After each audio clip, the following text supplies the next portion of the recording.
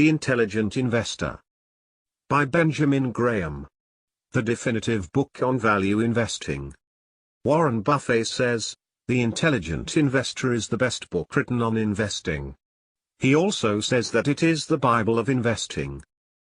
And now, The Intelligent Investor, Chapter 1. Investment versus Speculation, Results to be expected by the Intelligent Investor. This chapter will outline the viewpoints that will be set forth in the remainder of the book. In particular, we wish to develop at the outset our concept of appropriate portfolio policy for the individual, non-professional investor. Investment versus speculation. What do we mean by investor? Throughout this book the term will be used in contradistinction to speculator. As far back as 1934, in our textbook Security Analysis, 1 we attempted a precise formulation of the difference between the two, as follows: an investment operation is one which, upon thorough analysis, promises safety of principal and an adequate return. Operations not meeting these requirements are speculative. While we have clung tenaciously to this definition over the ensuing 38 years, it is worthwhile noting the radical changes that have occurred in the use of the term investor during this period.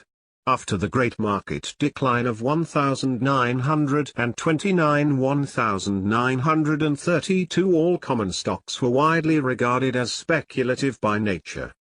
A leading authority stated flatly that only bonds could be bought for investment. Thus we had then to defend our definition against the charge that it gave too wide scope to the concept of investment. Now our concern is of the opposite sort. We must prevent our readers from accepting the common jargon which applies the term investor to anybody and everybody in the stock market. In our last edition we cited the following headline of a front-page article of our leading financial journal in June 1962.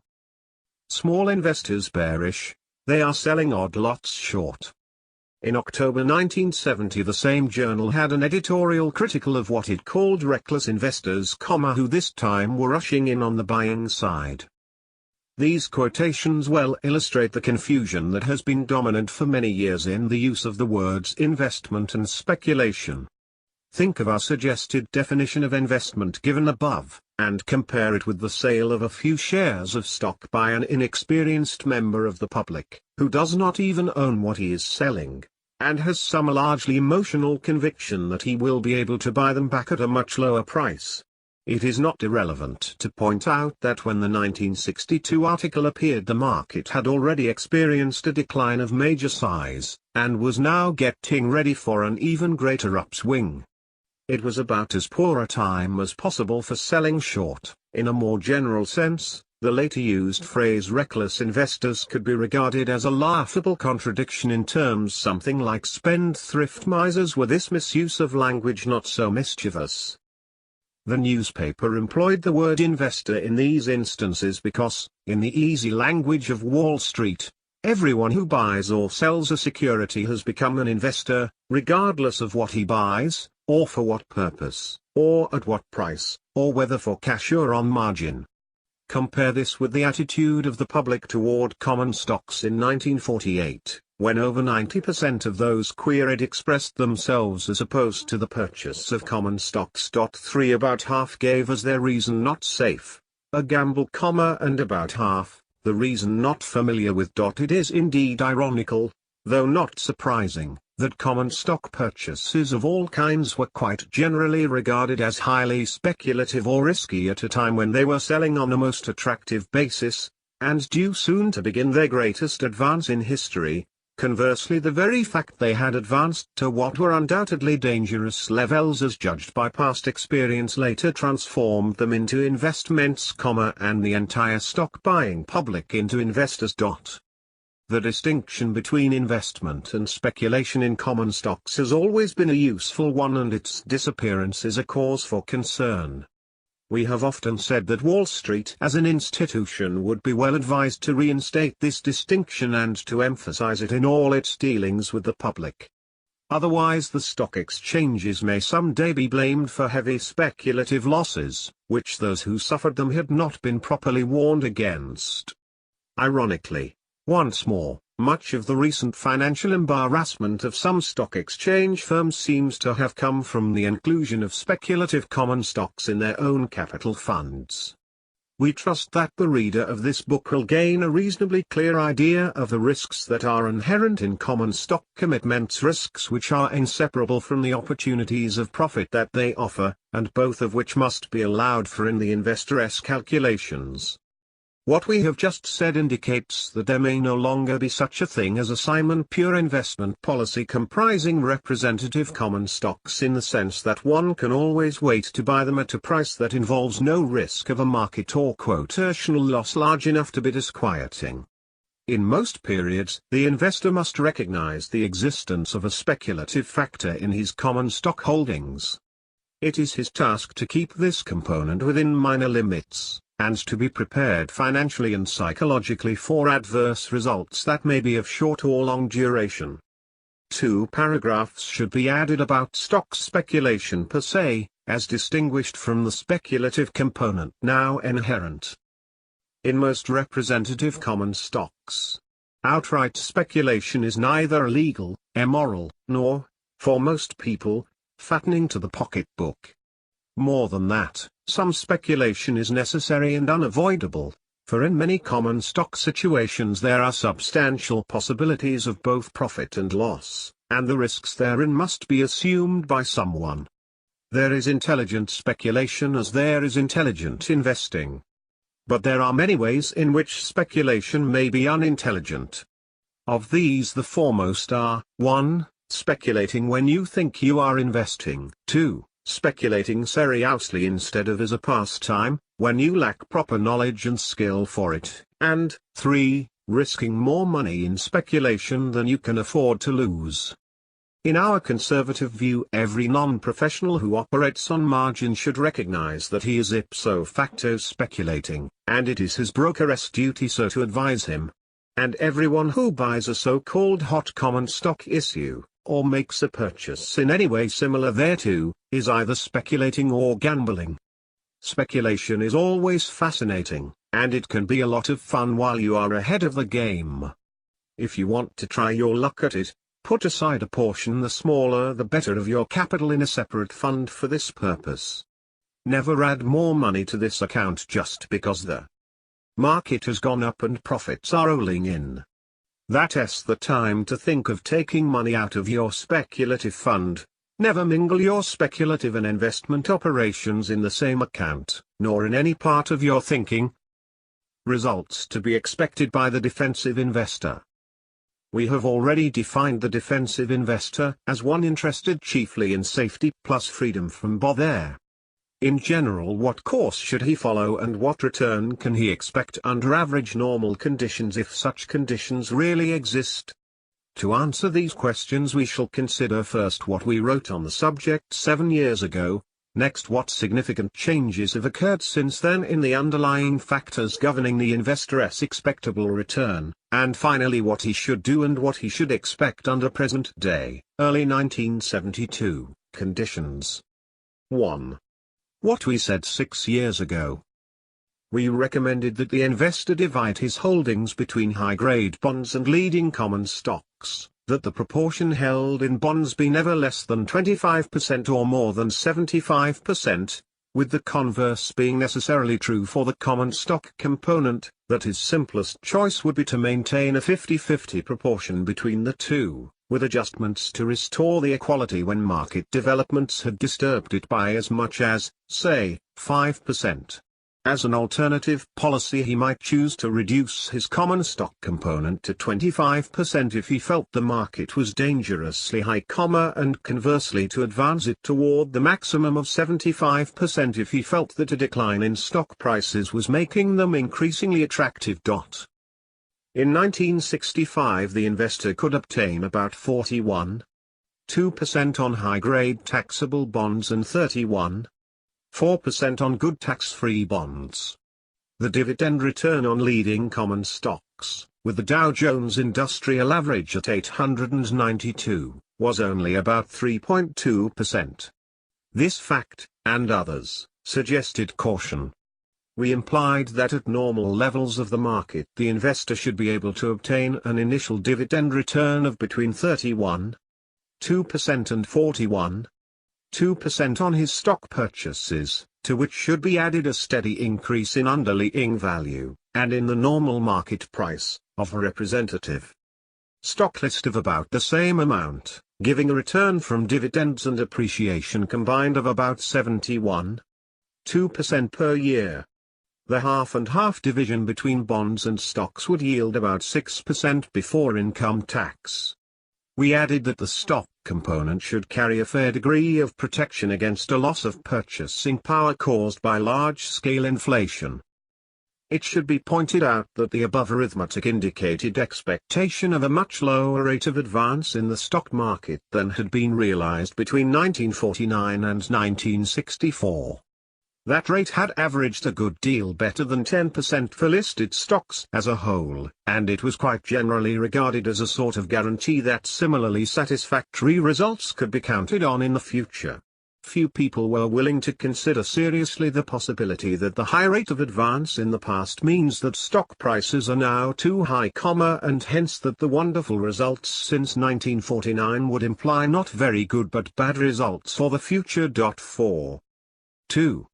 What has happened since 1964? The major change since 1964 has been the rise in interest rates on first-grade bonds to record high levels, although there has since been a considerable recovery from the lowest prices of 1970.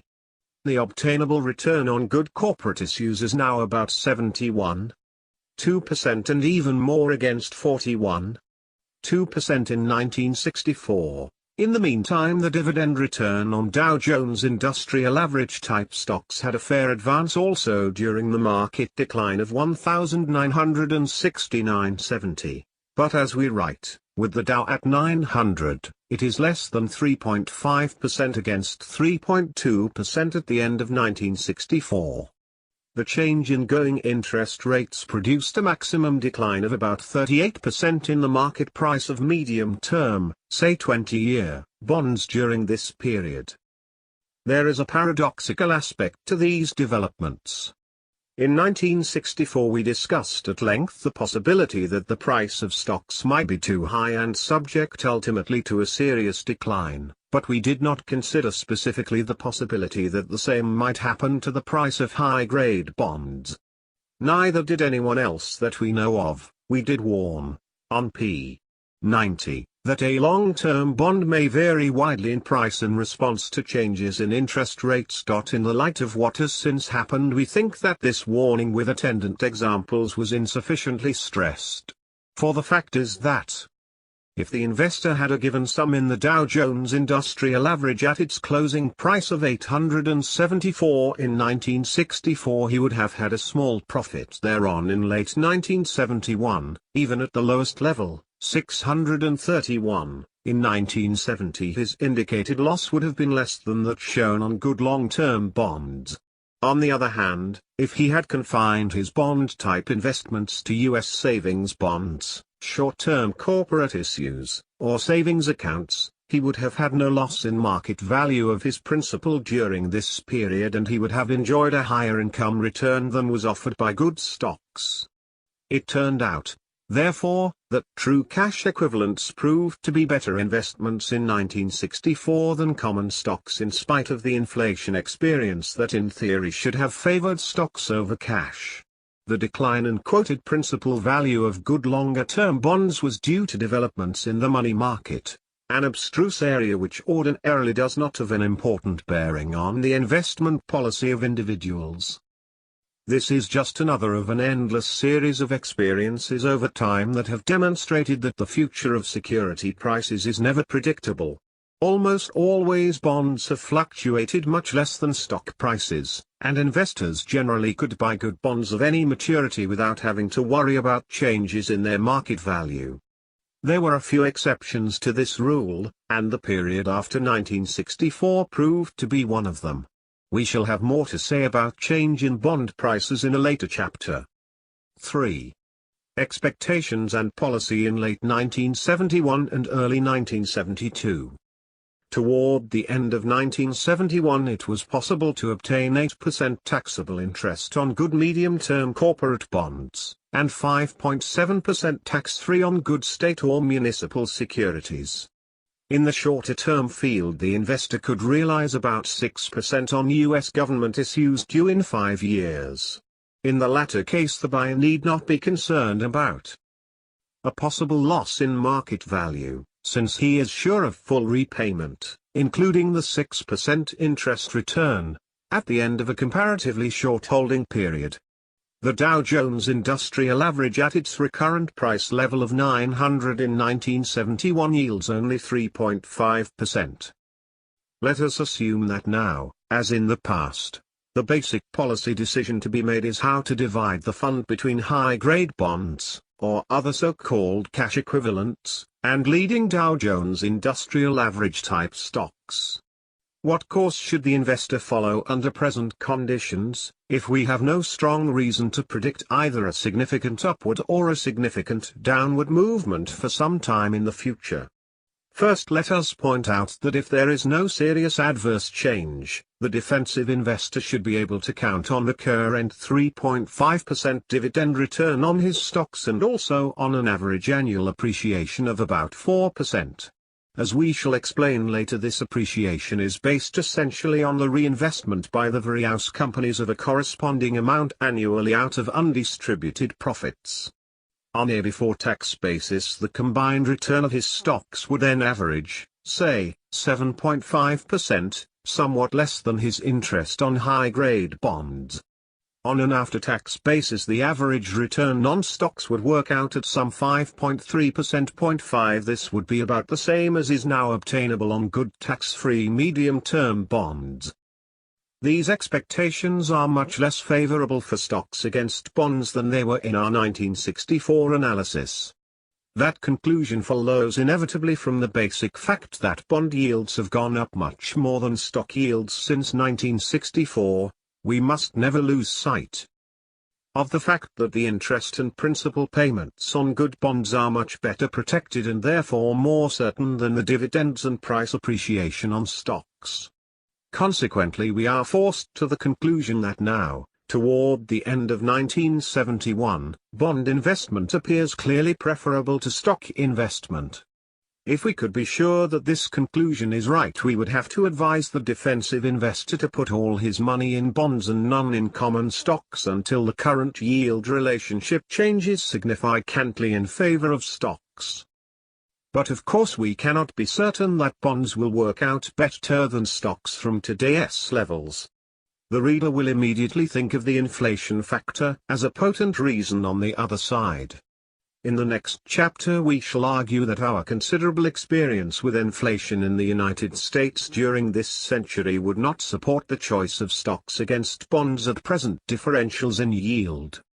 But there is always the possibility, though we consider it remote, of an accelerating inflation, which in one way or another would have to make stock equities preferable to bonds payable in a fixed amount of dollars. There is the alternative possibility, which we also consider highly unlikely, that American business will become so profitable, without stepped-up inflation, as to justify a large increase in common stock values in the next few years.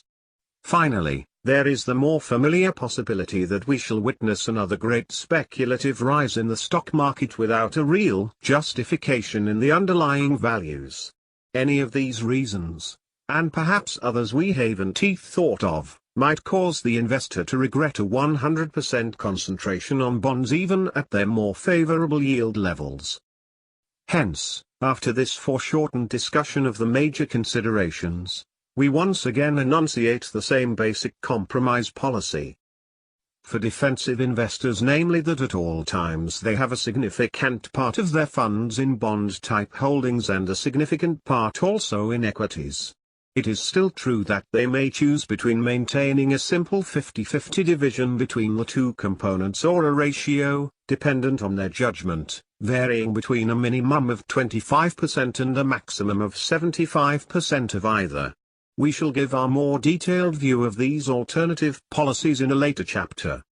since at present the overall return envisaged from common stocks is nearly the same as that from bonds, the presently expectable return, including growth of stock values, for the investor would change little regardless of how he divides his fund between the two components. As calculated above, the aggregate return from both parts should be about 7.8% before taxes or 5.5% on a tax-free, or estimated tax-paid, basis. A return of this order is appreciably higher than that realized by the typical conservative investor over most of the long-term past. It may not seem attractive in relation to the 14%, or so, return shown by common stocks during the 20 years of the predominantly bull market after 1949.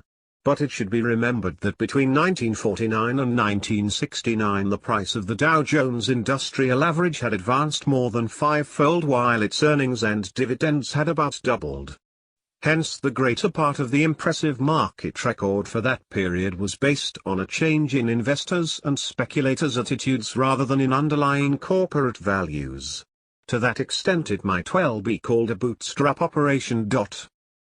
In discussing the common stock portfolio of the defensive investor, we have spoken only of leading issues of the type included in the 30 components of the Dow Jones Industrial Average. We have done this for convenience, and not to imply that these 30 issues alone are suitable for purchase by him.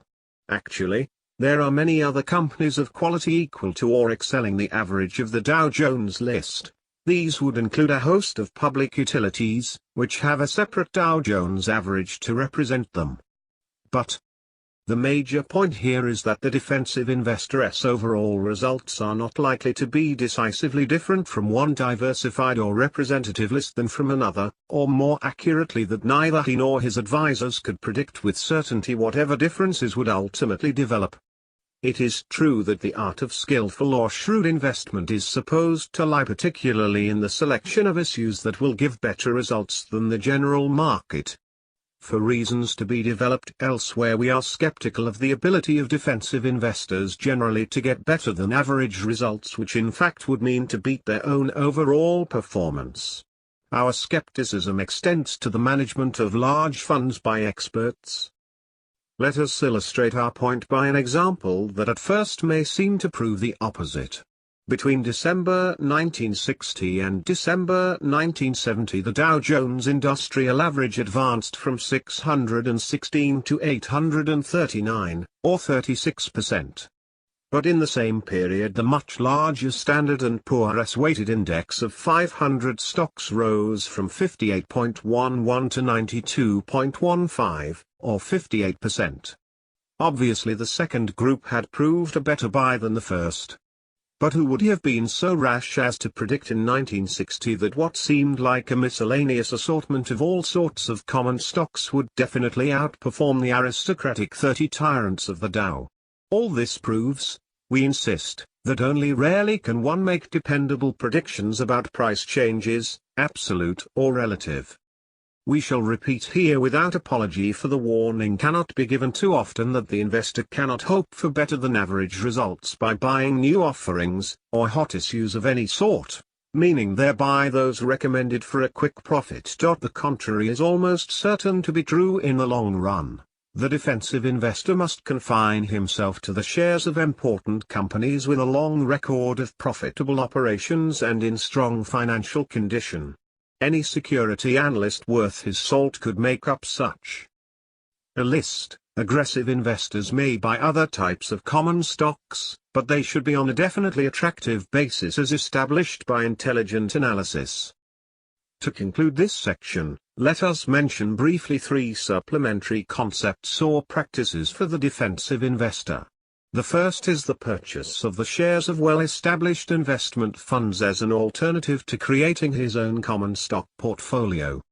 He might also utilize one of the common trust funds, or commingled funds, operated by trust companies and banks in many states, or, if his funds are substantial, use the services of a recognized investment counsel firm. This will give him professional administration of his investment program along standard lines. The third is the device of dollar cost averaging, which means simply that the practitioner invests in common stocks the same number of dollars each month or each quarter.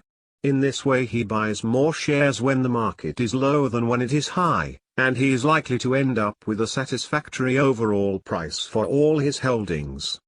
Strictly speaking, this method is an application of a broader approach known as formula investing. The latter was already alluded to in our suggestion that the investor may vary his holdings of common stocks between the 25% minimum and the 75% maximum, in inverse relationship to the action of the market. These ideas have merit for the defensive investor, and they will be discussed more amply in later chapters. Results to be expected by the aggressive investor. Our enterprising security buyer, of course, will desire and expect to attain better overall results than his defensive or passive companion. But first he must make sure that his results will not be worse. It is no difficult trick to bring a great deal of energy, study, and native ability into Wall Street and to end up with losses instead of profits. These virtues, if channeled in the wrong directions, become indistinguishable from handicaps. Thus it is most essential that the enterprising investor start with a clear conception as to which courses of action offer reasonable chances of success and which do not. First, let us consider several ways in which investors and speculators generally have endeavored to obtain better than average results. These include 1. Trading in the market. This usually means buying stocks when the market has been advancing and selling them after it has turned downward. The stocks selected are likely to be among those which have been behaving better than the market average. A small number of professionals frequently engage in short selling. Here they will sell issues they do not own but borrow through the established mechanism of the stock exchanges. Their object is to benefit from a subsequent decline in the price of these issues, by buying them back at a price lower than they sold them for. As our quotation from the Wall Street Journal on p. 19 indicates, even small investors perish. The term ! Sometimes try their unskilled hand at short selling. 2. Short-term selectivity. This means buying stocks of companies which are reporting or expected to report increased earnings, or for which some other favorable development is anticipated. 3. Long-term selectivity. Here the usual emphasis is on an excellent record of past growth, which is considered likely to continue in the future. In some cases also the investor may choose companies which have not yet shown impressive results, but are expected to establish a high earning power later. Such companies belong frequently in some technological area, e.g., computers, drugs, electronics, and they often are developing new processes or products that are deemed to be especially promising. We have already expressed a negative view about the investor's overall chances of success in these areas of activity. The first we have ruled out, on both theoretical and realistic grounds, from the domain of investment. Stock trading is not an operation which, on thorough analysis, offers safety of principal and a satisfactory return. More will be said on stock trading in the later chapter. In his endeavor to select the most promising stocks either for the near term or the longer future, the investor faces obstacles of two kinds, the first stemming from human fallibility and the second from the nature of his competition. He may be wrong in his estimate of the future, or even if he is right, the current market price may already fully reflect what he is anticipating. In the area of near-term selectivity, the current year's results of the company are generally common property on Wall Street. Next year's results, to the extent they are predictable, are already being carefully considered. Hence the investor who selects issues chiefly on the basis of this year's superior results, or on what he is told he may expect for next year, is likely to find that others have done the same thing for the same reason. In choosing stocks for their long-term prospects, the investor's handicaps are basically the same. The possibility of outright error in the prediction which we illustrated by our airlines example on p. 6 is no doubt greater than when dealing with near-term earnings. Because the experts frequently go astray in such forecasts, It is theoretically possible for an investor to benefit greatly by making correct predictions when Wall Street as a whole is making incorrect ones. But that is only theoretical. How many enterprising investors could count on having the acumen or prophetic gift to beat the professional analysts at their favorite game of estimating long-term future earnings? We are thus led to the following logical if disconcerting conclusion: to enjoy a reasonable chance for continued better than average results, the investor must follow policies which are 1. Inherently sound and promising, and 2. Not popular on Wall Street. Are there any such policies available for the enterprising investor? In theory, once again, the answer should be yes, and there are broad reasons to think that the answer should be affirmative in practice as well. Everyone knows that speculative stock movements are carried too far in both directions, frequently in the general market and at all times in at least some of the individual issues. Furthermore, a common stock may be undervalued because of lack of interest or unjustified popular prejudice. We can go further and assert that in an astonishingly large proportion of the trading in common stocks, those engaged therein don't appear to know in polite terms one part of their anatomy from another. In this book we shall point out numerous examples of past discrepancies between price and value. Thus it seems that any intelligent person, with a good head for figures, should have a veritable picnic on Wall Street, battening off other people's foolishness. So it seems, but somehow it doesn't work out that simply. Buying a neglected and therefore undervalued issue for profit generally proves a protracted and patience-trying experience. And selling short a too popular and therefore overvalued issue is apt to be a test not only of one's courage and stamina but also of the depth of one's pocketbook. The principle is sound, its successful application is not impossible, but it is distinctly not an easy art to master. There is also a fairly wide group of special situations, which over many years could be counted on to bring a nice annual return of 20% or better, with a minimum of overall risk to those who knew their way around in this field. They include intersecurity arbitrages, payouts or workouts in liquidations, protected hedges of certain kinds.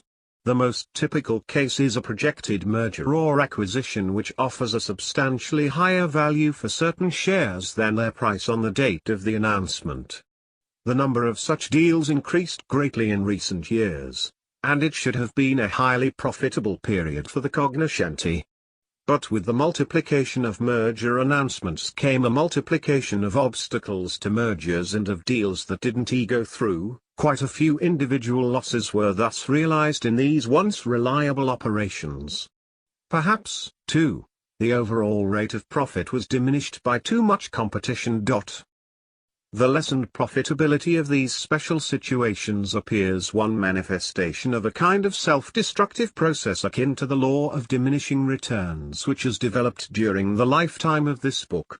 In 1949 we could present a study of stock market fluctuations over the preceding 75 years, which supported a formula based on earnings and current interest rates for determining a level to buy the Dow Jones Industrial Average below its central or intrinsic value, and to sell out above such value. It was an application of the governing maxim of the Rothschilds, buy cheap and sell dear. And it had the advantage of running directly counter to the ingrained and pernicious maxim of Wall Street that stocks should be bought because they have gone up and sold because they have gone down. Alas, after 1949 this formula no longer worked. A second illustration is provided by the famous Dow theory of stock market movements, in a comparison of its indicated splendid results for 1897, 1933 and its much more questionable performance since 1934. A third and final example of the golden opportunities not recently available.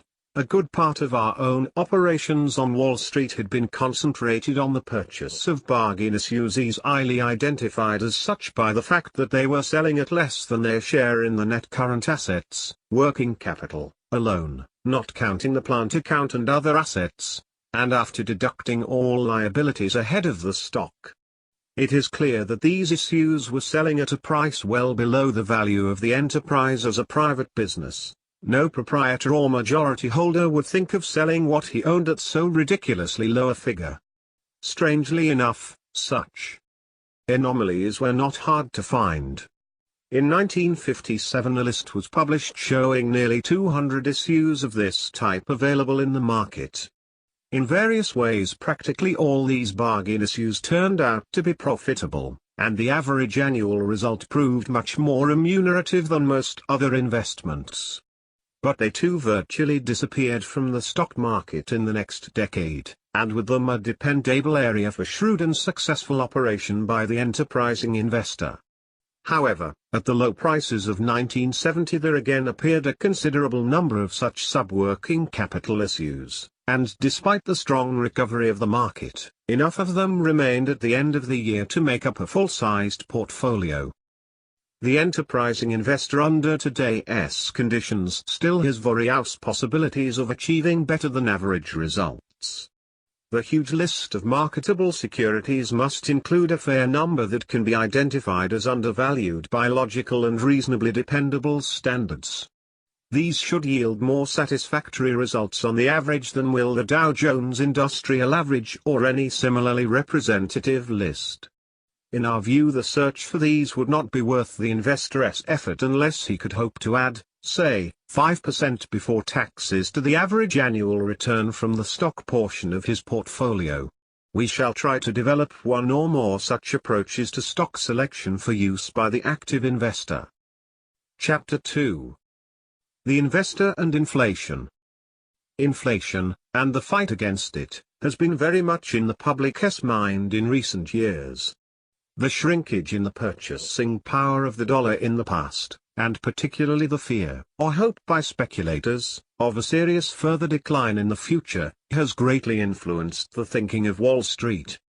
It is clear that those with a fixed dollar income will suffer when the cost of living advances, and the same applies to a fixed amount of dollar principal.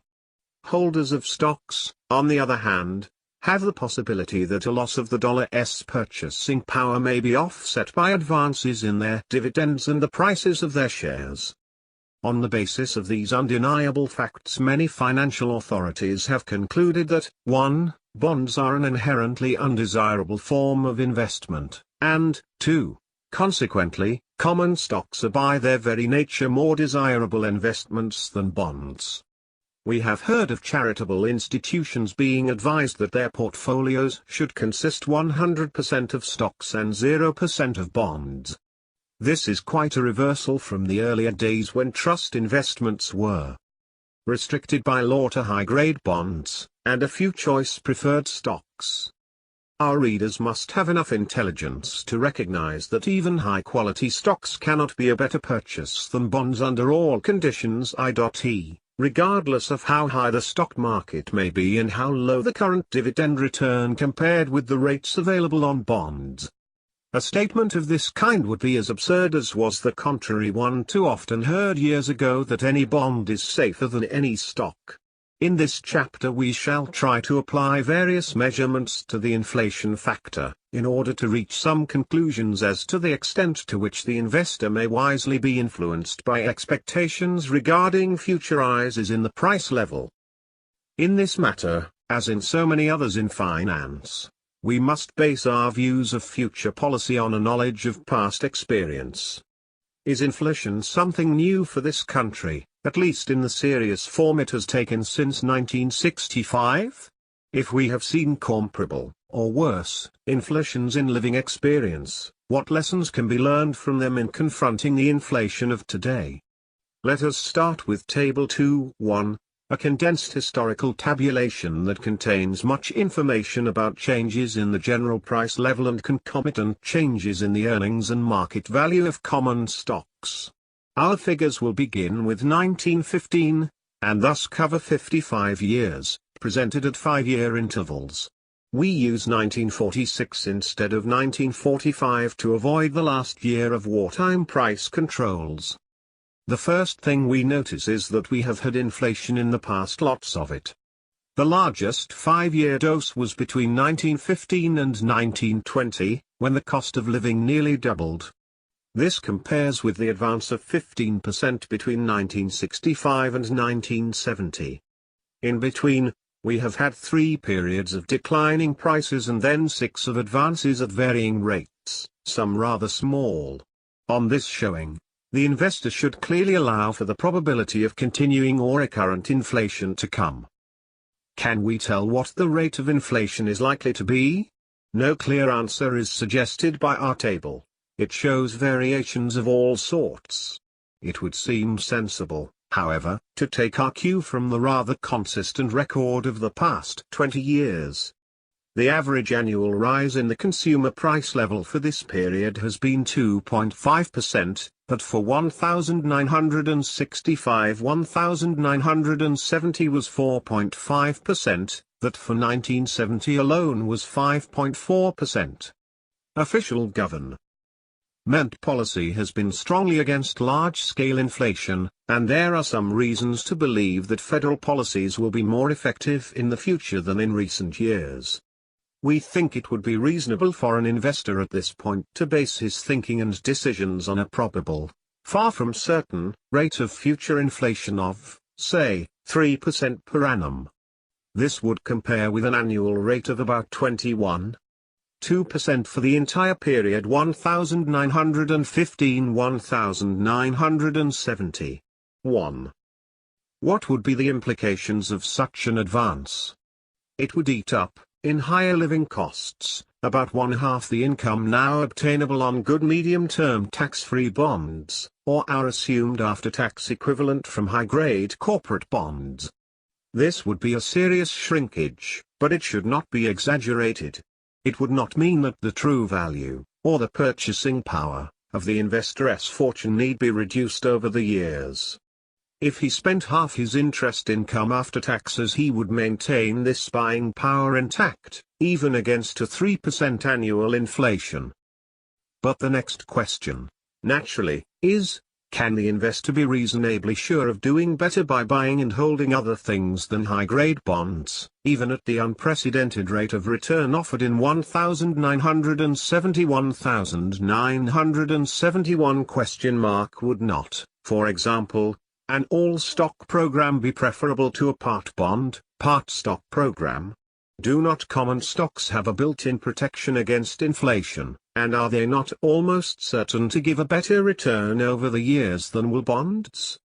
Have not in fact stocks treated the investor far better than have bonds over the 55-year period of our study? The answer to these questions is somewhat complicated. Common stocks have indeed done better than bonds over a long period of time in the past. The rise of the Dow Jones Industrial Average from an average of 77 in 1915 to an average of 753 in 1970 works out at an annual compounded rate of just about 4%, to which we may add another 4% for average dividend return. The corresponding figures for the S&P Composite are about the same. These combined figures of 8% per year are of course much better than the return enjoyed from bonds over the same 55-year period. But they do not exceed that now offered by high-grade bonds. This brings us to the next logical question: is there a persuasive reason to believe that common stocks are likely to do much better in future years than they have in the last 5.5 decades? Our answer to this crucial question must be a flat no. Common stocks may do better in the future than in the past, but they are far from certain to do so. We must deal here with 2 different time elements in investment results. The first covers what is likely to occur over the long-term future, say, the next 25 years. The second applies to what is likely to happen to the investor both financially and psychologically over short or intermediate periods, say 5 years or less. His frame of mind, his helps and apprehensions, his satisfaction or discontent with what he has done, above all his decisions what to do next, are all determined not in the retrospect of a lifetime of investment but rather by his experience from year to year. On this point we can be categorical. There is no close time connection between inflationary, or deflationary, conditions and the movement of common stock earnings and prices. The obvious example is the recent period, 1966–1970. The rise in the cost of living was 22%, the largest in a 5-year period since 1946–1950. But both stock earnings and stock prices as a whole have declined since 1965. There are similar contradictions in both directions in the record of previous 5-year periods. Inflation and corporate earnings. Another and highly important approach to the subject is by a study of the earnings rate on capital shown by American business. This has fluctuated, of course, with the general rate of economic activity, but it has shown no general tendency to advance with wholesale prices or the cost of living. Actually, this rate has fallen rather markedly in the past 20 years in spite of the inflation of the period. To some degree the decline was due to the charging of more liberal depreciation rates. See Table 2.2. Our extended studies have led to the conclusion that the investor cannot count on much above the recent 5-year rate earned on the Dow Jones Industrial Average Group. About 10% on net tangible assets, book value, behind the shares. 2 Since the market value of these issues is well above their book value, say 900 market versus 560 book in mid-1971, the earnings on current market price work out only at some 61.4%. This relationship is generally expressed in the reverse, or times earnings, memory.g, that's the Dow Jones Industrial Average price of 900 equals 18 times the actual earnings for the 12 months ended June 1971. Our figures gear indirectly with the suggestion in the previous chapter that the investor may assume an average dividend return of about 3.5% on the market value of his stocks, plus an appreciation of, say, 4% annually resulting from reinvested profits. Note that each dollar added to book value is here assumed to increase the market price by about $1.60.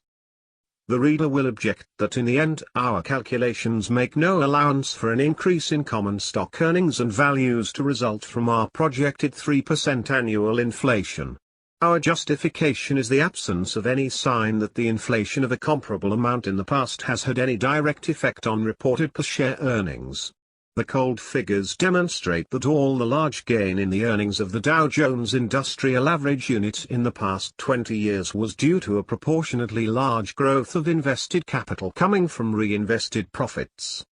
If inflation had operated as a separate favorable factor, its effect would have been to increase the value of previously existing capital. This in turn should increase the rate of earnings on such old capital and therefore on the old and new capital combined. But nothing of the kind actually happened in the past 20 years, during which the wholesale price level has advanced nearly 40%. Business earnings should be influenced more by wholesale prices than by consumer prices. The only way that inflation can add to common stock values is by raising the rate of earnings on capital investment. On the basis of the past record, this has not been the case. In the economic cycles of the past, good business was accompanied by a rising price level and poor business by falling prices. It was generally felt that a little inflation was helpful to business profits. This view is not contradicted by the history of 1950–1970, which reveals a combination of generally continued prosperity and generally rising prices. But the figures indicate that the effect of all this on the earning power of common stock capital, equity capital, has been quite limited. In fact, it has not even served to maintain the rate of earnings on the investment. Clearly there have been important offsetting influences which have prevented any increase in the real profitability of American corporations as a whole. Perhaps the most important of these have been, 1. A rise in wage rates exceeding the gains in productivity, and, 2. The need for huge amounts of new capital, thus holding down the ratio of sales to capital employed. Our figures in Table 2.2 indicate that so far from inflation having benefited our corporations and their shareholders, its effect has been quite the opposite.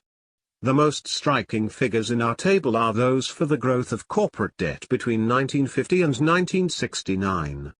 It is surprising how little attention has been paid by economists and by Wall Street to this development. The debt of corporations has expanded nearly fivefold while their profits before taxes a little more than doubled. With the great rise in interest rates during this period, it is evident that the aggregate corporate debt is now an adverse economic factor of some magnitude and a real problem for many individual enterprises. Note that in 1950 net earnings after interest but before income tax were about 30% of corporate debt, while in 1969 they were only 13.2% of debt. The 1970 ratio must have been even less satisfactory. In sum, it appears that a significant part of the 11% being earned on corporate equities as a whole is accomplished by the use of a large amount of new debt costing 4% or less after tax credit. If our corporations had maintained the debt ratio of 1950, their earnings rate on stock capital would have fallen still lower, in spite of the inflation. The stock market has considered that the public utility enterprises have been a chief victim of inflation, being caught between a great advance in the cost of borrowed money and the difficulty of raising the rates charged under the regulatory process. But this may be the place to remark that the very fact that the unit costs of electricity, gas, and telephone services have advanced so much less than the general price index puts these companies in a strong strategic position for the future. 3. They are entitled by law to charge rates sufficient for an adequate return on their invested capital, and this will probably protect their shareholders in the future as it has in the inflations of the past. All of the above brings us back to our conclusion that the investor has no sound basis for expecting more than an average overall return of, say, 8% on a portfolio of Dow Jones Industrial Average type common stocks purchased at the late 1971 price level. But even if these expectations should prove to be understated by a substantial amount, the case would not be made for an all-stock investment program. If there is one thing guaranteed for the future, it is that the earnings and average annual market value of a stock portfolio will not grow at the uniform rate of 4%, or any other figure. In the memorable words of the elder J.P. Morgan, they will fluctuate. This means, first, that the common stock buyer at today's prices or tomorrow's will be running a real risk of having unsatisfactory results therefrom over a period of years. It took 25 years for General Electric, and the Dow Jones Industrial Average itself, to recover the ground lost in the 1929-1932 debacle. Besides that, if the investor concentrates his portfolio on common stocks, he is very likely to be led astray either by exhilarating advances or by distressing declines. This is particularly true if his reasoning is geared closely to expectations of further inflation. For then, if another bull market comes along, he will take the big rise not as a danger signal of an inevitable fall, not as a chance to cash in on his handsome profits, but rather as a vindication of the inflation hypothesis and as a reason to keep on buying common stocks no matter how high the market level nor how low the dividend return. That way lies sorrow. Alternatives to common stocks as inflation hedges. The standard policy of people all over the world who mistrust their currency has been to buy and hold gold. This has been against the law for American citizens since 1935, luckily for them. In the past 35 years the price of gold in the open market has advanced from $35 per ounce to $48 in early 1972, a rise of only 35%. But during all this time the holder of gold has received no income return on his capital, and instead has incurred some annual expense for storage. Obviously, he would have done much better with his money at interest in a savings bank, in spite of the rise in the general price level. The near-complete failure of gold to protect against a loss in the purchasing power of the dollar must cast grave doubt on the ability of the ordinary investor to protect himself against inflation by putting his money in things. Quite a few categories of valuable Objects have had striking advances in market value over the years, such as diamonds, paintings by masters, first editions of books, rare stamps and coins, etc. But in many, perhaps most, of these cases there seems to be an element of the artificial or the precarious or even the unreal about the quoted prices. Somehow it is hard to think of paying $67,500 for a US silver dollar dated 1804, but not even minted that year, as an investment operation. For we acknowledge we are out of our depth in this area. Very few of our readers will find the swimming safe and easy there. The outright ownership of real estate has long been considered as a sound long-term investment, carrying with it a goodly amount of protection against inflation.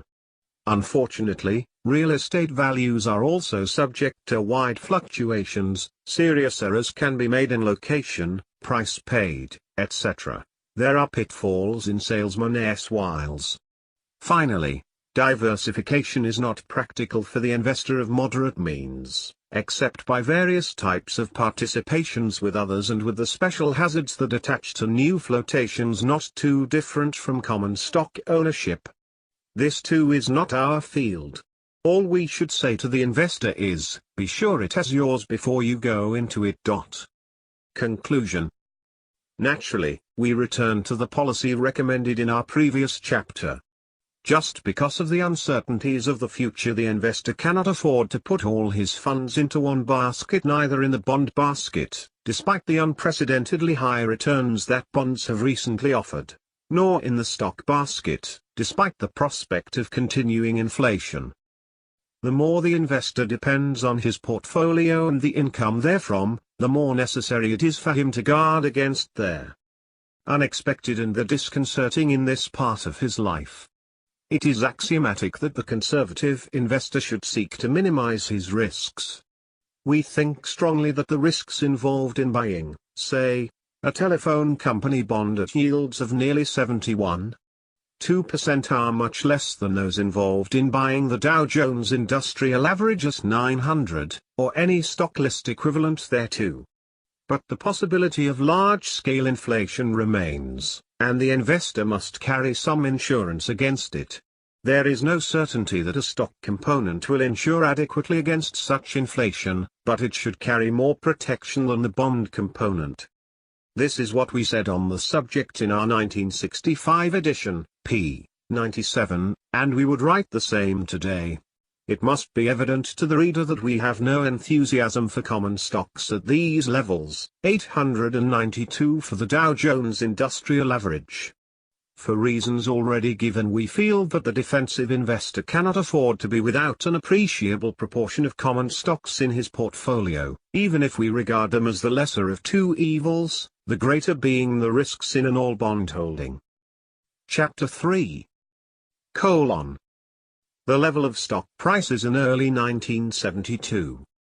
The investor's portfolio of common stocks will represent a small cross-section of that immense and formidable institution known as the stock market.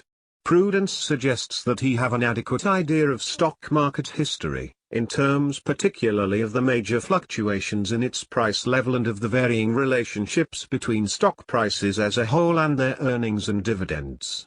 With this background, he may be in a position to form some worthwhile judgment of the attractiveness or dangers of the level of the market as it presents itself at different times. By a coincidence, useful statistical data on prices, earnings, and dividends go back just 100 years, to 1871. The material is not nearly as full or dependable in the first half period as in the second, but it will serve. In this chapter we shall present the figures, in highly condensed form, with two objects in view. The first is to show the general manner in which stocks have made their underlying advance through the many cycles of the past century. The second is to view the picture in terms of successive 10-year averages, not only of stock prices but of earnings and dividends as well, to bring out the varying relationship between the three important factors. With this wealth of material as a background, we shall pass to a consideration of the level of stock prices at the beginning of 1972. The long-term history of the stock market is summarized in two tables and a chart. Table 3.1 sets forth the low and high points of 19 bear and bull market cycles in the past 100 years. We have used two indexes here. The first represents a combination of an early study by the Cowles Commission going back to 1870, which has been spliced onto and continued to date in the well-known Standard & Poor's Composite Index of 500 stocks. The second is the even more celebrated Dow Jones Industrial Average, the Dow Jones Industrial Average, or the Dow, which dates back to 1897. It contains 30 companies, of which one is American Telephone and Telegraph and the other 29 are large industrial enterprises. 1. Chart I, presented by courtesy of Standard & Poor's, depicts the market fluctuations of its 425 industrial stock index from 1900 through 1970. A corresponding chart available for the Dow Jones Industrial Average will look very much the same. The reader will note three quite distinct patterns, each covering about a third of the 70 years. The first runs from 1900 to 1924, and shows for the most part a series of rather similar market cycles lasting from 3 to 5 years. The annual advance in this period averaged just about 3%. We move on to the new era bull market, culminating in 1929, with its terrible aftermath of collapse, followed by quite irregular fluctuations until 1949. Comparing the average level of 1949 with that of 1924, we find the annual rate of advance to be a mere 0.11%. Hence the close of our second period found the public with no enthusiasm at all for common stocks. By the rule of opposites, the time was ripe for the beginning of the greatest bull market in our history, presented in the last third of our chart. This phenomenon may have reached its culmination in December 1968 at 118 for Standard & Poor's 425 industrials, and 108 for its 500 stock composite. As Table 3.1 shows, there were fairly important setbacks between 1949 and 1968, especially in 1956 to 57 and 1961 to 62, but the recoveries therefrom were so rapid that they had to be denominated, in the long accepted semantics, as recessions in a single bull market, rather than as separate market cycles. Between the low level of 162 for the Dow in mid-1949 and the high of 995 in early 1966, the advance had been more than sixfold in 17 years, which is at the average compounded rate of 11% per year, not counting dividends of, say, 31/2% per annum. The advance for the Standard & Poor's Composite Index was somewhat greater than that of the Dow Jones Industrial Average, actually from 14 to 96. These 14% and better returns were documented in 1963, and later, in a much publicized study. 2. It created a natural satisfaction on Wall Street with such fine achievements, and a quite illogical and dangerous conviction that equally marvelous results could be expected for common stocks in the future. Few people seem to have been bothered by the thought that the very extent of the rise might indicate that it had been overdone. The subsequent decline from the 1968 high to the 1970 low was 36% for the Standard & Poor's Composite, and 37% for the Dow Jones Industrial Average, the largest since the 44% suffered in 1939 to 1942, which had reflected the perils and uncertainties after Pearl Harbor. In the dramatic manner so characteristic of Wall Street, the low level of May 1970 was followed by a massive and speedy recovery of both averages, and the establishment of a new all-time high for the Standard & Poor's Industrials in early 1972. The annual rate of price advance between 1949 and 1970 works out at about 9% for the S&P Composite, or the Industrial Index, using the average figures for both years. That rate of climb was, of course, much greater than for any similar period before 1950. But in the last decade the rate of advance was much lower, 51/4% for the S&P Composite Index and only the once familiar 3% for the Dow Jones Industrial Average. The record of price movements should be supplemented by corresponding figures for earnings and dividends, in order to provide an overall view of what has happened to our share economy over the 10 decades. We present a conspectus of this kind in our Table 3.2, p. 71.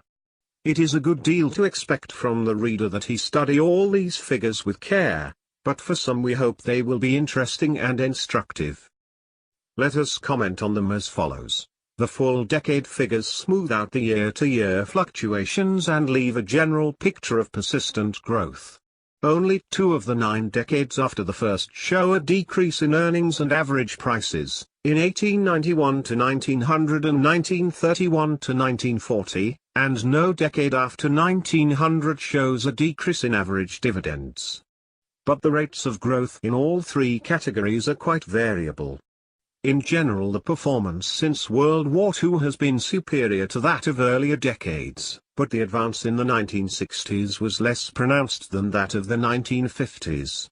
Today's investor cannot tell from this record what percentage gain in earnings, dividends and prices he may expect in the next 10 years, but it does supply all the encouragement he needs for a consistent policy of common stock investment. However, a point should be made here that is not disclosed in our table.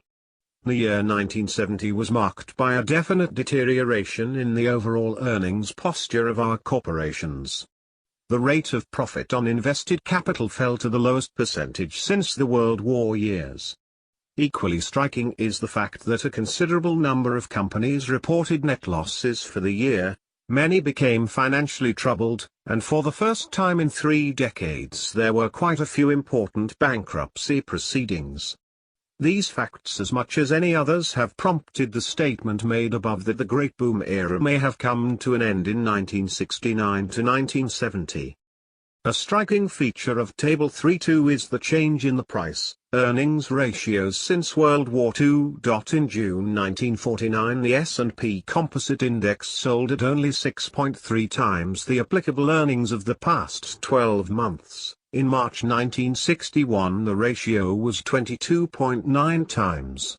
Similarly, the dividend yield on the S&P index had fallen from over 7% in 1949 to only 3.0% in 1961, a contrast heightened by the fact that interest rates on high-grade bonds had meanwhile risen from 2.60% to 4.50%. This is certainly the most remarkable turnabout in the public's attitude in all stock market history. To people of long experience and innate caution the passage from one extreme to another carried a strong warning of trouble ahead. They could not help thinking apprehensively of the 1926 to 1929 bull market and its tragic aftermath. But these fears have not been confirmed by the event. True, the closing price of the Dow Jones Industrial Average (BCD) in 1970 was the same as it was 61 halves years earlier, and the much heralded soaring 60s proved to be mainly a march up a series of high hills and then down again. But nothing has happened either to business or to stock prices that can compare with the bear market and depression of 1929 to 1932. The stock market level in early 1972. With a century-long conspectus of stock prices, earnings, and dividends before our eyes, let us try to draw some conclusions about the level of 900 for the Dow Jones Industrial Average and 100 for the S&P Composite Index in January 1972. In each of our former editions we have discussed the level of the stock market at the time of writing, and endeavored to answer the question whether it was too high for conservative purchase. The reader may find it informing to review the conclusions we reached on these earlier occasions. This is not entirely an exercise in self-punishment. It will supply a sort of connecting tissue that links the various stages of the stock market in the past 20 years and also a taken-from-life picture of the difficulties facing anyone who tries to reach an informed and critical judgment of current market levels. Let us, first, reproduce the summary of the 1948, 1953, and 1959 analyses that we gave in the 1965 edition. In 1948 we applied conservative standards to the Dow Jones level of 180, and found no difficulty in reaching the conclusion that it was not too high in relation to underlying values. When we approached this problem in 1953, the average market level for that year had reached 275, a gain of over 50% in 5 years. We asked ourselves the same question, namely, whether in our opinion the level of 275 for the Dow Jones Industrials was or was not too high for sound investment. In the light of the subsequent spectacular advance, it may seem strange to have to report that it was by no means easy for us to reach a definitive conclusion as to the attractiveness of the 1953 level. We did say, positively enough, that from the standpoint of value indications, our chief investment guide, the conclusion about 1953 stock prices must be favorable. But we were concerned about the fact that in 1953, the averages had advanced for a longer period than in most bull markets of the 73 past, and that its absolute level was historically high. Setting these factors against our favorable value judgment, we advised a cautious or compromise policy. As it turned out, this was not a particularly brilliant counsel. A good prophet would have foreseen that the market level was due to advance an additional 100% in the next 5 years.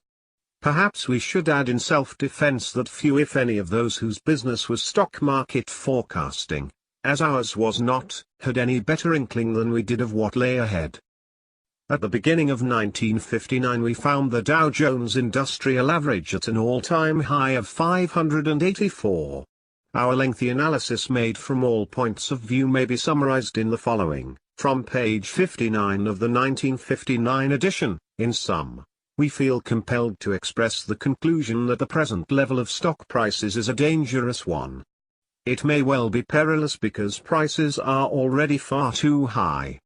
But even if this is not the case, the market's momentum is such as inevitably to carry it to unjustifiable heights.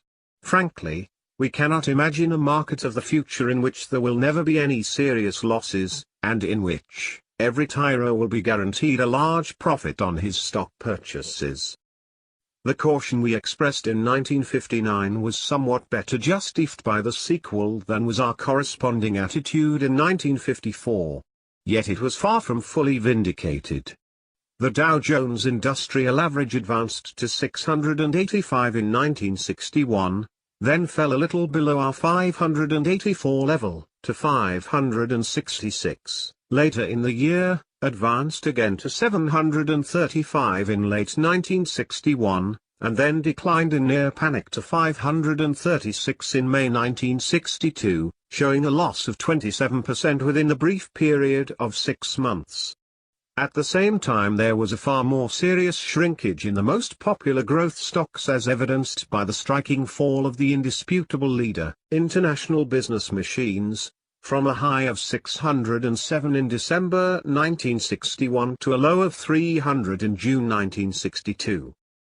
This period saw a complete debacle in a host of newly launched common stocks of small enterprises, the so-called hot issues, which had been offered to the public at ridiculously high prices and then had been further pushed up by needless speculation to levels little short of insane. Many of these lost 90% and more of the quotations in just a few months.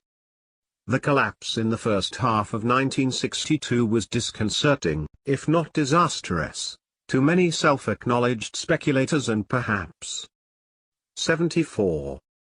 To many more imprudent people who called themselves investors. But the turnabout that came later that year was equally unsuspected by the financial community. The stock market averages resumed their upward course, producing the following sequence. The recovery and new ascent of common stock prices was indeed remarkable and created a corresponding revision of Wall Street sentiment. At the low level of June 1962, predictions had appeared predominantly bearish, and after the partial recovery to the end of that year they were mixed, leaning to the skeptical side. but at the outset of 1964 the natural optimism of brokerage firms was again manifest. Nearly all the forecasts were on the bullish side, and they so continued through the 1964 advance. We then approached the task of appraising the November 1964 levels of the stock market, 892 for the Dow Jones Industrial Average. After discussing it learnedly from numerous angles, we reached three main conclusions. The first was that old standards of valuation appear inapplicable. New standards have not yet been tested by time. The second was that the investor must base his policy on the existence of major uncertainties. The possibilities compass the extremes, on the one hand, of a protracted and further advance in the market's level, say by 50%, or to 1,350 for the Dow Jones Industrial Average, or, on the other hand, of a largely unheralded collapse of the same magnitude, bringing the average in the neighborhood of, say, 450, p. 63. The third was expressed in much more definite terms. We said, speaking bluntly, if the 1964 price level is not too high, how could we say that any price level is too high? And the chapter closed as follows. What course to follow? Investors should not conclude that the 1964 market level is dangerous merely because they read it in this book. They must weigh our reasoning against the contrary reasoning they will hear from most competent and experienced people on Wall Street. In the end, each one must make his own decision and accept responsibility therefor. We suggest, however, that if the investor is in doubt as to which course to pursue, he should choose the path of caution. The principles of investment, as set forth herein, would call for the following policy under 1964 conditions, in order of urgency. 1. No borrowing to buy or hold securities. 2. No increase in the proportion of funds held in common stocks. 3. A reduction in common stock holdings where needed to bring it down to a maximum of 50% of the total portfolio. The capital gains tax must be paid with as good grace as possible, and the proceeds invested in first-quality bonds or held as a savings deposit. Investors who for some time have been following a bona fide dollar-cost averaging plan can in logic elect either to continue their periodic purchases unchanged or to suspend them until they feel the market level is no longer dangerous. We should advise rather strongly against the initiation of a new dollar averaging plan at the late 1964 levels, since many investors would not have the stamina to pursue such a scheme if the results soon after initiation should appear highly unfavorable. This time we can say that our caution was vindicated. The Dow Jones Industrial Average advanced about 11% further, to 995. But then fell irregularly to a low of 632 in 1970, and finished that year at 839. The same kind of debacle took place in the price of hot issues, that is, with declines running as much as 90%, as had happened in the 1961-62 setback. And, as pointed out in the introduction, the whole financial picture appeared to have changed in the direction of less enthusiasm and greater doubts. A single fact may summarize the story. The Dow Jones Industrial Average closed 1970 at a level lower than 6 years before, the first time such a thing had happened since 1944. Such were our efforts to evaluate former stock market levels. Is there anything we and our readers can learn from them? We considered the market level favorable for investment in 1948 and 1953, but too cautiously in the latter year, dangerous in 1959, at 584 for Dow Jones Industrial Average, and too high, at 892, in 1964. All of these judgments could be defended even today by adroit arguments. But it is doubtful if they have been as useful as our more pedestrian counsels, in favor of a consistent and controlled common stock policy on the one hand, and discouraging endeavors to beat the market or to pick the winners on the other. Nonetheless, we think our readers may derive some benefit from a renewed consideration of the level of the stock market, this time as of late 1971, even if what we have to say will prove more interesting than practically useful, or more indicative than conclusive. There is a fine passage near the beginning of Aristotle's Ethics that goes, "It is the mark of an educated mind to expect that amount of exactness which the nature of the particular subject admits.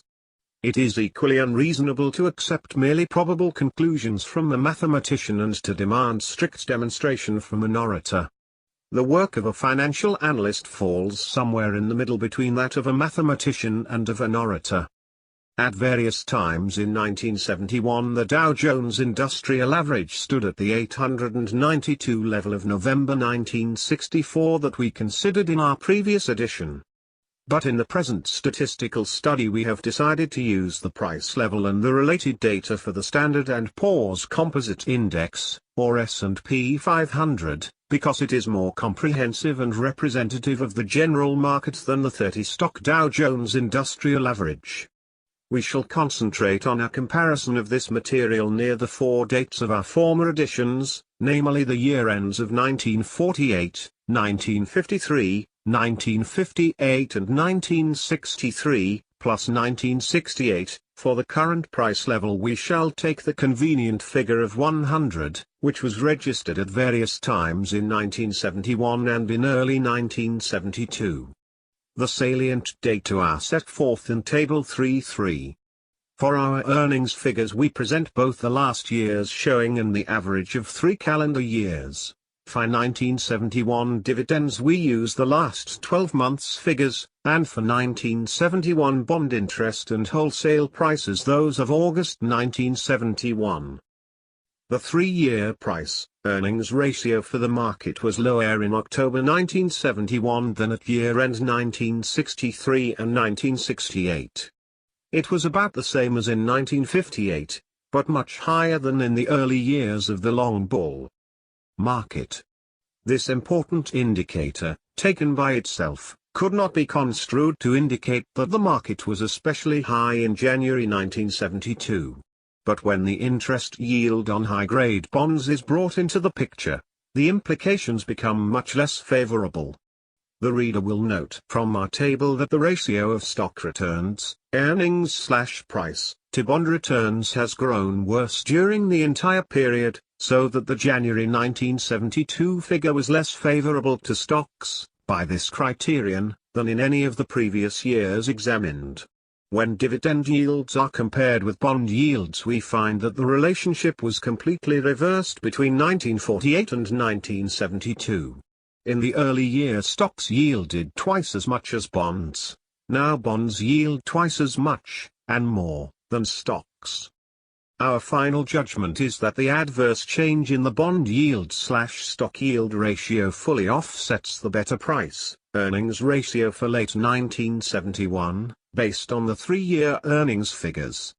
Hence our view of the early 1972 market level would tend to be the same as it was some 7 years ago, that is, that it is an unattractive one from the standpoint of conservative investment. This would apply to most of the 1971 price range of the Dow Jones Industrial Average, between, say, 800 and 950.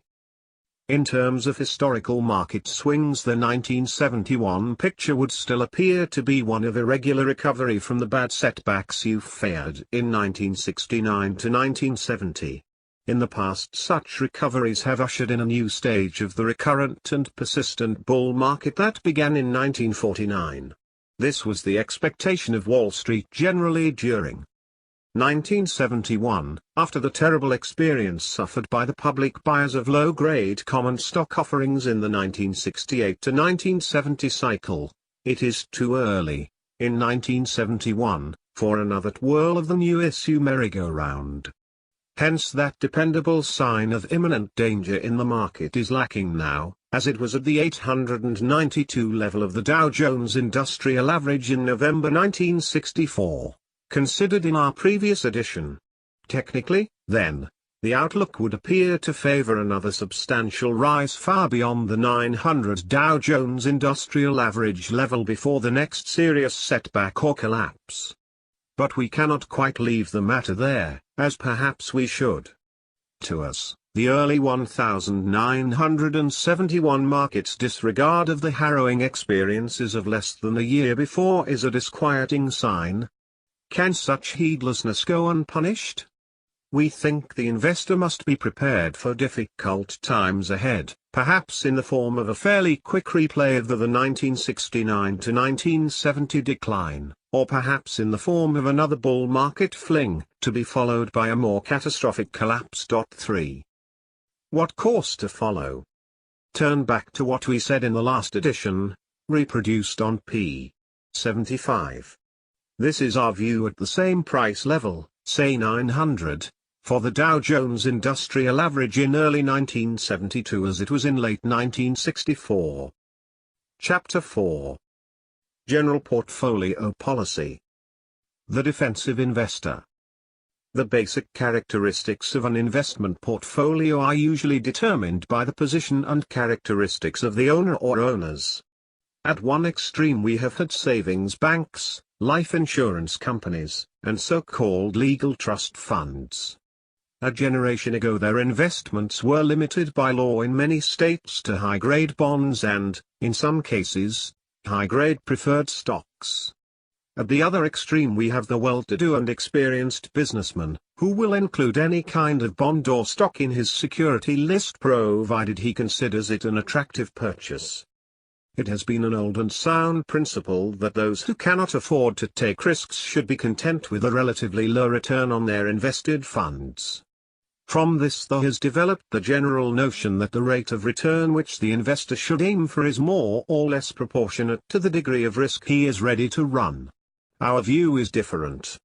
The rate of return sought should be dependent, rather, on the amount of intelligent effort the investor is willing and able to bring to bear on his task. The minimum return goes to our passive investor, who wants both safety and freedom from concern. The maximum return would be realized by the alert and enterprising investor who exercises maximum intelligence and skill. In 1965 we added, in many cases there may be less real risk associated with buying a bargain issue offering the chance of a large profit than with a conventional bond purchase yielding about 41/2%.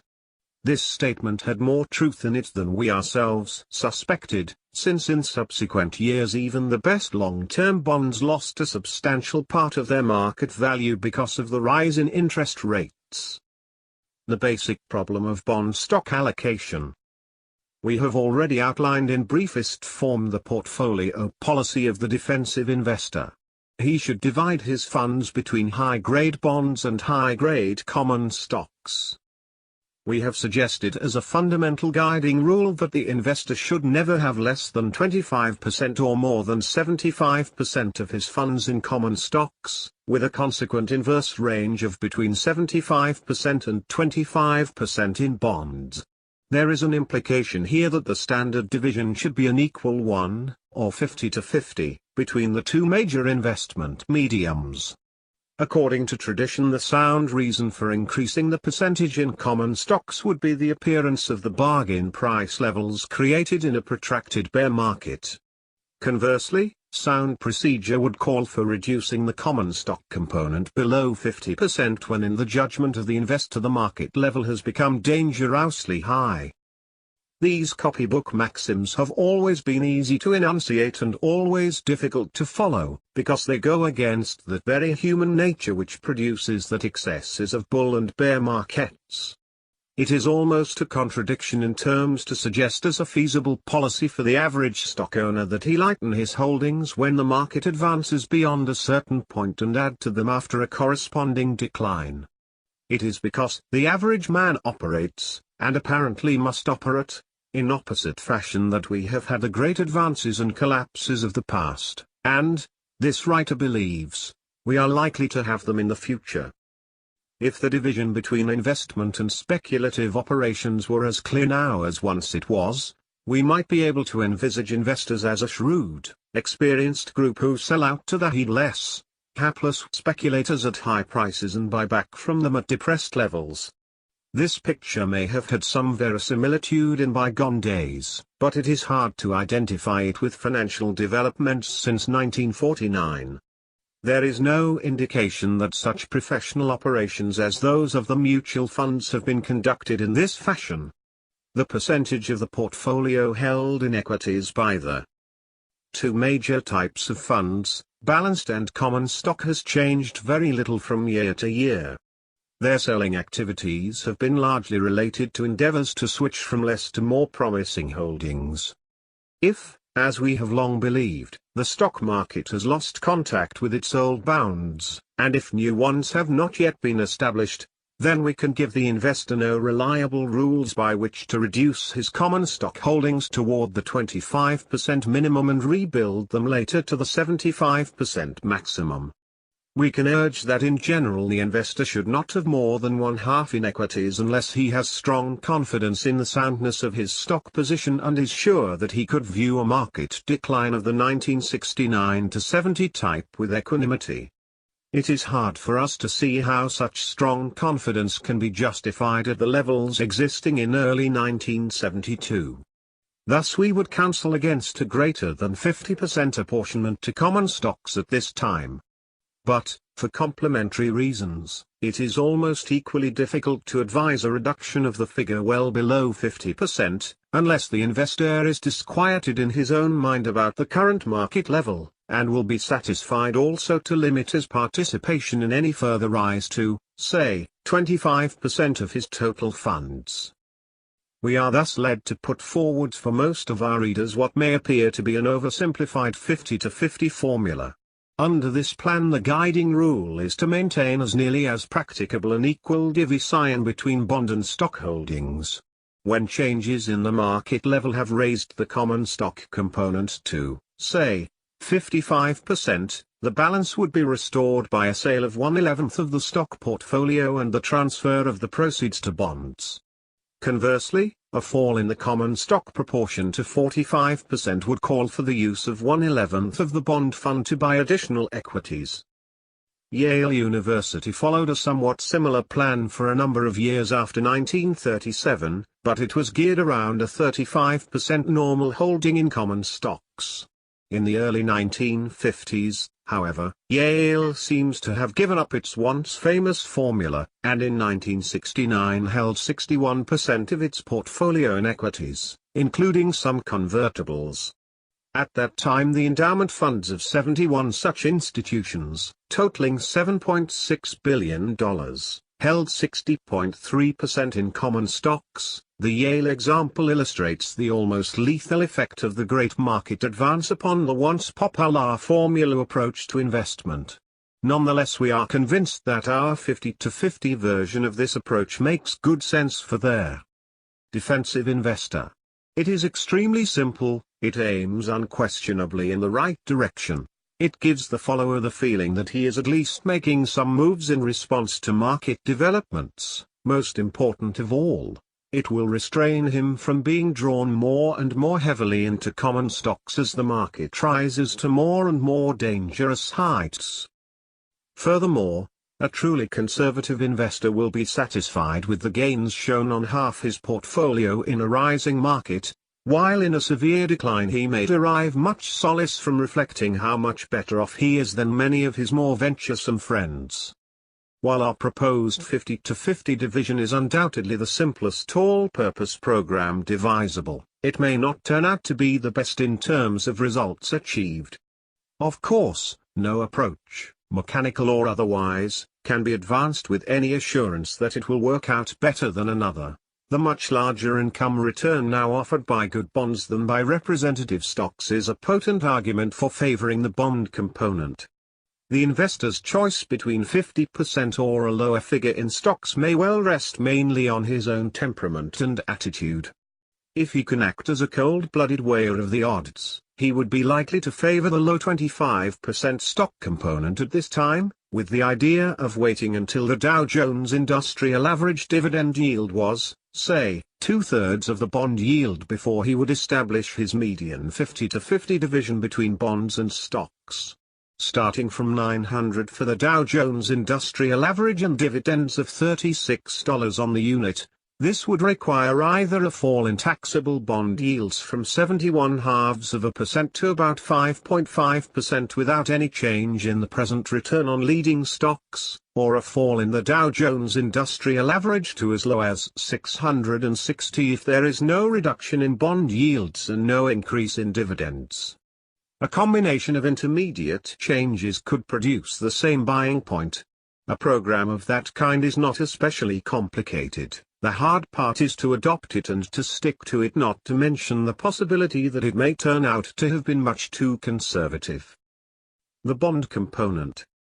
The choice of issues in the bond component of the investor's portfolio will turn about two main questions: should he buy taxable or tax-free bonds, and should he buy shorter or longer-term maturities? The tax decision should be mainly a matter of arithmetic, turning on the difference in yields as compared with the investor's tax bracket.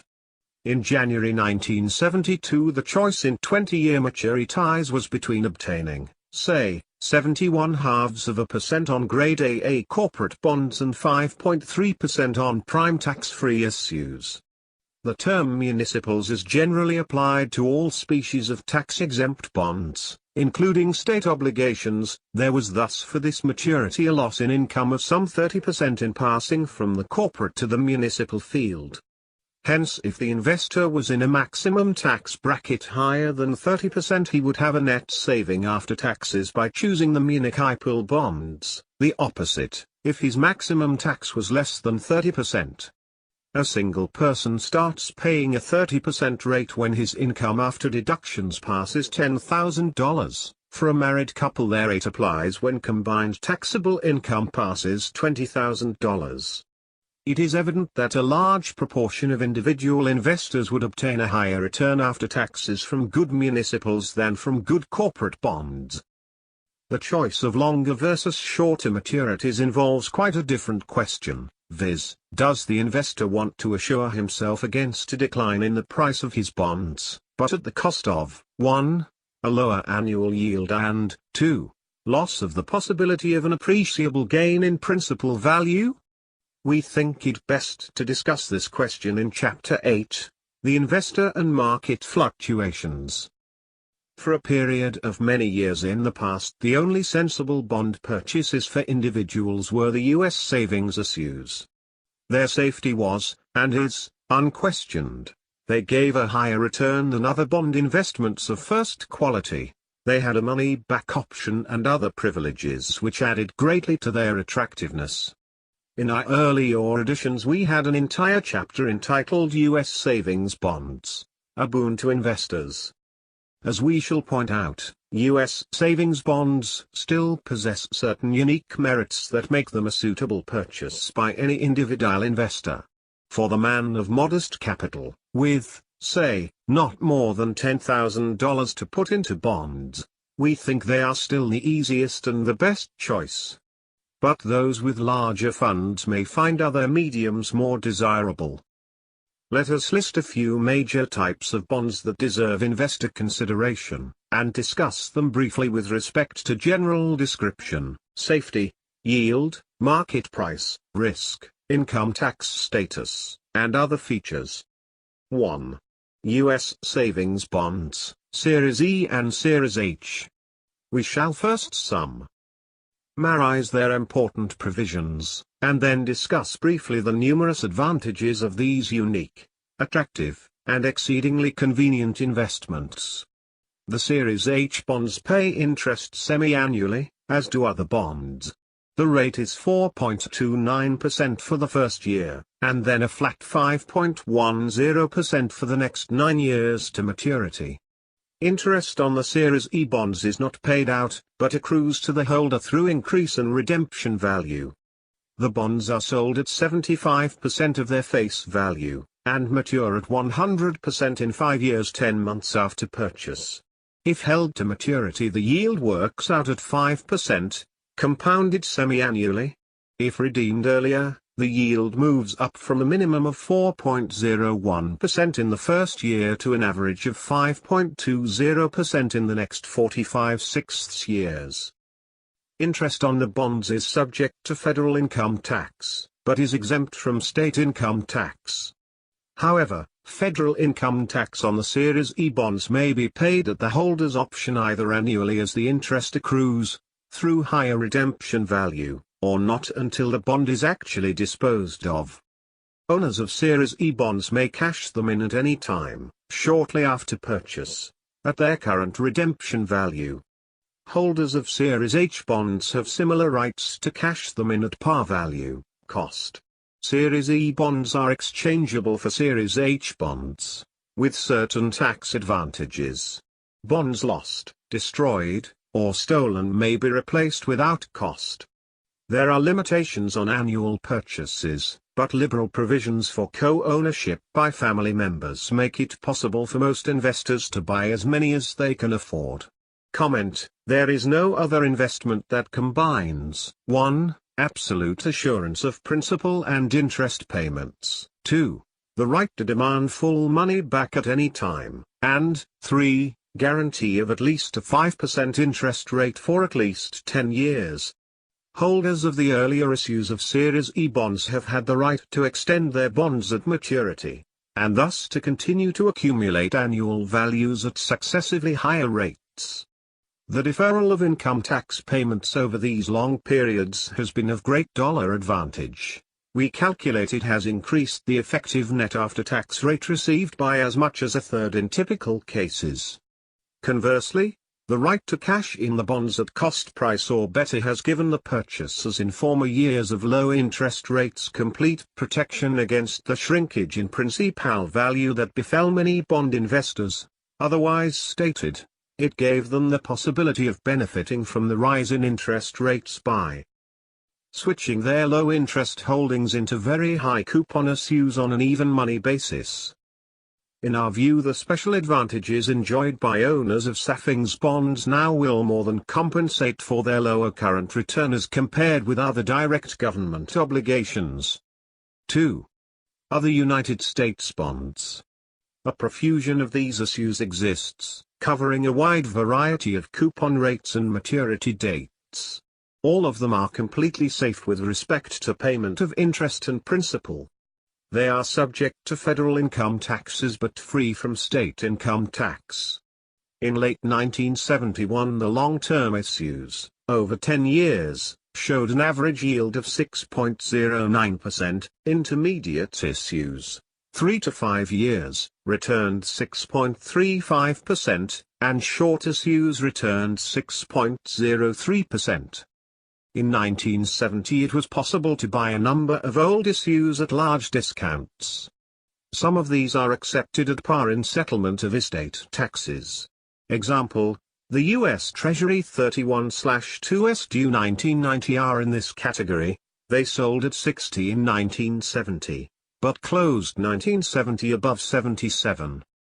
It is interesting to note also that in many cases the indirect obligations of the U.S. government yield appreciably more than its direct obligations of the same maturity.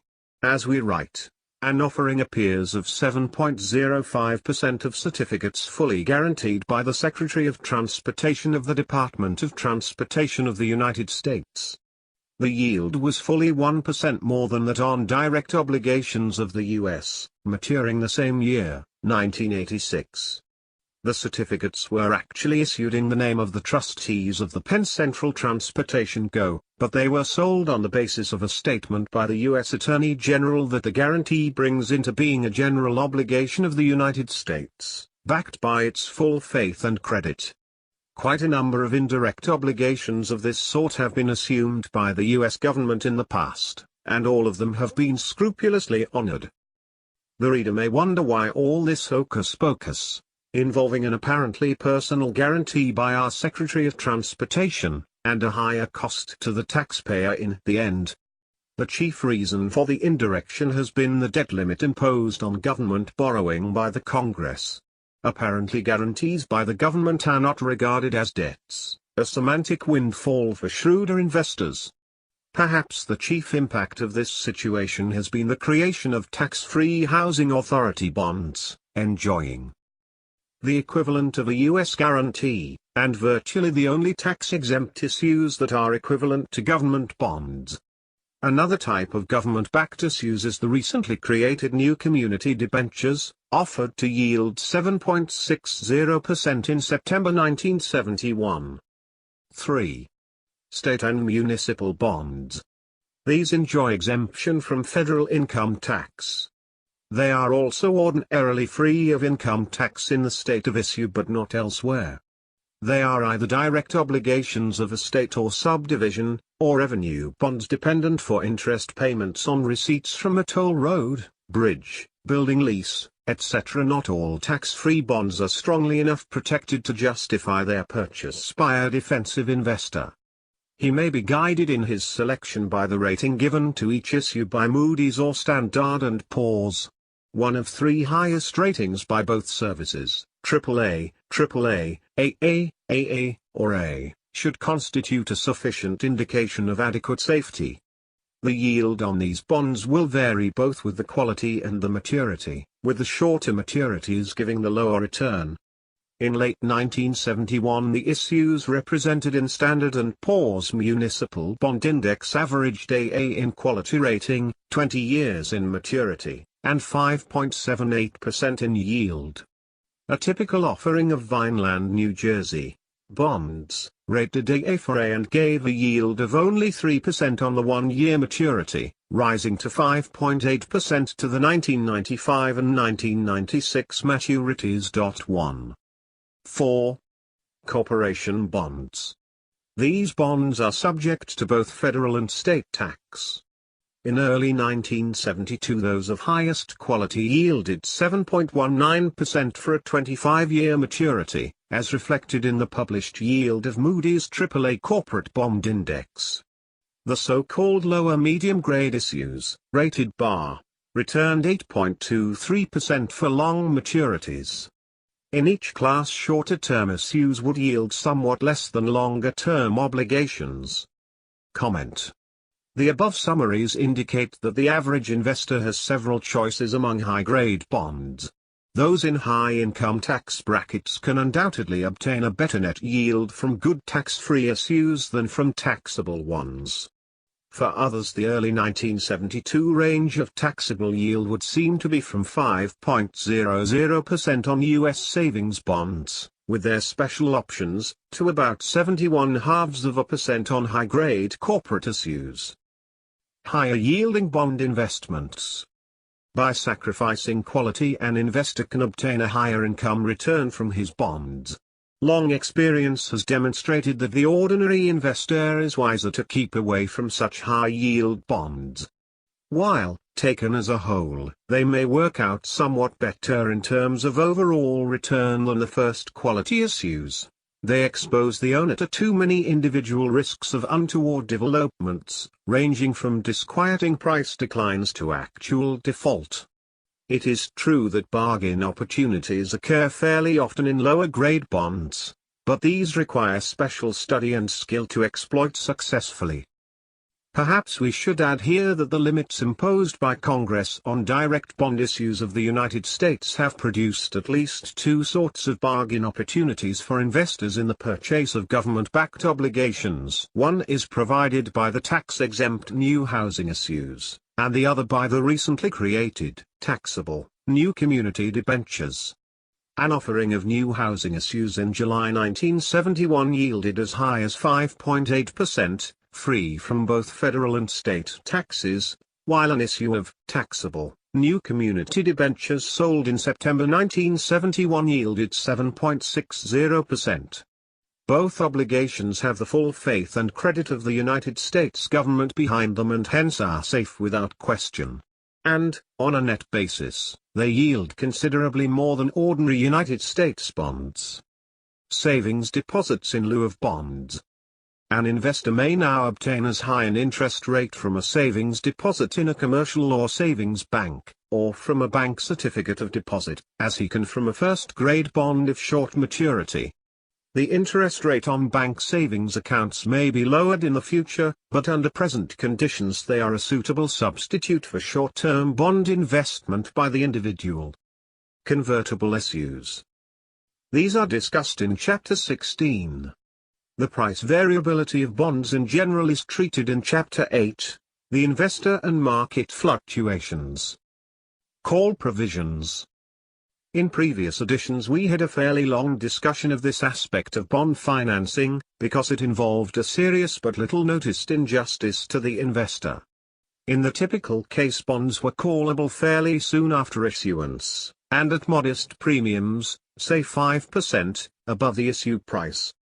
This meant that during a period of wide fluctuations in the underlying interest rates, the investor had to bear the full brunt of unfavorable changes and was deprived of all but a meager participation in favorable ones. Example: our standard example has been the issue of American Gas and Electric 100-year 5% debentures, sold to the public at 101 in 1928. 4 years later, under near-panic conditions, the price of these good bonds fell to 621 halves, yielding 8%. By 1946, in a great reversal, bonds of this type could be sold to yield only 3%, and the 5% issue should have been quoted at close to 160. But at that point the company took advantage of the call provision and redeemed the issue at a mere 106. The call feature in these bond contracts was a thinly disguised instance of heads I win, tails you lose.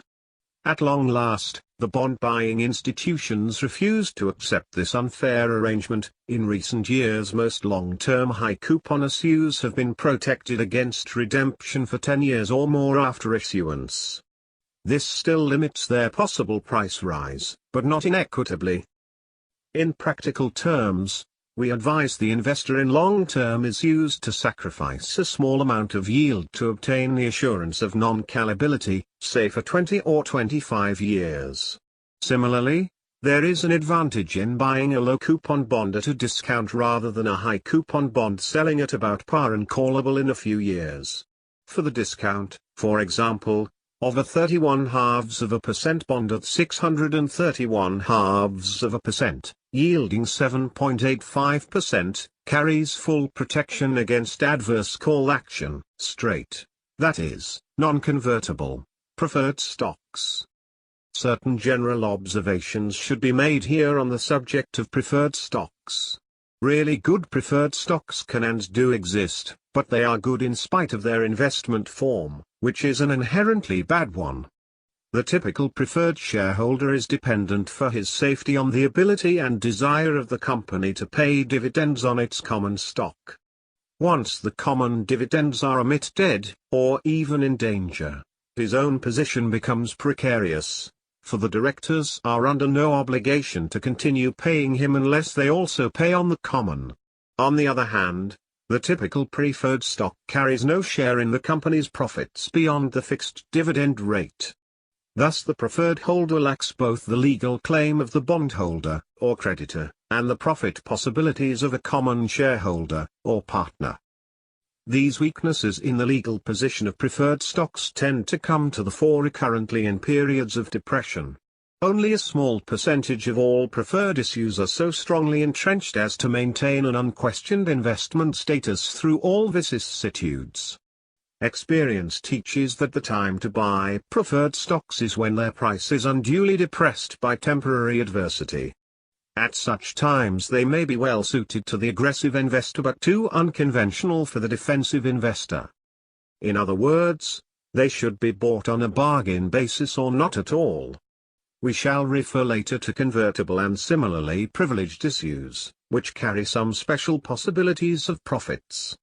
These are not ordinarily selected for a conservative portfolio. Another peculiarity in the general position of preferred stocks deserves mention. They have a much better tax status for corporation buyers than for individual investors. Corporations pay income tax on only 15% of the income they receive in dividends, but on the full amount of their ordinary interest income. Since the 1972 corporate rate is 48%, this means that $100 received as preferred stock dividends is taxed only $7.20, whereas $100 received as bond interest is taxed $48. On the other hand, individual investors pay exactly the same tax on preferred stock investments as on bond interest, except for a recent minor exemption. Thus, in strict logic, all investment-grade preferred stocks should be bought by corporations, just as all tax-exempt bonds should be bought by investors who pay income tax. Security forms. The bond form and the preferred stock form, as hitherto discussed, are well understood and relatively simple matters. A bondholder is entitled to receive fixed interest and payment of principal on a definite date. The owner of a preferred stock is entitled to a fixed dividend, and no more, which must be paid before any common dividend. His principal value does not come due on any specified date. The dividend may be cumulative or non-cumulative. He may or may not have a vote. The above describes the standard provisions and, no doubt, the majority of bond and preferred issues, but there are innumerable departures from these forms. The best-known types are convertible and similar issues, and income bonds. In the latter type, interest does not have to be paid unless it is earned by the company. Unpaid interest may accumulate as a charge against future earnings, but the period is often limited to 3 years.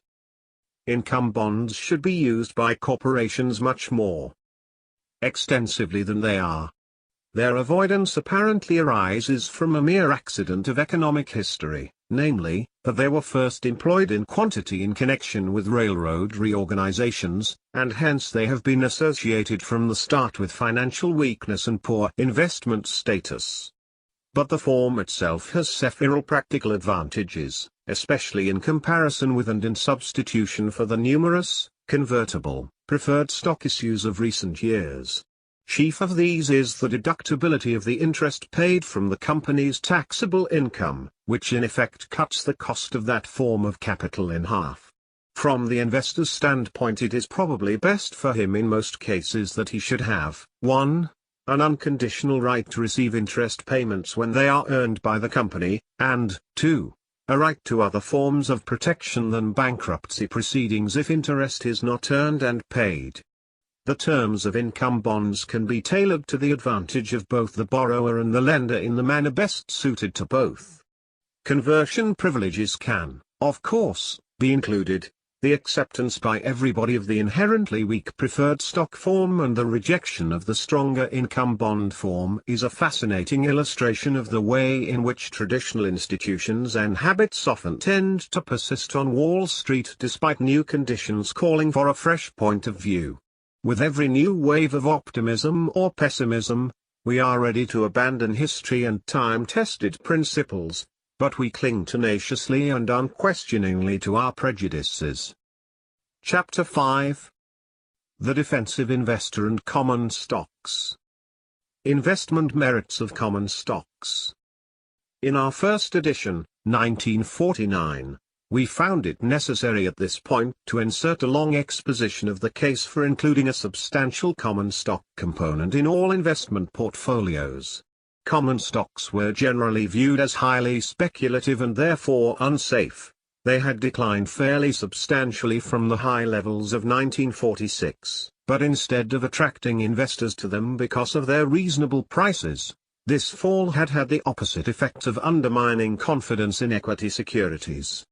We have commented on the converse situation that has developed in the ensuing 20 years, whereby the big advance in stock prices made them appear safe and profitable investments at record high levels which might actually carry with them a considerable degree of risk.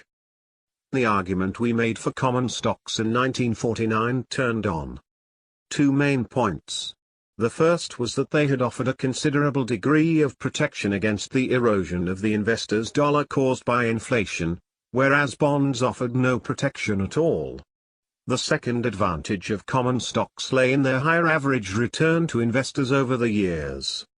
This was produced both by an average dividend income exceeding the yield on good bonds and by an underlying tendency for market value to increase over the years in consequence of the reinvestment of undistributed profits. While these 2 advantages have been of major importance, and have given common stocks a far better record than bonds over the long-term past, We have consistently warned that these benefits could be lost by the stock buyer if he pays too high a price for his shares. This was clearly the case in 1929, and it took 25 years for the market level to climb back to the ledge from which it had abysmally fallen in 1929 to 1932. Since 1957, common stocks have once again, through their high prices, lost their traditional advantage in dividend yield over bond interest rates. It remains to be seen whether the inflation factor and the economic growth factor will make up in the future for this significantly adverse development. It should be evident to the reader that we have no enthusiasm for common stocks in general at the 900 Dow Jones Industrial Average level of late 1971. For reasons already given, we feel that the defensive investor cannot afford to be without an appreciable proportion of common stocks in his portfolio, even if he must regard them as the lesser of two evils, the greater being the risks attached to an all-bond holding. Rules for the common stock component. The selection of common stocks for the portfolio of the defensive investor should be a relatively simple matter. Here we would suggest 4 rules to be followed. 1. There should be adequate though not excessive diversification. This might mean a minimum of 10 different issues and a maximum of about 30. 2. Each company selected should be large, prominent, and conservatively financed. Indefinite as these adjectives must be, their general sense is clear. Observations on this point are added at the end of the chapter. 3. Each company should have a long record of continuous dividend payments. All the issues in the Dow Jones Industrial Average met this dividend requirement in 1971. To be specific on this point, we would suggest the requirement of continuous dividend payments beginning at least in 1950. 4. The investor should impose some limit on the price he will pay for an issue in relation to its average earnings over, say, the past 7 years. We suggest that this limit be set at 25 times such average earnings, and not more than 20 times those of the last 12-month period. But such a restriction would eliminate nearly all the strongest and most popular companies from the portfolio. In particular, it would ban virtually the entire category of growth stocks, which have for some years past been the favorites of both speculators and institutional investors. We must give our reasons for proposing so drastic an exclusion. Growth stocks and the defensive investor. The term growth stock is applied to one which has increased its per share earnings in the past at well above the rate for common stocks generally and is expected to continue to do so in the future. Some authorities would say that a true growth stock should be expected at least to double its per share earnings in 10 years, that is, to increase them at a compounded annual rate of over 7.1%. Obviously, stocks of this kind are attractive to buy and to own, provided the price paid is not excessive. The problem lies there, of 116. Course, since growth stocks have long sold at high prices in relation to current earnings and at much higher multiples of their average profits over a past period. This has introduced a speculative element of considerable weight in the growth stock picture and has made successful operations in this field a far from simple matter. The leading growth issue has long been international business machines, and it has brought phenomenal rewards to those who bought it years ago and held on to it tenaciously. But we have already pointed out that this best of common stocks actually lost 50% of its market price in a 6 months decline during 1961 to 62 and nearly the same percentage in 1969 to 70. Other growth stocks have been even more vulnerable to adverse developments. In some cases not only has the price fallen back but the earnings as well, thus causing a double discomfiture to those who owned them. A good second example for our purpose is Texas Instruments, which in 6 years rose from 5 to 256, without paying a dividend, while its earnings increased from 40 cents to $3.91 per share. Note that the price advanced 5 times as fast as the profits. This is characteristic of popular common stocks, but 2 years later the earnings had dropped off by nearly 50% and the price by 4/5 to 49. The reader will understand from these instances why we regard growth stocks as a whole as too uncertain and risky a vehicle for the defensive investor. Of course, wonders can be accomplished with the right individual selections, bought at the right levels, and later sold after a huge rise and before the probable decline. But the average investor can no more expect to accomplish this than to find money growing on trees. In contrast, we think that the group of large companies that are relatively unpopular, and therefore obtainable at reasonable earnings multipliers, offers a sound if unspectacular area of choice by the general public. We shall illustrate this idea in our chapter on portfolio selection. Portfolio changes. It is now standard practice to submit all security lists for periodic inspection in order to see whether their quality can be improved. This, of course, is a major part of the service provided for clients by investment counselors. Nearly all brokerage houses are ready to make corresponding suggestions, without special fee, in return for the commission business involved. Some brokerage houses maintain investment services on a fee basis. Presumably our defensive investor should obtain, at least once a year, the same kind of advice regarding changes in his portfolio as he sought when his funds were first committed. Since he will have little expertness of his own on which to rely, it is essential that he entrust himself only to firms of the highest reputation, otherwise he may easily fall into incompetent or unscrupulous hands. It is important, in any case, that at every such consultation he make clear to his advisor that he wishes to adhere closely to the 4 rules of common stock selection given earlier in this chapter. Incidentally, if his list has been competently selected in the first instance, there should be no need for frequent or numerous changes. Dollar cost averaging. The New York Stock Exchange has put considerable effort into popularizing its monthly purchase plan, under which an investor devotes the same dollar amount each month to buying one or more common stocks.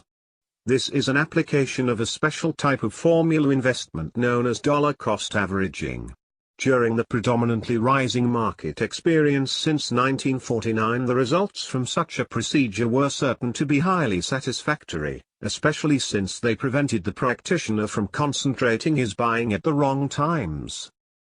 In Lucille Tomlinson's comprehensive study of formula investment plans, the author presented a calculation of the results of dollar cost averaging in the group of stocks making up the Dow Jones Industrial Index.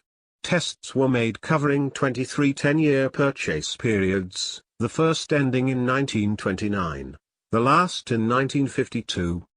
Every test showed a profit either at the close of the purchase period or within 5 years thereafter. The average indicated profit at the end of the 23 buying periods was 21.5%, exclusive of dividends received. Needless to say, in some instances there was a substantial temporary depreciation at market value. Miss Tomlinson ends her discussion of this ultra-simple investment formula with the striking sentence, "No one has yet discovered any other formula for investing which can be used with so much confidence of ultimate success, regardless of what may happen to security prices, as dollar cost averaging." It may be objected that dollar cost averaging, while sound in principle, is rather unrealistic in practice, because few people are so situated that they can have available for common stock investment the same amount of money each year for, say, 20 years. It seems to me that this apparent objection has lost much of its force in recent years. Common stocks are becoming generally accepted as a necessary component of a sound savings investment program. Thus, systematic and uniform purchases of common stocks may present no more psychological and financial difficulties than similar continuous payments for United States savings bonds and for life insurance, to which they should be complementary.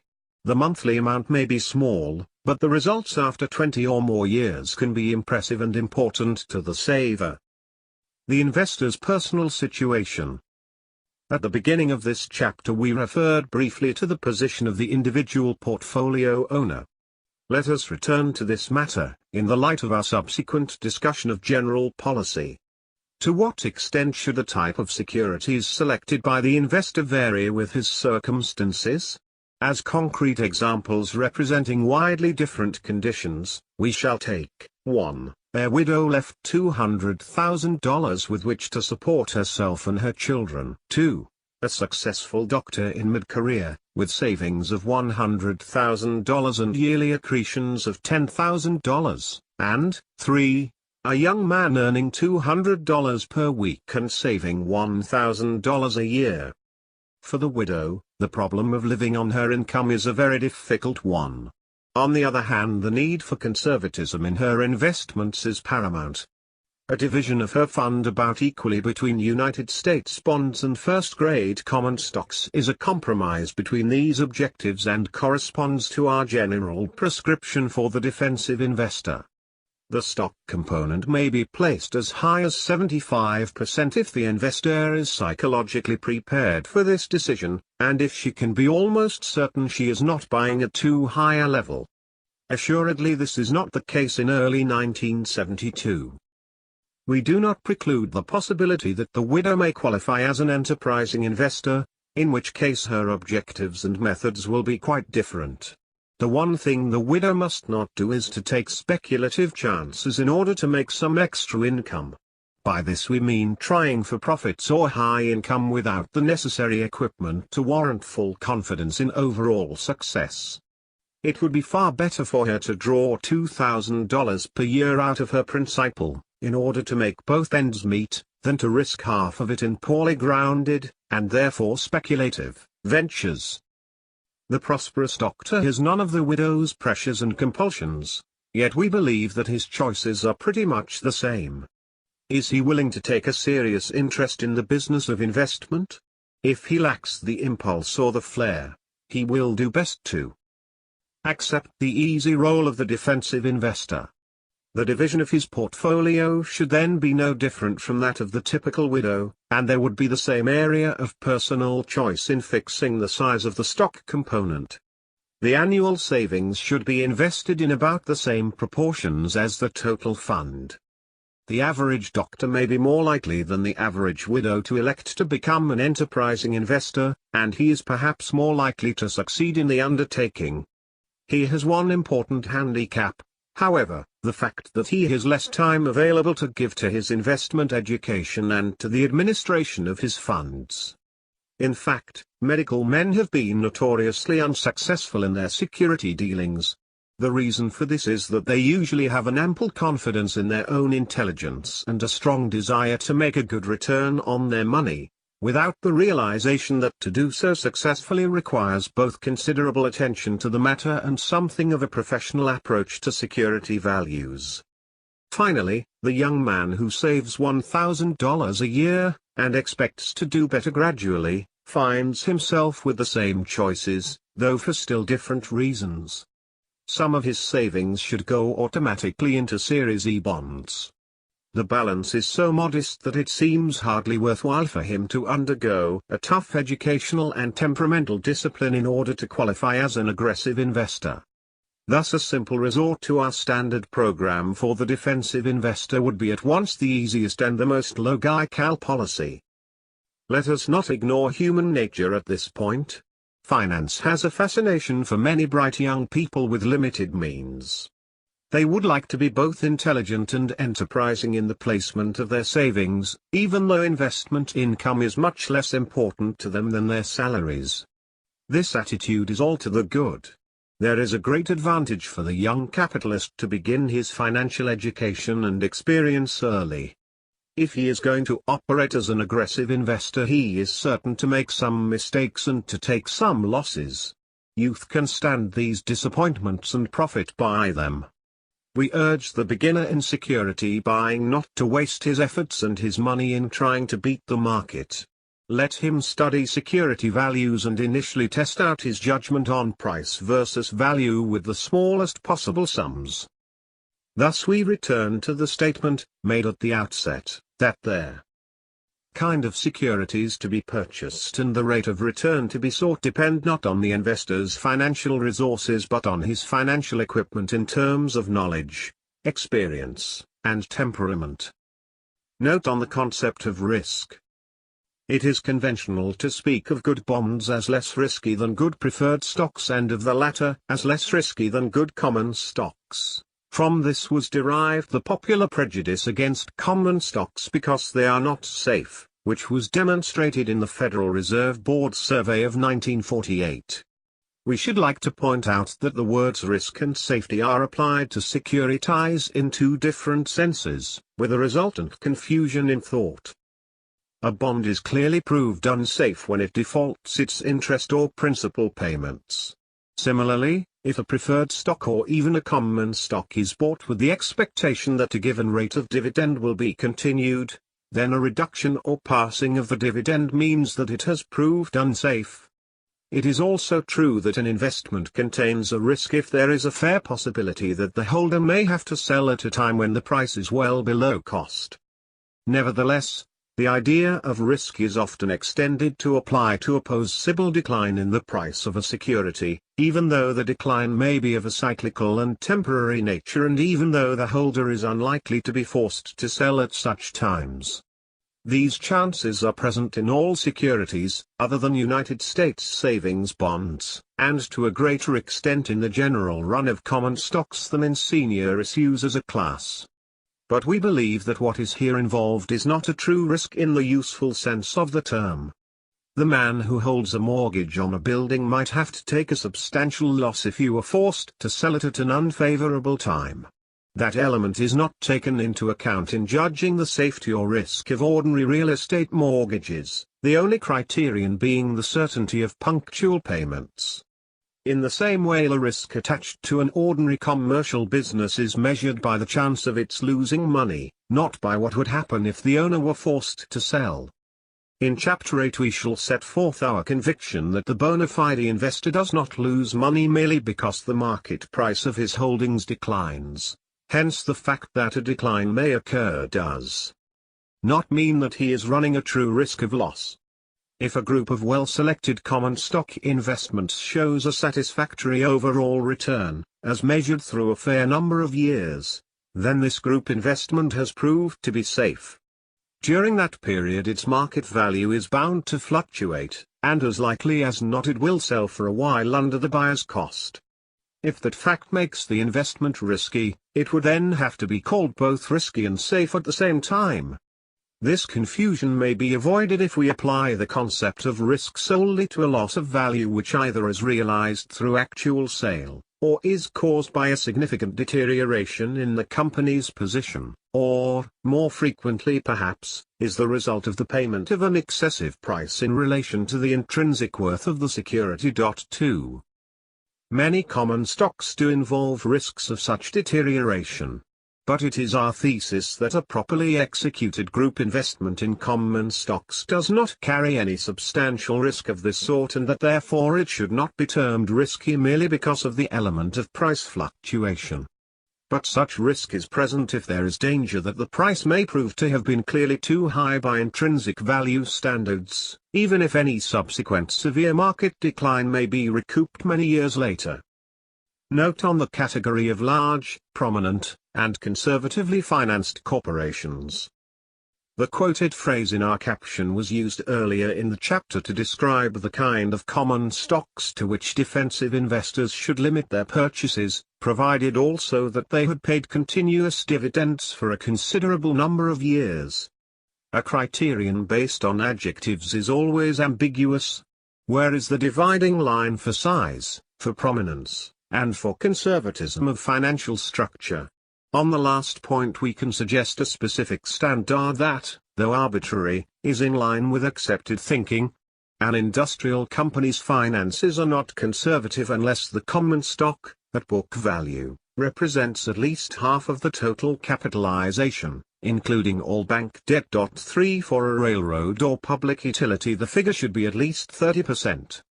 The words large and prominent carry the notion of substantial size combined with a leading position in the industry. Such companies are often referred to as primary. All other common stocks are then called secondary, except that growth stocks are ordinarily placed in a separate class by those who buy them as such. To supply an element of concreteness here, let us suggest that to be large in present-day terms a company should have $50 million of assets or do $50 million of business. Again, to be prominent, a company should rank among the first quarter or first third in size within its industry group. It would be foolish, however, to insist upon such arbitrary criteria. They are offered merely as guides to those who may ask for guidance. But any rule which the investor may set for himself and which does no violence to the common sense meanings of large and prominent should be acceptable. By the very nature of the case, there must be a large group of companies that some will and others will not include among those suitable for defensive investment. There is no harm in such diversity of opinion and action. In fact, it has a salutary effect upon stock market conditions, because it permits a gradual differentiation or transition between the categories of primary and secondary stock issues. Chapter 6. Portfolio Policy for the Enterprising Investor, Negative Approach. The aggressive investor should start from the same base as the defensive investor, namely, a division of his funds between high-grade bonds and high-grade common stocks bought at reasonable prices. He will be prepared to branch out into other kinds of security commitments, but in each case he will want a well-reasoned justification for the departure. There is a difficulty in discussing this topic in orderly fashion, because there is no single or ideal pattern for aggressive operations. The field of choice is wide. The selection should depend not only on the individual's competence and equipment but perhaps equally well upon his interests and preferences. The most useful generalizations for the enterprising investor are of a negative sort. Let him leave high-grade preferred stocks to corporate buyers. Let him also avoid inferior types of bonds and preferred stocks unless they can be bought at bargain levels, which means ordinarily at prices at least 30% under par for high coupon issues, and much less for the lower coupons. He will let someone else buy foreign government bond issues, even though the yield may be attractive. He will also be wary of all kinds of new issues, including convertible bonds and preferreds that seem quite tempting, and common stocks with excellent earnings confined to the recent past. For standard bond investments, the aggressive investor would do well to follow the pattern suggested to his defensive confrère, and make his choice between high-grade taxable issues, which can now be selected to yield about 71/4%, and good quality tax-free bonds, which yield up to 5.30% on longer maturities. Second-grade bonds and preferred stocks. Since in late 1971 it is possible to find first-rate corporate bonds to yield 71/4%, and even more, it would not make much sense to buy second-grade issues merely for the higher return they offer. In fact, corporations with relatively poor credit standing have found it virtually impossible to sell straight bonds, that is, non-convertibles, to the public in the past 2 years. Hence their debt financing has been done by the sale of convertible bonds, or bonds with warrants attached, which place them in a separate category. It follows that virtually all the non-convertible bonds of inferior rating represent older issues which are selling at a large discount. Thus they offer the possibility of a substantial gain in principal value under favorable future conditions, which would mean here a combination of an improved credit rating for the company and lower general interest rates. But even in the matter of price discounts and resultant chance of principal gain, the second-grade bonds are in competition with better issues. Some of the well-entrenched obligations with older-style coupon rates, 21/2% to 4%, sold at about 50 cents on the dollar in 1970. Examples: American Telephone and Telegraph 25/8s, due 1986, sold at 51, Atchison Topeka and Santa Fe RA4s, due 1995, sold at 51, McGraw-Hill 37/8s, due 1992, sold at 501 halves. Hence, under conditions of late 1971, the enterprising investors can probably get from good grade bonds selling at a large discount all that he should reasonably desire in the form of both income and chance of appreciation. Throughout this book we refer to the possibility that any well-defined and protracted market situation of the past may return in the future. Hence we should consider what policy the aggressive investor might have to choose in the bond field if prices and yields of high-grade issues should return to former normals. For this reason we shall reprint here our observations on that point made in the 1965 edition, when high-grade bonds yielded only 41/2%. Something should be said now about investing in second-grade issues, which can readily be found to yield any specified return up to 8% or more. The main difference between first and second-grade bonds is usually found in the number of times the interest charges have been covered by earnings. Example, in early 1964 Chicago, Milwaukee, St. Paul and Pacific 5% income debenture bonds, at 68, yielded 7.35%. But the total interest charges of the road, before income taxes, were earned only 1.5 times in 1963, against our requirement of 5 times for a well-protected railroad issue. Many investors buy securities of this kind because they need income and cannot get along with the meager return offered by top-grade issues. Experience clearly shows that it is unwise to buy a bond or a preferred which lacks adequate safety merely because the yield is attractive. Here the word merely implies that the issue is not selling at a large discount and thus does not offer an opportunity for a substantial gain in principal value where such securities are bought at full prices, that is, not many points under 100. The chances are very great that at some future time the holder will see much lower quotations. For when bad business comes, or just a bad market, issues of this kind prove highly susceptible to severe sinking spells. Often interest or dividends are suspended or at least endangered, and frequently there is a pronounced price weakness even though the operating results are not at all bad. As a specific illustration of this characteristic of second-quality senior issues, let us summarize the price behavior of a group of 10 railroad income bonds in 1946–47. These comprise all of those which sold at 96 or more in 1946, their high prices averaging 1,021 halves. By the following year the group had registered low prices averaging only 68, a loss of 1/3 of the market value in a very short time. Peculiarly enough, the railroads of the country were showing much better earnings in 1947 than in 1946. Hence the drastic price decline ran counter to the business picture and was a reflection of the sell-off in the general market. But it should be pointed out that the shrinkage in these income bonds was proportionately larger than that in the common stocks in the Dow Jones Industrial List, about 23%. Obviously the purchaser of these bonds at a cost above 100 could not have expected to participate to any extent in a further rise in the securities market. The only attractive feature was the income yield, averaging about 4.25%, against 2.50% for first-grade bonds, an advantage of 1.75% in annual income.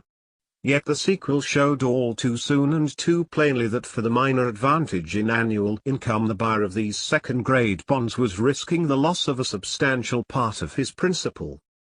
The above example permits us to pay our respects to the popular fallacy that goes under the sobriquet of a businessman's investment. That involves the purchase of a security showing a larger yield than is obtainable on a high-grade issue and carrying a correspondingly greater risk. It is bad business to accept an acknowledged possibility of a loss of principal in exchange for a mere 1 or 2% of additional yearly income. If you are willing to assume some risk, you should be certain that you can realize a really substantial gain in principal value if things go well. Hence a second-grade 5.5 or 6% bond selling at par is almost always a bad purchase. The same issue at 70 might make more sense, and if you are patient you will probably be able to buy it at that level. Second-grade bonds and preferred stocks possess two contradictory attributes which the intelligent investor must bear clearly in mind. Nearly all suffer severe sinking spells in bad markets. On the other hand, a large proportion recover their position when favorable conditions return, and these ultimately work out all right. This is true even of cumulative, preferred stocks that failed to pay dividends for many years. There were a number of such issues in the early 1940s, as a consequence of the long depression of the 1930s.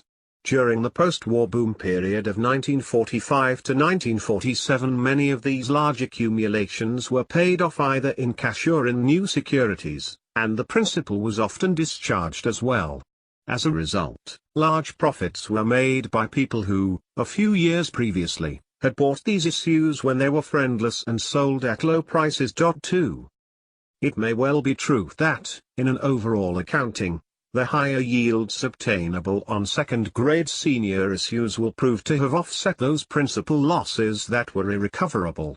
In other words, an investor who bought all such issues at their offering prices might conceivably fare as well, in the long run, as one who limited himself to first-quality securities, or even somewhat better. 3.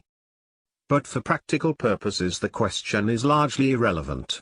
Regardless of the outcome, the buyer of second-grade issues at full prices will be worried and discommoded when their price declines precipitately.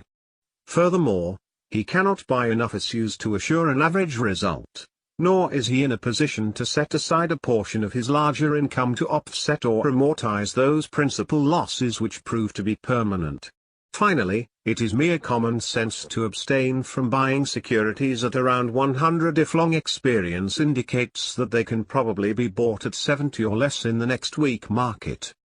Foreign government bonds. All investors with even small experience know that foreign bonds, as a whole, have had a bad investment history since 1914. This was inevitable in the light of 2 world wars and an intervening world depression of unexampled depth.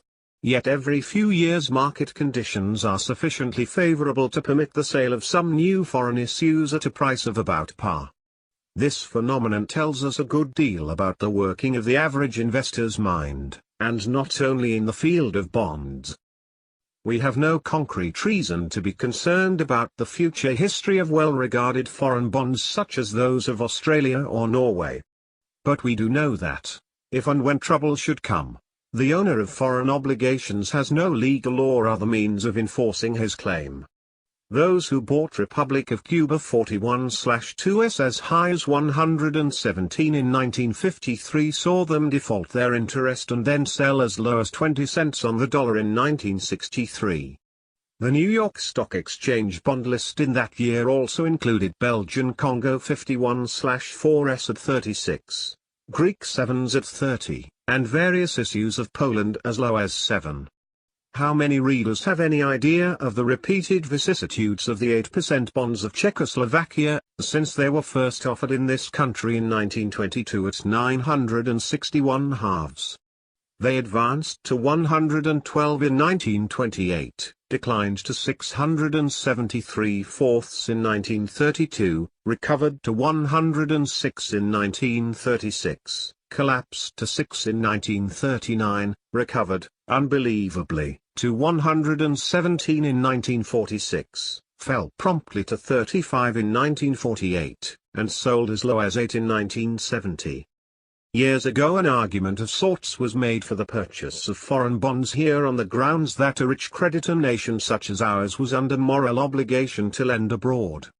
Time, which brings so many revenges, now finds us dealing with an intractable balance of payments problem of our own, part of which is ascribable to the large-scale purchase of foreign bonds by American investors seeking a small advantage in yield. For many years past we have questioned the inherent attractiveness of such investments from the standpoint of the buyer. Perhaps we should add now that the latter would benefit both his country and himself if he declined these opportunities. New issues generally. It might seem ill-advised to attempt any broad statements about new issues as a class, since they cover the widest possible range of quality and attractiveness. Certainly there will be exceptions to any suggested rule. Our one recommendation is that all investors should be wary of new issues, which means, simply, that these should be subjected to careful examination and unusually severe tests before they are purchased. There are two reasons for this double caveat. The first is that new issues have special salesmanship behind them, which calls therefore for a special degree of sales resistance. The second is that most new issues are sold under favorable market conditions, which means favorable for the seller and consequently less favorable for the buyer. The effect of these considerations becomes steadily more important as we go down the scale from the highest quality bonds through second-grade senior issues to common stock flotations at the bottom. A tremendous amount of financing, consisting of the repayment of existing bonds at call price and their replacement by new issues with lower coupons, was done in the past. Most of this was in the category of high-grade bonds and preferred stocks. The buyers were largely financial institutions, amply qualified to protect their interests. Hence these offerings were carefully priced to meet the going rate for comparable issues, and high-powered salesmanship had little effect on the outcome. As interest rates fell lower and lower, the buyers finally came to pay too high a price for these issues, and many of them later declined appreciably in the market.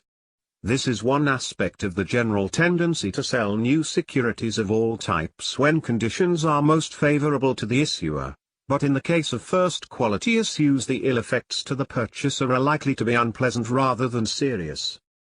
The situation proves somewhat different when we study the lower-grade bonds and preferred stocks sold during the 1945–46 and 1960–61 periods. Here the effect of the selling effort is more apparent, because most of these issues were probably placed with individual and inexpert investors. It was characteristic of these offerings that they did not make an adequate showing when judged by the performance of the companies over a sufficient number of years. They did look safe enough, for the most part, if it could be assumed that the recent earnings would continue without a serious setback. The investment bankers who brought out these issues presumably accepted this assumption, and their salesmen had little difficulty in persuading themselves and their customers to a like effect. Nevertheless, it was an unsound approach to investment, and one likely to prove costly. Bull market periods are usually characterized by the transformation of a large number of privately owned businesses into companies with quoted shares. This was the case in 1945–46 and again beginning in 1960.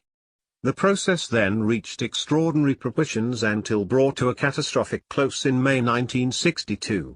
After the usual swearing-off period of several years, the whole tragicomedy was repeated, step by step, in 1967 to 1969. New common stock offerings. The following paragraphs are reproduced unchanged from the 1959 edition, with comment added. Common stock financing takes two different forms. In the case of companies already listed, additional shares are offered pro rata to the existing stockholders. The subscription price is set below the current market, and the rights to subscribe have an initial money value. The sale of the new shares is almost always underwritten by one or more investment banking houses, but it is the general hope and expectation that all the new shares will be taken by the exercise of the subscription rights. Thus the sale of additional common stock of listed companies does not ordinarily call for active selling effort on the part of distributing firms. The second type is the placement with the public of common stock of what were formerly privately owned enterprises. Most of this stock is sold for the account of the controlling interests to enable them to cash in on a favorable market and to diversify their own finances. When new money is raised for the business, it comes often via the sale of preferred stock. As previously noted, this activity follows a well-defined pattern, which by the nature of the security markets must bring many losses and disappointments to the public. The dangers arise both from the character of the businesses that are thus financed and from the market conditions that make the financing possible. In the early part of the century, a large proportion of our leading companies were introduced to public trading. As time went on, the number of enterprises of first rank that remained closely held steadily diminished. Hence original common stock flotations have tended to be concentrated more and more on relatively small concerns. By an unfortunate correlation, during the same period the stock-buying public has been developing an ingrained preference for the major companies and a similar prejudice against the minor ones. This prejudice, like many others, tends to become weaker as bull markets are built up. The large and quick profits shown by common stocks as a whole are sufficient to dull the public's critical faculty, just as they sharpen its acquisitive instinct. During these periods, also, quite a number of privately owned concerns can be found that are enjoying excellent results, although most of these would not present too impressive a record if the figures were carried back, say, 10 years or more. When these factors are put together, the following consequences emerge. Somewhere in the middle of the bull market the first common stock flotations make their appearance. These are priced not unattractively, and some large profits are made by the buyers of the early issues. As the market rise continues, this brand of financing grows more frequent, the quality of the companies becomes steadily poorer, the prices asked and obtained verge on the exorbitant. One fairly dependable sign of the approaching end of a bull swing is the fact that new common stocks of small and nondescript companies are offered at prices somewhat higher than the current level for many medium-sized companies with a long market history. It should be added that very little of this common stock financing is ordinarily done by banking houses of prime size and reputation. The heedlessness of the public and the willingness of selling organizations to sell whatever may be profitably sold can have only one result: price collapse. In many cases the new issues lose 75% and more of their offering price. The situation is worsened by the aforementioned fact that, at bottom, the public has a real aversion to the very kind of small issue that it bought so readily in its careless moments. Many of these issues fall, proportionately, as much below their true value as they formerly sold above it. An elementary requirement for the intelligent investor is an ability to resist the blandishments of salesmen offering new common stock issues during bull markets. Even if one or two can be found that can pass severe tests of quality and value, it is probably bad policy to get mixed up in this sort of business. Of course the salesman will point to many such issues which have had good-sized market advances, including some that go up spectacularly the very day they are sold. But all this is part of the speculative atmosphere. It is easy money. For every dollar you make in this way you will be lucky if you end up by losing only 2. Some of these issues may prove excellent buys, a few years later, when nobody wants them and they can be had at a small fraction of their true worth. In the 1965 edition we continued our discussion of this subject as follows. While the broader aspects of the stock market's behavior since 1949 have not lent themselves well to analysis based on long experience, the development of new common stock flotations proceeded exactly in accordance with ancient prescription. It is doubtful whether we ever before had so many new issues offered, of such low quality, and with such extreme price collapses, as we experienced in 1960 to 1962.4. The ability of the stock market as a whole to disengage itself rapidly from that disaster is indeed an extraordinary phenomenon, bringing back long-buried memories of the similar invulnerability it showed to the great Florida real estate collapse in 1925. Must there be a return of the new stock offering madness before the present bull market can come to its definitive close? Who knows? But we do know that an intelligent investor will not forget what happened in 1962 and will let others make the next batch of quick profits in this area and experience the consequent harrowing losses. We followed these paragraphs in the 1965 edition by citing a horrible example, namely, the sale of stock of Aetna Maintenance Company at $9 in November 1961. In typical fashion the shares promptly advanced to $15. The next year they fell to 23/8, and in 1964 to 7/8. The later history of this company was on the extraordinary side, and illustrates some of the strange metamorphoses that have taken place in American business, great and small, in recent years. The curious reader will find the older and newer history of this enterprise in Appendix 5. It is by no means difficult to provide even more harrowing examples taken from the more recent version of the same old story, which covered the years 1967 to 1970. Nothing could be more pat to our purpose than the case of AAA Enterprises, which happens to be the first company then listed in Standard & Poor's Stock Guide. The shares were sold to the public at $14 in 1968, promptly advanced to $28, but in early 1971 were quoted at a dismal 25 cents. Even this price represented a gross overvaluation of the enterprise, since it had just entered the bankruptcy court in a hopeless condition. There is so much to be learned, and such important warnings to be gleaned, from the story of this flotation that we have reserved it for detailed treatment below, in Chapter 17, Chapter 7. Portfolio Policy for the Enterprising Investor, the Positive Side. The enterprising investor, by definition, will devote a fair amount of his attention and efforts toward obtaining a better than run-of-the-mill investment result. In our discussion of general investment policy we have made some suggestions regarding bond investments that are addressed chiefly to the enterprising investor. He might be interested in special opportunities of the following kinds. 1. Tax-free new housing authority bonds effectively guaranteed by the United States government. 2. Taxable but high-yielding new community bonds, also guaranteed by the United States government. 3. Tax-free industrial bonds issued by municipalities, but serviced by lease payments made by strong corporations. References have been made to these unusual types of bond issues in Chapter 4.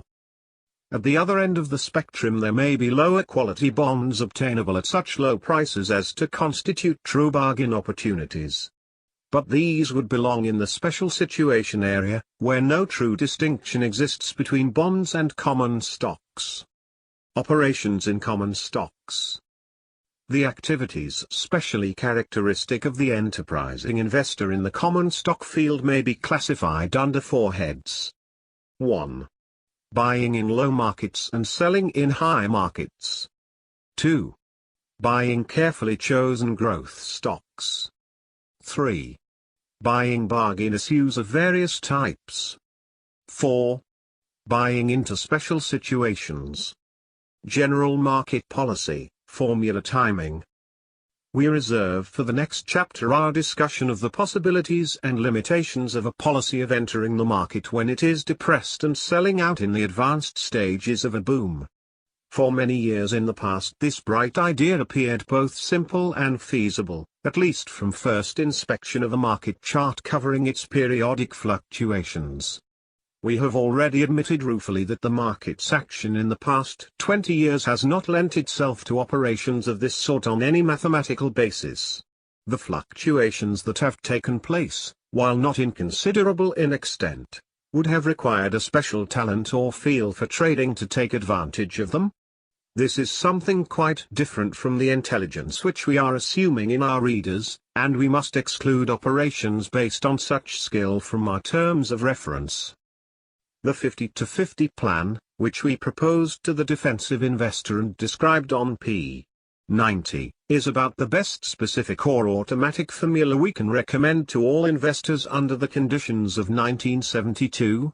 But we have retained a broad leeway between the 25% minimum and the 75% maximum in common stocks, which we allow to those investors who have strong convictions about either the danger or the attractiveness of the general market level. Some 20 years ago it was possible to discuss in great detail a number of clear-cut formulas for varying the percentage held in common stocks, with confidence that these plans had practical utility. The times seem to have passed such approaches by, and there would be little point in trying to determine new levels for buying and selling out of the market patterns since 1949. That is too short a period to furnish any reliable guide to the future. Growth stock approach. Every investor would like to select the stocks of companies that will do better than the average over a period of years. A growth stock may be defined as one that has done this in the past and is expected to do so in the future. Thus it seems only logical that the intelligent investor should concentrate upon the selection of growth stocks. Actually, the matter is more complicated, as we shall try to show. It is a mere statistical chore to identify companies that have outperformed the averages in the past. The investor can obtain a list of 50 or 100 such enterprises from his broker. Why, then, should he not merely pick out the 15 or 20 most likely looking issues of this group and lo, he has a guaranteed successful stock portfolio? There are two catches to this simple idea. The first is that common stocks with good records and apparently good prospects sell at correspondingly high prices. The investor may be right in his judgment of their prospects and still not fare particularly well, merely because he has paid in full, and perhaps overpaid, for the expected prosperity. The second is that his judgment as to the future may prove wrong.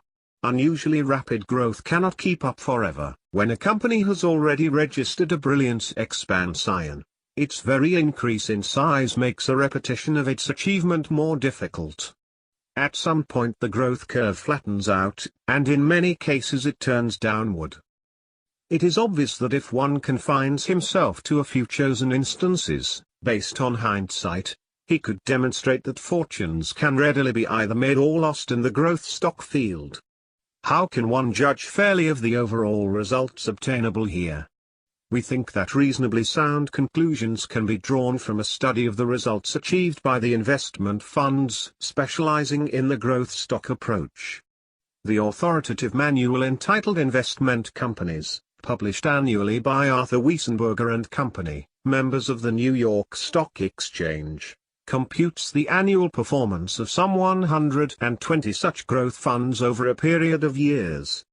Of these, 45 have records covering 10 years or more.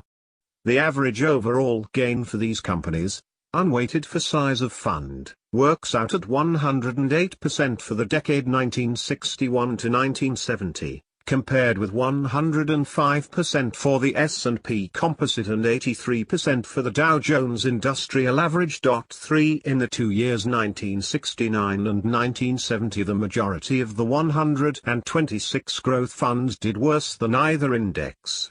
Similar results were found in our earlier studies. The implication here is that no outstanding rewards came from diversified investment in growth companies as compared with that in common stocks generally. There is no reason at all for thinking that the average intelligent investor, even with much devoted effort, can derive better results over the years from the purchase of growth stocks than the investment companies specializing in this area. Surely these organizations have more brains and better research facilities at their disposal than you do. Consequently, we should advise against the usual type of growth stock commitment for the enterprising investor. This is one in which the excellent prospects are fully recognized in the market and already reflected in a current price-earnings ratio of, say, higher than 20. For the defensive investor we suggested an upper limit of purchase price at 25 times average earnings of the past 7 years. The two criteria would be about equivalent in most cases. 160. The striking thing about growth stocks as a class is their tendency toward wide swings in market price. This is true of the largest and longest established companies, such as General Electric and International Business Machines, and even more so of newer and smaller successful companies. They illustrate our thesis that the main characteristic of the stock market since 1949 has been the injection of a highly speculative element into the shares of companies which have scored the most brilliant successes, and which themselves would be entitled to a high investment rating. Their credit standing is of the best, and they pay the lowest interest rates on their borrowings. The investment caliber of such a company may not change over a long span of years, but the risk characteristics of its stock will depend on what happens to it in the stock market. the more enthusiastic the public grows about it, and the faster its advances compared with the actual growth in its earnings, the riskier a proposition it becomes. But is it not true, the reader may ask, that the really big fortunes from common stocks have been garnered by those who made a substantial commitment in the early years of a company in whose future they had great confidence, and who held their original shares unwaveringly while they increased 100-fold or more in value? The answer is yes.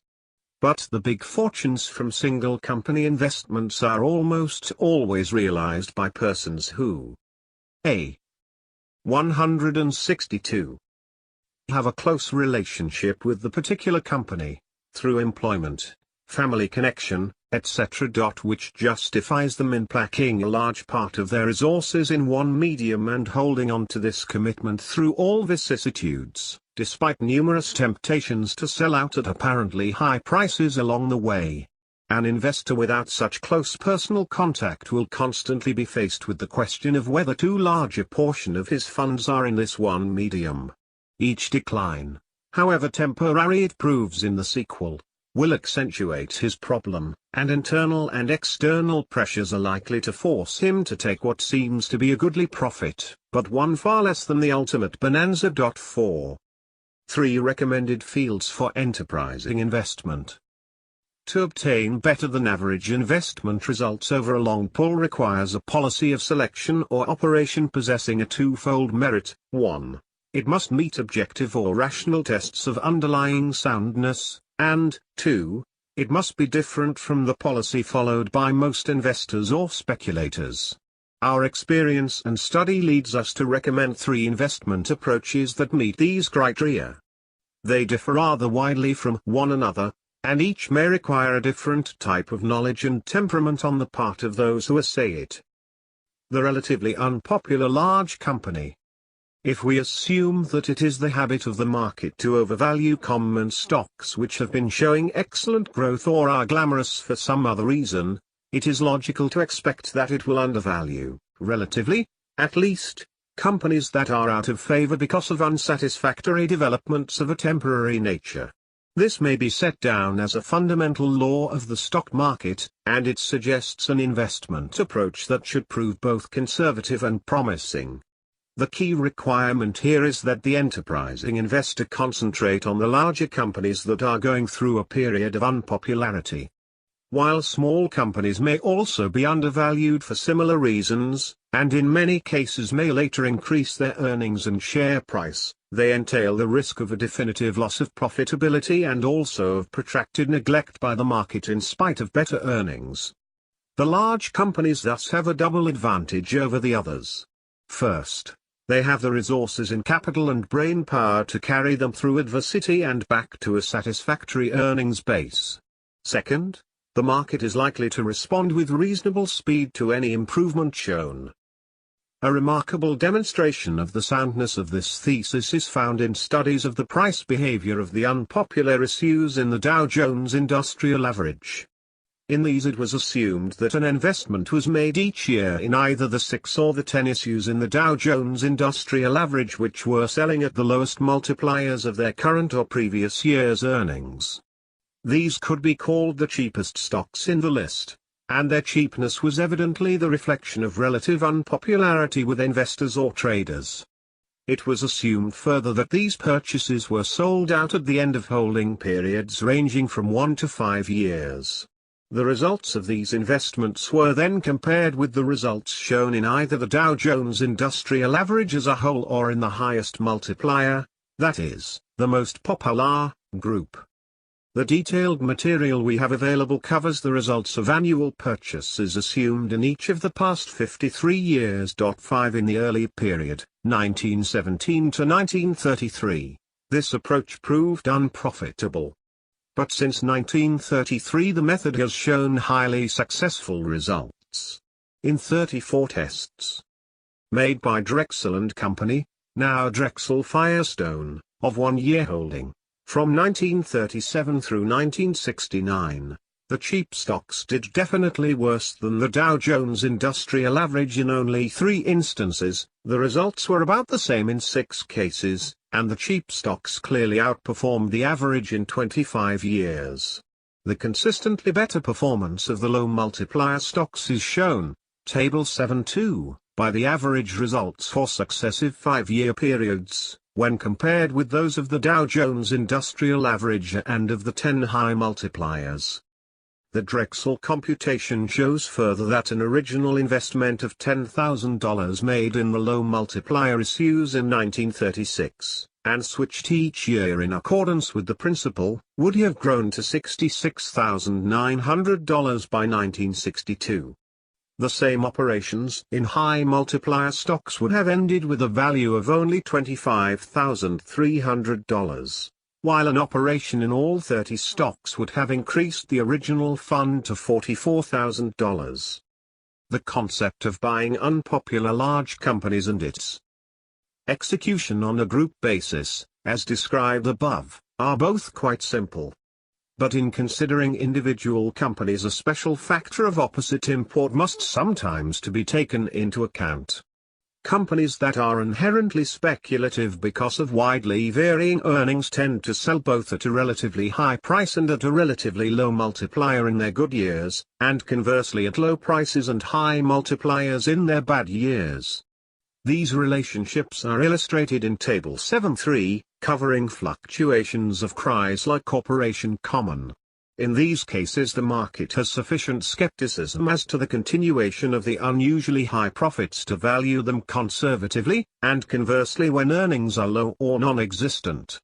Note that, by the arithmetic, if a company earns next to nothing, its shares must sell at a high multiplier of these minuscule profits. As it happens, Chrysler has been quite exceptional in the Dow Jones Industrial Average list of leading companies, and hence it did not greatly affect the low multiplier calculations.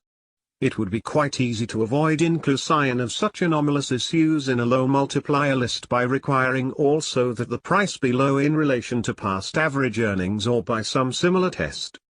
While writing this revision, we tested the results of the Dow Jones Industrial Average low multiplier method applied to a group assumed to be bought at the end of 1968 and revalued on June 30, 1971. This time the figures proved quite disappointing, showing a sharp loss for the low multiplier 6 or 10 and a good profit for the high multiplier selections. This one bad instance should not vitiate conclusions based on 30-odd experiments, but its recent happening gives it a special adverse weight. Perhaps the aggressive investor should start with the low multiplier idea, but add other quantitative and qualitative requirements thereto in making up his portfolio. Purchase of bargain issues. We define a bargain issue as one which, on the basis of facts established by analysis, appears to be worth considerably more than it is selling for. The genus includes bonds and preferred stocks selling well under par, as well as common stocks. To be as concrete as possible, let us suggest that an issue is not a true bargain unless the indicated value is at least 50% more than the price. What kind of facts would warrant the conclusion that so great a discrepancy exists? How do bargains come into existence, and how does the investor profit from them? There are two tests by which a bargain common stock is detected. The first is by the method of appraisal. This relies largely on estimating future earnings and then multiplying these by a factor appropriate to the particular issue. If the resultant value is sufficiently above the market price, and if the investor has confidence in the technique employed, he can tag the stock as a bargain. The second test is the value of the business to a private owner. This value also is often determined chiefly by expected future earnings, in which case the result may be identical with the first. But in the second test more attention is likely to be paid to the realizable value of the assets, with particular emphasis on the net current assets or working capital. At low points in the general market, a large proportion of common stocks are bargain issues, as measured by these standards. A typical example was General Motors when it sold at less than 30 in 1941, equivalent to only 5 for the 1971 shares. It had been earning in excess of $4 and paying $3.50, or more, in dividends. It is true that current earnings and the immediate prospects may both be poor, but a level-headed appraisal of average future conditions would indicate values far above ruling prices.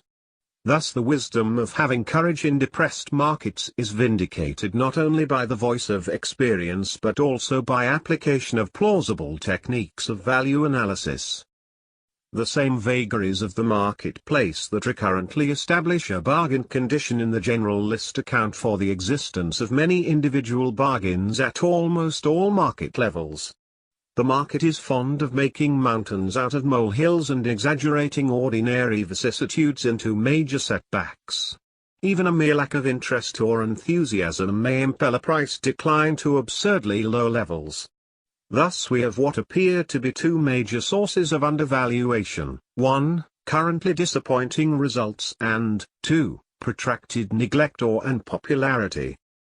However, neither of these causes, if considered by itself alone, can be relied on as a guide to successful common stock investment. How can we be sure that the currently disappointing results are indeed going to be only temporary? True, we can supply excellent examples of that happening. The steel stocks used to be famous for their cyclical quality, and the shrewd buyer could acquire them at low prices when earnings were low and sell them out in boom years at a fine profit. A spectacular example is supplied by Chrysler Corporation, as shown by the data in Table 7.3. If this were the standard behavior of stocks with fluctuating earnings, then making profits in the stock market would be an easy matter. Unfortunately, we could cite many examples of declines in earnings and price which were not followed automatically by a handsome recovery of both.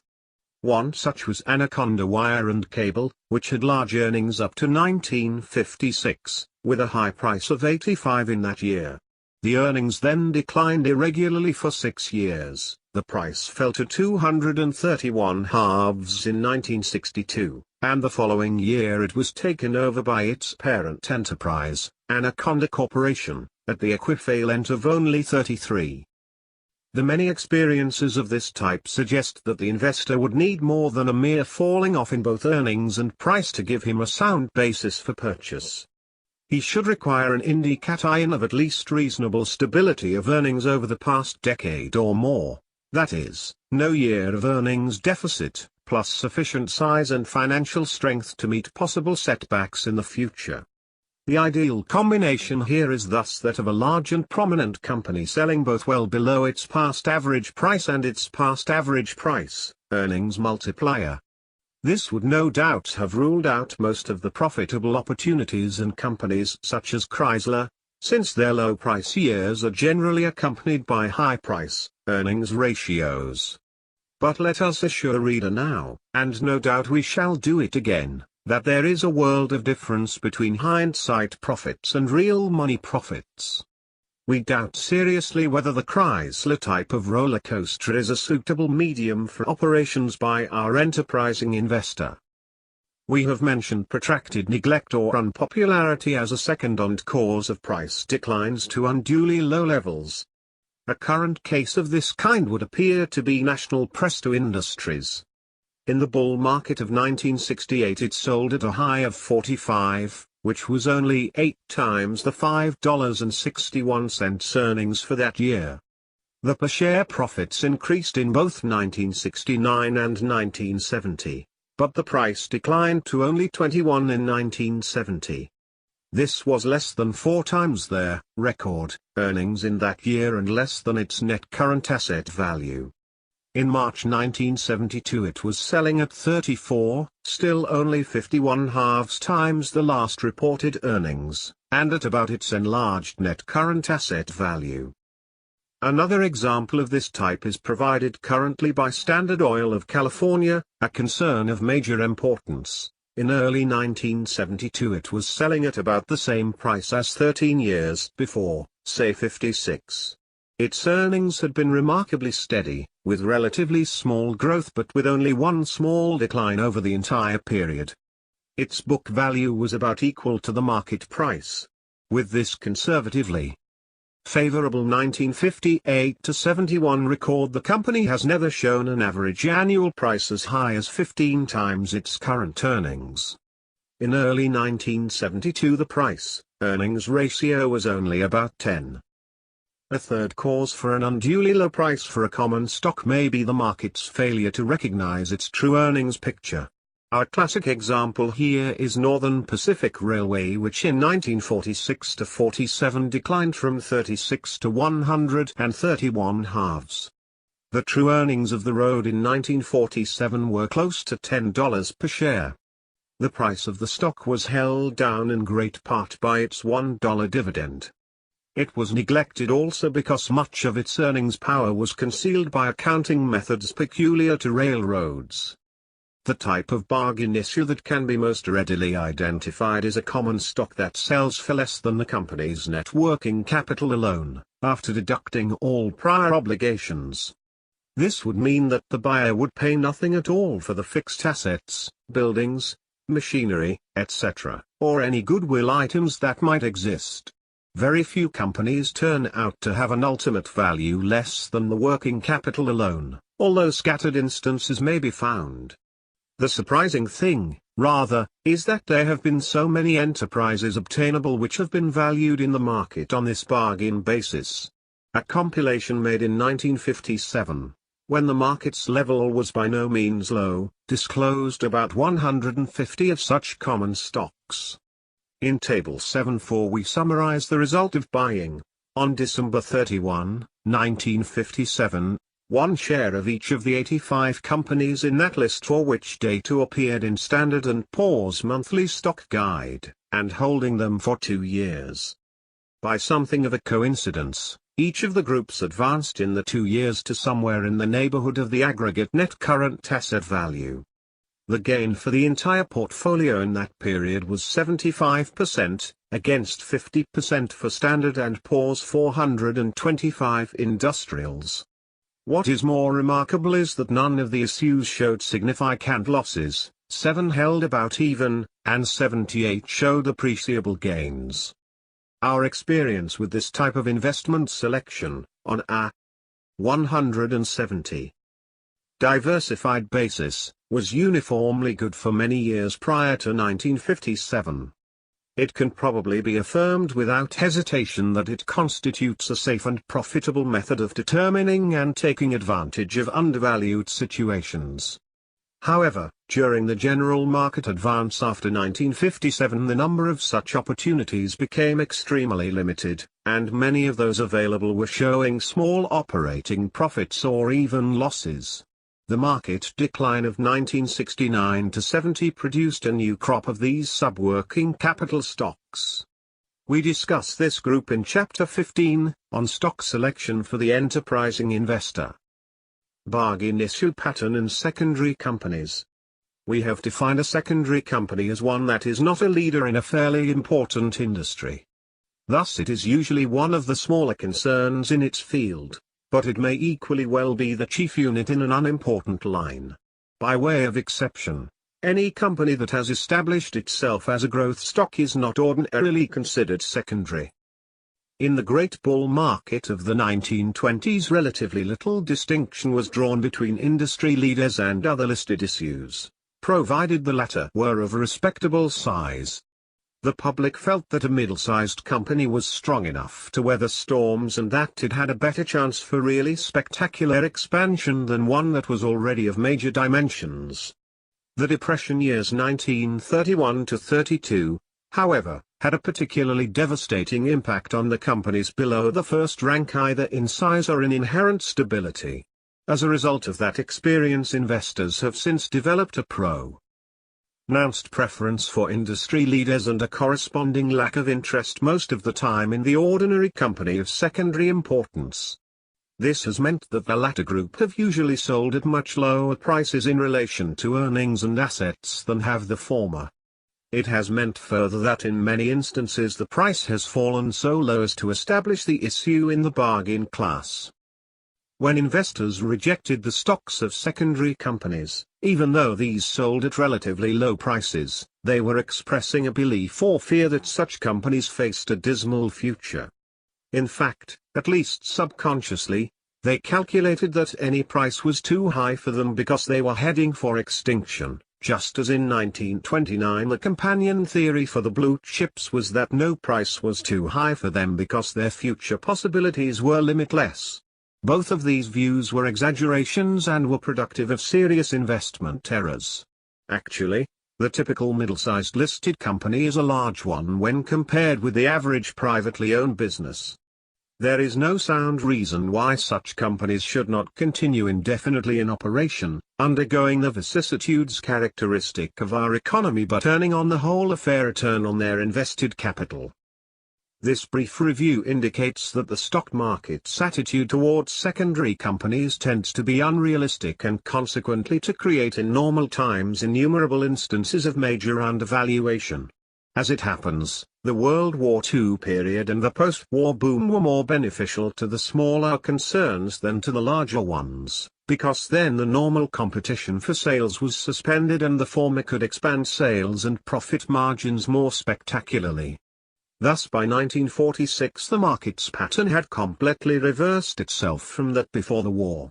Whereas the leading stocks in the Dow Jones Industrial Average had advanced only 40% from the end of 1938 to the 1946 high, Standard & Poor's index of low-priced stocks had shot up no less than 280% in the same period. Speculators and many self-styled investors, with the proverbial short memories of people in the stock market, were eager to buy both old and new issues of unimportant companies at inflated levels. Thus the pendulum had swung clear to the opposite extreme. The very class of secondary issues that had formerly supplied by far the largest proportion of bargain opportunities was now presenting the greatest number of examples of over-enthusiasm and overvaluation. In a different way this phenomenon was repeated in 1961 and 1968. The emphasis now being placed on new offerings of the shares of small companies of less than secondary character, and on nearly all companies in certain favored fields such as electronics, computers, franchise concerns, and authors. As was to be expected, the ensuing market declines fell most heavily on these overvaluations. In some cases the pendulum swing may have gone as far as definite undervaluation. If most secondary issues tend normally to be undervalued, what reason has the investor to believe that he can profit from such a situation? For if it persists indefinitely, will he not always be in the same market position as when he bought the issue? The answer here is somewhat complicated. Substantial profits from the purchase of secondary companies at bargain prices arise in a variety of ways. First, the dividend return is relatively high. Second, the reinvested earnings are substantial in relation to the price paid and will ultimately affect the price. In a 5 to 7 year period these advantages can bulk quite large in a well-selected list.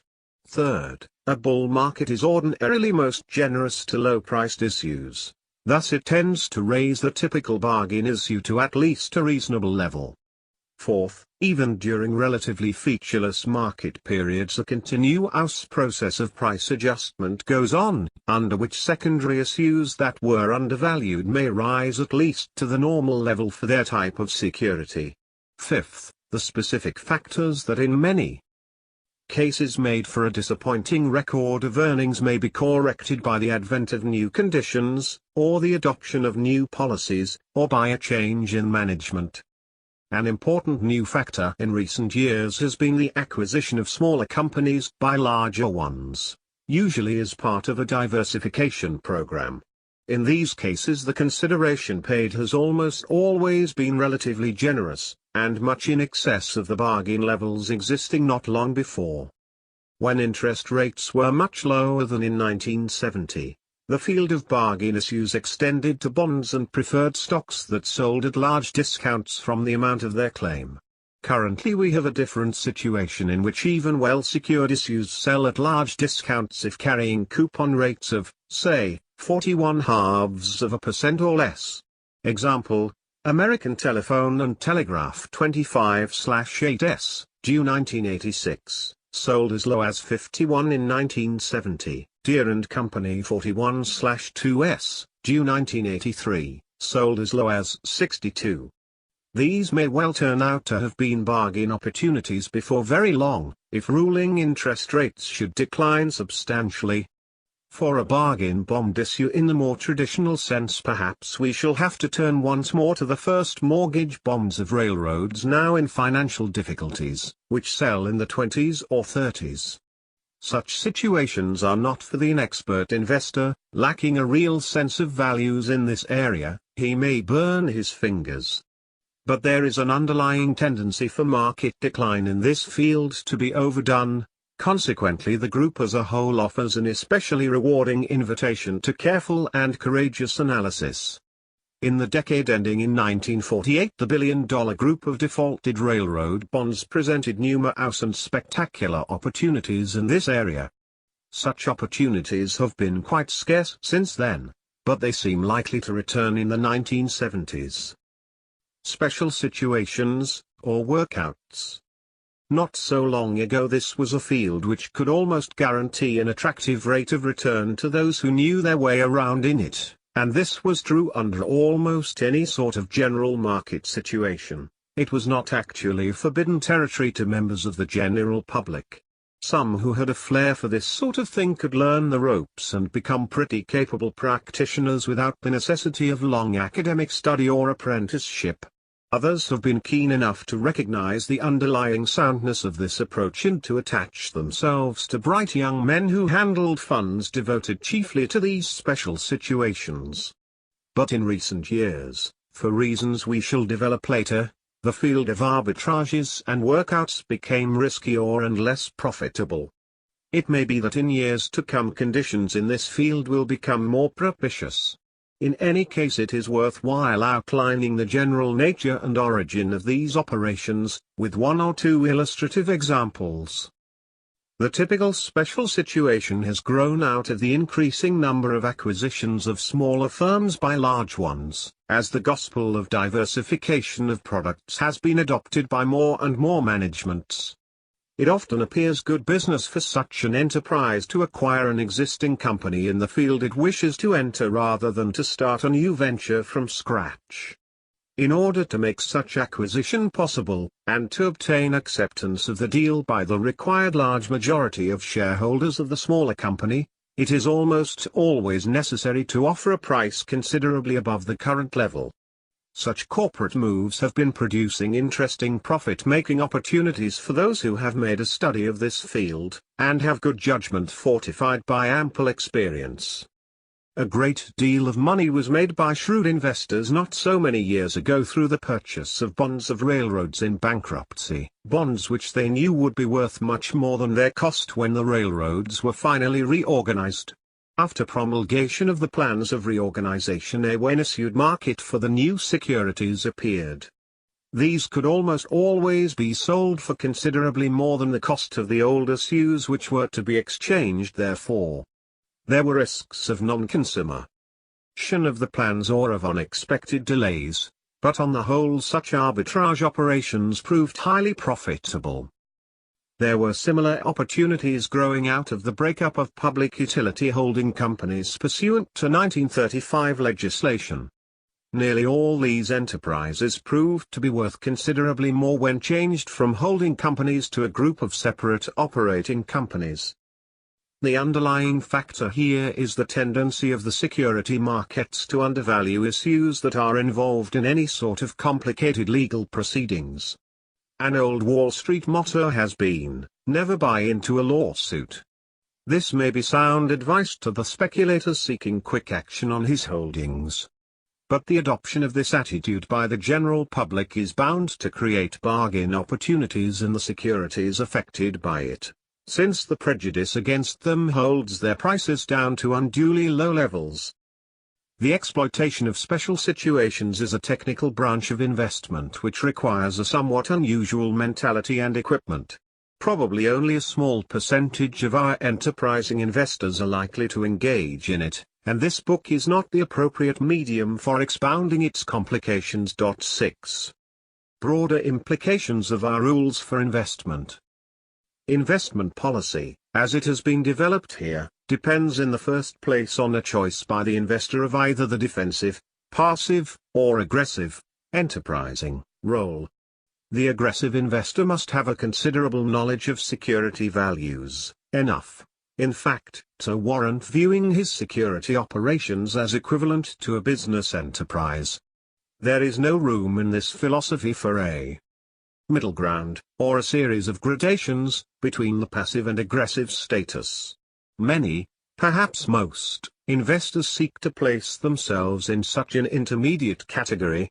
In our opinion, that is a compromise that is more likely to produce disappointment than achievement. As an investor, you cannot soundly become half a businessman, expecting thereby to achieve half the normal rate of business profits on your funds. It follows from this reasoning that the majority of security owners should elect the defensive classification.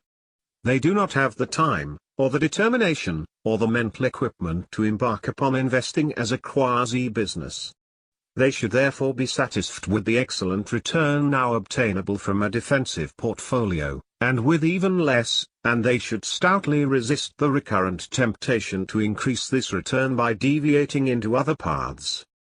The enterprising investor may properly embark upon any security operation for which his training and judgment are adequate and which appears sufficiently promising when measured by established business standards.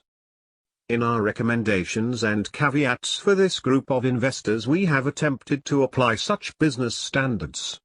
In those for the defensive investor, we have been guided largely by the three requirements of underlying safety, simplicity of choice, and promise of satisfactory results, in terms of psychology as well as arithmetic. The use of these criteria has led us to exclude from the field of recommended investment a number of security classes that are normally regarded as suitable for various kinds of investors. These prohibitions were listed in our first chapter on p. 30. Let us consider a little more fully than before what is implied in these exclusions.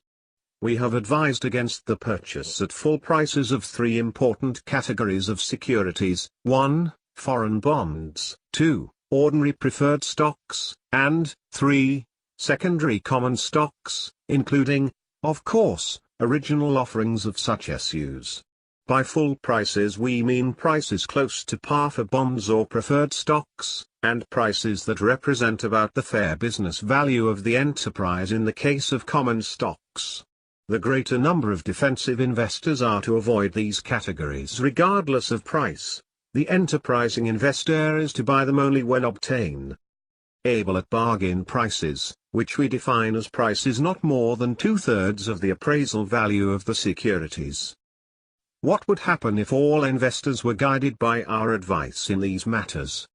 That question was considered in regard to foreign bonds, on p. 138, and we have nothing to add at this point. Investment-grade preferred stocks would be bought solely by corporations, such as insurance companies, which would benefit from the special income tax status of stock issues owned by them. The most troublesome consequence of our policy of exclusion is in the field of secondary common stocks.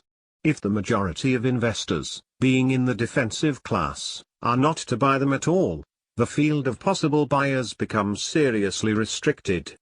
Furthermore, if aggressive investors are to buy them only at bargain levels, then these issues would be doomed to sell for less than their fair value, except to the extent that they were purchased unintelligently. This may sound severe and even vaguely unethical. Yet in truth we are merely recognizing what has actually happened in this area for the greater part of the past 40 years. Secondary issues, for the most part, do fluctuate about a central level which is well below their fair value. They reach and even surpass that value at times, but this occurs in the upper reaches of bull markets, when the lay sons of practical experience would argue against the soundness of paying the prevailing prices for common stocks. Thus we are suggesting only that the aggressive investor recognize the facts of life as it is lived by secondary issues and that they accept the central market levels that are normal for that class as their guide in fixing their own levels for purchase. There is a paradox here, nevertheless. The average well-selected secondary company may be fully as promising as the average industrial leader. What the smaller concern lacks in inherent stability it may readily make up in superior possibilities of growth. Consequently, it may appear illogical to many readers to term unintelligent the purchase of such secondary issues at their full enterprise value.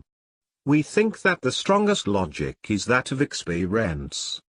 Financial history says clearly that the investor may expect satisfactory results, on the average, from secondary common stocks only if he buys them for less than their value to a private owner, that is, on a bargain basis.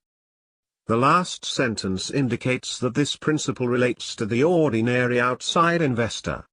Anyone who can control a secondary company, or who is part of a cohesive group with such control, is fully justified in buying the shares on the same basis as if he were investing in a close corporation or other private business.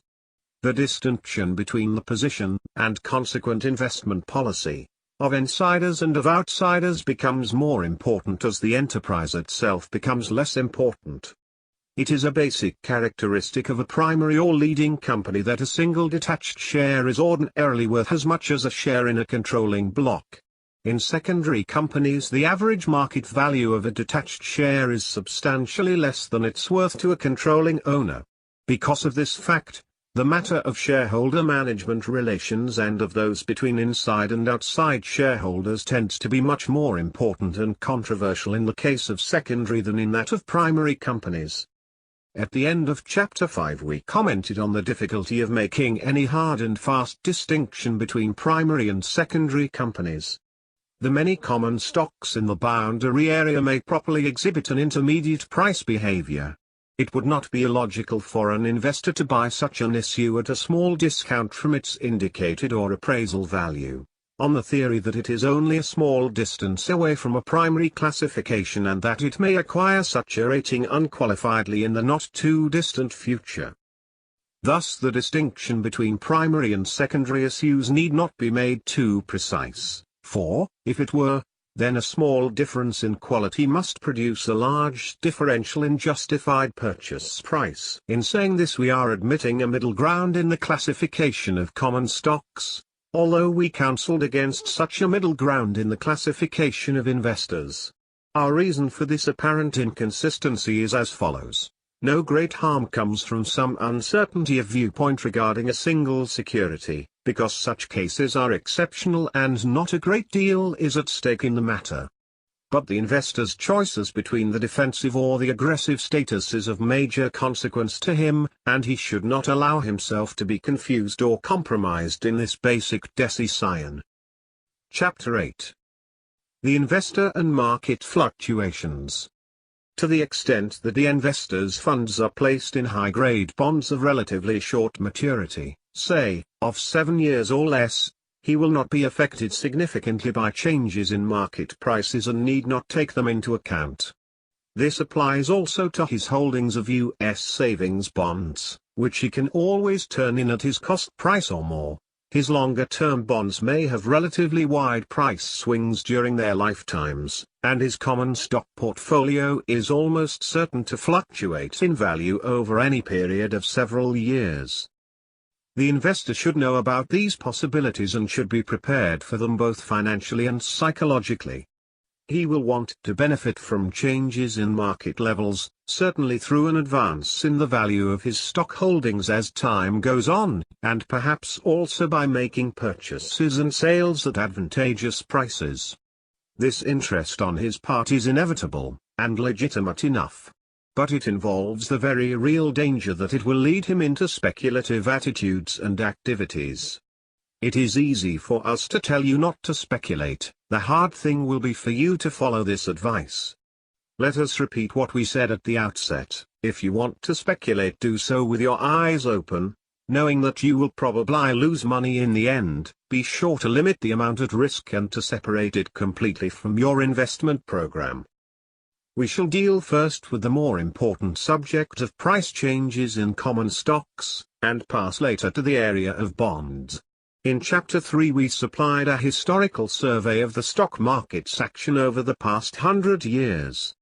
In this section we shall return to that material from time to time, in order to see what the past record promises the investor, in either the form of long-term appreciation of a portfolio held relatively unchanged through successive rises and declines, or in the possibilities of buying near bear market lows and selling not too far below bull market highs. Market fluctuations as a guide to investment decisions. Since common stocks, even of investment grade, are subject to recurrent and wide fluctuations in their prices, the intelligent investor should be interested in the possibilities of profiting from these pendulum swings. There are two possible ways by which he may try to do this, the way of timing and the way of pricing. By timing we mean the endeavor to anticipate the action of the stock market, to buy or hold when the future course is deemed to be upward, to sell or refrain from buying when the course is downward. By pricing we mean the endeavor to buy stocks when they are quoted below their fair value and to sell them when they rise above such value. A less ambitious form of pricing is the simple effort to make sure that when you buy you do not pay too much for your stocks. This may suffice for the defensive investor, whose emphasis is on long pull holding, but as such it represents an essential minimum of attention to market levels. 1. We are convinced that the intelligent investor can derive satisfactory results from pricing of either type. We are equally sure that if he places his emphasis on timing, in the sense of forecasting, he will end up as a speculator and with a speculator's financial results. This distinction may seem rather tenuous to the layman, and it is not commonly accepted on Wall Street. As a matter of business practice, or perhaps of thoroughgoing conviction, the stockbrokers and the investment services seem wedded to the principle that both investors and speculators in common stocks should devote careful attention to market forecasts.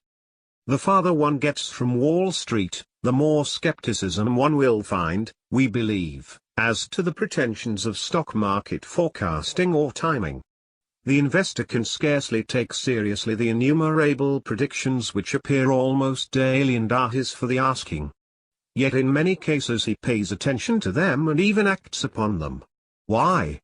Because he has been persuaded that it is important for him to form some opinion of the future course of the stock market, and because he feels that the brokerage or service forecast is at least more dependable than his own.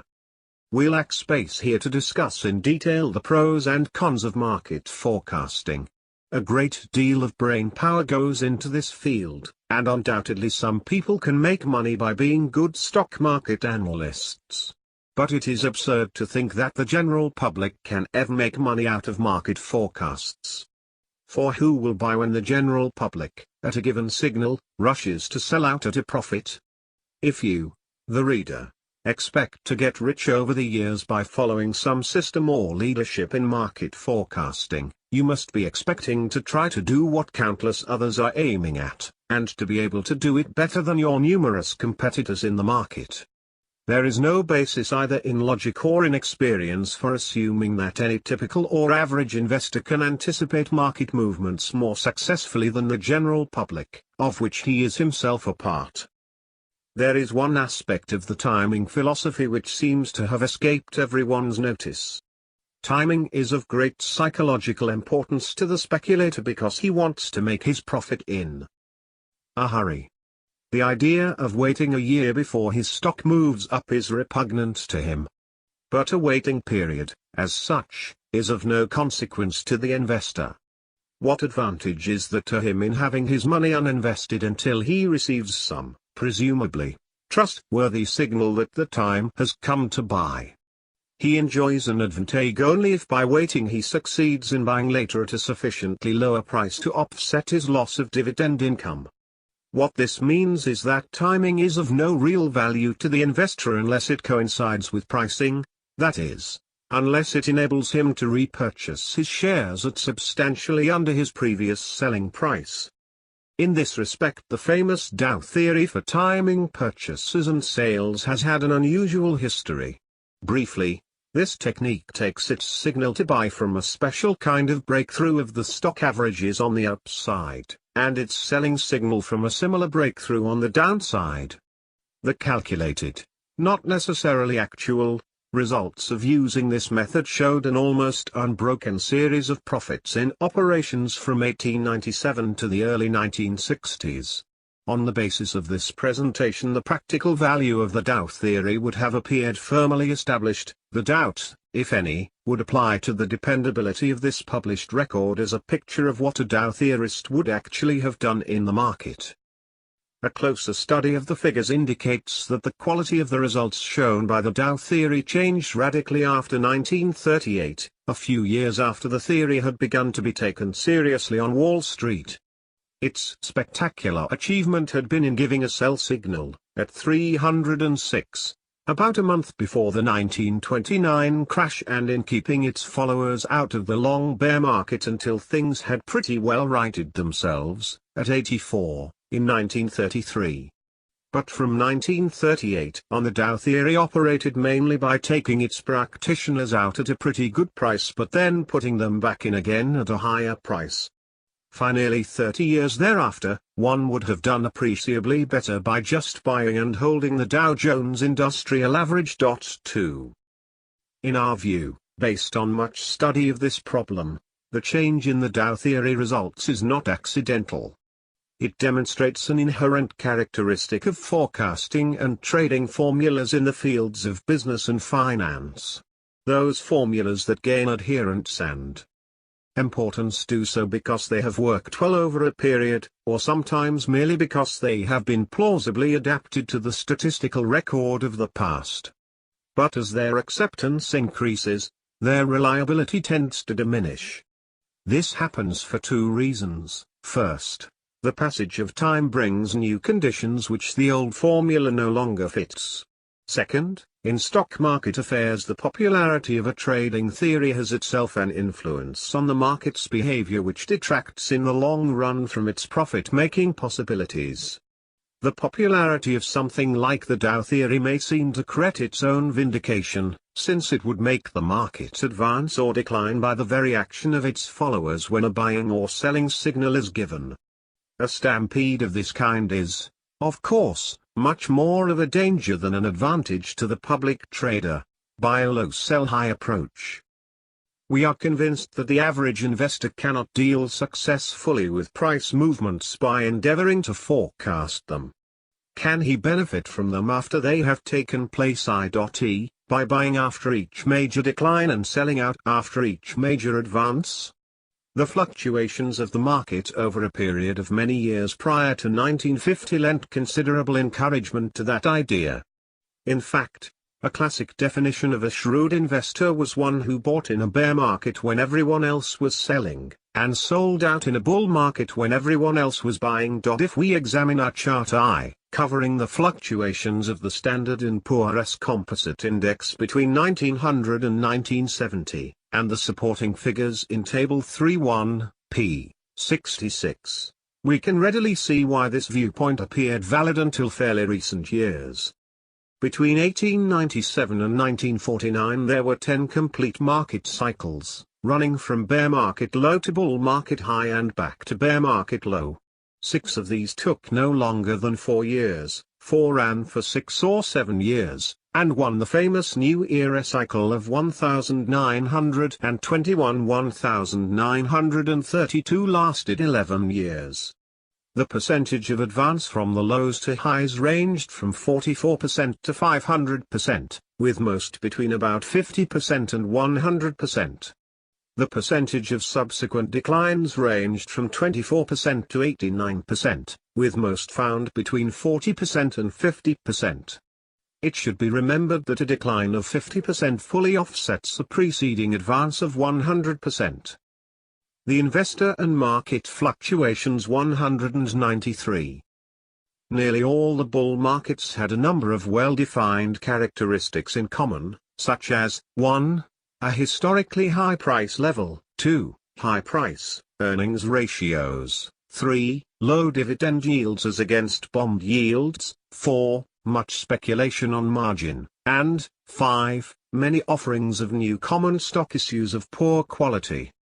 Thus to the student of stock market history it appeared that the intelligent investor should have been able to identify the recurrent bear and bull markets, to buy in the former and sell in the latter, and to do so for the most part at reasonably short intervals of time.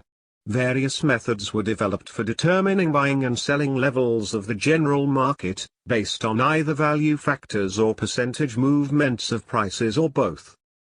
But we must point out that even prior to the unprecedented bull market that began in 1949, there were sufficient variations in the successive market cycles to complicate and sometimes frustrate the desirable process of buying low and selling high. The most notable of these departures, of course, was the great bull market of the late 1920s, which threw all calculations badly out of gear. Even in 1949, therefore, it was by no means a certainty that the investor could base his financial policies and procedures mainly on the endeavor to buy at low levels in bear markets and to sell out at high levels in bull markets. It turned out, in the sequel, that the opposite was true. The market's behavior in the past 20 years has not followed the former pattern, nor obeyed what once were well-established danger signals, nor permitted its successful exploitation by applying old rules for buying low and selling high. Whether the old, fairly regular bull and bear market pattern will eventually return we do not know. But it seems unrealistic to us for the investor to endeavor to base his present policy on the classic formula I.E., to wait for demonstrable bear market levels before buying any common stocks. Our recommended policy has, however, made provision for changes in the proportion of common stocks to bonds in the portfolio, if the investor chooses to do so, according as the level of stock prices appears less or more attractive by value standards. Formula plans. In the early years of the stock market rise that began in 1949-50, considerable interest was attracted to various methods of taking advantage of the stock market's cycles. These have been known as formula investment plans. The essence of all such plans except the simple case of dollar averaging is that the investor automatically does some selling of common stocks when the market advances substantially. In many of them a very large rise in the market level would result in the sale of all common stock holdings. Others provided for retention of a minor proportion of equities under all circumstances. This approach had the double appeal of sounding logical and conservative, and of showing excellent results when applied retrospectively to the stock market over many years in the past. Unfortunately, its vogue grew greatest at the very time when it was destined to work least well. Many of the formula planners found themselves entirely or nearly out of the stock market at some level in the middle 1950s. True, they had realized excellent profits, but in a broad sense the market ran away from them thereafter, and their formulas gave them little opportunity to buy back a common stock position. There is a similarity between the experience of those adopting the formula investing approach in the early 1950s and those who embraced the purely mechanical version of the Dow theory some 20 years earlier. In both cases the advent of popularity marked almost the exact moment when the system ceased to work well. We have had a like discomfiting experience with our own central value method of determining indicated buying and selling levels of the Dow Jones Industrial Average. The moral seems to be that any approach to money-making in the stock market which can be easily described and followed by a lot of people is by its terms too simple and too easy to last. Spinoza's concluding remark applies to Wall Street as well as to philosophy: all things excellent are as difficult as they are rare. Market fluctuations of the investor's portfolio. Every investor who owns common stocks must expect to see them fluctuate in value over the years. The behavior of the Dow Jones Industrial Average since our last edition was written in 1964 probably reflects pretty well what has happened to the stock portfolio of a conservative investor who limited his stock holdings to those of large, prominent, and conservatively financed corporations.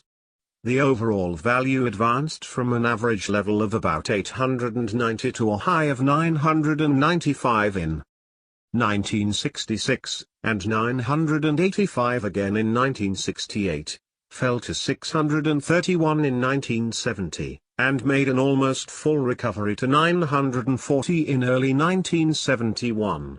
Since the individual issues set their high and low marks at different times, the fluctuations in the Dow Jones Group as a whole are less severe than those in the separate components. We have traced through the price fluctuations of other types of diversified and conservative common stock portfolios, and we find that the overall results are not likely to be markedly different from the above.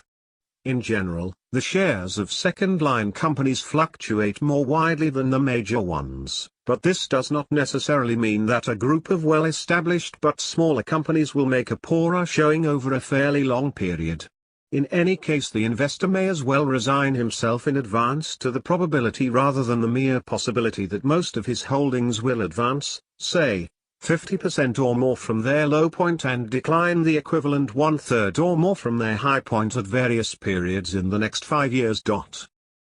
A serious investor is not likely to believe that the day-to-day or even month-to-month fluctuations of the stock market make him richer or poorer. But what about the longer-term and wider changes?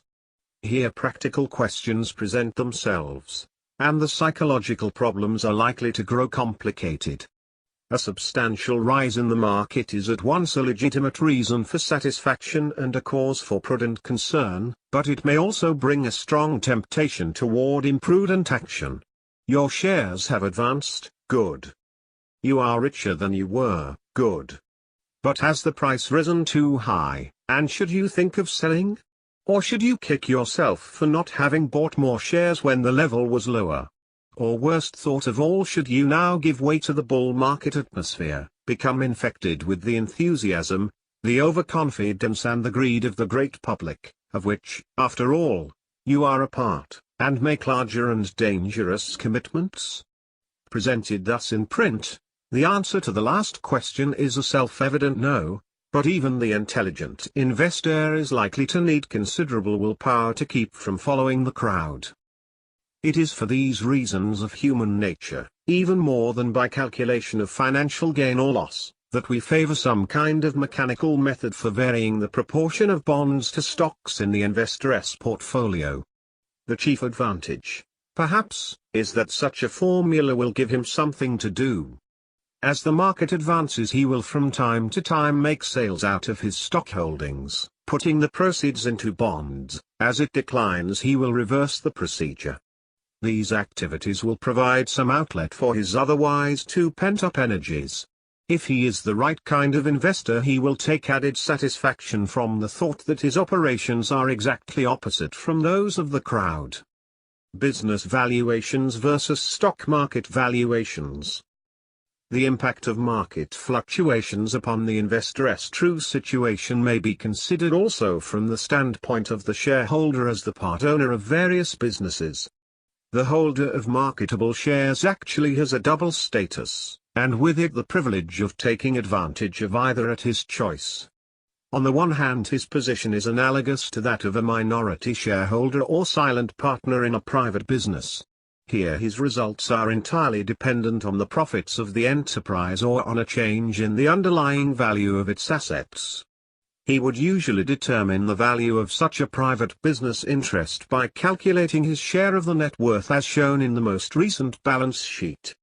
On the other hand, the common stock investor holds a piece of paper, an engraved stock certificate, which can be sold in a matter of minutes at a price which varies from moment to moment when the market is open, that is, and often is far removed from the balance sheet value. The development of the stock market in recent decades has made the typical investor more dependent on the course of price quotations and less free than formerly to consider himself merely a business owner. The reason is that the successful enterprises in which he is likely to concentrate his holdings sell almost constantly at prices well above their net asset value, or book value, or balance sheet value.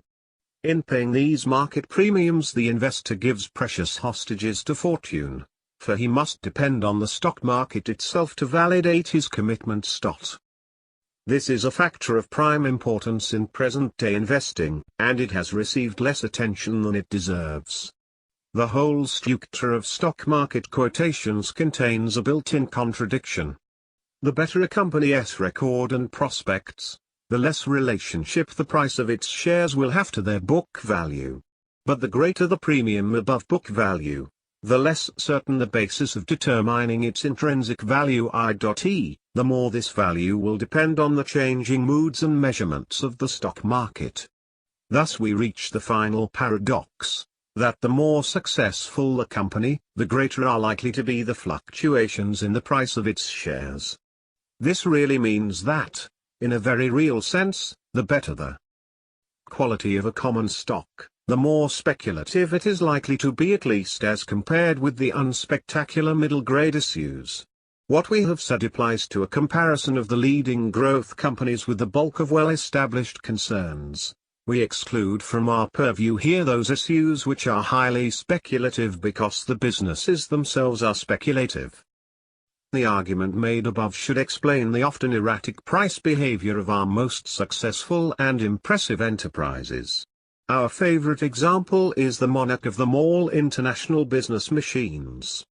The price of its shares fell from 607 to 300 in 7 months in 1962-63, after 2 splits its price fell from 387 to 219 in 1970. Similarly, Xerox, an even more impressive earnings gainer in recent decades, fell from 171 to 87 in 1962-63, and from 116 to 65 in 1970. These striking losses did not indicate any doubt about the future long-term growth of IBM or Xerox.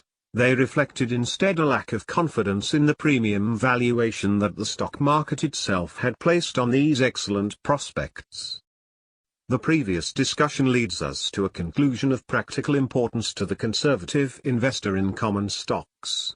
If he is to pay some special attention to the selection of his portfolio, it might be best for him to concentrate on issues selling at a reasonably close approximation to their tangible asset value, say, at not more than 1/3 above that figure.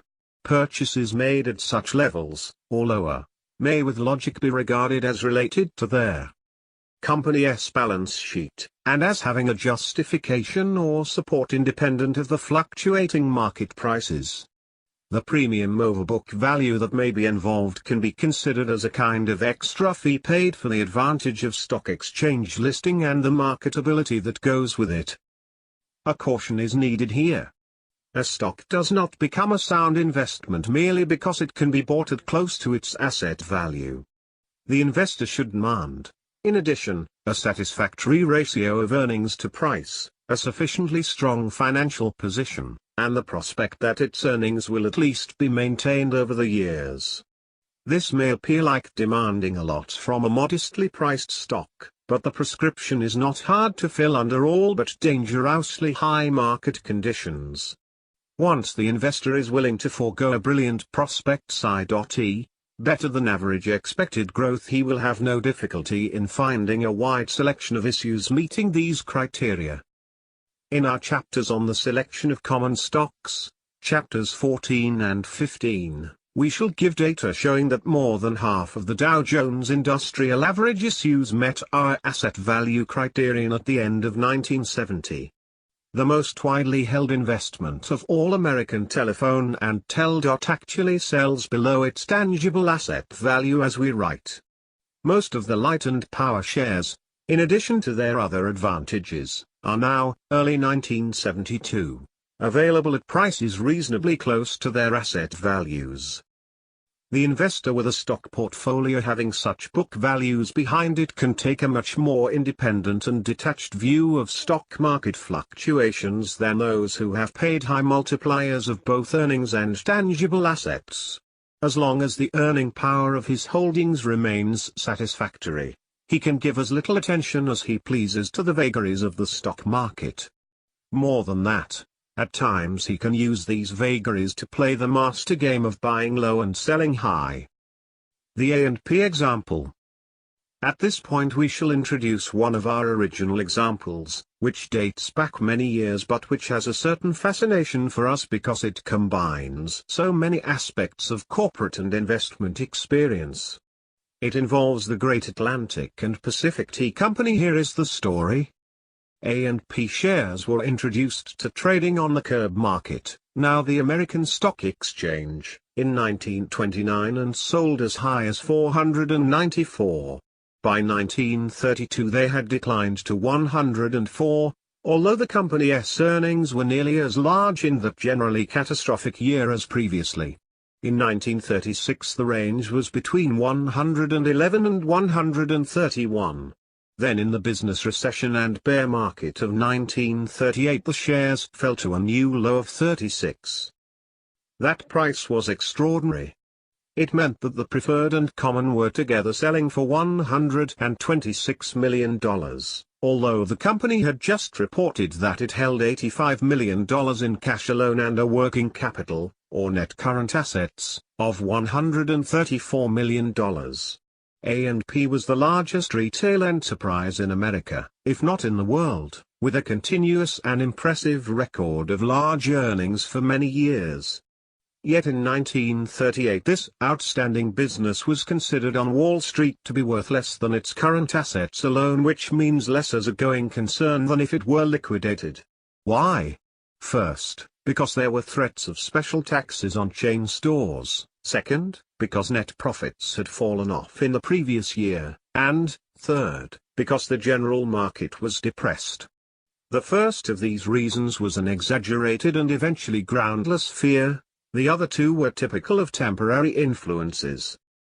Let us assume that the investor had bought A&P common in 1937 at, say, 12 times its 5-year average earnings, or about 80. We are far from asserting that the ensuing decline to 36 was of no importance to him. He would have been well advised to scrutinize the picture with some care, to see whether he had made any miscalculations.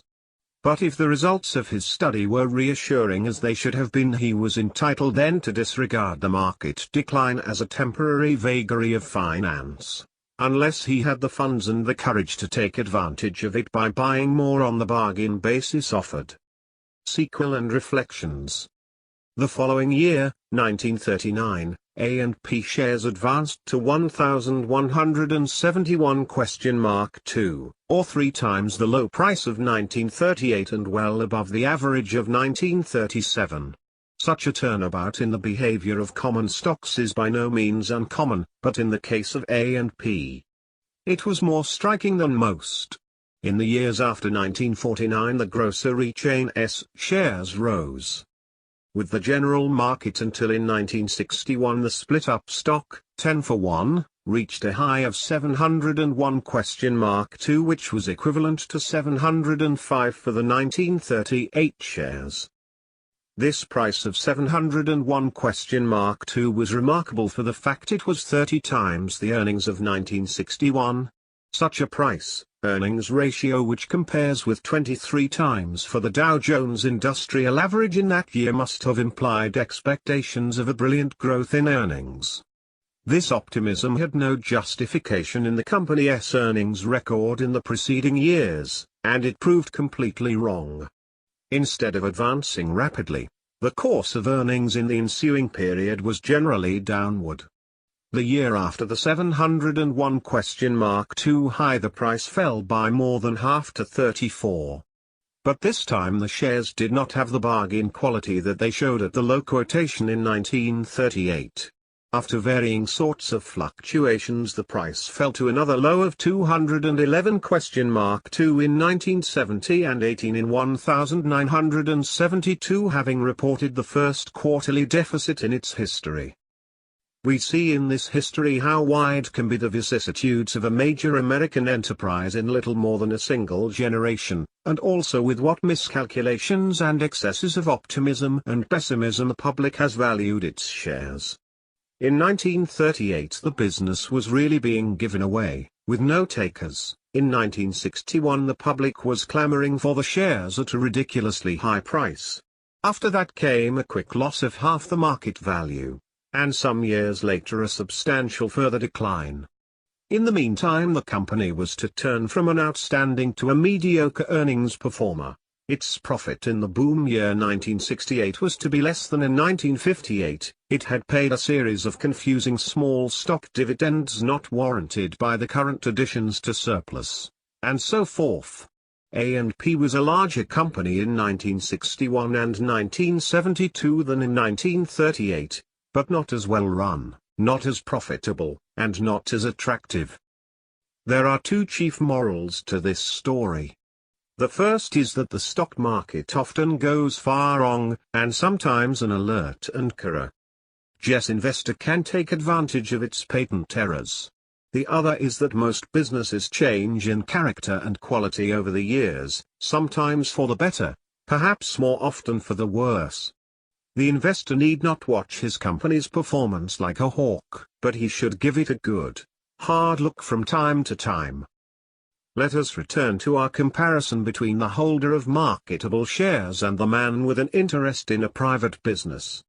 We have said that the former has the option of considering himself merely as the part owner of the various businesses he has invested in, or as the holder of shares which are saleable at any time he wishes at their quoted market price. But note this important fact: the true investor scarcely ever is forced to sell his shares, and at all other times he is free to disregard the current price quotation. He need pay attention to it and act upon it only to the extent that it suits his book, and no more.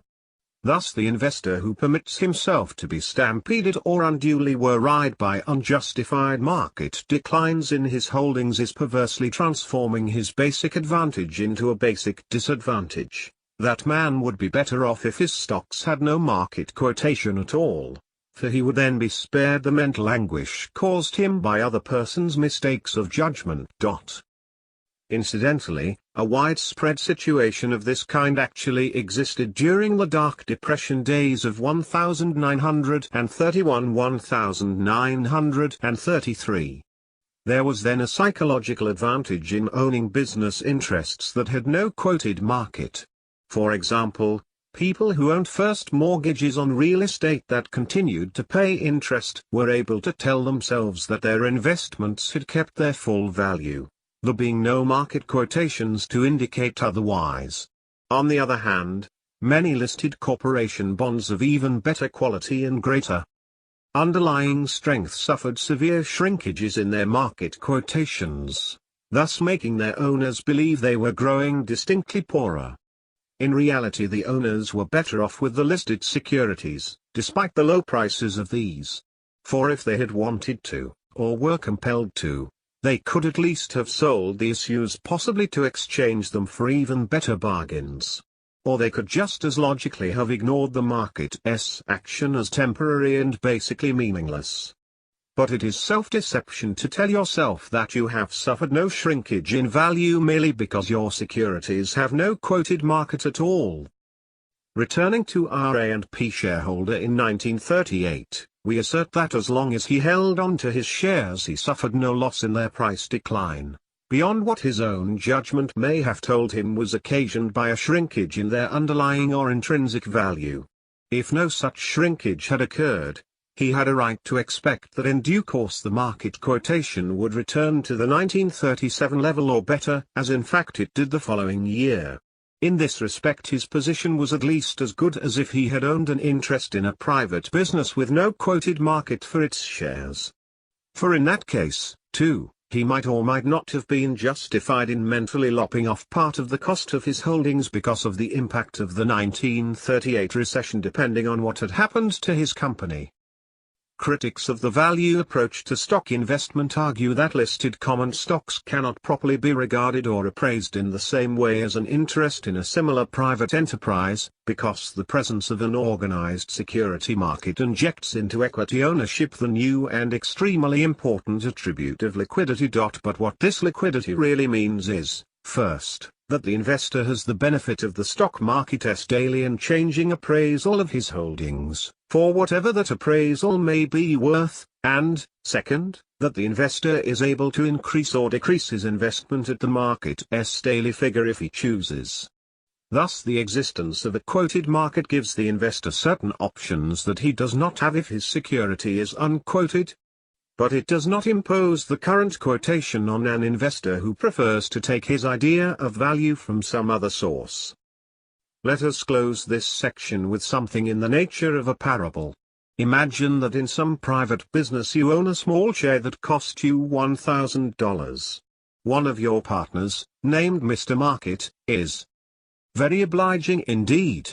Every day he tells you what he thinks your interest is worth and furthermore offers either to buy you out or to sell you an additional interest on that basis.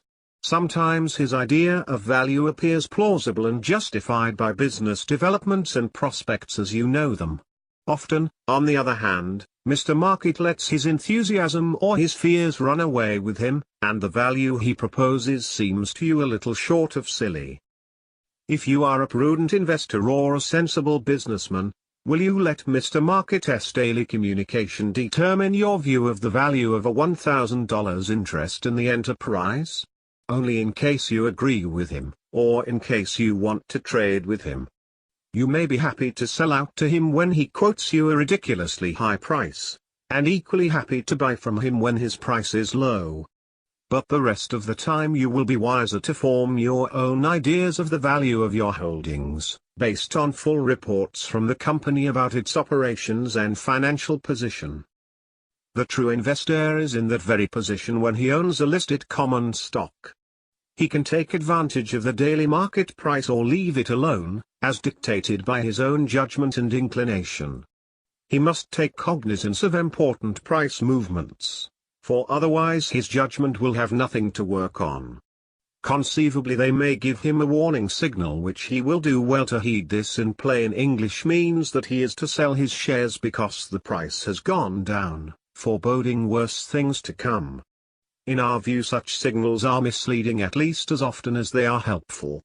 Basically, price fluctuations have only one significant meaning for the true investor. They provide him with an opportunity to buy wisely when prices fall sharply and to sell wisely when they advance a great deal. At other times he will do better if he forgets about the stock market and pays attention to his dividend returns and to the operating results of his companies. Summary. The most realistic distinction between the investor and the speculator is found in their attitude towards stock market movements. The speculator's primary interest lies in anticipating and profiting from market fluctuations. The investor's primary interest lies in acquiring and holding suitable securities at suitable prices. Market movements are important to him in a practical sense, because they alternately create low price levels at which he would be wise to buy and high price levels at which he certainly should refrain from buying and probably would be wise to sell. It is far from certain that the typical investor should regularly hold off buying until low market levels appear, because this may involve a long wait, very likely the loss of income, and the possible missing of investment opportunities. On the whole, it may be better for the investor to do his stock buying whenever he has money to put in stocks, except when the general market level is much higher than can be justified by well-established standards of value. If he wants to be shrewd, he can look for the ever-present bargain opportunities in individual securities. Aside from forecasting the movements of the general market, much effort and ability are directed on Wall Street toward selecting stocks or industrial groups that in matter of price will do better than the rest over a fairly short period in the future. Logical as this endeavor may seem, we do not believe it is suited to the needs or temperament of the true investor, particularly since he would be competing with a large number of stock market traders and first-class financial analysts who are trying to do the same thing. As in all other activities that emphasize price movements first and underlying values second, the work of many intelligent minds constantly engaged in this field tends to be self-neutralizing and self-defeating over the years. The investor with a portfolio of sound stocks should expect their prices to fluctuate and should neither be concerned by sizable declines nor become excited by sizable advances. He should always remember that market quotations are there for his convenience, either to be taken advantage of or to be ignored. He should never buy a stock because it has gone up or sell one because it has gone down. He would not be far wrong if this motto read more simply: Never buy a stock immediately after a substantial rise or sell one immediately after a substantial drop. An added consideration. Something should be said about the significance of average market prices as a measure of managerial competence. The shareholder judges whether his own investment has been successful in terms both of dividends received and of the long-range trend of the average market value.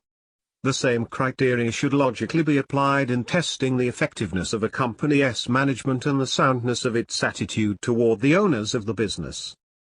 This statement may sound like a truism, but it needs to be emphasized.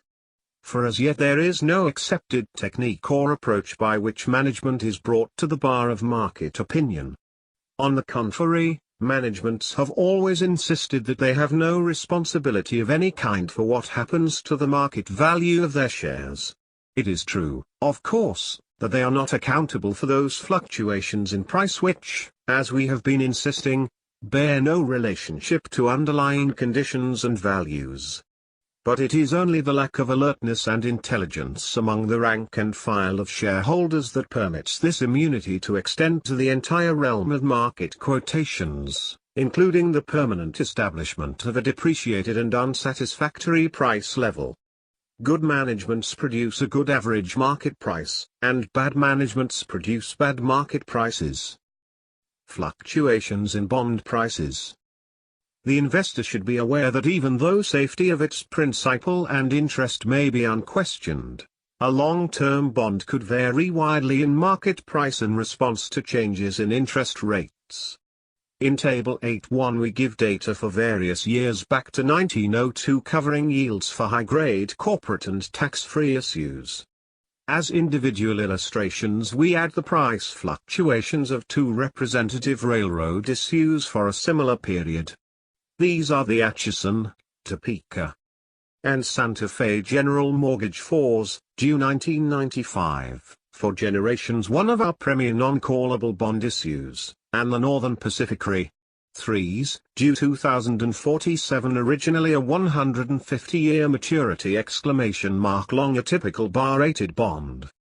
Because of their inverse relationship the low yields correspond to the high prices and vice versa. The decline in the Northern Pacific 3s in 1940 represented mainly doubts as to the safety of the issue. It is extraordinary that the price recovered to an all-time high in the next few years, and then lost two-thirds of its price chiefly because of the rise in general interest rates. There have been startling variations, as well, in the price of even the highest-grade bonds in the past 40 years. Note that bond prices do not fluctuate in the same, inverse, proportion as the calculated yields, because their fixed maturity value of 100% exerts a moderating influence. However, for very long maturities, as in our Northern Pacific example, prices and yields change at close to the same rate. Since 1964 record movements in both directions have taken place in the high-grade bond market. Taking prime municipals, tax-free, as an example, their yield more than doubled, from 3.2% in January 1965 to 7% in June 1970. Their price index declined, correspondingly, from 110.8 to 67.5. In mid-1970 the yields on high-grade long-term bonds were higher than at any time in the nearly 200 years of this country's economic history. 25 years earlier, just before our protracted bull market began, bond yields were at their lowest point in history. Long-term municipals returned as little as 1%, and industrials gave 2.40% compared with the 41 2 to 5% formerly considered normal. Those of us with a long experience on Wall Street had seen Newton's law of action and reaction. Equal and opposite work itself out repeatedly in the stock market, the most noteworthy example being the rise in the Dow Jones Industrial Average from 64 in 1921 to 381 in 1929, followed by a record collapse to 41 in 1932. but this time the widest pendulum swings took place in the usually staid and slow-moving array of high-grade bond prices and yields. Moral: nothing important on Wall Street can be counted on to occur exactly in the same way as it happened before. This represents the first half of our favorite dictum: the more it changes, the more it's the same thing. If it is virtually impossible to make worthwhile predictions about the price movements of stocks, it is completely impossible to do so for bonds.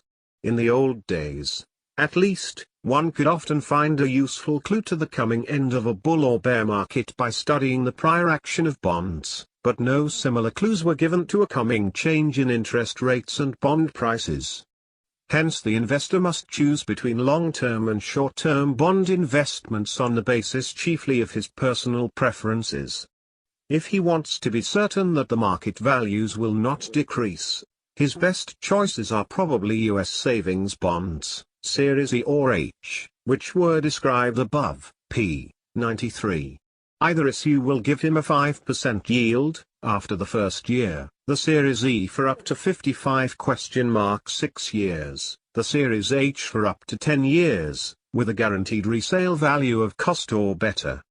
If the investor wants the 7.5% now available on good long-term corporate bonds, or the 5.3% on tax-free municipals, he must be prepared to see them fluctuate in price. Banks and insurance companies have the privilege of valuing high-rated bonds of this type on the mathematical basis of amortized cost, which disregards market prices. It would not be a bad idea for the individual investor to do something similar. The price fluctuations of convertible bonds and preferred stocks are the resultant of three different factors: 1. Variations in the price of the related common stock; 2. Variations in the credit standing of the company; and 3. Variations in general interest rates. A good many of the convertible issues have been sold by companies that have credit ratings well below the best. 3. Some of these were badly affected by the financial squeeze in 1970. As a result, convertible issues as a whole have been subjected to triply unsettling influences in recent years, and price variations have been unusually wide. In the typical case, therefore, the investor would delude himself if he expected to find in convertible issues that ideal combination of the safety of a high-grade bond and price protection plus a chance to benefit from an advance in the price of the common.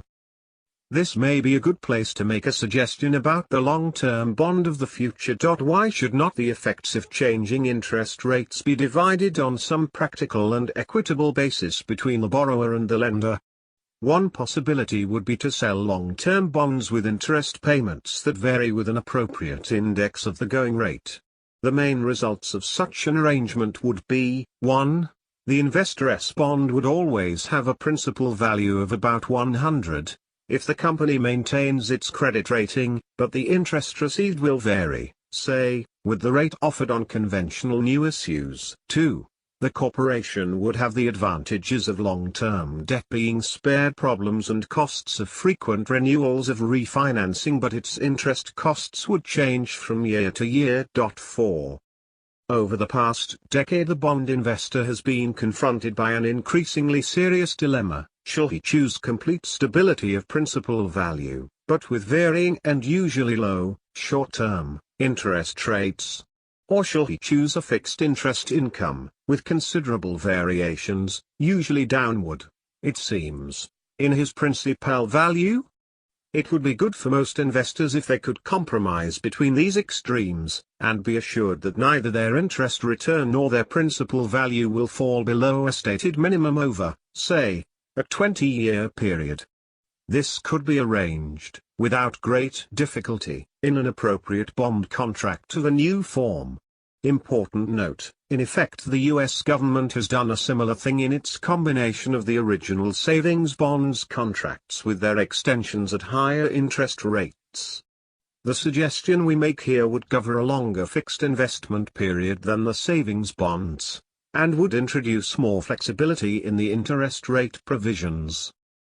It is hardly worthwhile to talk about non-convertible preferred stocks, since their special tax status makes the safe ones much more desirable holdings by corporations e.g., insurance companies, than by individuals.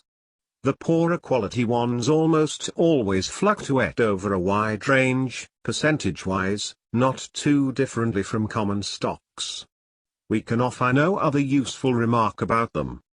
Table 16.2 below, p. 406, gives some information on the price changes of lower-grade non-convertible preferreds between December 1968 and December 1970. The average decline was 17%, against 11.3% for the S&P Composite Index of Common Stocks. Chapter 9. Investing in Investment Funds. One course open to the defensive investor is to put his money into investment company shares. Those that are redeemable on demand by the holder, at net asset value, are commonly known as mutual funds, or open-end funds. Most of these are actively selling additional shares through a corps of salesmen. Those with non-redeemable shares are called closed-end companies or funds. The number of their shares remains relatively constant. All of the funds of any importance are registered with the Securities and Exchange Commission, SEC, and are subject to its regulations and controls. The industry is a very large one. At the end of 1970 there were 383 funds registered with the SEC, having assets totaling $54.60 billion. Of these 356 companies, with $50.60 billions, were mutual funds, and 27 companies with $4 billions, were closed-end. There are different ways of classifying the funds. One is by the broad division of their portfolio. They are balanced funds if they have a significant, generally about one-third, component of bonds, or stock funds if their holdings are nearly all common stocks. There are some other varieties here, such as bond funds, hedge funds, letter stock funds, etc. Another is by their objectives, as their primary aim is for income, price stability, or capital appreciation, growth. Another distinction is by their method of sale. Load funds add a selling charge, generally about 9% of asset value on minimum purchases, to the value before charge. Others, known as no-load funds, make no such charge. The managements are content with the usual investment counsel fees for handling the capital. Since they cannot pay salesmen's commissions, the size of the no-load funds tends to be on the low side. The buying and selling prices of the closed-end funds are not fixed by the companies, but fluctuate in the open market as does the ordinary corporate stock. Most of the companies operate under special provisions of the income tax law, designed to relieve the shareholders from double taxation on their earnings. In effect, the funds must pay out virtually all their ordinary income, i.e., dividends and interest received, less expenses. In addition, they can pay out their realized long-term profits on sales of investments in the form of capital gains dividends, which are treated by the shareholder as if they were his own security profits. There is another option here, which we omit to avoid clutter. Nearly all the funds have but one class of security outstanding.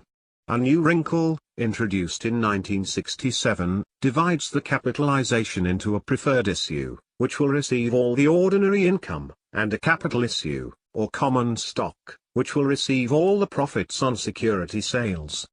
These are called dual-purpose funds. Many of the companies that state their primary aim is for capital gains concentrate on the purchase of the so-called growth stocks, and they often have the word growth in their name. Some specialize in a designated area such as chemicals, aviation, overseas investments. This is usually indicated in their titles. The investor who wants to make an intelligent commitment in fund shares has thus a large and somewhat bewildering variety of choices before him, not too different from those offered in direct investment. In this chapter we shall deal with some major questions, viz. 1. Is there any way by which the investor can assure himself of better than average results by choosing the right funds? Subsection. What about the performance funds? 2. If not, how can he avoid choosing funds that will give him worse than average results? 3. Can he make intelligent choices between different types of funds e.g., balanced versus all stock, open-end versus closed-end, load versus no load? Investment fund performance as a whole. Before trying to answer these questions, we should say something about the performance of the fund industry as a whole. Has it done a good job for its shareholders? In the most general way, how have fund investors fared as against those who made their investments directly? We are quite certain that the funds in the aggregate have served a useful purpose. They have promoted good habits of savings and investment, they have protected countless individuals against costly mistakes in the stock market, they have brought their participants income and profits commensurate with the overall returns from common stocks. On a comparative basis, we would hazard the guess that the average individual who put his money exclusively in investment fund shares in the past 10 years has fared better than the average person who made his common stock purchases directly.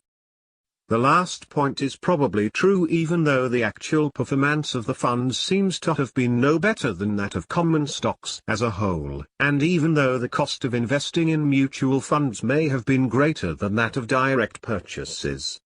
The real choice of the average individual has not been between constructing and acquiring a well-balanced common stock portfolio or doing the same thing, a bit more expensively, by buying into the funds. More likely his choice has been between succumbing to the wiles of the doorbell-ringing mutual fund salesman on the one hand, as against succumbing to the even wilier and much more dangerous peddlers of second and third-rate new offerings.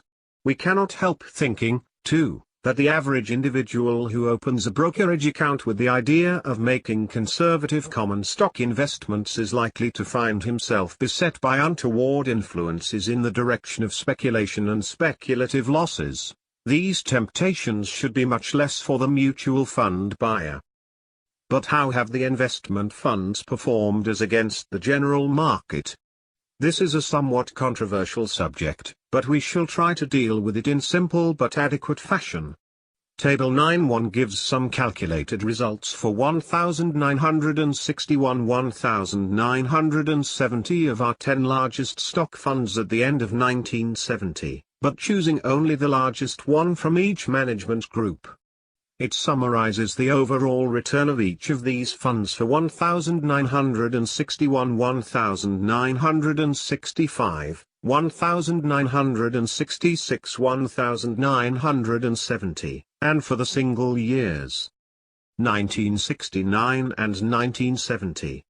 We also give average results based on the sum of one share of each of the 10 funds. These companies had combined assets of over $15 billion at the end of 1969, or about one-third of all the common stock funds. Thus they should be fairly representative of the industry as a whole. In theory, there should be a bias in this list on the side of better than industry performance, since these better companies should have been entitled to more rapid expansion than the others, but this may not be the case in practice. Some interesting facts can be gathered from this table. First, we find that the overall results of these 10 funds for 1,961, 1,970 were not appreciably different from those of the Standard & Poor's 500 stock composite average, or the S&P 425 industrial stock average. But they were definitely better than those of the Dow Jones Industrial Average. This raises the intriguing question as to why the 30 giants in the Dow Jones Industrial Average did worse than the much more numerous and apparently rather miscellaneous list used by Standard & Poor's. A second point is that the fund's aggregate performances against the S&P index has improved somewhat in the last 5 years, compared with the preceding 5. The fund's gain ran a little lower than S&P's in 1961 1965 and a little higher than S&P's in 1966 1970. The third point is that a wide difference exists between the results of the individual funds. We do not think the mutual fund industry can be criticized for doing no better than the market as a whole. Their managers and their professional competitors administer so large a portion of all marketable common stocks that what happens to the market as a whole must necessarily happen, approximately, to the sum of their funds. Note that the trust assets of insured commercial banks included $181 billion of common stocks at the end of 1969. If we add to this the common stocks in accounts handled by investment advisors, plus the $56 billion of mutual and similar funds, we must conclude that the combined decisions of these professionals pretty well determine the movements of the stock averages, and that their movement of the stock averages pretty well determines the fund's aggregate results.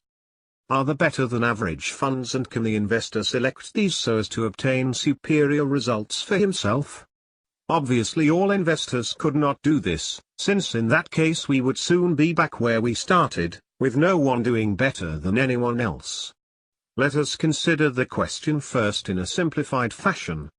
Why shouldn't the investor find out what fund has made the best showing of the lot over a period of sufficient years in the past, assume from this that its management is the most capable and will therefore do better than average in the future, and put his money in that fund? This idea appears the more practicable because, in the case of the mutual funds, he could obtain this most capable management without paying any special premium for it as against the other funds. By contrast, among non-investment corporations the best managed companies sell at correspondingly high prices in relation to their current earnings and assets. The evidence on this point has been conflicting over the years.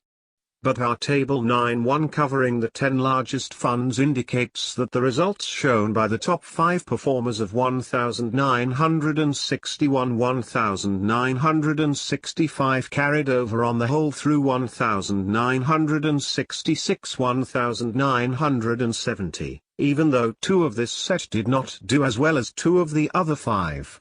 Our studies indicate that the investor in mutual fund shares may properly consider comparative performance over a period of years in the past, say at least 5, provided the data do not represent a large net upward movement of the market as a whole. In the latter case, spectacularly favorable results may be achieved in unorthodox ways, as will be demonstrated in our following section on performance funds. Such results in themselves may indicate only that the fund managers are taking undue speculative risks, and getting away with same for the time being. Performance funds. One of the new phenomena of recent years was the appearance of the cult of performance in the management of investment funds, and even of many trust funds. We must start this section with the important disclaimer that it does not apply to the large majority of well-established funds, but only to a relatively small section of the industry which has attracted a disproportionate amount of attention. The story is simple enough. Some of those in charge set out to get much better than average, or Dow Jones Industrial Average, results.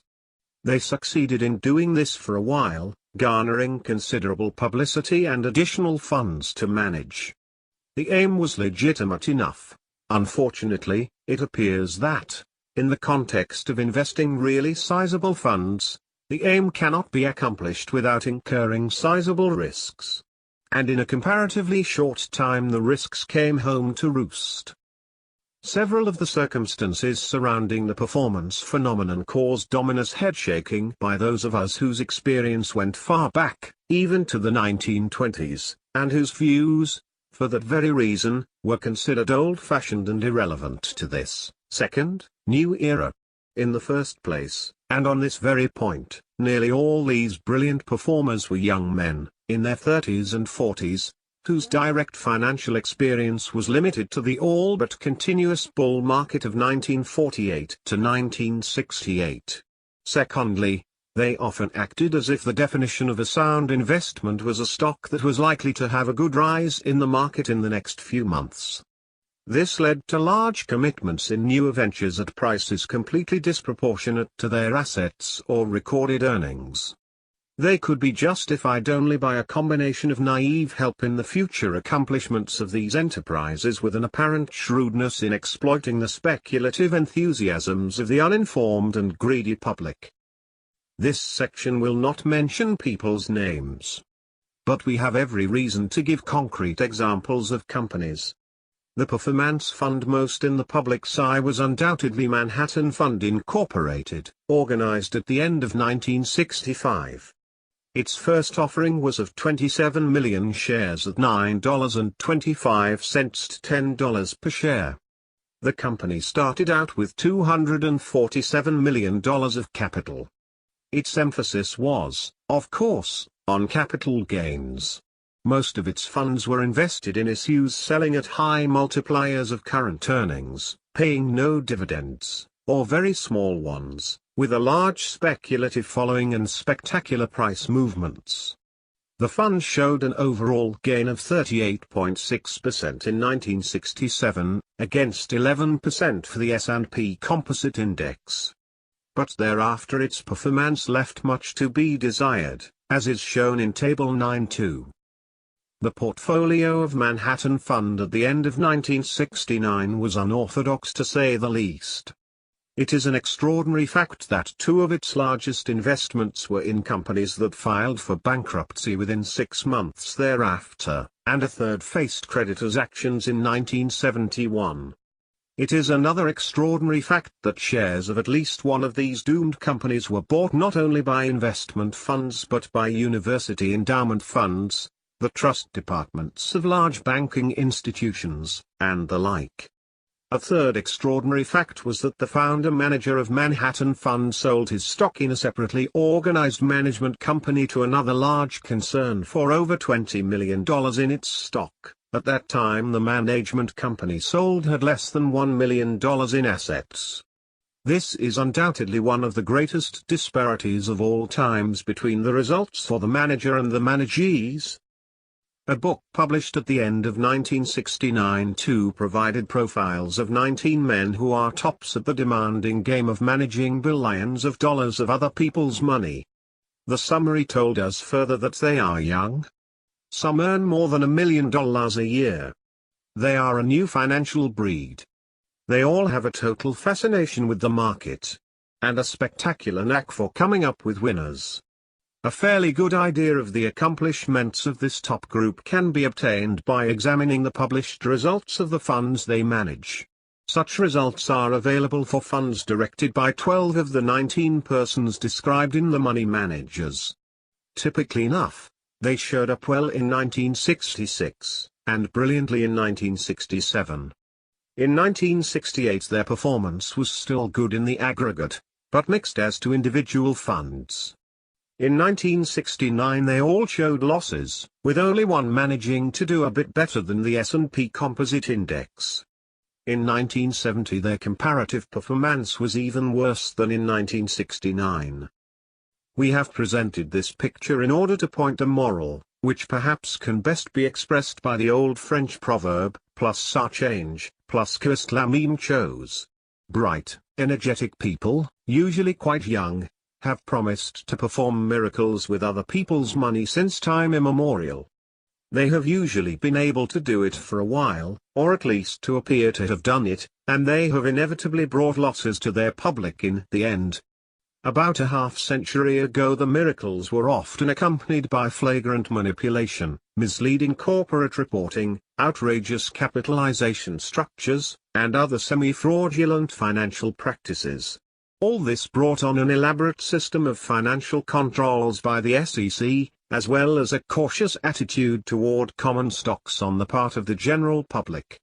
The operations of the new money managers in 1965 to 1969 came a little more than one full generation after the shenanigans of 1926 to 1929.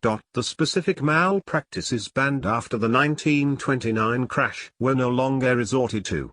They involved the risk of jail sentences. but in many corners of Wall Street they were replaced by newer gadgets and gimmicks that produced very similar results in the end. Outright manipulation of prices disappeared, but there were many other methods of drawing the gullible public's attention to the profit possibilities in hot issues.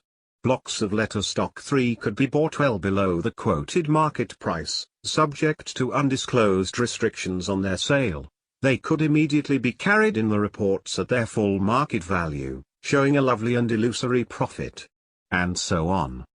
It is amazing how, in a completely different atmosphere of regulation and prohibitions, Wall Street was able to duplicate so much of the excesses and errors of the 1920s.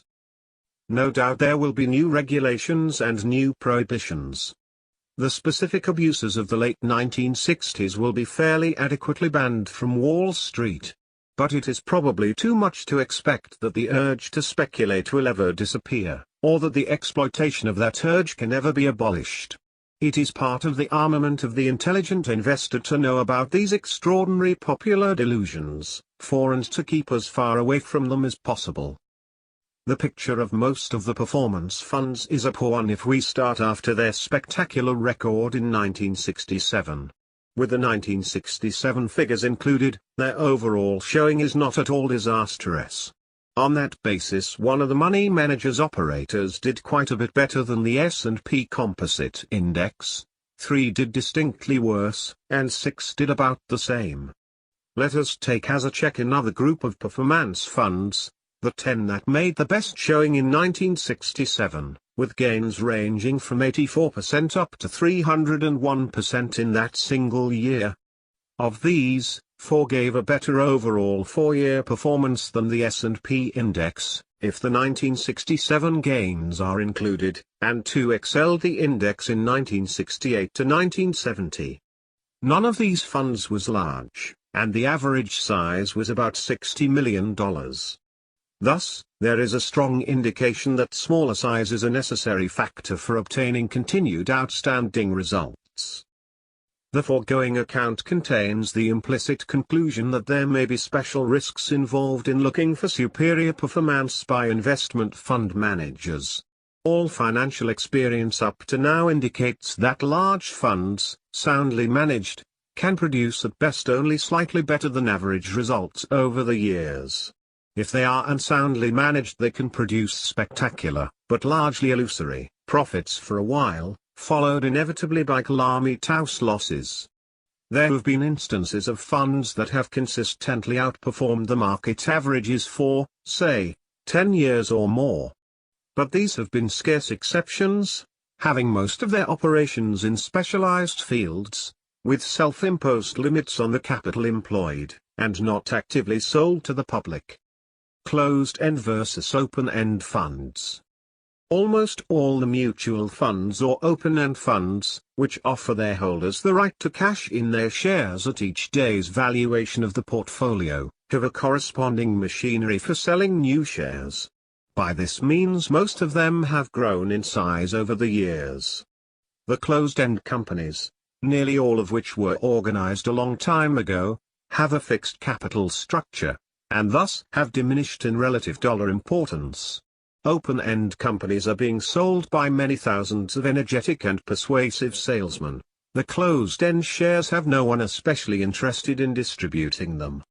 Consequently, it has been possible to sell most mutual funds to the public at a fixed premium of about 9% above net asset value, to cover salesmen's commissions, etc., while the majority of close-end shares have been consistently obtainable at less than their asset value. This price discount has varied among individual companies, and the average discount for the group as a whole has also varied from one date to another. Figures on this point for 1961 to 1970 are given in Table 9.3. It does not take much shrewdness to suspect that the lower relative price for closed-end as against open-end shares has very little to do with the difference in the overall investment results between the two groups. That this is true is indicated by the comparison of the annual results for 1961 to 1970 of the two groups included in Table 9.3. Thus we arrive at one of the few clearly evident rules for investors' choices. If you want to put money in investment funds, buy a group of closed-end shares at a discount of, say, 10% to 15% from asset value, instead of paying a premium of about 9% above asset value for shares of an open-end company, assuming that the future dividends and changes in asset values continue to be about the same for the two groups, you will thus obtain about 1/5 more for your money from the closed-end shares. The mutual fund salesman will be quick to counter with the argument, but if you own closed-end shares you can never be sure what price you can sell them for. The discount can be greater than it is today, and you will suffer from the wider spread. With our shares you are guaranteed the right to turn in your shares at 100% of asset value, never less. Let us examine this argument a bit. It will be a good exercise in logic and plain common sense. Question: assuming that the discount on closed-end shares does widen, how likely is it that you will be worse off with those shares than with an otherwise equivalent purchase of open-end shares? This calls for a little arithmetic. Assume that investor A buys some open-end shares at 109% of asset value, and investor B buys closed-end shares at 85% thereof, plus 11/2% commission. Both sets of shares earn and pay 30% of this asset value in, say, 4 years, and end up with the same value as at the beginning. Investor redeems his shares at 100% of value, losing the 9% premium he paid. His overall return for the period is 30% less 9%, or 21% on asset value. This, in turn, is 19% on his investment. How much must investor B realize on his closed-end shares to obtain the same return on his investment as investor A? The answer is 73%, or a discount of 27% from asset value. In other words, the closed-end man could suffer a widening of 12 points in the market discount, about double, before his return would get down to that of the open-end investor. An adverse change of this magnitude has happened rarely, if ever, in the history of closed-end shares. Hence it is very unlikely that you will obtain a lower overall return from a representative, closed-end company, bought at a discount, if its investment performance is about equal to that of a representative mutual fund. If a small load, or no load, fund is substituted for one with the usual 81/2% load, the advantage of the closed-end investment is of course reduced, but it remains an advantage. The fact that a few closed-end funds are selling at premiums greater than the true 9% charge on most mutual funds introduces a separate question for the investor. Do these premium companies enjoy superior management of sufficient proven worth to warrant their elevated prices? If the answer is sought in the comparative results for the past 5 or 10 years, the answer would appear to be no. 3 of the 6 premium companies have mainly foreign investments. A striking feature of these is the large variation in prices in a few years' time. At the end of 1971 sold at only 1/4 of its high, another at 1/3, another at less than half. If we consider the 3 domestic companies selling above asset value, we find that the average of their 10-year overall returns was somewhat better than that of 10 discount funds, but the opposite was true in the last 5 years. A comparison of the 1961 to 1970 record of Lehman Corporation and of General American Investors, 2 of our oldest and largest closed-end companies, is given in Table 9.5. One of these sold 14% above and the other 7.6% below its net asset value at the end of 1970. The difference in price to net asset relationships did not appear warranted by these figures.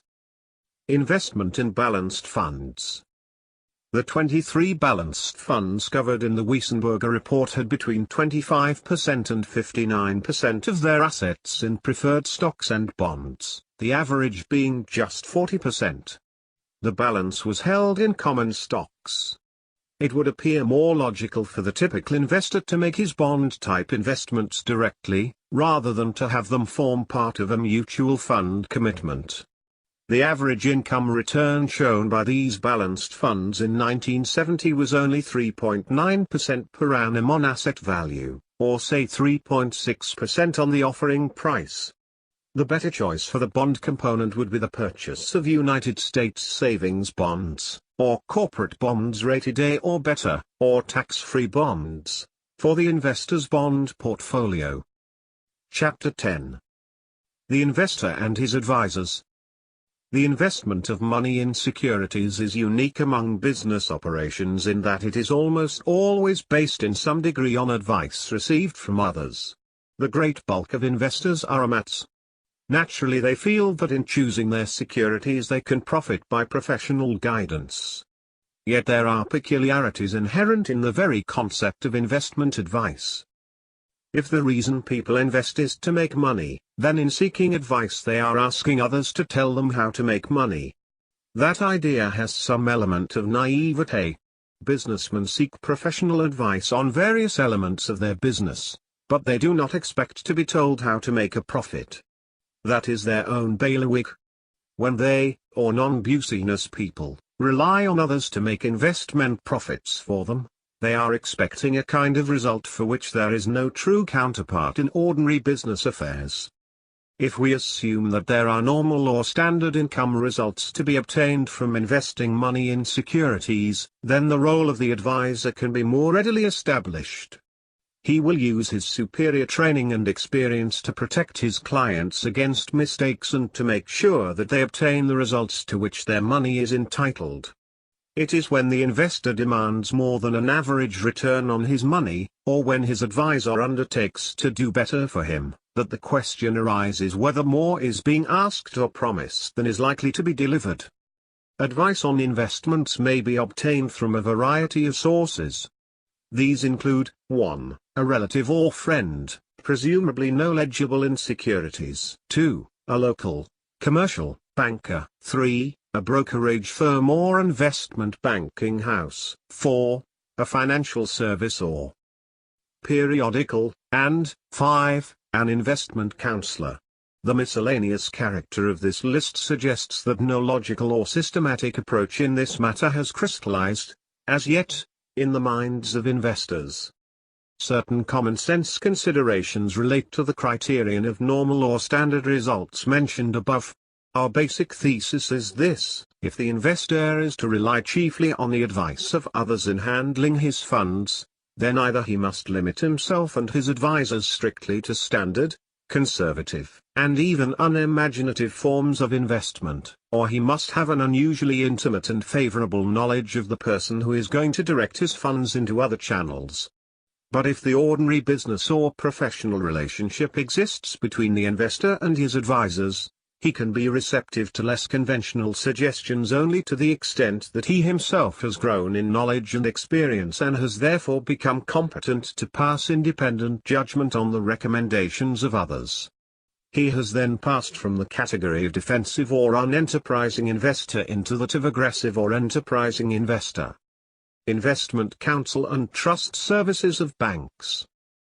The truly professional investment advisors, that is, the well-established investment counsel firms, who charge substantial annual fees, are quite modest in their promises and pretensions. For the most part they place their clients' funds in standard interest and dividend-paying securities, and they rely mainly on normal investment experience for their overall results. In the typical case it is doubtful whether more than 10% of the total fund is ever invested in securities other than those of leading companies, plus government bonds, including state and municipal issues, nor do they make a serious effort to take advantage of swings in the general market. The leading investment counsel firms make no claim to being brilliant, they do pride themselves on being careful, conservative, and competent.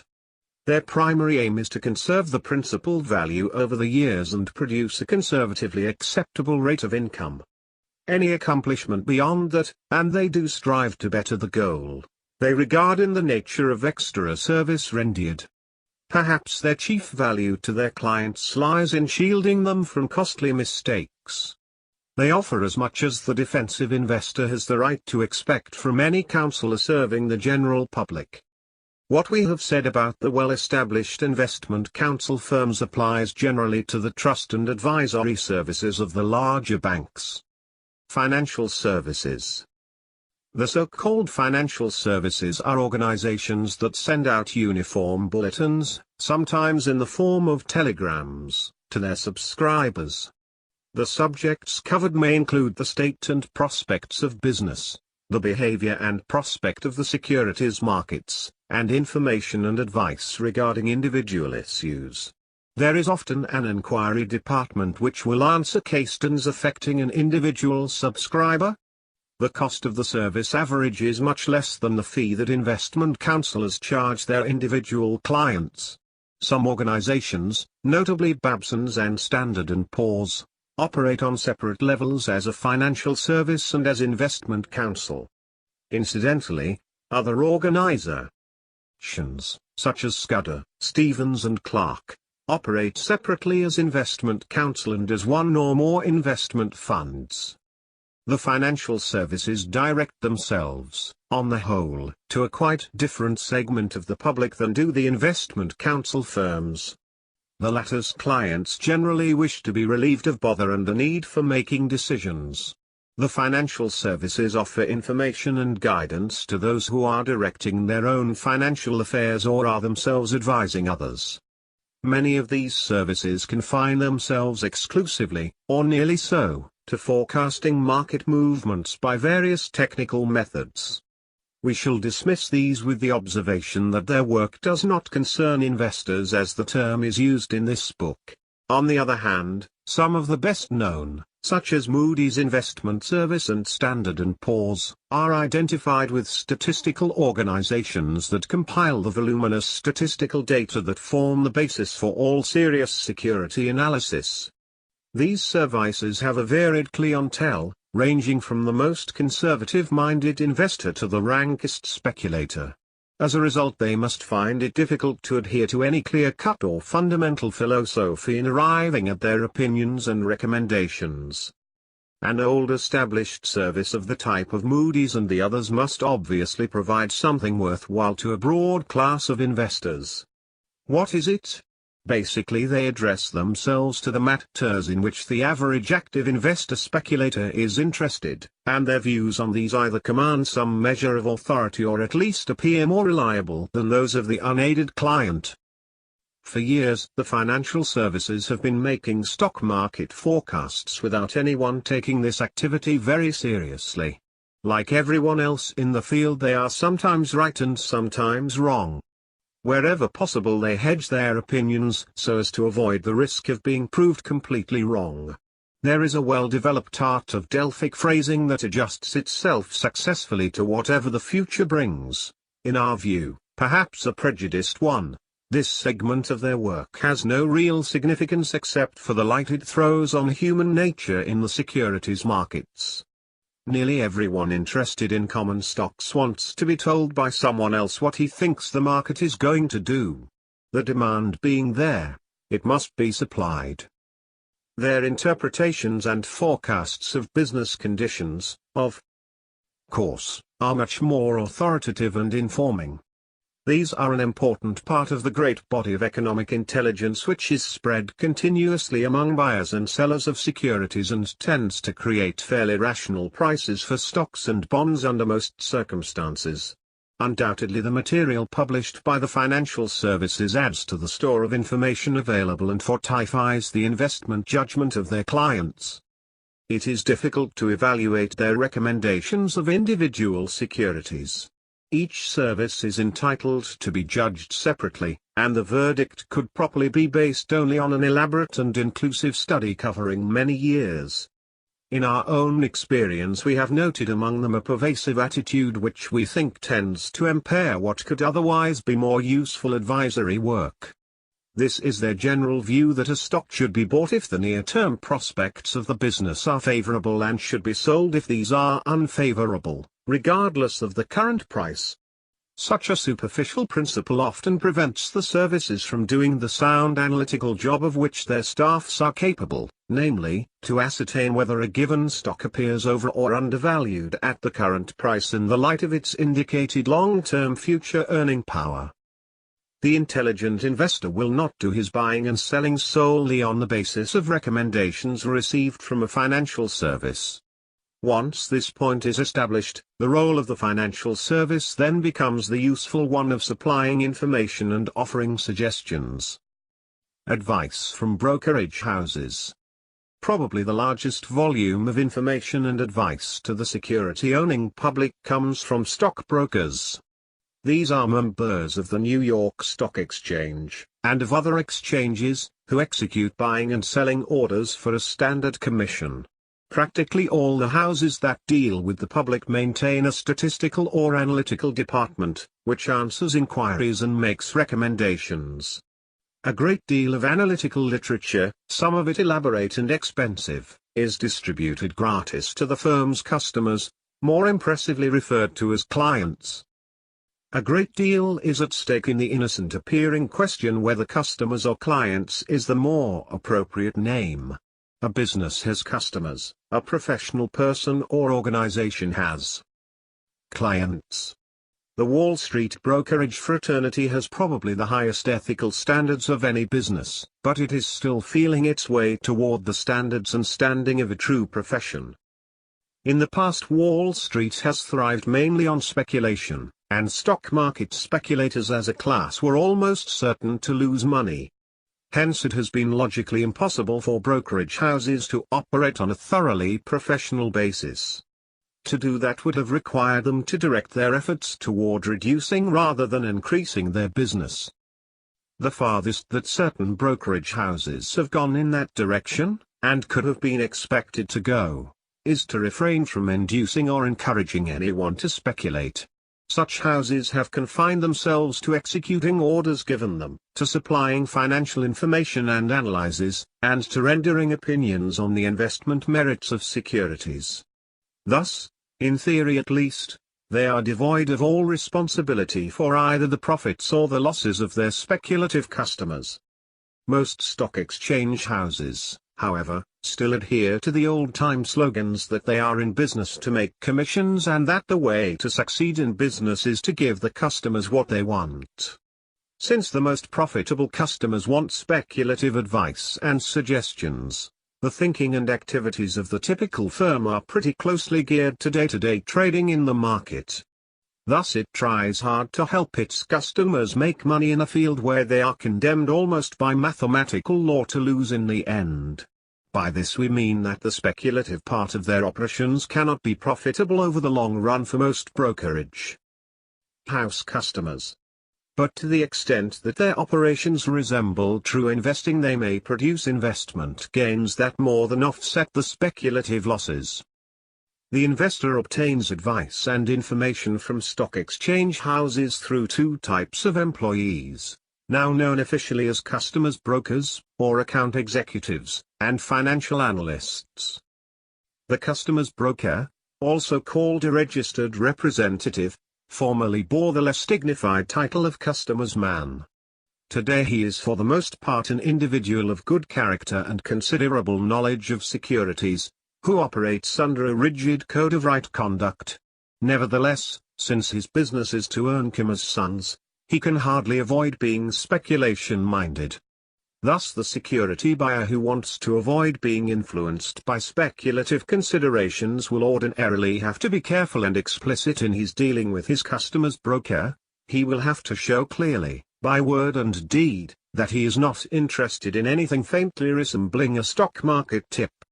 Once the customer's broker understands clearly that he has a real investor on his hands, he will respect this point of view and cooperate with it. The financial analyst, formerly known chiefly as security analyst, is a person of particular concern to the author, who has been one himself for more than 5 decades and has helped educate countless others. At this stage we refer only to the financial analysts employed by brokerage houses. The function of the security analyst is clear enough from his title. It is he who works up the detailed studies of individual securities, develops careful comparisons of various issues in the same field, and forms an expert opinion of the safety or attractiveness or intrinsic value of all the different kinds of stocks and bonds. By what must seem a quirk to the outsider, there are no formal requirements for being a security analyst. Contrast with this the facts that a customer's broker must pass an examination, meet the required character tests, and be duly accepted and registered by the New York Stock Exchange. As a practical matter, nearly all the younger analysts have had extensive business school training, and the oldsters have acquired at least the equivalent in the school of long experience. In the great majority of cases, the employing brokerage house can be counted on to assure itself of the qualifications and competence of its analysts.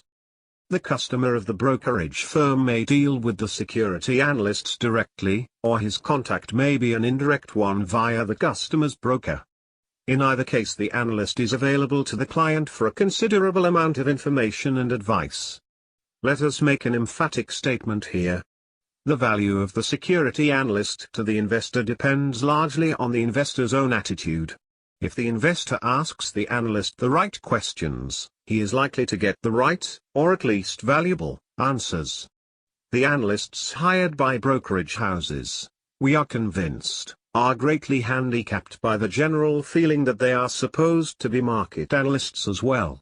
When they are asked whether a given common stock is sound, the question often means, is this stock likely to advance during the next few months?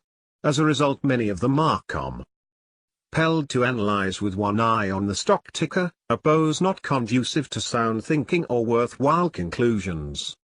In the next section of this book we shall deal with some of the concepts and possible achievements of security analysis. A great many analysts working for stock exchange firms could be of prime assistance to the bona fide investor who wants to be sure that he gets full value for his money, and possibly a little more. As in the case of the customer's brokers, what is needed at the beginning is a clear understanding by the analyst of the investor's attitude and objectives. Once the analyst is convinced that he is dealing with a man who is value-minded rather than quotation-minded, there is an excellent chance that his recommendations will prove of real overall benefit. The CFA Certificate for Financial Analysts. An important step was taken in 1963 toward giving professional standing and responsibility to financial analysts. The official title of Chartered Financial Analyst, CFA, is now awarded to those senior practitioners who pass required examinations and meet other tests of fitness. 1. The subjects covered include security analysis and portfolio management. The analogy with the long-established professional title of Certified Public Accountant, CPA, is evident and intentional. This relatively new apparatus of recognition and control should serve to elevate the standards of financial analysts and eventually to place their work on a truly professional basis. Dealings with brokerage houses. One of the most disquieting developments of the period in which we write this revision has been the financial embarrassment, in plain words, bankruptcy or near bankruptcy, of quite a few New York Stock Exchange firms, including at least two of considerable size. This is the first time in half a century or more that such a thing has happened, and it is startling for more than one reason. For many decades the New York Stock Exchange has been moving in the direction of closer and stricter controls over the operations and financial condition of its members, including minimum capital requirements, surprise audits, and the like. Besides this, we have had 37 years of control over the exchanges and their members by the Securities and Exchange Commission. Finally, the stock brokerage industry itself has operated under favorable conditions, namely, a huge increase in volume, fixed minimum commission rates, largely eliminating competitive fees, and a limited number of member firms. The first financial troubles of the brokerage houses, in 1969, were attributed to the increase in volume itself. This, it was claimed, overtaxed their facilities, increased their overhead, and produced many troubles in making financial settlements. It should be pointed out this was probably the first time in history that important enterprises have gone broke because they had more business than they could handle. In 1970, as brokerage failures increased, they were blamed chiefly on the falling off in volume. A strange complaint when one reflects that the turnover of their NYSE in 1970 totaled 2,937 million shares, the largest volume in its history and well over twice as large as in any year before 1965. During the 15 years of the bull market ending in 1964, the annual volume had averaged only 712 million shares, 1/4 of the 1970 figure, but the brokerage business had enjoyed the greatest prosperity in its history. If, as it appears, the member firms as a whole had allowed their overhead and other expenses to increase at a rate that could not sustain even a mild reduction in volume during part of a year, this does not speak well for either their business acumen or their financial conservatism. A third explanation of the financial trouble finally emerged out of a mist of concealment, and we suspect that it is the most plausible and significant of the three. It seems that a good part of the capital of certain brokerage houses was held in the form of common stocks owned by the individual partners. Some of these seem to have been highly speculative and carried at inflated values. When the market declined in 1969, the quotations of such securities fell drastically and a substantial part of the capital of the firms vanished with them. In effect, the partners were speculating with the capital that was supposed to protect the customers against the ordinary financial hazards of the brokerage business, in order to make a double profit thereon. This was inexcusable. We refrain from saying more. The investor should use his intelligence not only in formulating his financial policies but also in the associated details. These include the choice of a reputable broker to execute his orders. Up to now it was sufficient to counsel our readers to deal only with a member of the New York Stock Exchange, unless he had compelling reasons to use a non-member firm. Reluctantly, we must add some further advice in this area. We think that people who do not carry margin accounts, and in our vocabulary this means all non-professional investors, should have the delivery and receipt of their securities handled by their bank. When giving a buying order to your brokers, you can instruct them to deliver the securities bought to your bank against payment therefore by the bank. Conversely, when selling, you can instruct your bank to deliver the securities to the broker against payment of the proceeds. These services will cost a little extra, but they should be well worth the expense in terms of safety and peace of mind. This advice may be disregarded, as no longer called for, after the investor is sure that all the problems of stock exchange firms have been disposed of, but not before. Investment bankers. The term investment banker is applied to a firm that engages to an important extent in originating, underwriting, and selling new issues of stocks and bonds. To underwrite means to guarantee to the issuing corporation, or other issuer, that the security will be fully sold. A number of the brokerage houses carry on a certain amount of underwriting activity. Generally this is confined to participating in underwriting groups formed by leading investment bankers. There is an additional tendency for brokerage firms to originate and sponsor a minor amount of new issue financing, particularly in the form of smaller issues of common stocks when a bull market is in full swing. Investment banking is perhaps the most respectable department of the Wall Street community, because it is here that finance plays its constructive role of supplying new capital for the expansion of industry.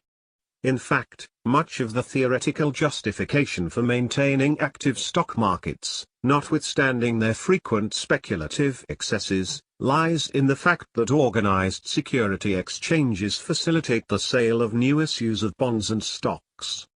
If investors or speculators could not expect to see a ready market for a new security offered them, they might well refuse to buy it.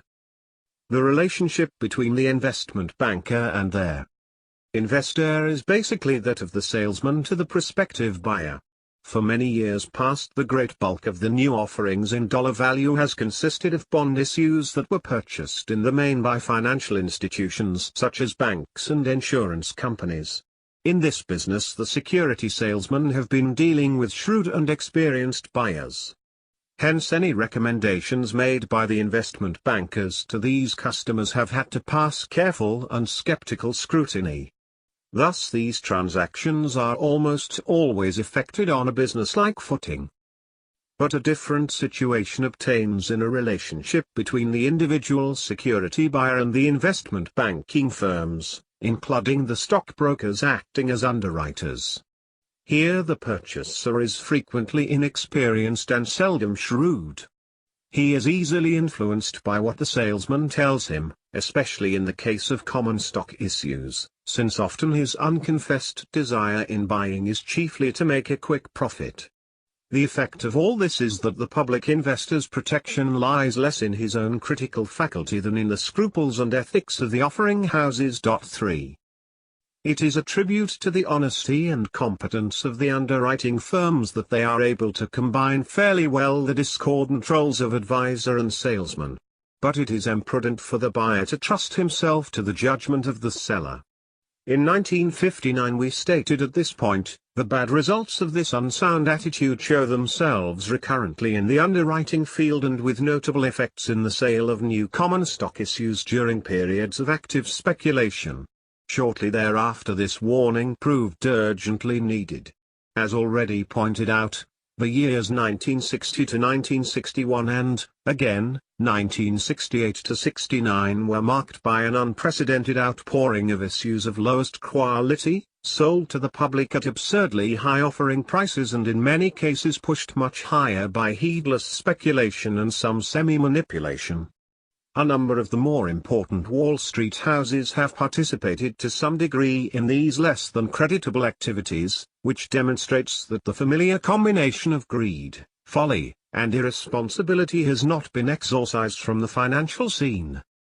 The intelligent investor will pay attention to the advice and recommendations received from investment banking houses, especially those known by him to have an excellent reputation, but he will be sure to bring sound and independent judgment to bear upon these suggestions, either his own, if he is competent, or that of some other type of advisor. Are there advisors? It is a good old custom, especially in the smaller towns, to consult one's local banker about investments. A commercial banker may not be a thoroughgoing expert on security values, but he is experienced and conservative.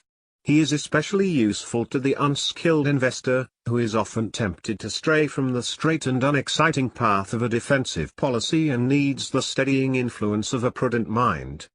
The more alert and aggressive investor, seeking counsel in the selection of security bargains, will not ordinarily find the commercial banker's viewpoint to be especially suited to his own objectives. We take a more critical attitude toward the widespread custom of asking investment advice from relatives or friends. The inquirer always thinks he has good reason for assuming that the person consulted has superior knowledge or experience. Our own observation indicates that it is almost as difficult to select satisfactory lay advisors as it is to select the proper securities unaided. Much bad advice is given free. Summary. Investors who are prepared to pay a fee for the management of their funds may wisely select some well-established and well-recommended investment counsel firm.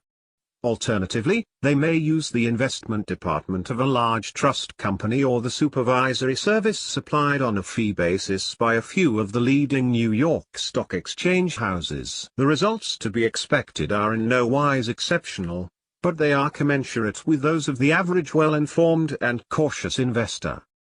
Most security buyers obtain advice without paying for it specifically. It stands to reason, therefore, that in the majority of cases they are not entitled to and should not expect better than average results. They should be wary of all persons, whether customers, brokers or security salesmen, who promise spectacular income or profits. This applies both to the selection of securities and to guidance in the elusive, and perhaps elusive, art of trading in the market. Defensive investors, as we have defined them, will not ordinarily be equipped to pass independent judgment on the security recommendations made by their advisors. But they can be explicit, and even repetitiously so, in stating the kind of securities they want to buy. If they follow our prescription, they will confine themselves to high-grade bonds and the common stocks of leading corporations, preferably those that can be purchased at individual price levels that are not high in the light of experience and analysis. The security analyst of any reputable stock exchange house can make up a suitable list of such common stocks and can certify to the investor whether or not the existing price level therefore is a reasonably conservative one as judged by past experience. The aggressive investor will ordinarily work in active cooperation with his advisors. He will want their recommendations explained in detail, and he will insist on passing his own judgment upon them. This means that the investor will gear his expectations and the character of his security operations to the development of his own knowledge and experience in the field. Only in the exceptional case, where the integrity and competence of the advisors have been thoroughly demonstrated, should the investor act upon the advice of others without understanding and approving the decision made. There have always been unprincipled stock salesmen and fly-by-night stockbrokers, and, as a matter of course, we have advised our readers to confine their dealings, if possible, to members of the New York Stock Exchange. But we are reluctantly compelled to add the extra cautious counsel that security deliveries and payments be made through the intermediary of the investor's bank. The distressing Wall Street brokerage house picture may have cleared up completely in a few years, but in late 1971 we still suggest, better safe than sorry. Chapter 11. Security Analysis for the Lay Investor. Financial analysis is now a well-established and flourishing profession, or semi-profession. The various societies of analysts that make up the National Federation of Financial Analysts have over 13,000 members, most of whom make their living out of this branch of mental activity. Financial analysts have textbooks, a code of ethics, and a quarterly journal. They also have their share of unresolved problems. In recent years there has been a tendency to replace the general concept of security analysis by that of financial analysis. The latter phrase has a broader implication and is better suited to describe the work of most senior analysts on Wall Street. It would be useful to think of security analysis as limiting itself pretty much to the examination and evaluation of stocks and bonds, whereas financial analysis would comprise that work, plus the determination of investment policy, portfolio selection, plus a substantial amount of general economic analysis. 1 In this chapter we shall use whatever designation is most applicable, with chief emphasis on the work of the security analyst proper. The security analyst deals with the past, the present, and the future of any given security issue. He describes the business. He summarizes its operating results and financial position. He sets forth its strong and weak points, its possibilities and risks. He estimates its future earning power under various assumptions, or as a best guess. He makes elaborate comparisons of various companies, or of the same company at various times. Finally, he expresses an opinion as to the safety of the issue, if it is a bond or investment-grade preferred stock, or as to its attractiveness as a purchase, if it is a common stock.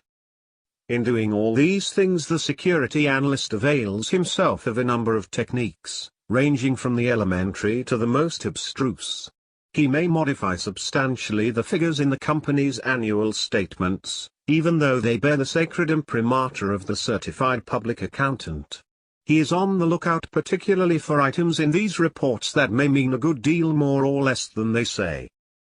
The security analyst develops and applies standards of safety by which we can conclude whether a given bond or preferred stock may be termed sound enough to justify purchase for investment. These standards relate primarily to past average earnings, but they are concerned also with capital structure, working capital, asset values, and other matters. In dealing with common stocks the security analyst until recently has only rarely applied standards of value as well defined as were his standards of safety for bonds and preferred stocks. Most of the time he contented himself with a summary of past performances, a more or less general forecast of the future, with particular emphasis on the next 12 months, and a rather arbitrary conclusion. The latter was, and still is, often drawn with one eye on the stock ticker or the market charts. In the past few years, however, much attention has been given by practicing analysts to the problem of valuing growth stocks. Many of these have sold at such high prices in relation to past and current earnings that those recommending them have felt a special obligation to justify their purchase by fairly definite projections of expected earnings running fairly far into the future. Certain mathematical techniques of a rather sophisticated sort have perforce been invoked to support the valuations arrived at.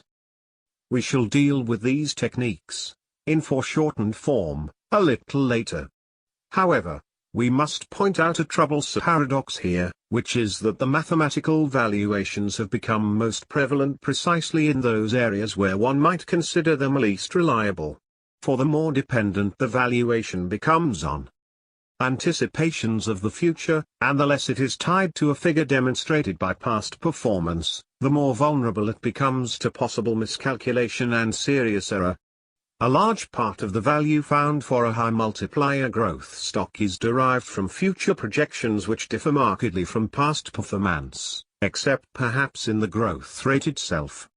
Thus it may be said that security analysts today find themselves compelled to become most mathematical and scientific in the very situations which lend themselves least auspiciously to exact treatment.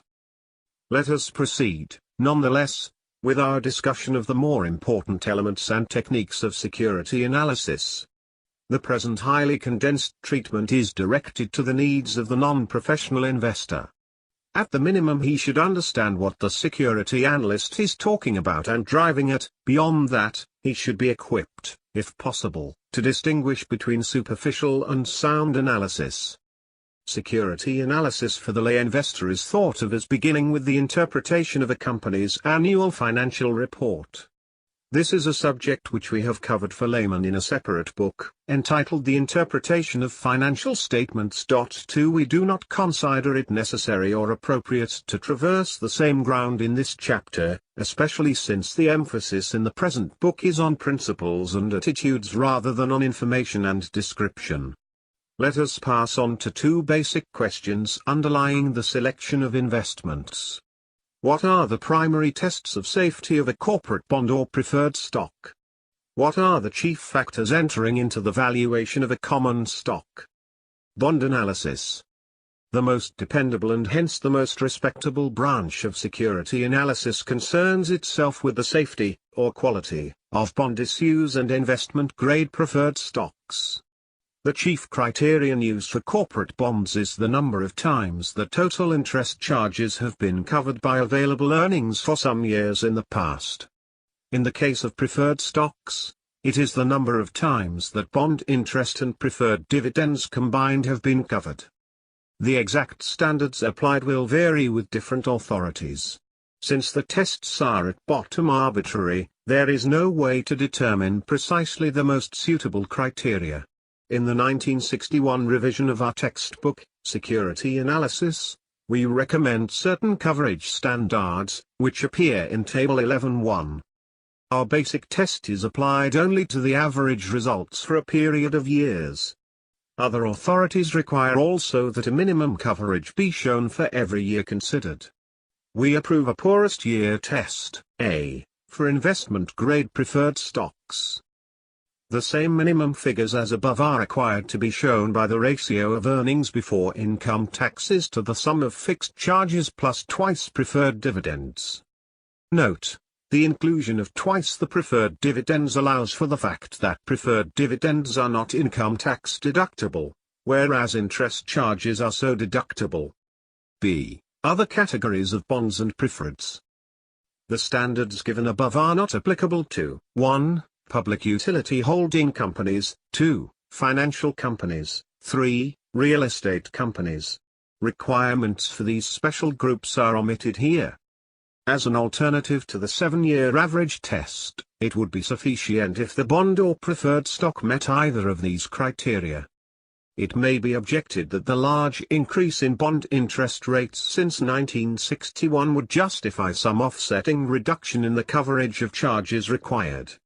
Obviously it would be much harder for an industrial company to show a 7 times coverage of interest charges at 8% than at 41/2%. To meet this changed situation, we now suggest an alternative requirement related to the percent earned on the principal amount of the debt. These figures might be 33% before taxes for an industrial company, 20% for a public utility, and 25% for a railroad.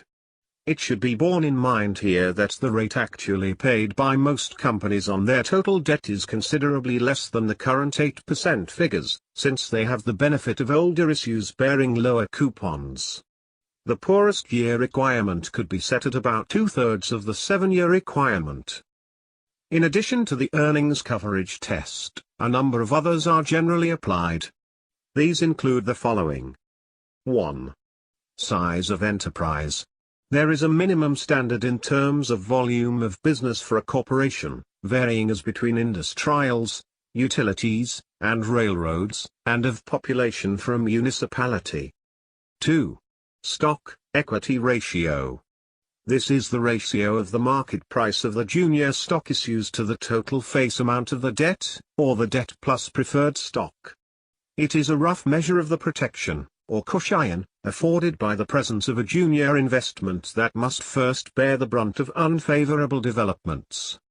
This factor includes the market's appraisal of the future prospects of the enterprise. 3. Property value. The asset values, as shown on the balance sheet or as appraised, were formerly considered the chief security and protection for a bond issue. Experience has shown that in most cases safety resides in the earning power, and if this is deficient the assets lose most of their reputed value. Asset values, however, retain importance as a separate test of ample security for bonds and preferred stocks in 3 enterprise groups: public utilities, because rates may depend largely on the property investment, real estate concerns, and investment companies. At this point the alert investor should ask, how dependable are tests of safety that are measured by past and present performance, in view of the fact that payment of interest and principal depends upon what the future will bring forth? The answer can be founded only on experience. Investment history shows that bonds and preferred stocks that have met stringent tests of safety, based on the past, have in a great majority of cases been able to face the vicissitudes of the future successfully. This has been strikingly demonstrated in the major field of railroad bonds, a field that has been marked by a calamitous frequency of bankruptcies and serious losses. In nearly every case the roads that got into trouble had long been overbonded, had shown an inadequate coverage of fixed charges in periods of average prosperity, and would thus have been ruled out by investors who applied strict tests of safety. Conversely, practically every road that has met such tests has escaped financial embarrassment. Our premise was strikingly vindicated by the financial history of the numerous railroads reorganized in the 1940s and in 1950. All of these, with one exception, started their careers with fixed charges reduced to a point where the current coverage of fixed interest requirements was ample, or at least respectable.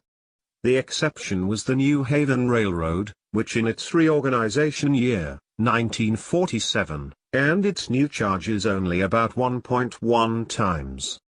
In consequence, while all the other roads were able to come through rather difficult times with solvency unimpaired, the New Haven relapsed into trusteeship, for the 3rd time, in 1961.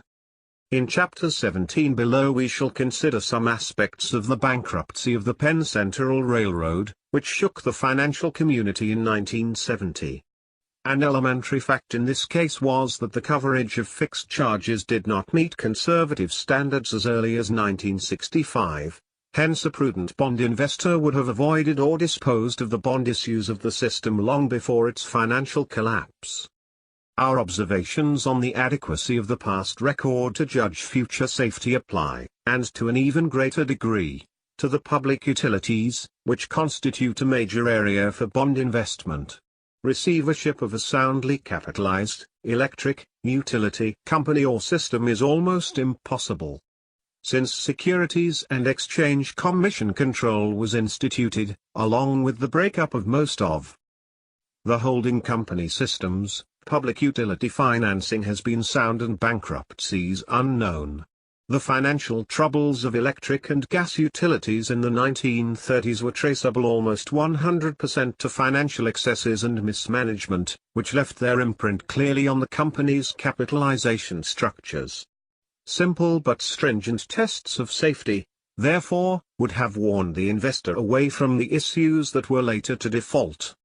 Among industrial bond issues, the long-term record has been different.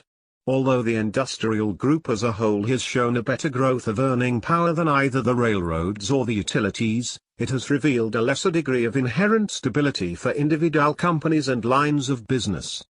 Thus in the past, at least, there have been persuasive reasons for confining the purchase of industrial bonds and preferred stocks to companies that not only are of major size but also have shown an ability in the past to withstand a serious depression. Few defaults of industrial bonds have occurred since 1950, but this fact is attributable in part to the absence of a major depression during this long period. Since 1966 there have been adverse developments in the financial position of many industrial companies. Considerable difficulties have developed as the result of unwise expansion. On the one hand, this has involved large additions to both bank loans and long-term debt. On the other, it has frequently produced operating losses instead of the expected profits. At the beginning of 1971 it was calculated that in the past 7 years the interest payments of all non-financial firms had grown from $9.8 billion in 1963 to $26.1 billion in 1970, and that interest payments had taken 29% of the aggregate profits before interest and taxes in 1971, against only 16% in 1963.3. Obviously, the burden on many individual firms had increased much more than this. Overbonded companies have become all too familiar. There is every reason to repeat the caution expressed in our 1965 edition. We are not quite ready to suggest that the investor may count on an indefinite continuance of this favorable situation, and hence relax his standards of bond selection in the industrial or any other group. Common stock analysis. The ideal form of common stock analysis leads to a valuation of the issue which can be compared with the current price to determine whether or not the security is an attractive purchase. This valuation, in turn, would ordinarily be found by estimating the average earnings over a period of years in the future and then multiplying that estimate by an appropriate capitalization factor. The now standard procedure for estimating future earning power starts with average past data for physical volume, prices received, and operating margin. Future sales in dollars are then projected on the basis of assumptions as to the amount of change in volume and price level over the previous space. These estimates, in turn, are grounded first on general economic forecasts of gross national product, and then on special calculations applicable to the industry and company in question. An illustration of this method of valuation may be taken from our 1965 edition and brought up to date by adding the sequel. The Value Line, a leading investment service, makes forecasts of future earnings and dividends by the procedure outlined above, and then derives a figure of price potentiality, or projected market value, by applying a valuation formula to each issue based largely on certain past relationships. In Table 11.2 we reproduce the projections for 1967 to 1969 made in June 1964, and compare them with the earnings and average market price actually realized in 1968, which approximates the 1967 to 1969 period. The combined forecasts proved to be somewhat on the low side, but not seriously so. The corresponding predictions made 6 years before had turned out to be over-optimistic on earnings and dividends, but this had been offset by use of a low multiplier, with the result that the price potentiality figure proved to be about the same as the actual average price for 1963. The reader will note that quite a number of the individual forecasts were wide of the mark. This is an instance in support of our general view that composite or group estimates are likely to be a good deal more dependable than those for individual companies. Ideally, perhaps, the security analyst should pick out the 3 or 4 companies whose future he thinks he knows the best, and concentrate his own and his client's interest on what he forecasts for them. Unfortunately, it appears to be almost impossible to distinguish in advance between those individual forecasts which can be relied upon and those which are subject to a large chance of error. At bottom, this is the reason for the wide diversification practiced by the investment funds. For it is undoubtedly better to concentrate on one stock that you know is going to prove highly profitable, rather than dilute your results to a mediocre figure, merely for diversification's sake. But this is not done, because it cannot be done dependably. For the prevalence of wide diversification is in itself a pragmatic repudiation of the fetish of selectivity, to which Wall Street constantly pays lip service. Factors affecting the capitalization rate. Though average future earnings are supposed to be the chief determinant of value, the security analyst takes into account a number of other factors of a more or less definite nature. Most of these will enter into his capitalization rate, which can vary over a wide range, depending upon the quality of the stock issue. Thus, although 2 companies may have the same figure of expected earnings per share in 1973 to 1975, say $4, the analyst may value one as low as 40 and the other as high as 100. Let us deal briefly with some of the considerations that enter into these divergent multipliers. 1. General long-term prospects. No one really knows anything about what will happen in the distant future, but analysts and investors have strong views on the subject just the same. These views are reflected in the substantial differentials between the price-earnings ratios of individual companies and of industry groups. At this point we added in our 1965 edition.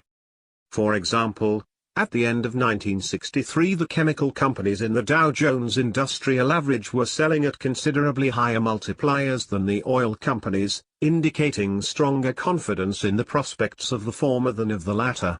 Such distinctions made by the market are often soundly based, but when dictated mainly by past performance they are as likely to be wrong as right.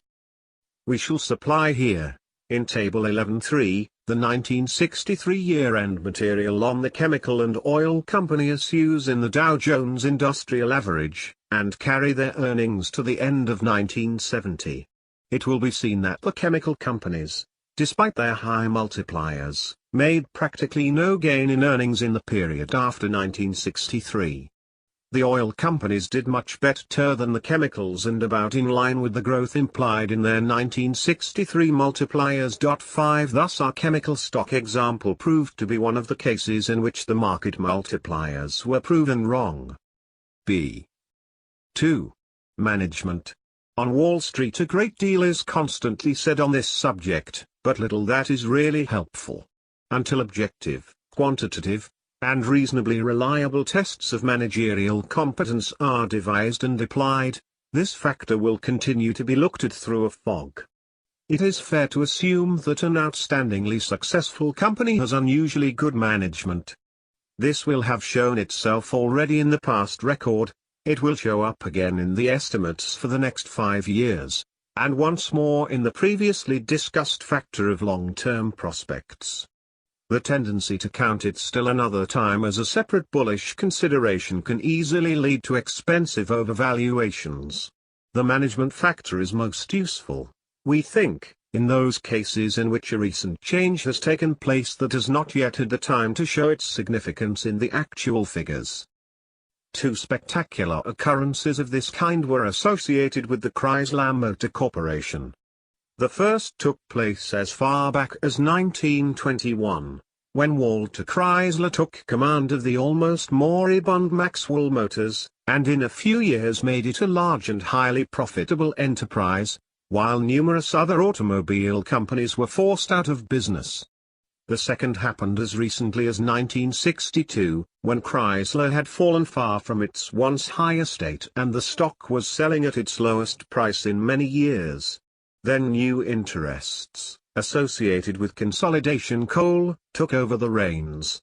The earnings advanced from the 1961 figure of $1.24 per share to the equivalent of $17 in 1963, and the price rose from a low of 381 halves in 1962 to the equivalent of nearly 200 the very next year. 6. 3. Financial strength and capital structure. Stock of a company with a lot of surplus cash and nothing ahead of the common is clearly a better purchase, at the same price, than another one with the same per share earnings but large bank loans and senior securities. Such factors are properly and carefully taken into account by security analysts. A modest amount of bonds or preferred stock, however, is not necessarily a disadvantage to the common, nor is the moderate use of seasonal bank credit. Incidentally, a top-heavy structure, too little common stock in relation to bonds and preferred, may under favorable conditions make for a huge speculative profit in the common. This is the factor known as leverage. 4.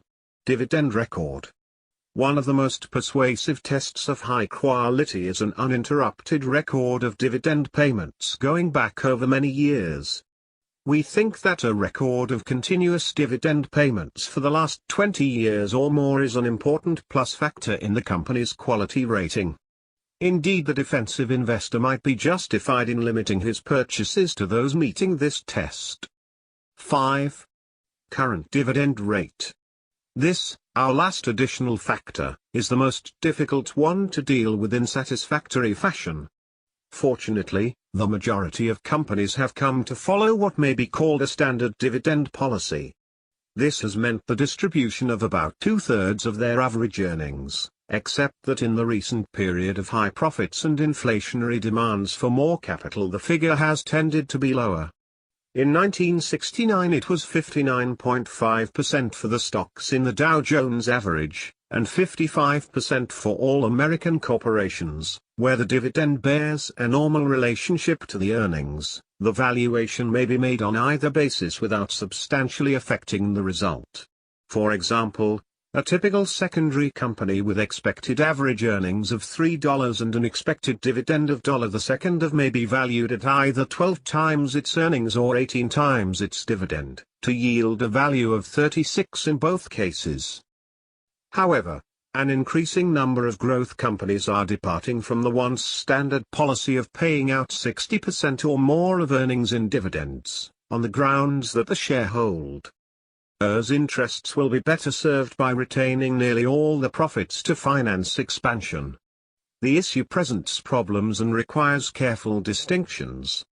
We have decided to defer our discussion of the vital question of proper dividend policy to a later section, Chapter 19, where we shall deal with it as a part of the general problem of management-shareholder relations. Capitalization rates for growth stocks. Most of the writing of security analysts on formal appraisals relates to the valuation of growth stocks.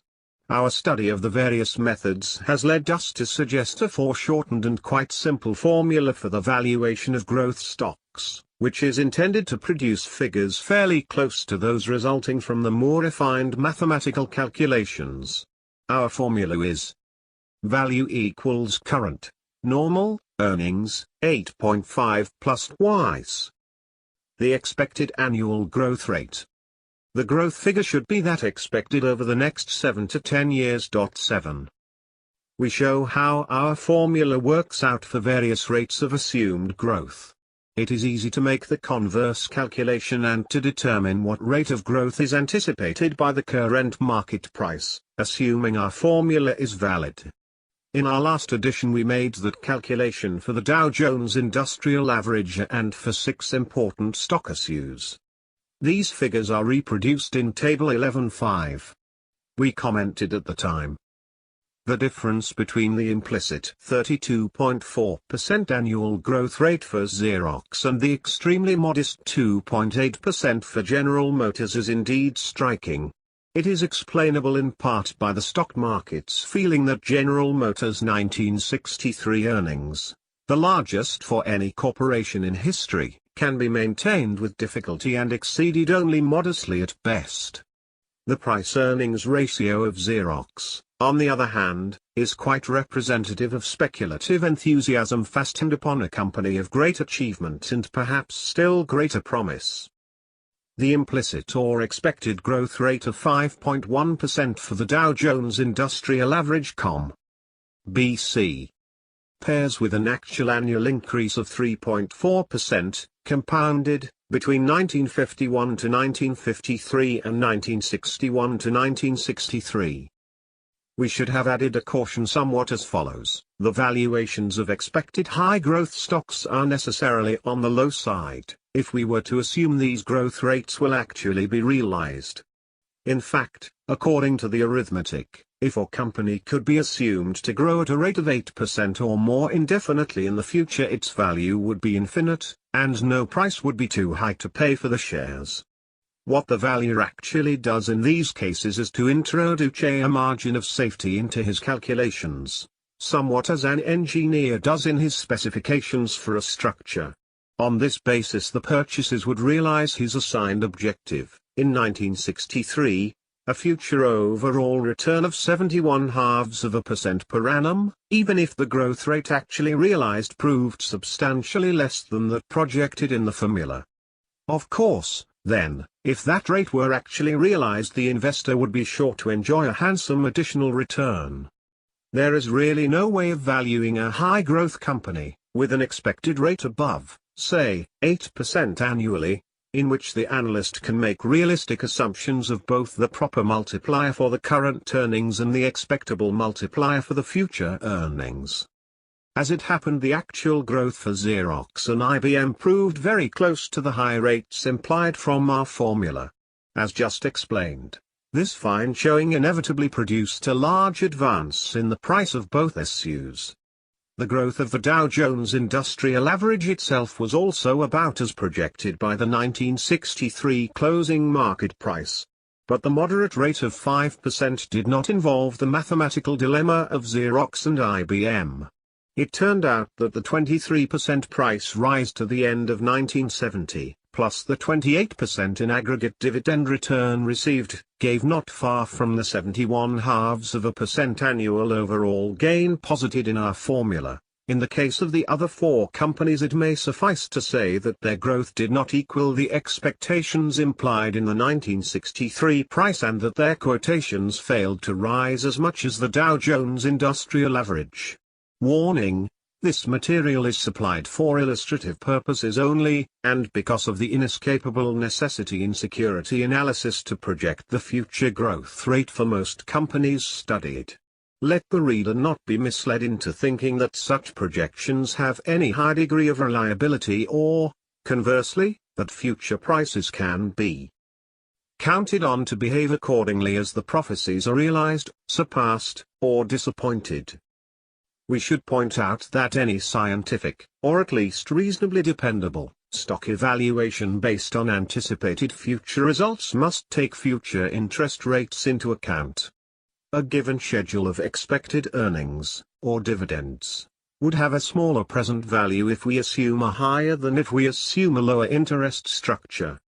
Such assumptions have always been difficult to make with any degree of confidence, and the recent violent swings in long-term interest rates render forecasts of this sort almost presumptuous. Hence we have retained our old formula above, simply because no new one would appear more plausible. Industry analysis. Because the general prospects of the enterprise carry major weight in the establishment of market prices, it is natural for the security analyst to devote a great deal of attention to the economic position of the industry and of the individual company in its industry. Studies of this kind can go into unlimited detail. They are sometimes productive of valuable insights into important factors that will be operative in the future and are insufficiently appreciated by the current market.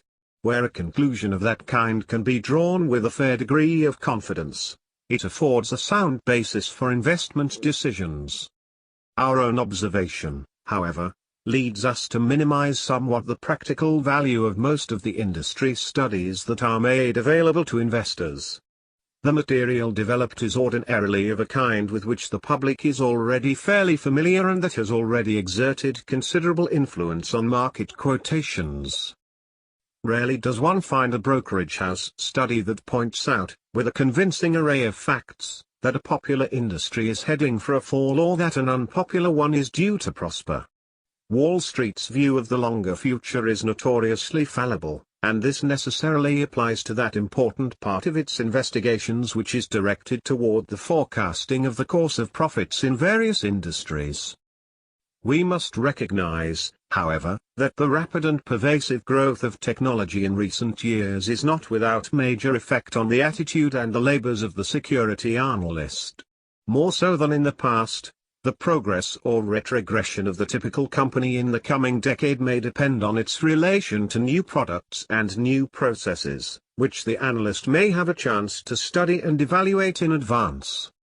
Thus there is doubtless a promising area for effective work by the analyst, based on field trips, interviews with research men, and on intensive technological investigation on his own.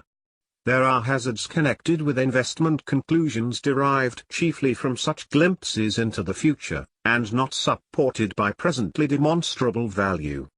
Yet there are perhaps equal hazards in sticking closely to the limits of value set by sober calculations resting on actual results.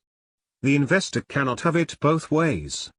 He can be imaginative and play for the big profits that are the reward for vision proved sound by the event, but then he must run a substantial risk of major or minor miscalculation.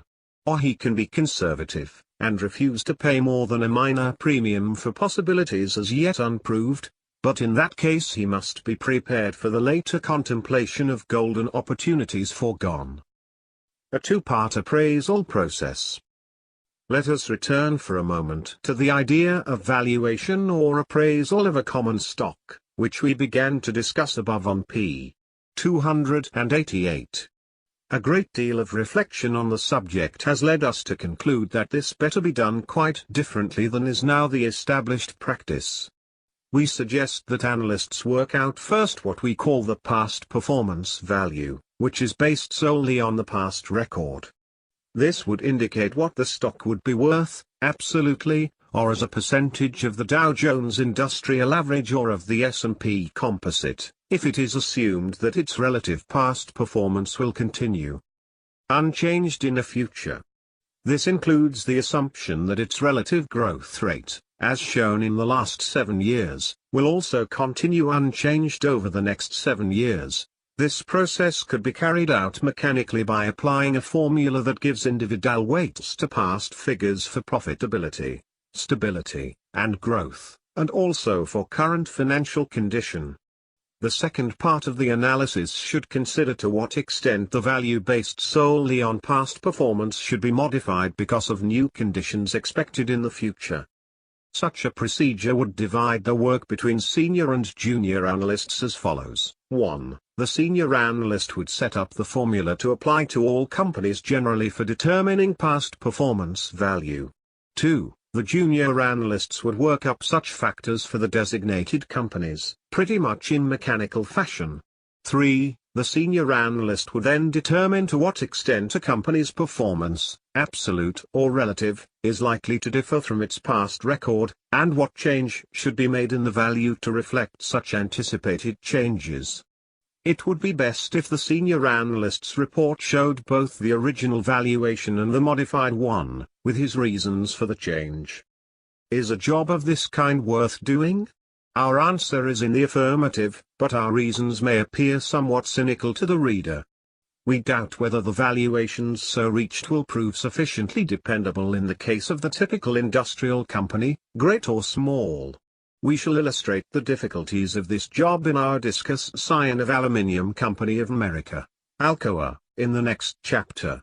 Nonetheless, it should be done for such common stocks. Why? First, many security analysts are bound to make current or projected valuations, as part of their daily work. The method we propose should be an improvement on those generally followed today. Secondly, because it should give useful experience and insight to the analysts who practice this method.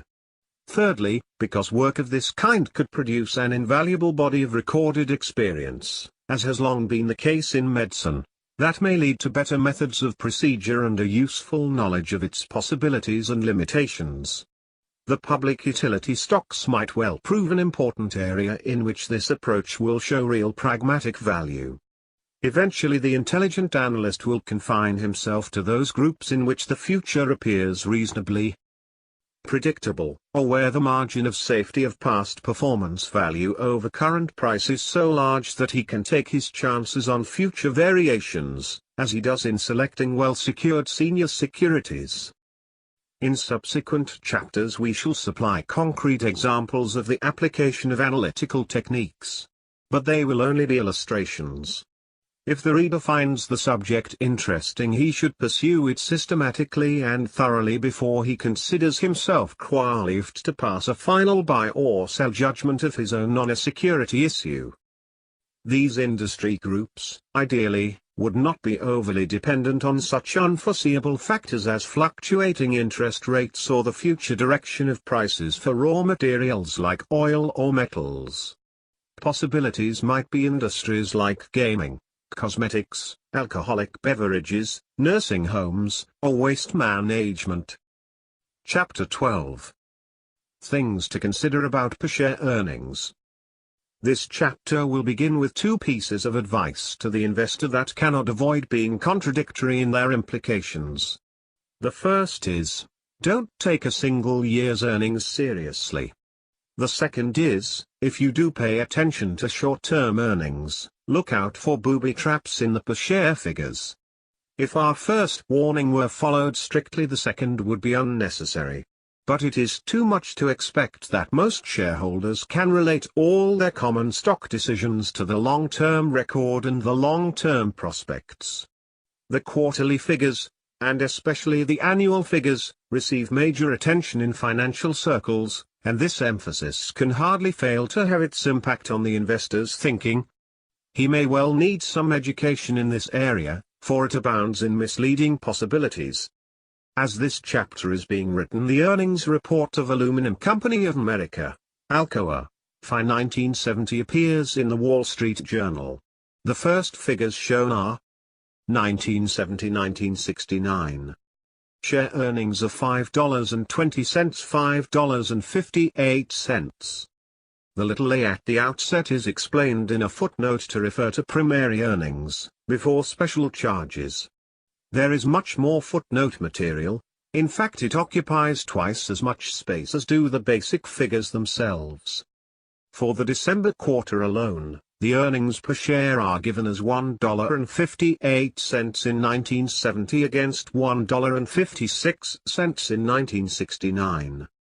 The investor or speculator interested in Alcoa shares, reading those figures, might say to himself, not so bad. I knew that 1970 was a recession year in aluminium. But the fourth quarter shows a gain over 1969, with earnings at the rate of $6.32 per year. Let me see. The stock is selling at 62. Why, that's less than 10 times earnings. That makes it look pretty cheap, compared with 16 times for International Nickel, etc., etc. But if our investor speculator friend had bothered to read all the material in the footnote, he would have found that instead of one figure of earnings per share for the year 1970 there were actually four, viz. 1970-1969. Primary earnings $5.20, $5.58. Net income, after special charges, 4.32 5.58. Fully diluted, before special charges 5.01 5.35. Fully diluted, after special charges 4.19 5.35. For the fourth quarter alone only two figures are given. Primary earnings $1.58, $1.56. Net income, after special charges 0.701 0.56. What do all these additional earnings mean? which earnings are true earnings for the year and the December quarter. If the latter should be taken at 70 cents, the net income after special charges, the annual rate would be $2.80 instead of $6.32, and the price 62 would be 22 times earnings, instead of the 10 times we started with. Part of the question as to the true earnings of Alcoa can be answered quite easily. The reduction from $5.20 to $5.01, to allow for the effects of dilution, is clearly called for. Alcoa has a large bond issue convertible into common stock, to calculate the earning power of the common, based on the 1970 results.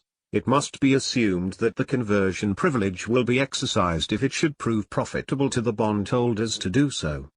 The amount involved in the Alcoa picture is relatively small, and hardly deserves detailed comment.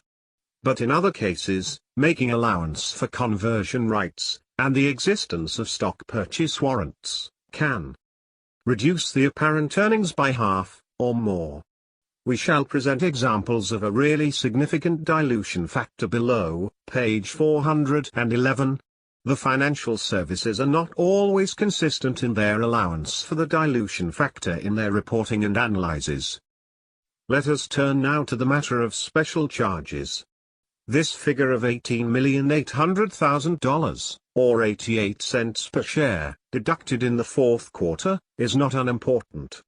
Is it to be ignored entirely, or fully recognized as an earnings reduction, or partly recognized and partly ignored? The alert investor might ask himself also, how does it happen that there was a virtual epidemic of such special charge-offs appearing after the close of 1970, but not in previous years? Could there possibly have been some fine Italian hands at work with the accounting, but always, of course, within the limits of the permissible? When we look closely we may find that such losses, charged off before they actually occur, can be charmed away, as it were, with no unhappy effect on either past or future primary earnings. In some extreme cases they might be availed of to make subsequent earnings appear nearly twice as large as in reality, by a more or less prestidigitous treatment of the tax credit involved. In dealing with Alcoa's special charges, the first thing to establish is how they arose.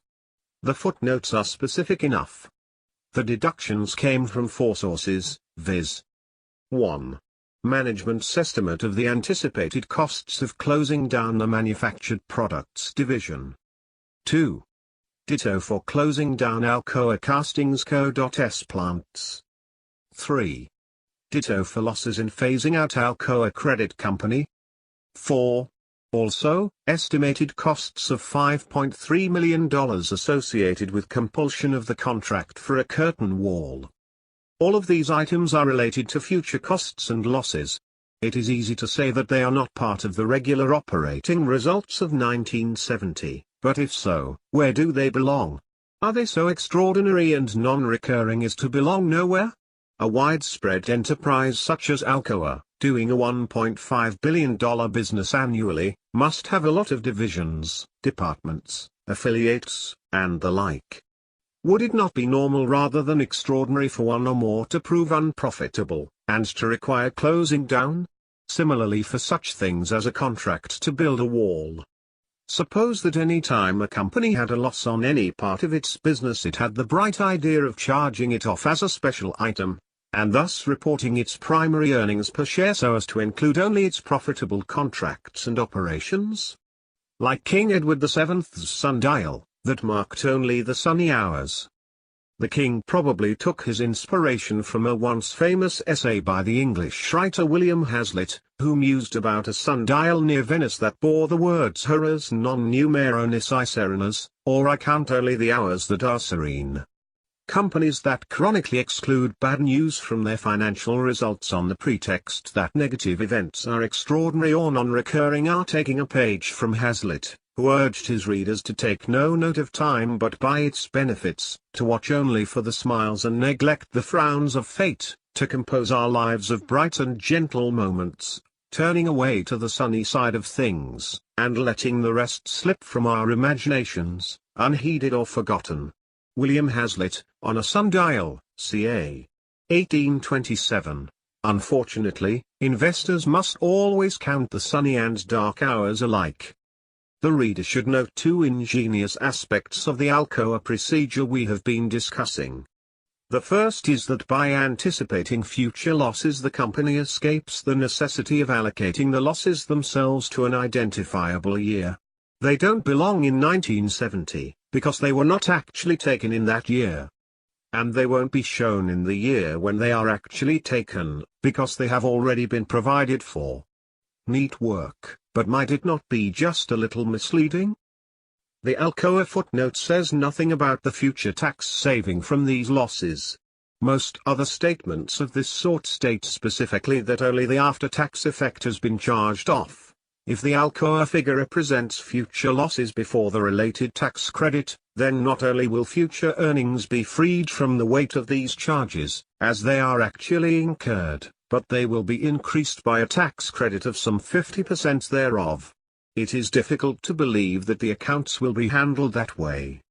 But it is a fact that certain companies which have had large losses in the past have been able to report future earnings without charging the normal taxes against them, in that way making a very fine profits appearance indeed, based paradoxically enough on their past disgraces.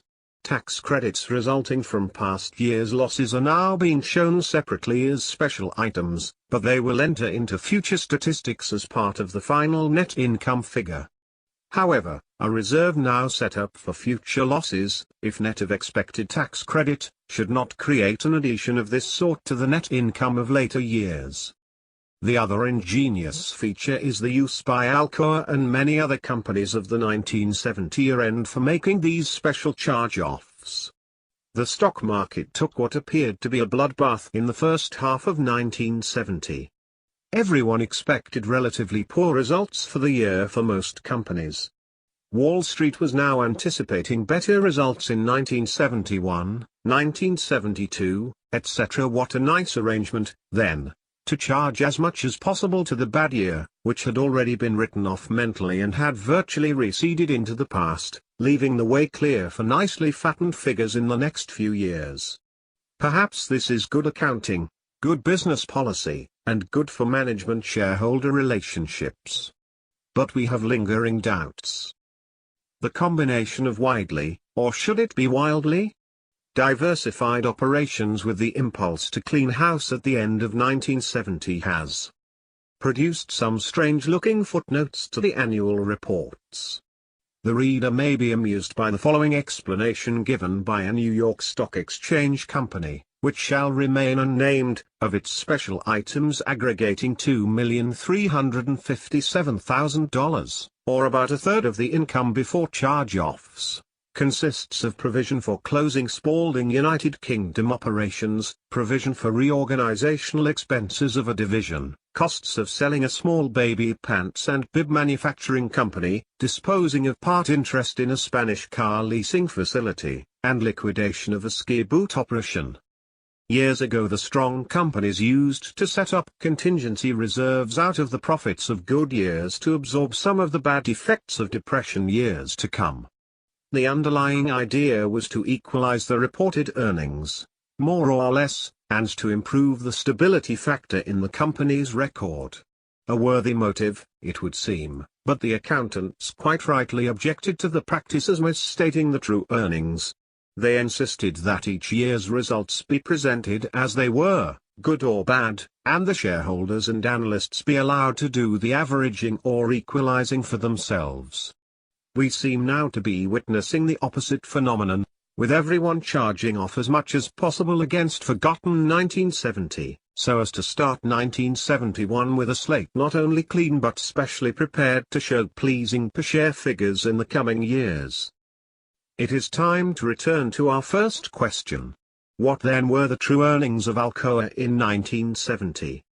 The accurate answer would be the $5.01 per share, after dilution, less that part of the 82 cents of special charges that may properly be attributed to occurrences in 1970.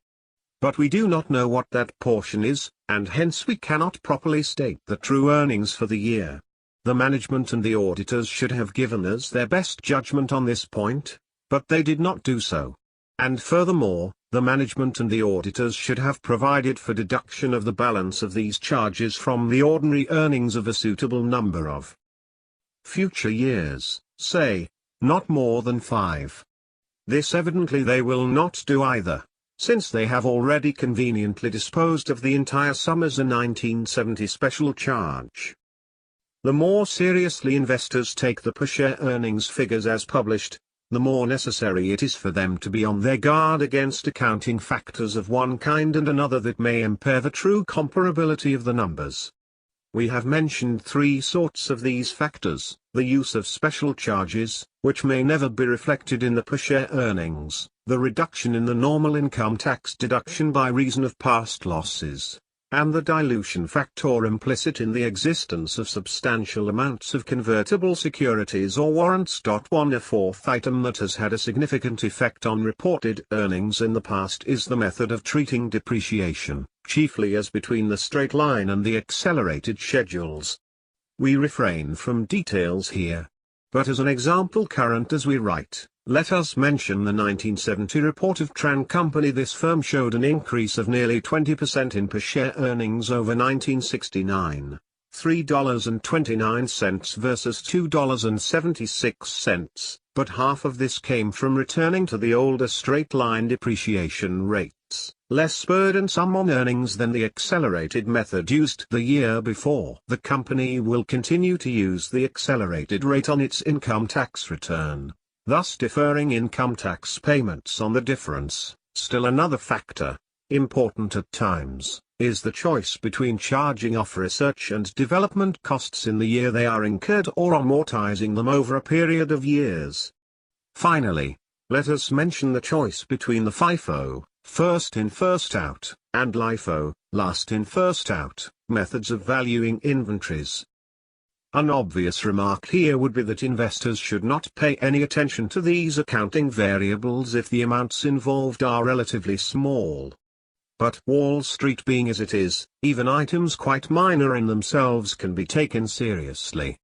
2 days before the Alcoa report appeared in the Wall Street Journal, the paper had quite a discussion of the corresponding statement of Dow Chemi California. It closed with the observation that many analysts had been troubled by the fact that Dow had included a 21-cent item in regular profits for 1969, instead of treating it as an item of extraordinary income. Why the fuss? Because, evidently, evaluations of Dow Chemical involving many millions of dollars in the aggregate seemed to depend on exactly what was the percentage gain for 1969 over 1968, in this case either 9% or 41/2%. This strikes us as rather absurd. It is very unlikely that small differences involved in one year's results could have any bearing on future average profits or growth, and on a conservative, realistic valuation of the enterprise.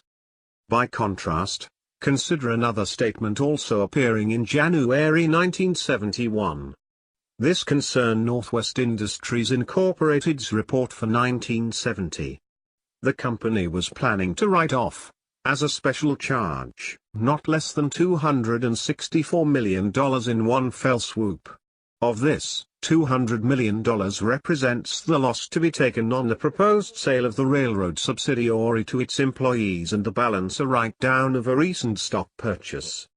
These sums would work out to a loss of about $35 per share of common before dilution offsets, or twice its then current market price. Here we have something really significant. If the transaction goes through, and if the tax laws are not changed, this loss provided for in 1970 will permit Northwest Industries to realize about $400 million of future profits, within 5 years, from its other diversified interests without paying income tax thereon. What will then be the real earnings of that enterprise, should they be calculated with or without provision for the nearly 50% in income taxes which it will not actually have to pay? In our opinion, the proper mode of calculation would be first to consider the indicated earning power on the basis of full income tax liability, and to derive some broad idea of the stock's value based on that estimate. To this should be added some bonus figure, representing the value per share of the important but temporary tax exemption the company will enjoy. Allowance must be made, also, for a possible large-scale dilution in this case. Actually, the convertible preferred issues and warrants would more than double the outstanding common shares if the privileges are exercised. All this may be confusing and wearisome to our readers, but it belongs in our story. Corporate accounting is often tricky, security analysis can be complicated, stock valuations are really dependable only in exceptional cases. For most investors it would be probably best to assure themselves that they are getting good value for the prices they pay, and let it go at that. Use of average earnings. In former times analysts and investors paid considerable attention to the average earnings over a fairly long period in the past, usually from 7 to 10 years. This mean figure was useful for ironing out the frequent ups and downs of the business cycle, and it was thought to give a better idea of the company's earning power than the results of the latest year alone. One important advantage of such an averaging process is that it will solve the problem of what to do about nearly all the special charges and credits. They should be included in the average earnings. For certainly most of these losses and gains represent a part of the company's operating history. If we do this for Alcoa, the average earnings for 1961 to 1970, 10 years, would appear as $3.62 and for the 7 years 1964 to 1970 as $4.62 per share. If such figures are used in conjunction with ratings for growth and stability of earnings during the same period, they could give a really informing picture of the company's past performance.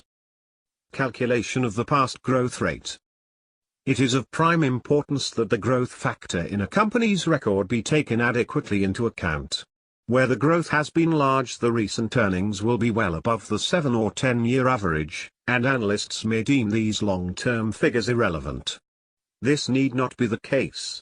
The earnings can be given in terms both of the average and the latest figure. We suggest that the growth rate itself be calculated by comparing the average of the last 3 years with corresponding figures 10 years earlier. Where there is a problem of special charges or credits, it may be dealt with on some compromise basis. Note the following calculation for the growth of Alcoa as against that of Sears Roebuck and the Dow Jones Industrial Average Group as a whole. Comment: these few figures could be made the subject of a long discussion. They probably show as well as any others, derived by elaborate mathematical treatment, the actual growth of earnings. For the long period 1958 to 1970. But how relevant is this figure, generally considered central in common stock valuations, to the case of Alcoa? Its past growth rate was excellent, actually a bit better than that of acclaimed Sears Roebuck and much higher than that of the Dow Jones Industrial Average Composite. But the market price at the beginning of 1971 seemed to pay no attention to this fine performance.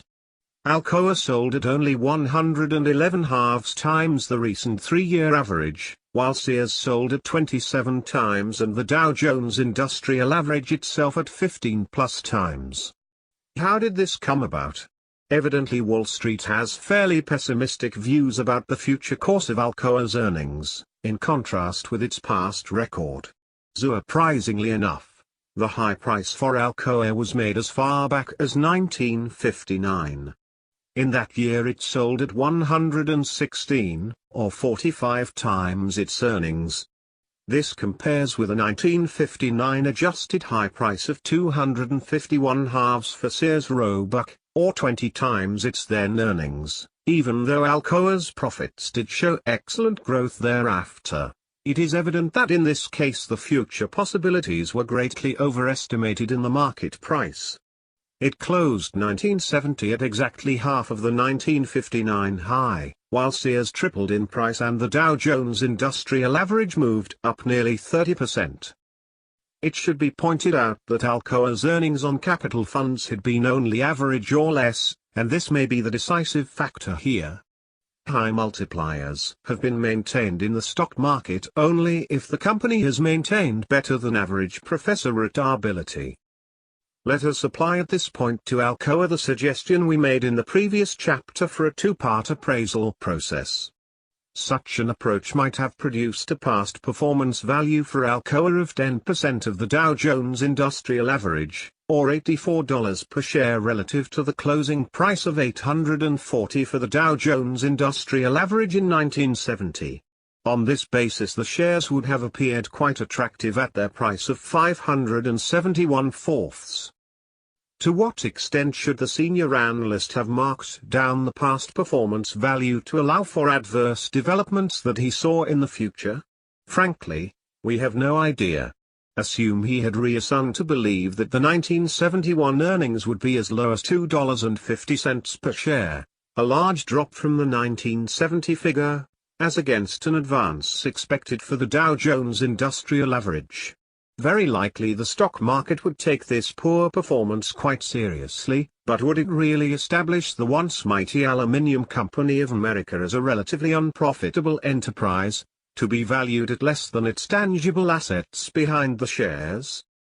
In 1971 the price declined from a high of 70 in May to a low of 36 in December, against a book value of 55.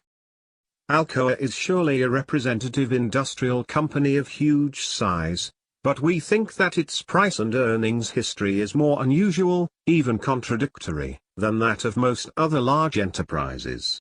Yet this instance supports to some degree the doubts we expressed in the last chapter as to the dependability of the appraisal procedure when applied to the typical industrial company, Chapter 13. A comparison of 4 listed companies. In this chapter we should like to present a sample of security analysis in operation. We have selected, more or less at random, 4 companies which are found successively on the New York Stock Exchange list. These are Eltra Corporation, a merger of Electric Autolite and Mergentile Linotype Enterprises; Emerson Electric Company, a manufacturer of electric and electronic products; Emery Air Freight, a domestic forwarder of air freight; and Emart Corporation, originally a maker of bottling machinery only, but now also in builders' hardware. There are some broad resemblances between the 3 manufacturing firms, but the differences will seem more significant. There should be sufficient variety in the financial and operating data to make the examination of interest. In Table 13.1 we present a summary of what the 4 companies were selling for in the market at the end of 1970, and a few figures on their 1970 operations. We then detail certain key ratios, which relate on the one hand to performance and on the other to price.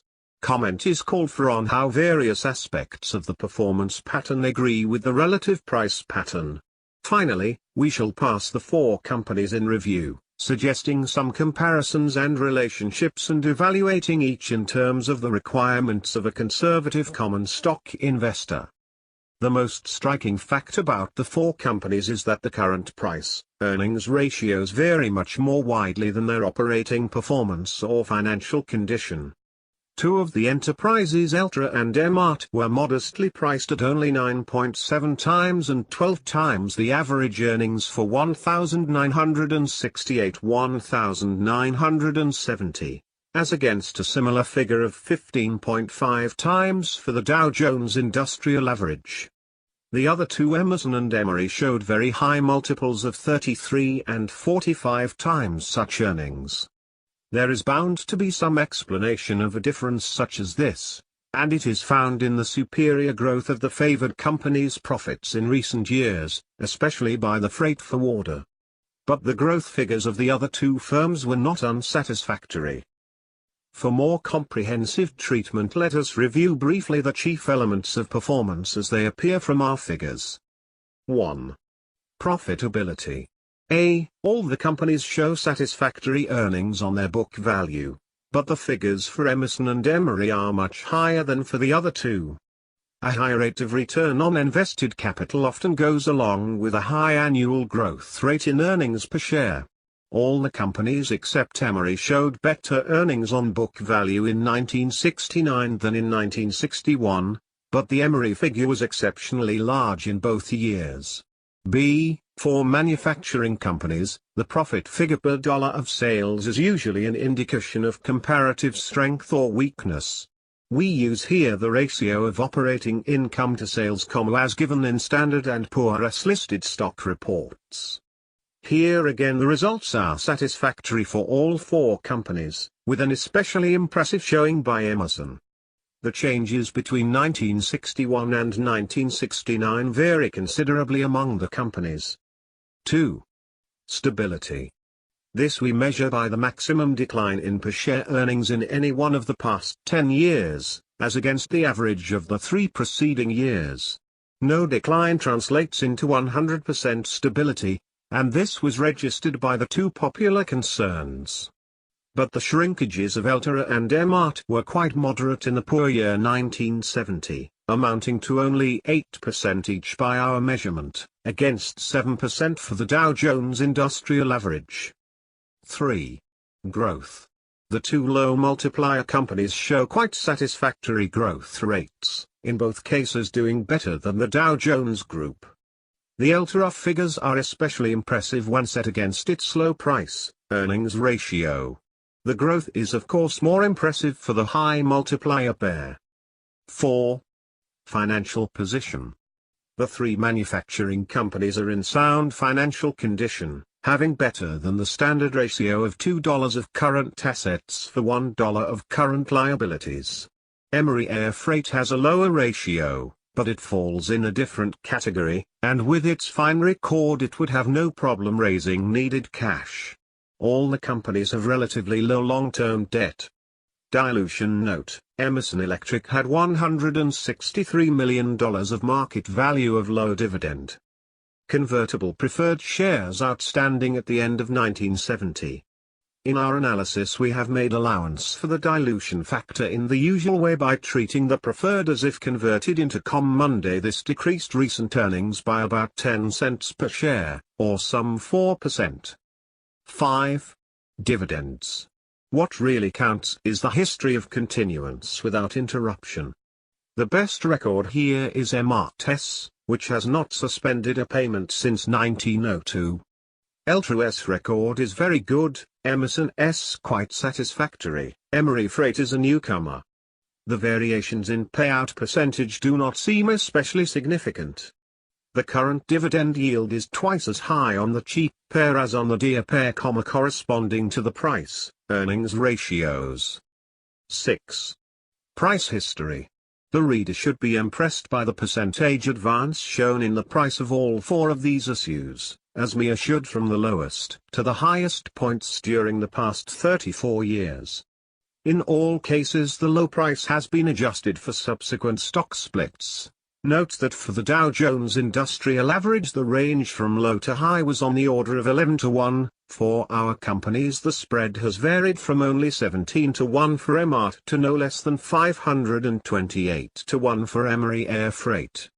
These manifold price advances are characteristic of most of our older common stock issues, and they proclaim the great opportunities of profit that have existed in the stock markets of the past.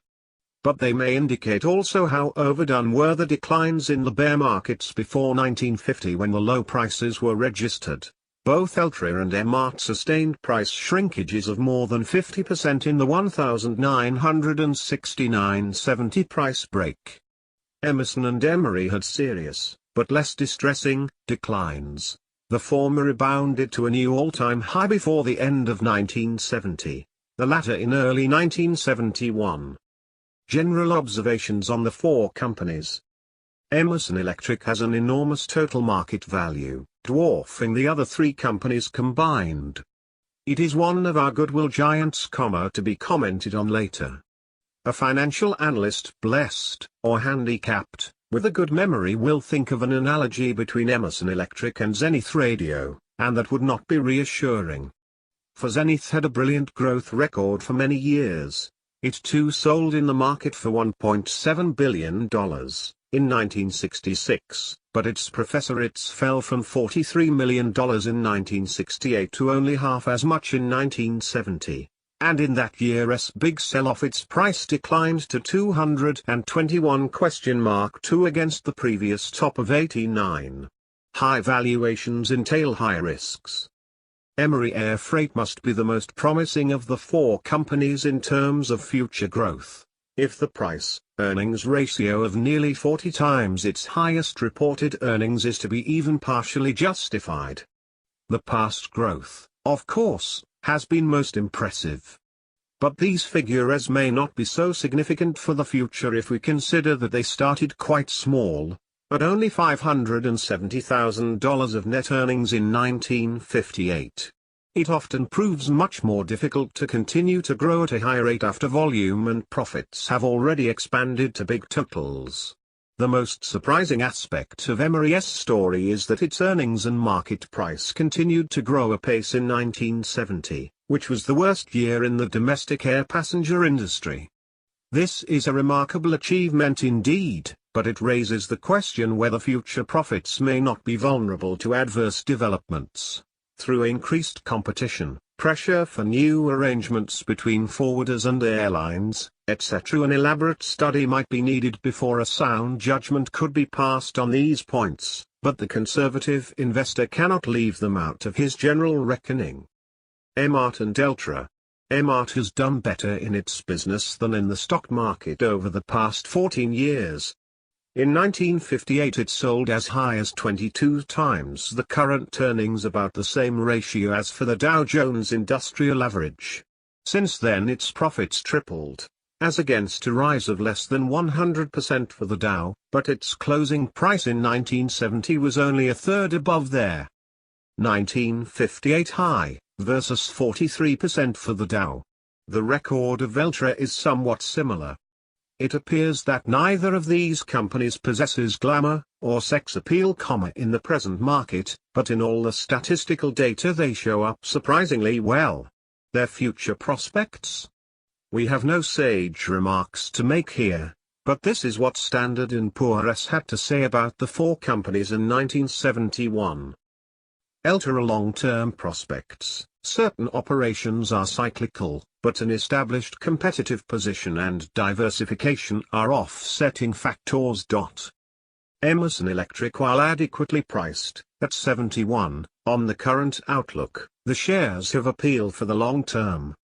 A continued acquisition policy together with a strong position in industrial fields and an accelerated international program suggests further sales and earnings progress. Emery Air Freight, the shares appear amply priced, at 57, on current prospects, but are well worth holding for the long pull. Emart, although restricted this year by lower capital spending in the glass container industry, earnings should be aided by an improved business environment in 1972. The shares are worth holding, at 34. Conclusions. Many financial analysts will find Emerson and Emery more interesting and appealing stocks than the other two, primarily, perhaps, because of their better market action, and secondarily because of their faster recent growth in earnings. Under our principles of conservative investment, the first is not a valid reason for selection, that is something for the speculators to play around with. The second has validity, but within limits. Can the past growth and the presumably good prospects of Emery Air Freight justify a price more than 60 times its recent earnings? One. Our answer would be, maybe, for someone who has made an in-depth study of the possibilities of this company and come up with exceptionally firm and optimistic conclusions. But not for the careful investor who wants to be reasonably sure in advance that he is not committing the typical Wall Street error of over-enthusiasm for good performance in earnings and in the stock market. The same cautionary statements seem called for in the case of Emerson Electric, with a special reference to the market's current valuation of over $1 billion for the intangible, or earning power, factor here. We should add that the electronics industry, once a fair-haired child of the stock market, has in general fallen on disastrous days. Emerson is an outstanding exception, but it will have to continue to be such an exception for a great many years in the future before the 1970 closing price will have been fully justified by its subsequent performance. By contrast, Both Eltra at 27 and Emart at 33 have the earmarks of companies with sufficient value behind their price to constitute reasonably protected investments. Here the investor can, if he wishes, consider himself basically a part owner of these businesses, at a cost corresponding to what the balance sheet shows to be the money invested therein. The rate of earnings on invested capital has long been satisfactory. The stability of profits also, the past growth rate surprisingly so. The two companies will meet our 7 statistical requirements for inclusion in a defensive investor's portfolio. These will be developed in the next chapter, but we summarize them as follows. 1. Adequate size. 2. A sufficiently strong financial condition. 3. Continued dividends for at least the past 20 years. 4. No earnings deficit in the past 10 years. 5. 10-year growth of at least 1/3 in per share earnings. 6. Price of stock no more than 11(2 times net asset value. 7. Price no more than 15 times average earnings of the past 3 years. We make no predictions about the future earnings performance of Eltra or Emart. In the investor's diversified list of common stocks there are bound to be some that prove disappointing, and this may be the case for one or both of this pair. But the diversified list itself, based on the above principles of selection, plus whatever other sensible criteria the investor may wish to apply, should perform well enough across the years. At least, long experience tells us so. A final observation. An experienced security analyst, even if he accepted our general reasoning on these 4 companies, would have hesitated to recommend that a holder of Emerson or Emery exchange his shares for Eltra or Emart at the end of 1970 unless the holder understood clearly the philosophy behind the recommendation. There was no reason to expect that in any short period of time the low multiplier duo would outperform the high multipliers. The latter were well thought of in the market and thus had a considerable degree of momentum behind them, which might continue for an indefinite period. The sound basis for preferring Eltra and Emart to Emerson and Emery would be the client's considered conclusion that he preferred value-type investments to glamour-type investments. Thus, to a substantial extent, common stock investment policy must depend on the attitude of the individual investor. This approach is treated at greater length in our next chapter. Chapter 14. Stock Selection for the Defensive Investor. It is time to turn to some broader applications of the techniques of security analysis. Since we have already described in general terms the investment policies recommended for our 2 categories of investors, it would be logical for us now to indicate how security analysis comes into play in order to implement these policies. The defensive investor who follows our suggestions will purchase only high-grade bonds plus a diversified list of leading common stocks. He is to make sure that the price at which he bought the latter is not unduly high as judged by applicable standards. In setting up this diversified list he has a choice of 2 approaches. The Dow Jones Industrial Average type of portfolio and the quantitatively tested portfolio. In the first he acquires a true cross-section sample of the leading issues, which will include both some favored growth companies, whose shares sell at especially high multipliers, and also less popular and less expensive enterprises. This could be done, most simply perhaps, by buying the same amounts of all 30 of the issues in the Dow Jones Industrial Average. Dow Jones Industrial Average. 10 shares of each, at the 900 level for the average, would cost an aggregate of about $16,000.10 on the basis of the past record. He might expect approximately the same future results by buying shares of several representative investment funds. His second choice would be to apply a set of standards to each purchase, to make sure that he obtains 1. A minimum of quality in the past performance and current financial position of the company, and also, 2, a minimum of quantity in terms of earnings and assets per dollar of price. At the close of the previous chapter we listed 7 such quality and quantity criteria suggested for the selection of specific common stocks. Let us describe them in order. 1. Adequate size of the enterprise. All our minimum figures must be arbitrary and especially in the matter of size required. Our idea is to exclude small companies which may be subject to more than average vicissitudes, especially in the industrial field. There are often good possibilities in such enterprises, but we do not consider them suited to the needs of the defensive investor. Let us use round amounts, not less than $100 million of annual sales for an industrial company and not less than $50 million of total assets for a public utility. 2. A sufficiently strong financial condition. For industrial companies, current assets should be at least twice current liabilities, a so-called 2-to-1 current ratio. Also, long-term debt should not exceed the net current assets, or working capital. For public utilities, the debt should not exceed twice the stock equity, at book value. 3. Earnings stability. Some earnings for the common stock in each of the past 10 years. 4. Dividend record. Uninterrupted payments for at least the past 20 years. 5. Earnings growth. A minimum increase of at least 1/3 in per share earnings in the past 10 years using 3-year averages at the beginning and end. 6. Moderate price earnings ratio. Current price should not be more than 15 times average earnings of the past 3 years. 7. Moderate ratio of price to assets. Current price should not be more than 11*2 times the book value last reported.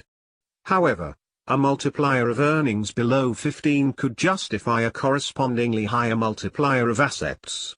As a rule of thumb, we suggest that the product of the multiplier times the ratio of price to book value should not exceed 22.5. This figure corresponds to 15 times earnings and 11*2 times book value. It would admit an issue selling at only 9 times earnings and 2.5 times asset value, etc. General comments. These requirements are set up especially for the needs and the temperament of defensive investors. They will eliminate the great majority of common stocks as candidates for the portfolio, and in 2 opposite ways. On the one hand, they will exclude companies that are 1. Too small, 2. In relatively weak financial condition, 3. With a deficit stigma in their 10-year record, and 4. Not having a long history of continuous dividends.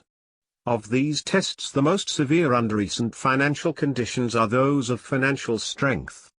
A considerable number of our large and formerly strongly entrenched enterprises have weakened their current ratio or overexpanded their debt, or both, in recent years. Our last 2 criteria are exclusive in the opposite direction, by demanding more earnings and more assets per dollar of price than the popular issues will supply. This is by no means the standard viewpoint of financial analysts. In fact, most will insist that even conservative investors should be prepared to pay generous prices for stocks of the choice companies. We have expounded our contrary view above. It rests largely on the absence of an adequate factor of safety when too large a portion of the price must depend on ever-increasing earnings in the future. The reader will have to decide this important question for himself after weighing the arguments on both sides. We have nonetheless opted for the inclusion of a modest requirement of growth over the past decade. Without it, the typical company would show retrogression, at least in terms of profit per dollar of invested capital. There is no reason for the defensive investor to include such companies, though if the price is low enough they could qualify as bargain opportunities. The suggested maximum figure of 15 times earnings might well result in a typical portfolio with an average multiplier of, say, 12 to 13 times. Note that in February 1972 American Telephone and Telephone sold at 11 times its 3-year, and current, earnings, and Standard Oil of California at less than 10 times latest earnings.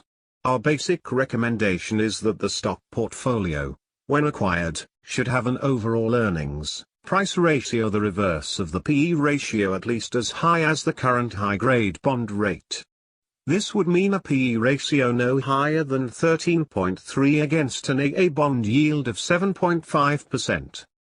Application of our criteria to the Dow Jones Industrial Average at the end of 1970.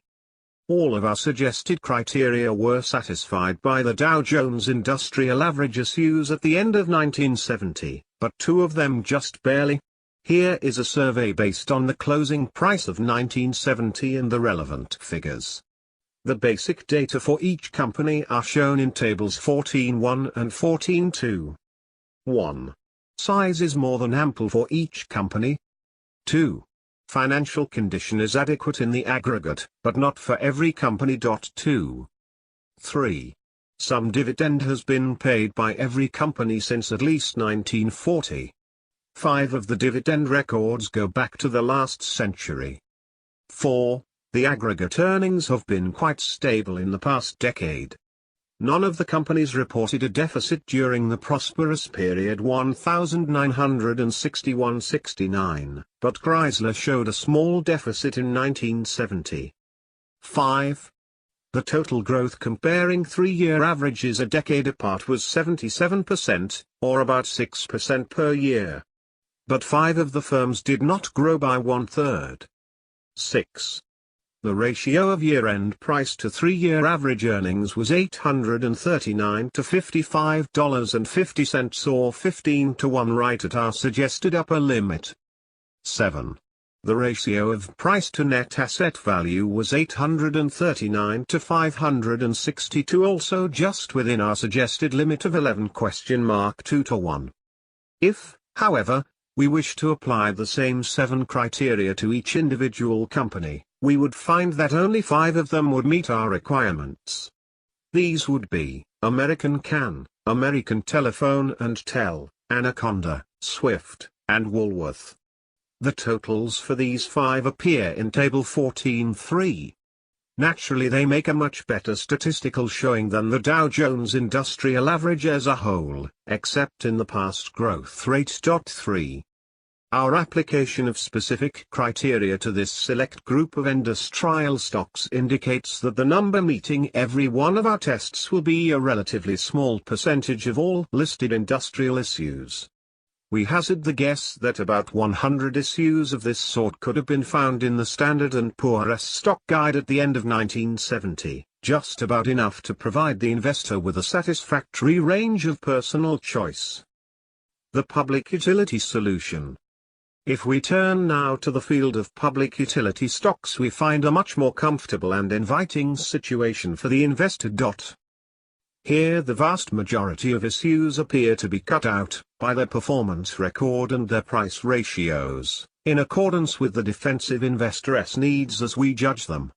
We exclude one criterion from our tests of public utility stocks, namely, the ratio of current assets to current liabilities. The working capital factor takes care of itself in this industry as part of the continuous financing of its growth by sales of bonds and shares. We do require an adequate proportion of stock capital to debt. 4. In Table 14.4 we present a resume of the 15 issues in the Dow Jones Public Utility Average.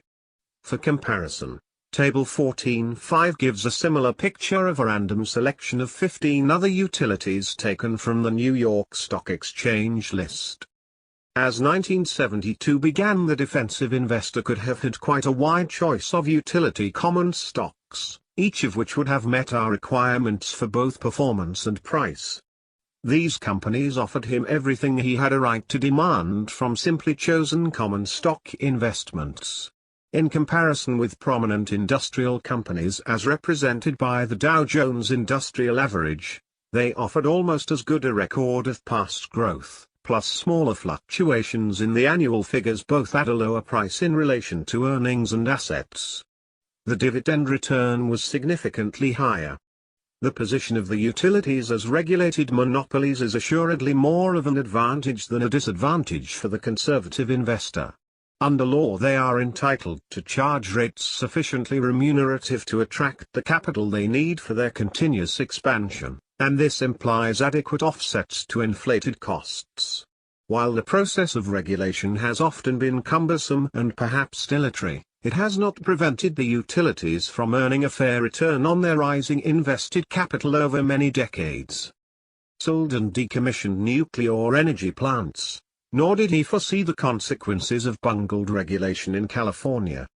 Utility stocks are vastly more volatile than they were in Graham's day, and most investors should own them only through a well-diversified, low-cost fund like the Dow Jones U.S. Utilities Sector Index Fund, ticker symbol, IDU, or Utilities Select Sector SPDR, XLU. For more information, see www.ishares.com and www.spdrindex.com web link. Be sure your broker will not charge commissions to reinvest your dividends. For the defensive investor, the central appeal of the public utility stocks at this time should be their availability at a moderate price in relation to book value. This means that he can ignore stock market considerations, if he wishes, and consider himself primarily as a part owner of well-established and well-earning businesses.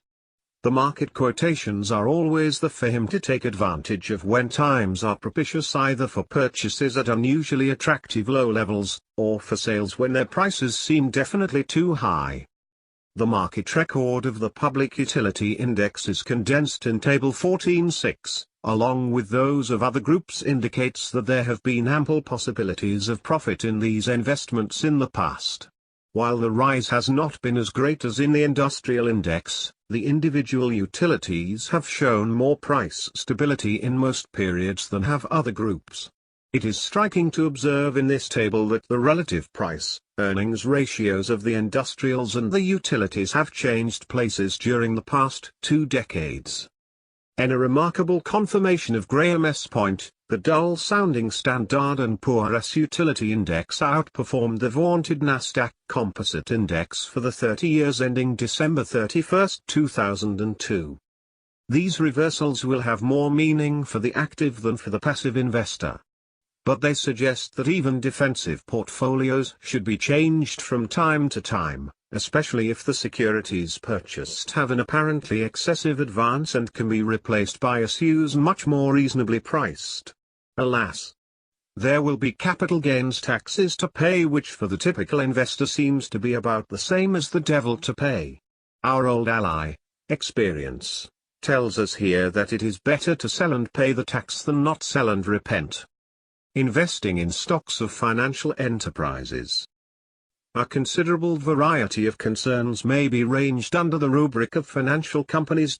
These would include banks, insurance companies, savings and loan associations, credit and small loan companies, mortgage companies, and investment companies, for example, mutual funds. It is characteristic of all these enterprises that they have a relatively small part of their assets in the form of material things such as fixed assets and merchandise inventories, but on the other hand most categories have short-term obligations well in excess of their stock capital. The question of financial soundness is, therefore, more relevant here than in the case of the typical manufacturing or commercial enterprise. This, in turn, has given rise to various forms of regulation and supervision, with the design and general result of assuring against unsound financial practices. Broadly speaking, the shares of financial concerns have produced investment results similar to those of other types of common shares. Table 14.7 shows price changes between 1948 and 1970 in 6 groups represented in the Standard & Poor's stock price indexes. The average for 1941-1943 is taken as 10, the base level. Today the financial services industry is made up of even more components, including commercial banks, savings and loan and mortgage financing companies, consumer finance firms like credit card issuers, money managers and trust companies, investment banks and brokerages, insurance companies, and firms engaged in developing or owning real estate, including real estate investment trusts. Although the sector is much more diversified today, Graham S. caveats about financial soundness apply more than ever. The year-end 1970 figures ranged between 44.3 for the 9 New York banks and 218 for the 11 life insurance stocks. During the sub-intervals there was considerable variation in the respective price movements. For example, the New York City Bank stocks did quite well between 1958 and 1968. Conversely, the spectacular life insurance group actually lost ground between 1963 and 1968. These cross-movements are found in many, perhaps most, of the numerous industry groups in the Standard & Poor's indexes. We have no very helpful remarks to offer in this broad area of investment other than to counsel that the same arithmetical standards for price in relation to earnings and book value be applied to the choice of companies in these groups as we have suggested for industrial and public utility investments. Railroad issues. The railroad story is a far different one from that of the utilities. The carriers have suffered severely from a combination of severe competition and strict regulation. Their labor cost problem has of course been difficult as well, but that has not been confined to railroads. Automobiles, buses, and airlines have drawn off most of their passenger business and left the rest highly unprofitable. The trucks have taken a good deal of their freight traffic. More than half of the railroad mileage of the country has been in bankruptcy, or trusteeship, at various times during the past 50 years. But this half-century has not been all downhill for the carriers. There have been prosperous periods for the industry, especially the war years. Some of the lines have managed to maintain their earning power and their dividends despite the general difficulties. The Standard & Poor's index advanced sevenfold from the low of 1942 to the high of 1968, not much below the percentage gain in the Public Utility Index. The bankruptcy of the Penn Central Transportation Co., our most important railroad, in 1970 shocked the financial world. Only a year and 2 years previously the stock sold at close to the highest price level in its long history, and it had paid continuous dividends for more than 120 years. On p.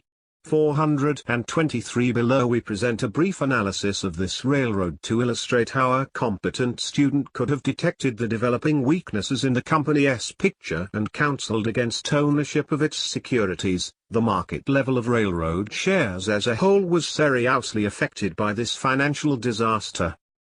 It is usually unsound to make blanket recommendations of whole classes of securities, and there are equal objections to broad condemnations. The record of railroad share prices in Table 14.6 shows that the group as a whole has often offered chances for a large profit.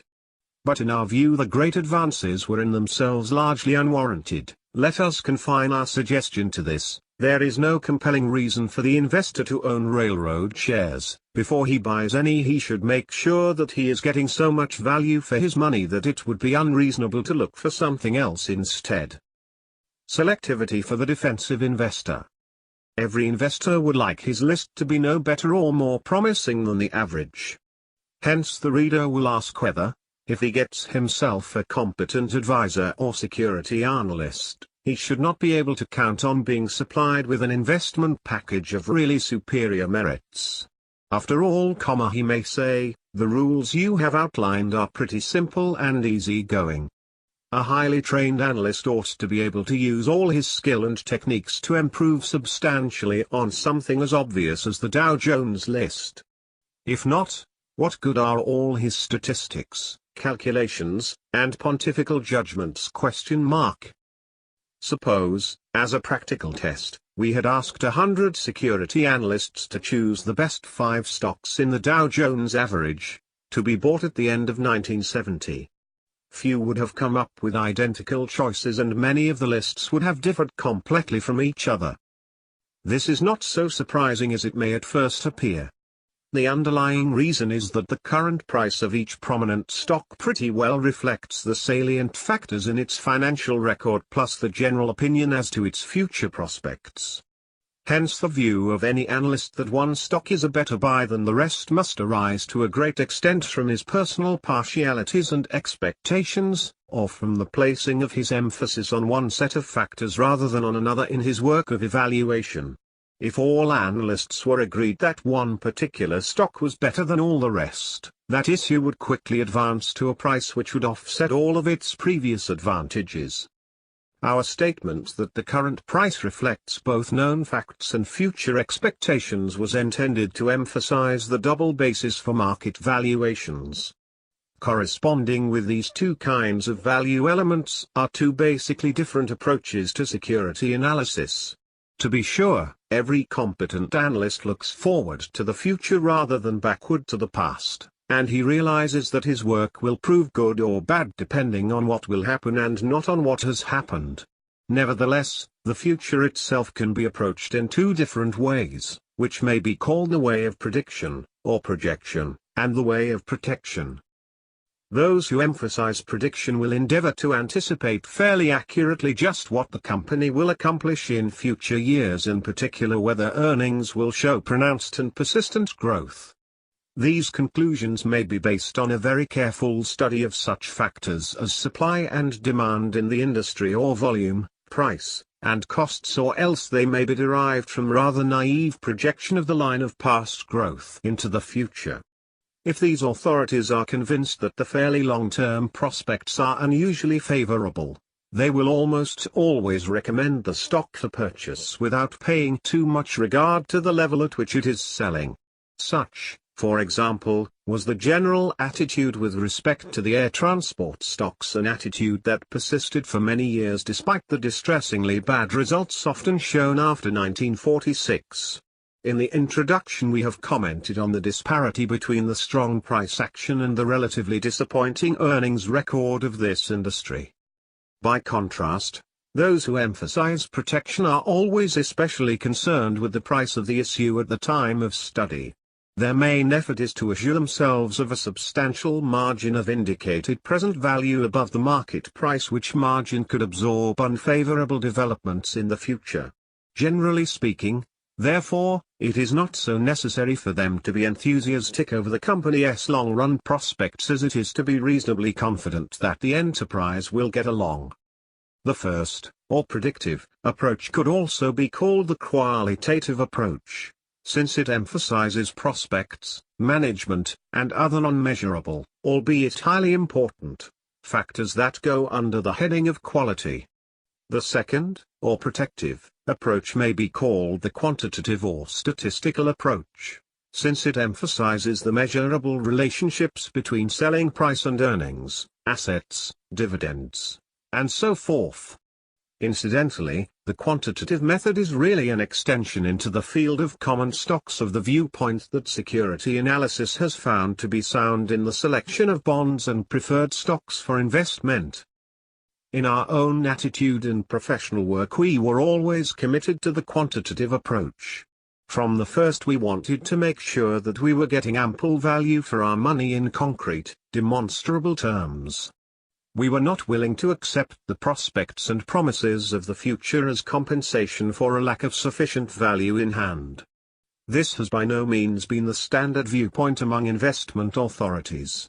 In fact, the majority would probably subscribe to the view that prospects, quality of management, other intangibles, and the human factor far outweigh the indications supplied by any study of the past record, the balance sheet, and all the other cold figures. Thus this matter of choosing the best stocks is at bottom a highly controversial one. Our advice to the defensive investor is that he let it alone. Let him emphasize diversification more than individual selection.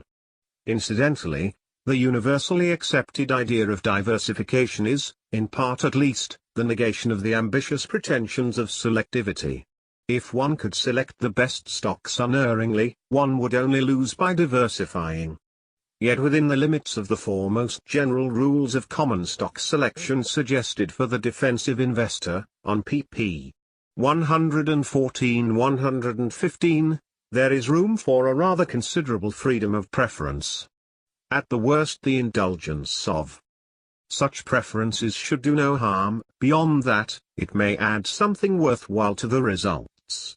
With the increasing impact of technological developments on long-term corporate results, the investor cannot leave them out of his calculations. Here, as elsewhere, he must seek a mean between neglect and overemphasis. Chapter 15. Stock Selection for the Enterprising Investor.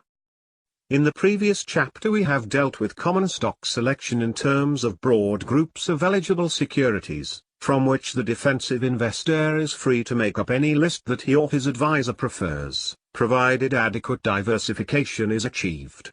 Our emphasis in selection has been chiefly on exclusions, advising on the one hand against all issues of recognizably poor quality, and on the other against the highest quality issues if their price is so high as to involve a considerable speculative risk.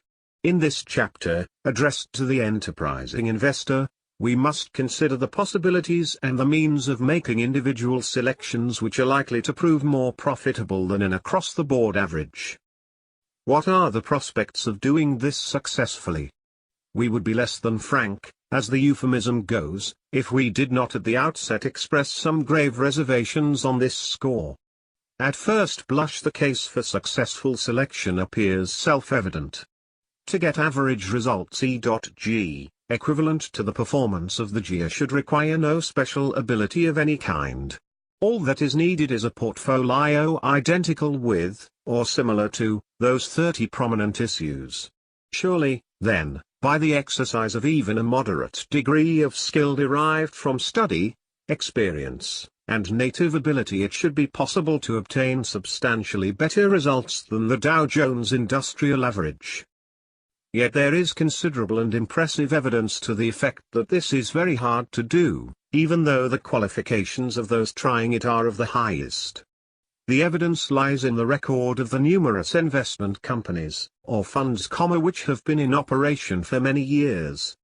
Most of these funds are large enough to command the services of the best financial or security analysts in the field, together with all the other constituents of an adequate research department.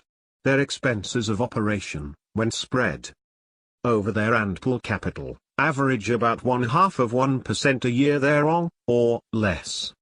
These costs are not negligible in themselves, but when they are compared with the approximately 15% annual overall return on common stocks generally in the decade 1951-1960, and even the 6% return in 1961-1970, they do not bulk large. A small amount of superior selective ability should easily have overcome that expense handicap and brought in a superior net result for the fund shareholders. Taken as a whole, however, the all-common stock funds failed over a long span of years to earn quite as good a return as was shown on Standard & Poor's 500 stock averages or the market as a whole. This conclusion has been substantiated by several comprehensive studies. To quote the latest one before us, covering the period 1960-1968. It appears from these results that random portfolios of New York Stock Exchange stocks with equal investment in each stock performed on the average better over the period than did mutual funds in the same risk class.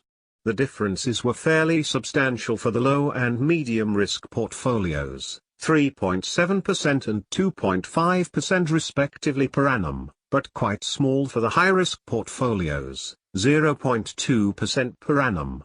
1. As we pointed out in Chapter 9, these comparative figures in no way invalidate the usefulness of the investment funds as a financial institution. For they do make available to all members of the investing public the possibility of obtaining approximately average results on their common stock commitments. For a variety of reasons, most members of the public who put their money in common stocks of their own choice fail to do nearly as well. But to the objective observer, the failure of the funds to better the performance of a broad average is a pretty conclusive indication that such an achievement, instead of being easy, is in fact extremely difficult. Why should this be so? We can think of two different explanations, each of which may be partially applicable. The first is the possibility that the stock market does in fact reflect in the current prices not only all the important facts about the company's past and current performance, but also whatever expectations can be reasonably formed as to their future.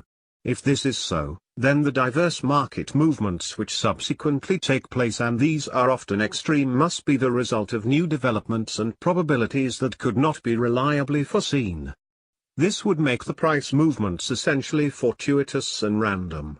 To the extent that the foregoing is true, the work of the security analyst, however intelligent and thorough, must be largely ineffective, because in essence he is trying to predict the unpredictable. The very multiplication of the number of security analysts may have played an important part in bringing about this result. With hundreds, even thousands, of experts studying the value factors behind an important common stock, it would be natural to expect that its current price would reflect pretty well the consensus of informed opinion on its value. Those who would prefer it to other issues would do so for reasons of personal partiality or optimism that could just as well be wrong as right. We have often thought of the analogy between the work of the host of security analysts on Wall Street and the performance of master bridge players at a duplicate bridge tournament. The former tried to pick the stocks most likely to succeed, the latter to get top score for each hand played. Only a limited few can accomplish either aim. To the extent that all the bridge players have about the same level of expertness, the winners are likely to be determined by breaks of various sorts rather than superior skill. On Wall Street the leveling process is helped along by the freemasonry that exists in the profession, under which ideas and discoveries are quite freely shared at the numerous get-togethers of various sorts. It is almost as if, at the analogous bridge tournament, the various experts were looking over each other's shoulders and arguing out each hand as it was played. The second possibility is of a quite different sort. Perhaps many of the security analysts are handicapped by a flaw in their basic approach to the problem of stock selection. They seek the industries with the best prospects of growth, and the companies in these industries with the best management and other advantages. The implication is that they will buy into such industries and such companies at any price, however high, and they will avoid less promising industries and companies no matter how low the price of their shares. This would be the only correct procedure if the earnings of the good companies were sure to grow at a rapid rate indefinitely in the future, for then in theory their value would be infinite. And if the less promising companies were headed for extinction, with no salvage, the analysts would be right to consider them unattractive at any price. The truth about our corporate ventures is quite otherwise. Extremely few companies have been able to show a high rate of uninterrupted growth for long periods of time. Remarkably few, also, of the larger companies suffer ultimate extinction. For most, their history is one of vicissitudes, of ups and downs, of change in their relative standing. In some the variations from rags to riches and back have been repeated on almost a cyclical basis, the phrase used to be a standard one applied to the steel industry. For others spectacular changes have been identified with deterioration or improvement of management. How does the foregoing inquiry apply to the enterprising investor who would like to make individual selections that will yield superior results? It suggests first of all that he is taking on a difficult and perhaps impracticable assignment. Readers of this book, however intelligent and knowing, could scarcely expect to do a better job of portfolio selection than the top analysts of the country. But if it is true that a fairly large segment of the stock market is often discriminated against or entirely neglected in the standard analytical selections, then the intelligent investor may be in a position to profit from the resultant undervaluations. But to do so he must follow specific methods that are not generally accepted on Wall Street, since those that are so accepted do not seem to produce the results everyone would like to achieve. It would be rather strange if with all the brains that work professionally in the stock market there could be approaches which are both sound and relatively unpopular. Yet our own career and reputation have been based on this unlikely fact. A summary of the Graham-Newman methods. To give concreteness to the last statement, it should be worthwhile to give a brief account of the types of operations we engaged in during the 30-year life of Graham Newman Corporation, between 1926 and 1956. These were classified in our records as follows. Arbitrages: the purchase of a security and the simultaneous sale. In this section, as he did also on pp. 363-364, Graham is summarizing the efficient market hypothesis. Recent appearances to the contrary. The problem with the stock market today is not that so many financial analysts are idiots, but rather that so many of them are so smart. As more and more smart people search the market for bargains, that very act of searching makes those bargains rarer and, in a cruel paradox, makes the analysts look as if they lack the intelligence to justify the search. The market's valuation of a given stock is the result of a vast, continuous, real-time operation of collective intelligence. Most of the time, for most stocks, that collective intelligence gets the valuation approximately right. Only rarely does Graham's Mr.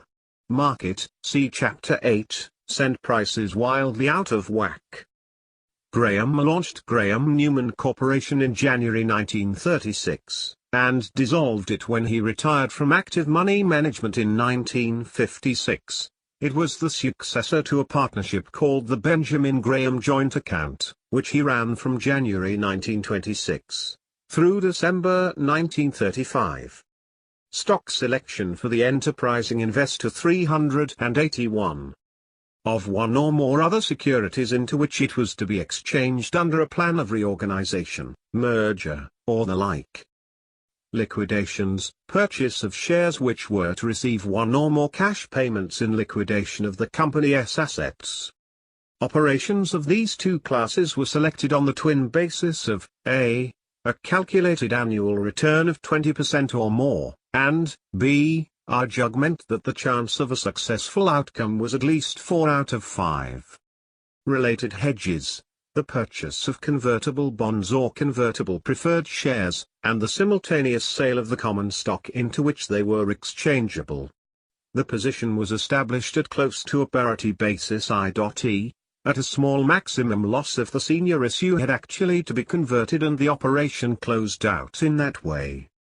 But a profit would be made if the common stock fell considerably more than the senior issue, and the position closed out in the market. Net current asset, or bargain, issues.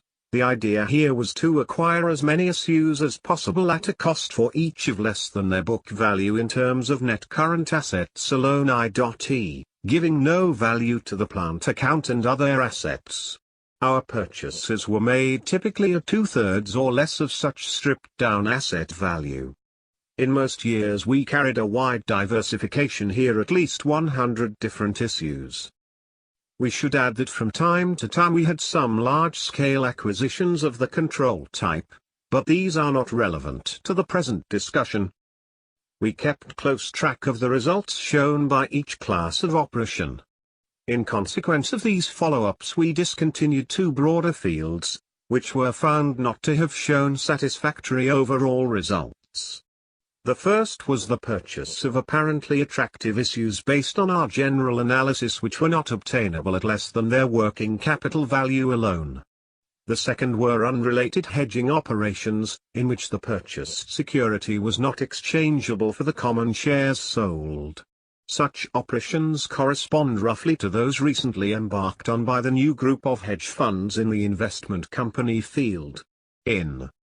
An unrelated hedge involves buying a stock or bond issued by one company and short selling, or betting on a decline in, a security issued by a diff. 382.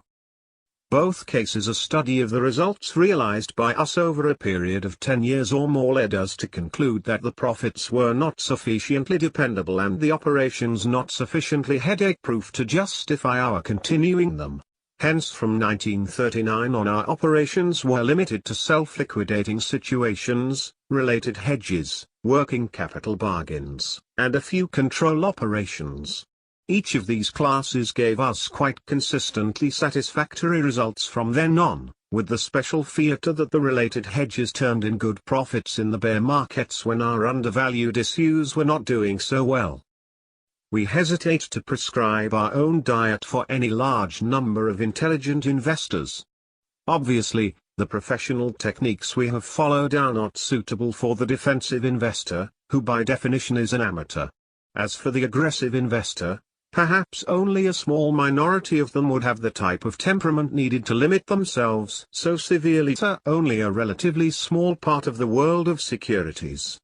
Most active-minded practitioners would prefer to venture into wider channels.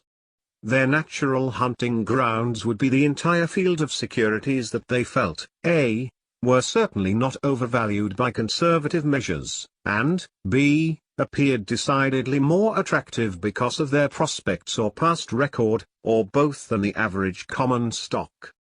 In such choices they would do well to apply various tests of quality and price reasonableness along the lines we have proposed for the defensive investor. But they should be less inflexible, permitting a considerable plus in one factor to offset a small black mark in another. For example, he might not rule out a company which had shown a deficit in a year such as 1970, if large average earnings and other important attributes made the stock look cheap. The enterprising investor may confine his choice to industries and companies about which he holds an optimistic view, but we counsel strongly against paying a high price for a stock, in relation to earnings and assets, because of such enthusiasm. If he followed our philosophy in this field, he would more likely be the buyer of important cyclical enterprises such as steel shares, perhaps when the current situation is unfavorable, the near-term prospects are poor, and the low price fully reflects the current pessimism. Secondary companies. Next in order for examination and possible selection would come secondary companies that are making a good showing, have a satisfactory past record, but appear to hold no charm for the public. These would be enterprises on the order of Eltra and Emart at their 1970 closing prices. See Chapter 13 above. There are various ways of going about locating such companies. We should like to try a novel approach here and give a reasonably detailed exposition of one such exercise in stock selection. Ours is a double purpose. Many of our readers may find a substantial practical value in the method we shall follow, or it may suggest comparable methods to try out. Beyond that, what we shall do may help them to come to grips with the real world of common stocks, and introduce them to one of the most fascinating and valuable little volumes in existence. It is Standard & Poor's Stock Guide, published monthly, and made available to the general public under annual subscription.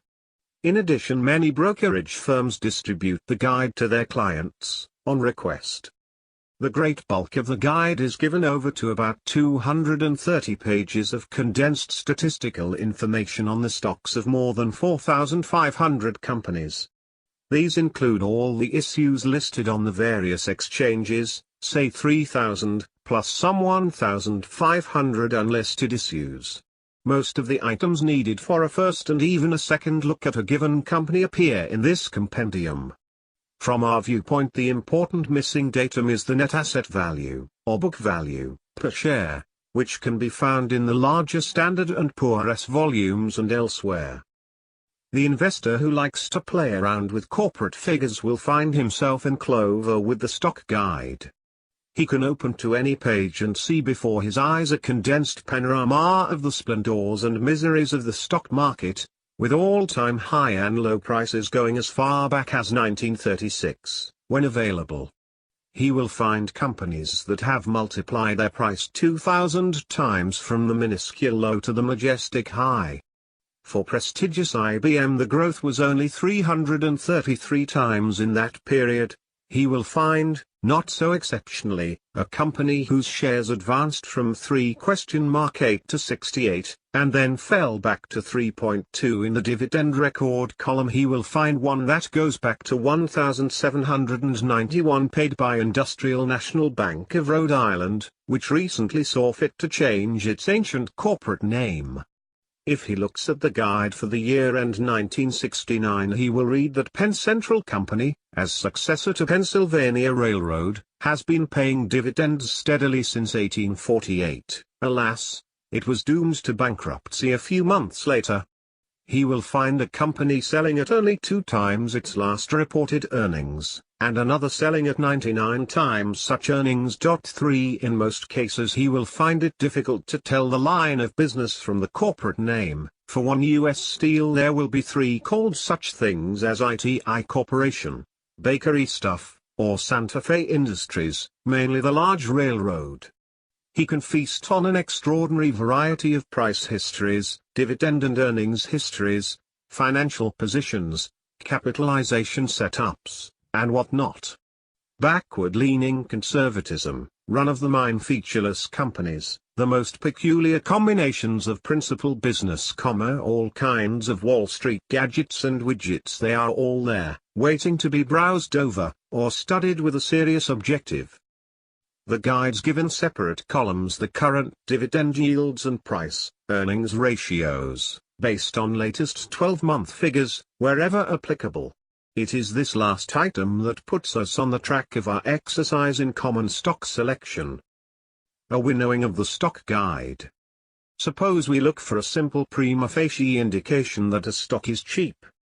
The first such clue that comes to mind is a low price in relation to recent earnings. Let us make a preliminary list of stocks that sold at a multiple of 9 or less at the end of 1970. That datum is conveniently provided in the last column of the even-numbered pages. For an illustrative sample we shall take the first 20 such low multiplier stocks. They begin with the 6th issue listed, Aberdeen Manufacturing Co., which closed the year at 101?4, or 9 times its reported earnings of $1.25 per share for the 12 months ended September 1970. The 20th such issue is American Maize Products, which closed at 91?2, also with a multiplier of 9. The group may have seemed mediocre, with 10 issues selling below $10 per share. This fact is not truly important. It would probably not necessarily warn defensive investors against such a list, but the inference for enterprising investors might be favorable on balance. Before making a further scrutiny, let us calculate some numbers. Our list represents about 1 in 10 of the first 200 issues looked at. On that basis the guide should yield, say, 450 issues selling at multipliers under 10. This would make a goodly number of candidates for further selectivity. So let us apply to our list some additional criteria, rather similar to those we suggested for the defensive investor, but not so severe. We suggest the following. 1. Financial condition. A. Current assets at least 11?2 times current liabilities, and B. Debt not more than 110% of net current assets, for industrial companies. 2. Earnings stability, no deficit in the last 5 years covered in the stock guide. 3. Dividend record, some current dividend. 4. Earnings growth, last year's earnings more than those of 1966. 5. Price, less than 120% net tangible assets. The earnings figures in the guide were generally for those ending September 30, 1970, and thus do not include what may be a bad quarter at the end of that year. But an intelligent investor can ask for the moon at least not to start with. Note also that we set no lower limit on the size of the enterprise. Small companies may afford enough safety if bought carefully and on a group basis. When we have applied the 5 additional criteria, our list of 20 candidates is reduced to only 5. Let us continue our search until the first 450 issues in the guide have yielded us a little portfolio of 15 stocks meeting our 6 requirements. They are set forth in Table 15.1, together with some relevant data. The group, of course, is presented for illustration only, and would not necessarily have been chosen by our inquiring investor. The fact is that the user of our method would have had a much wider choice. If our winnowing approach had been applied to all 4,500 companies in the stock guide, and if the ratio for the first tenth had held good throughout, we would end up with about 150 companies meeting all 6 of our criteria of selection. The enterprising investor would then be able to follow his judgment or his partialities and prejudices in making a third selection of, say, 1 out of 5 in this ample list. The stock guide material includes earnings and dividend rankings, which are based on stability and growth of these factors for the past 8 years. Thus price attractiveness does not enter here. We include the S&P rankings in our table 15.1. 10 of the 15 issues are ranked B+, equals average, and 1, American Maize, is given the high rating of A. If our enterprising investor wanted to add a 7th mechanical criterion to his choice, by considering only issues ranked by Standard & Poor's as average or better in quality, he might still have about 100 such issues to choose from. One might say that a group of issues, of at least average quality, meeting criteria of financial condition as well, purchasable at a low multiplier of current earnings and below asset value, should offer good promise of satisfactory investment results. Single criteria for choosing common stocks. An inquiring reader might well ask whether the choice of a better than average portfolio could be made a simpler affair than we have just outlined.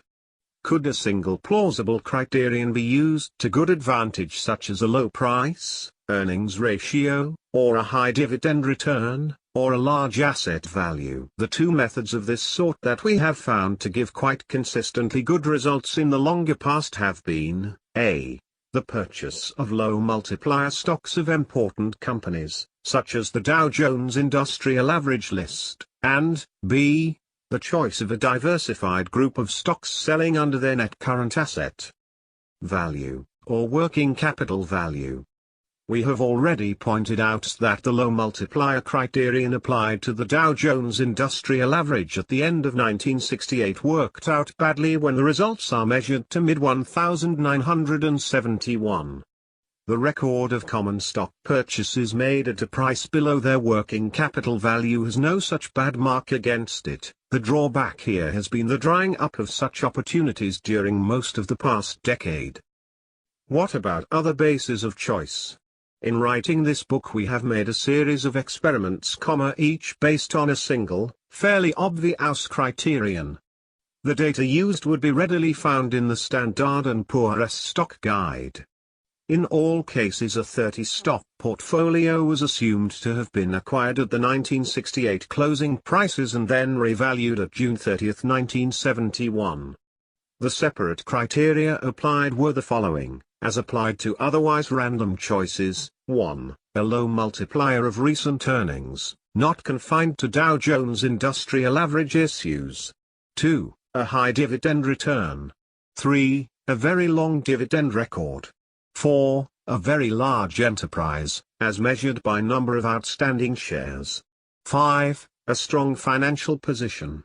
6. A low price in dollars per share. 7. A low price in relation to the previous high price. 8. A high quality ranking by Standard & Poor's. It will be noted that the stock guide has at least one column relating to each of the above criteria.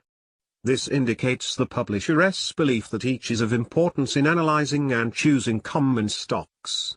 As we pointed out above, we should like to see another figure added, the net asset value per share. The most important fact that emerges from our various tests relates to the performance of stocks bought at random.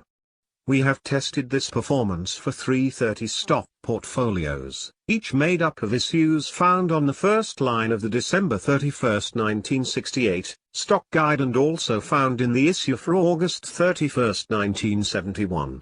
Between these 2 dates the S&P composite was practically unchanged, and the Dow Jones Industrial Average lost about 5%. But our 90 randomly chosen issues declined an average of 22%, not counting 19 issues that were dropped from the guide and probably showed larger losses. These comparative results undoubtedly reflect the tendency of smaller issues of inferior quality to be relatively overvalued in bull markets, and not only to suffer more serious declines than the stronger issues in the ensuing price collapse, but also to delay their full recovery in many cases indefinitely.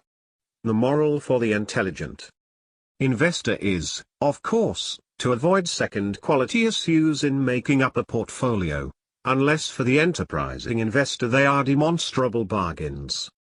Other results gleaned from our portfolio studies may be summarized as follows. Only 3 of the groups studied showed up better than the S&P Composite, and hence better than the Dow Jones Industrial Average, viz. 1, Industrials with the highest quality ranking, A+. These advanced 91.2% in the period against a decline of 2.4% for the S&P Industrials, and 5.6% for the Dow Jones Industrial Average.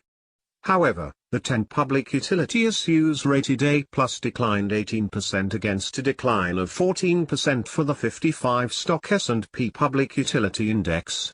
It is worth remarking that the S&P rankings showed up very well in this single test. In every case a portfolio based on a higher ranking did better than a lower ranking portfolio. 2. Companies with more than 50 million shares outstanding showed no change on the whole, as against a small decline for the indexes. 3. Strangely enough, stocks selling at a high price per share, over 100, showed a slight 1% composite advance. Among our various tests we made one based on book value, a figure not given in the stock guide. Here we found, contrary to our investment philosophy, that companies that combine major size with a large goodwill component in their market price did very well as a whole in the 2-year holding period. By goodwill component we mean the part of the price that exceeds the book value. Our list of goodwill giants was made up of 30 issues, each of which had a goodwill component of over $1 billion, representing more than half of its market price. The total market value of these goodwill items at the end of 1968 was more than $120 billion. Despite these optimistic market valuations, the group as a whole showed a price advance per share of 15% between December 1968 and August 1971, and acquitted itself best among the 20-odd lists studied. A fact like this must not be ignored in a work on investment policies. It is clear that, at the least, a considerable momentum is attached to those companies that combine the virtues of great size, an excellent past record of earnings, the public's expectation of continued earnings growth in the future, and strong market action over many past years. Even if the price may appear excessive by our quantitative standards, the underlying market momentum may well carry such issues along more or less indefinitely. Naturally, this assumption does not apply to every individual issue in the category. For example, the indisputable goodwill leader, IBM, moved down from 315 to 304 in the 30-month period. It is difficult to judge to what extent the superior market action shown is due to true or objective investment merits and to what extent to long-established popularity. No doubt both factors are important here. Clearly, both the long-term and the recent market action of the goodwill giants would recommend them for a diversified portfolio of common stocks. Our own preference, however, remains for other types that show a combination of favorable investment factors, including asset values of at least 2/3 the market price.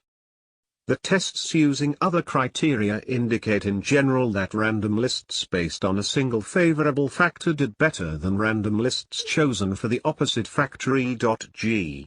Low multiplier issues had a smaller decline in this period than high multiplier issues, and long-term dividend payers lost less than those that were not paying dividends at the end of 1968. To that extent the results support our recommendation that the issues selected meet a combination of quantitative or tangible criteria. Finally, we should comment on the much poorer showing made by our lists as a whole as compared with the price record of the S&P Composite. The latter is weighted by the size of each enterprise, whereas our tests are based on taking one share of each company. Evidently the larger emphasis given to giant enterprises by the S&P method made a significant difference in the results, and points up once again their greater price stability as compared with run-of-the-mine companies. Bargain issues, or net current asset stocks. In the tests discussed above we did not include the results of buying 30 issues at a price less than their net current asset value. The reason was that only a handful, at most, of such issues would have been found in the stock guide at the end of 1968. But the picture changed in the 1970 decline, and at the low prices of that year a goodly number of common stocks could have been bought at below their working capital value. It always seemed, and still seems, ridiculously simple to say that if one can acquire a diversified group of common stocks at a price less than the applicable net current assets alone after deducting all prior claims, and counting as zero the fixed and other assets, the results should be quite satisfactory. They were so, in our experience. For more than 30 years, say, between 1923 and 1957, excluding a time of real trial in 1930, 1932. Has this approach any relevance at the beginning of 1971? Our answer would be a qualified yes. A quick run-over of the stock guide would have uncovered some 50 or more issues that appeared to be obtainable at or below net current asset value. As might be expected, a good many of these had been doing badly in the difficult year 1970. If we eliminated those which had reported net losses in the last 12-month period, we would be still left with enough issues to make up a diversified list. We have included in Table 15 some data on 5 issues that sold at less than their working capital value at their low prices of. Technically, the working capital value of a stock is the current assets per share, minus the current liabilities per share, divided by the number of shares outstanding. Here, however, Graham means net working capital value, or the per share value of current assets minus total liabilities. 1970. These give some food for reflection on the nature of stock price fluctuations. How does it come about that well-established companies, whose brands are household names all over the country, could be valued at such low figures at the same time when other concerns, with better earnings growth of course, were selling for billions of dollars in excess of what their balance sheets showed? To quote the old days once more, the idea of goodwill as an element of intangible value was usually associated with a trade name. Names such as Lady Pepperell in sheets, Jantzen in swimsuits, and Parker in pens would be considered assets of great value indeed. But now, if the market doesn't like a company common not only renowned trade names but land, buildings, machinery, and what you will, can all count for nothing in its scales. Pascal said that the heart has its reasons that the reason doesn't understand. For heart, read Wall Street. There is another contrast that comes to mind. When the going is good and new issues are readily saleable, stock offerings of no quality at all make their appearance. They quickly find buyers. Their prices are often bid up enthusiastically right after issuance to levels in relation to assets and earnings that would put IBM, Xerox, and Polaroid to shame. Wall Street takes this madness in its stride, with no overt efforts by anyone to call a halt before the inevitable collapse in prices. The SEC can't do much more than insist on disclosure of information, about which the speculative public couldn't care less, or announce investigations and usually mild punitive actions of various sorts after the letter of the law has been clearly broken, when many of these minuscule but grossly inflated enterprises disappear from view, or nearly so. It is all taken philosophically enough as part of the game. Everybody swears off such inexcusable extravagances until next time. Thanks for the lecture, says the gentle reader. But what about your bargain issues? Can one really make money in them without taking a serious risk? Yes indeed, if you can find enough of them to make a diversified group, and if you don't lose patience if They fail to advance soon after you buy them. Sometimes the patience needed may appear quite considerable. In our previous edition we hazarded a single example, p. 188, which was current as we wrote. It was Burton-Dixie Corporation, with stock selling at 20, against net current asset value of 30, and book value of about 50. A profit on that purchase would not have been immediate. But in August 1967 all the shareholders were offered 533*4 for their shares, probably at just about book value. A patient holder, who had bought the shares in March 1964 at 20 would have had a profit of 165% in 31*2 years, a non-compounded annual return of 47%. Most of the bargain issues in our experience have not taken that long to show good profits, nor have they shown so high a rate. For a somewhat similar situation, current as we write, see our discussion of National Presto Industries above, p. 168. Special situations or workouts. Let us touch briefly on this area, since it is theoretically includable in the program of operations of an enterprising investor. It was commented upon above. Here we shall supply some examples of the genre, and some further remarks on what it appears to offer an open-minded and alert investor. 3 such situations, among others, were current early in 1971, and they may be summarized as follows. Situation 1. Acquisition of Kaiser Roth by Borden S. In January 1971 Borden Incorporated announced a plan to acquire control of Kaiser Roth, Diversified Apparel, by giving 11*3 shares of its own stock in exchange for 1 share of Kaiser Roth. On the following day, in active trading, Borden closed at 26 and Kaiser Roth at 28. If an operator had bought 300 shares of Kaiser Roth and sold 400 Borden at these prices, and if the deal were later consummated on the announced terms, he would have had a profit of some 24% on the cost of his shares, less commissions and some other items. Assuming the deal had gone through in 6 months, his final profit might have been at about a 40% per annum rate. Situation 2. In November 1970 National Biscuit Company offered to buy control of Aurora Plastics Company at $11 in cash.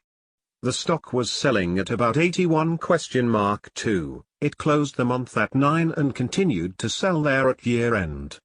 Here the gross profit indicated was originally about 25%, subject to the risks of non-consummation and to the time element. Situation 3. Universal Mary & Co., which had ceased its business operations, asked its shareholders to ratify dissolution of the concern. The treasurer indicated that the common stock had a book value of about $281*2 per share, a substantial part of which was in liquid form.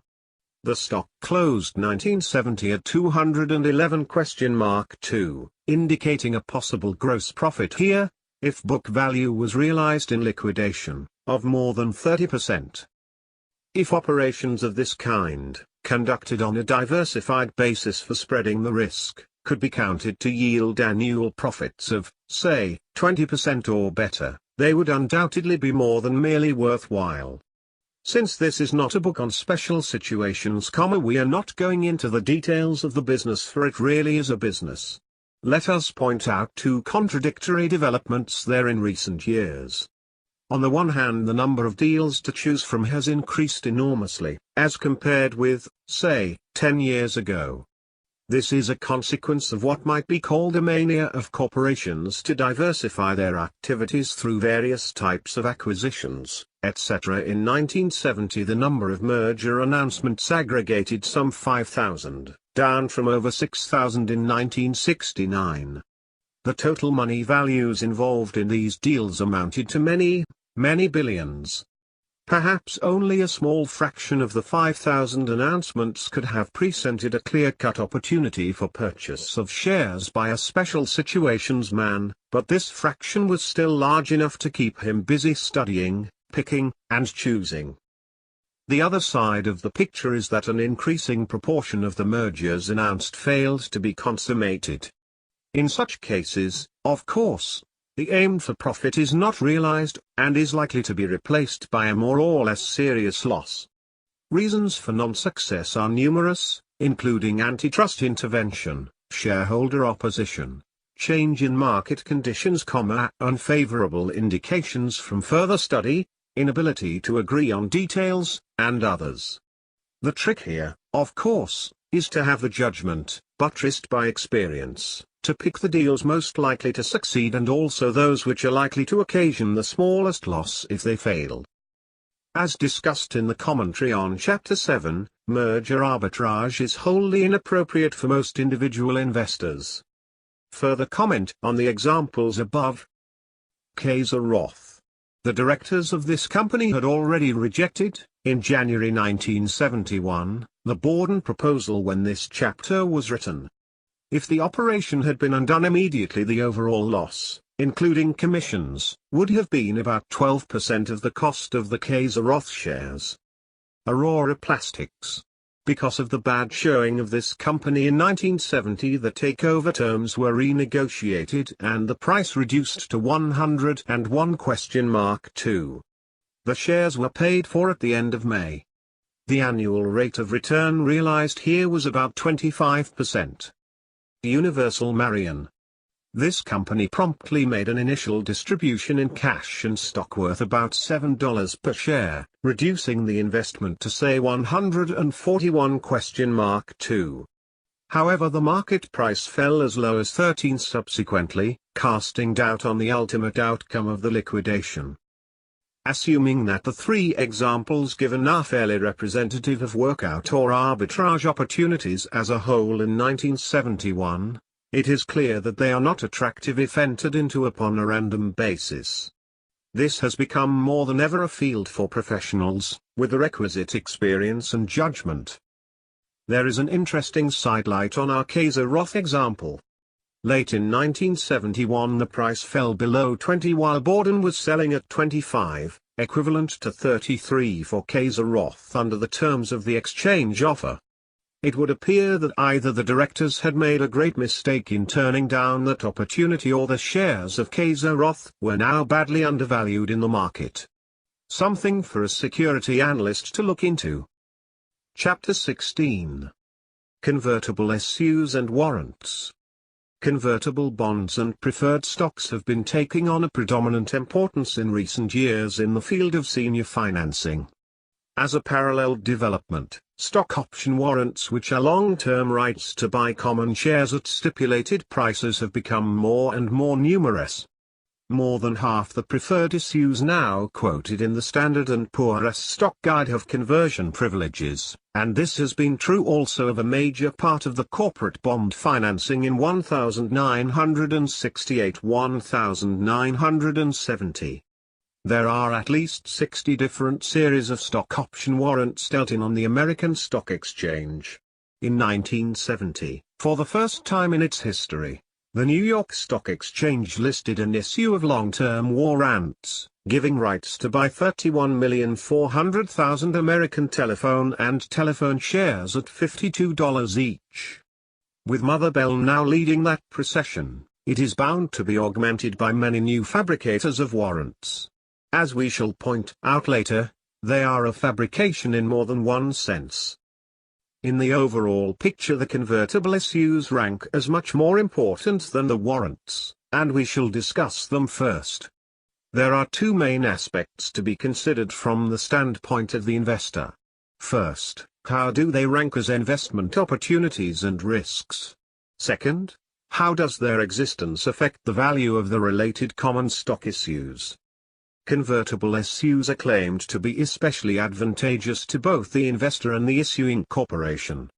The investor receives the superior protection of a bond or preferred stock, plus the opportunity to participate in any substantial rise in the value of the common stock. The issuer is able to raise capital at a moderate interest or preferred dividend cost. And if the expected prosperity materializes, the issuer will get rid of the senior obligation by having it exchanged into common stock. Thus both sides to the bargain will fare unusually well.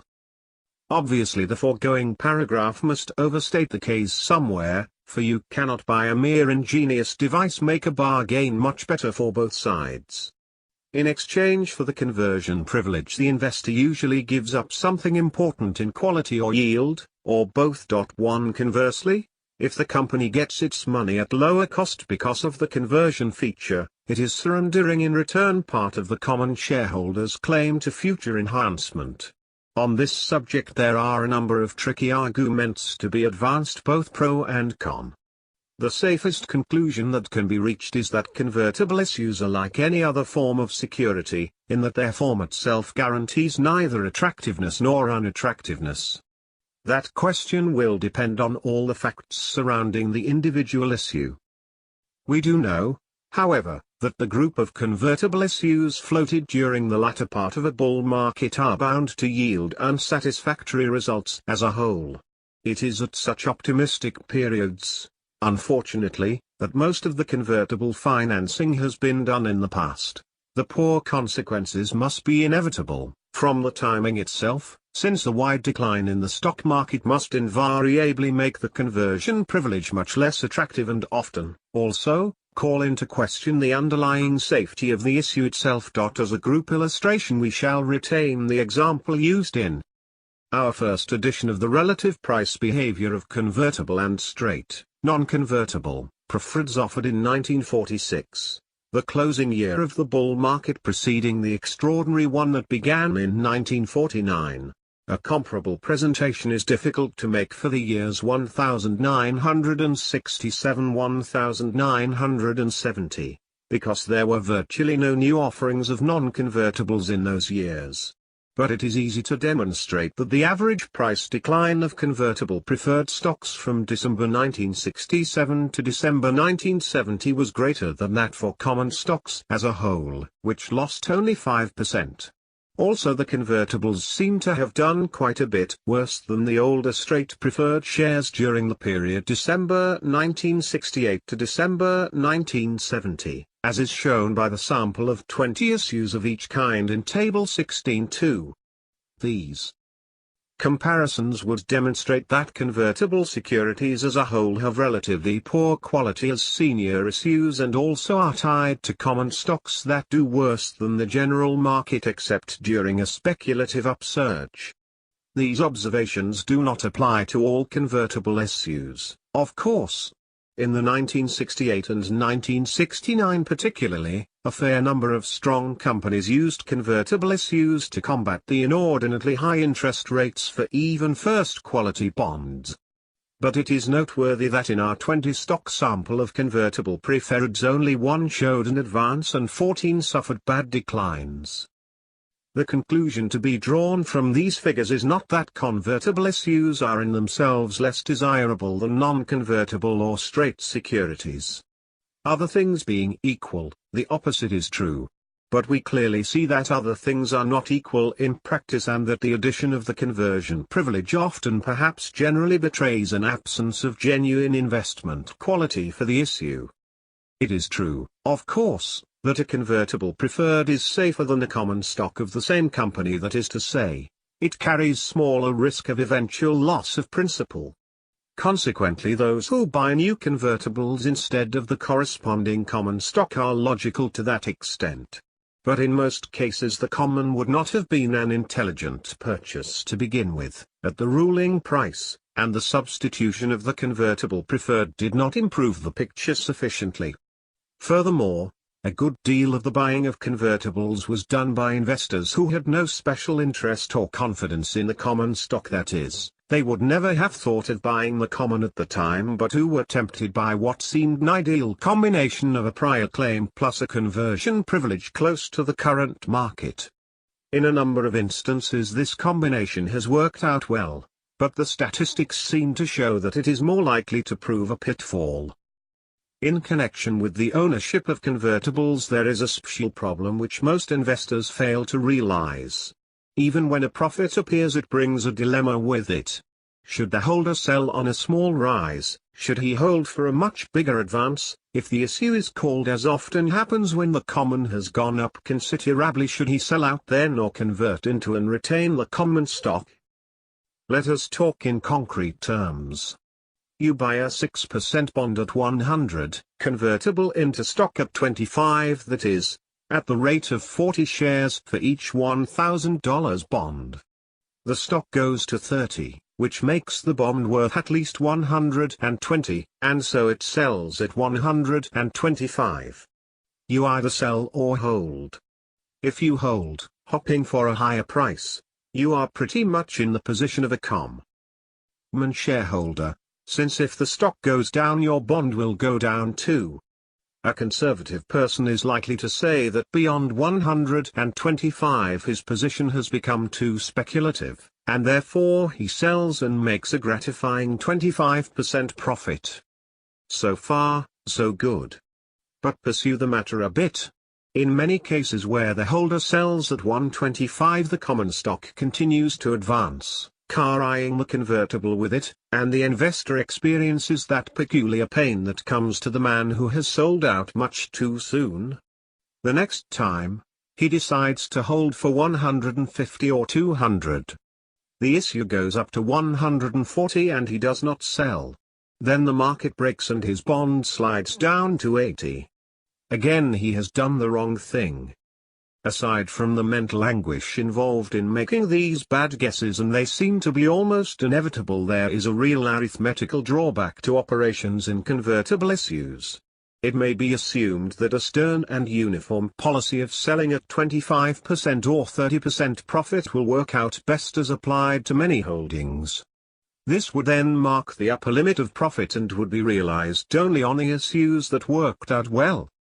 But, if, as appears to be true, these issues often lack adequate underlying security and tend to be floated and purchased in the latter stages of a bull market, then a goodly proportion of them will fail to rise to 125 but will not fail to collapse when the market turns downward. Thus the spectacular opportunities in convertibles prove to be illusory in practice, and the overall experience is marked by fully as many substantial losses, at least of a temporary kind, as there are gains of similar magnitude. Because of the extraordinary length of the 1950-1968 bull market, convertible issues as a whole gave a good account of themselves for some 18 years. But this meant only that the great majority of common stocks enjoyed large advances, in which most convertible issues were able to share. The soundness of investment in convertible issues can only be tested by their performance in a declining stock market, and this has always proved disappointing as a whole. In our first edition, 1949, we gave an illustration of this special problem of what to do with a convertible when it goes up. We believe it still merits inclusion here. Like several of our references, it is based on our own investment operations. We were members of a select group, mainly of investment funds, who participated in a private offering of convertible 41.2% debentures of Eversharp Company at par, convertible into common stock at $40 per share. The stock advanced rapidly to 651?2, and then, after a 3-for-2 split, to the equivalent of 88. The latter price made the convertible debentures worth no less than 220.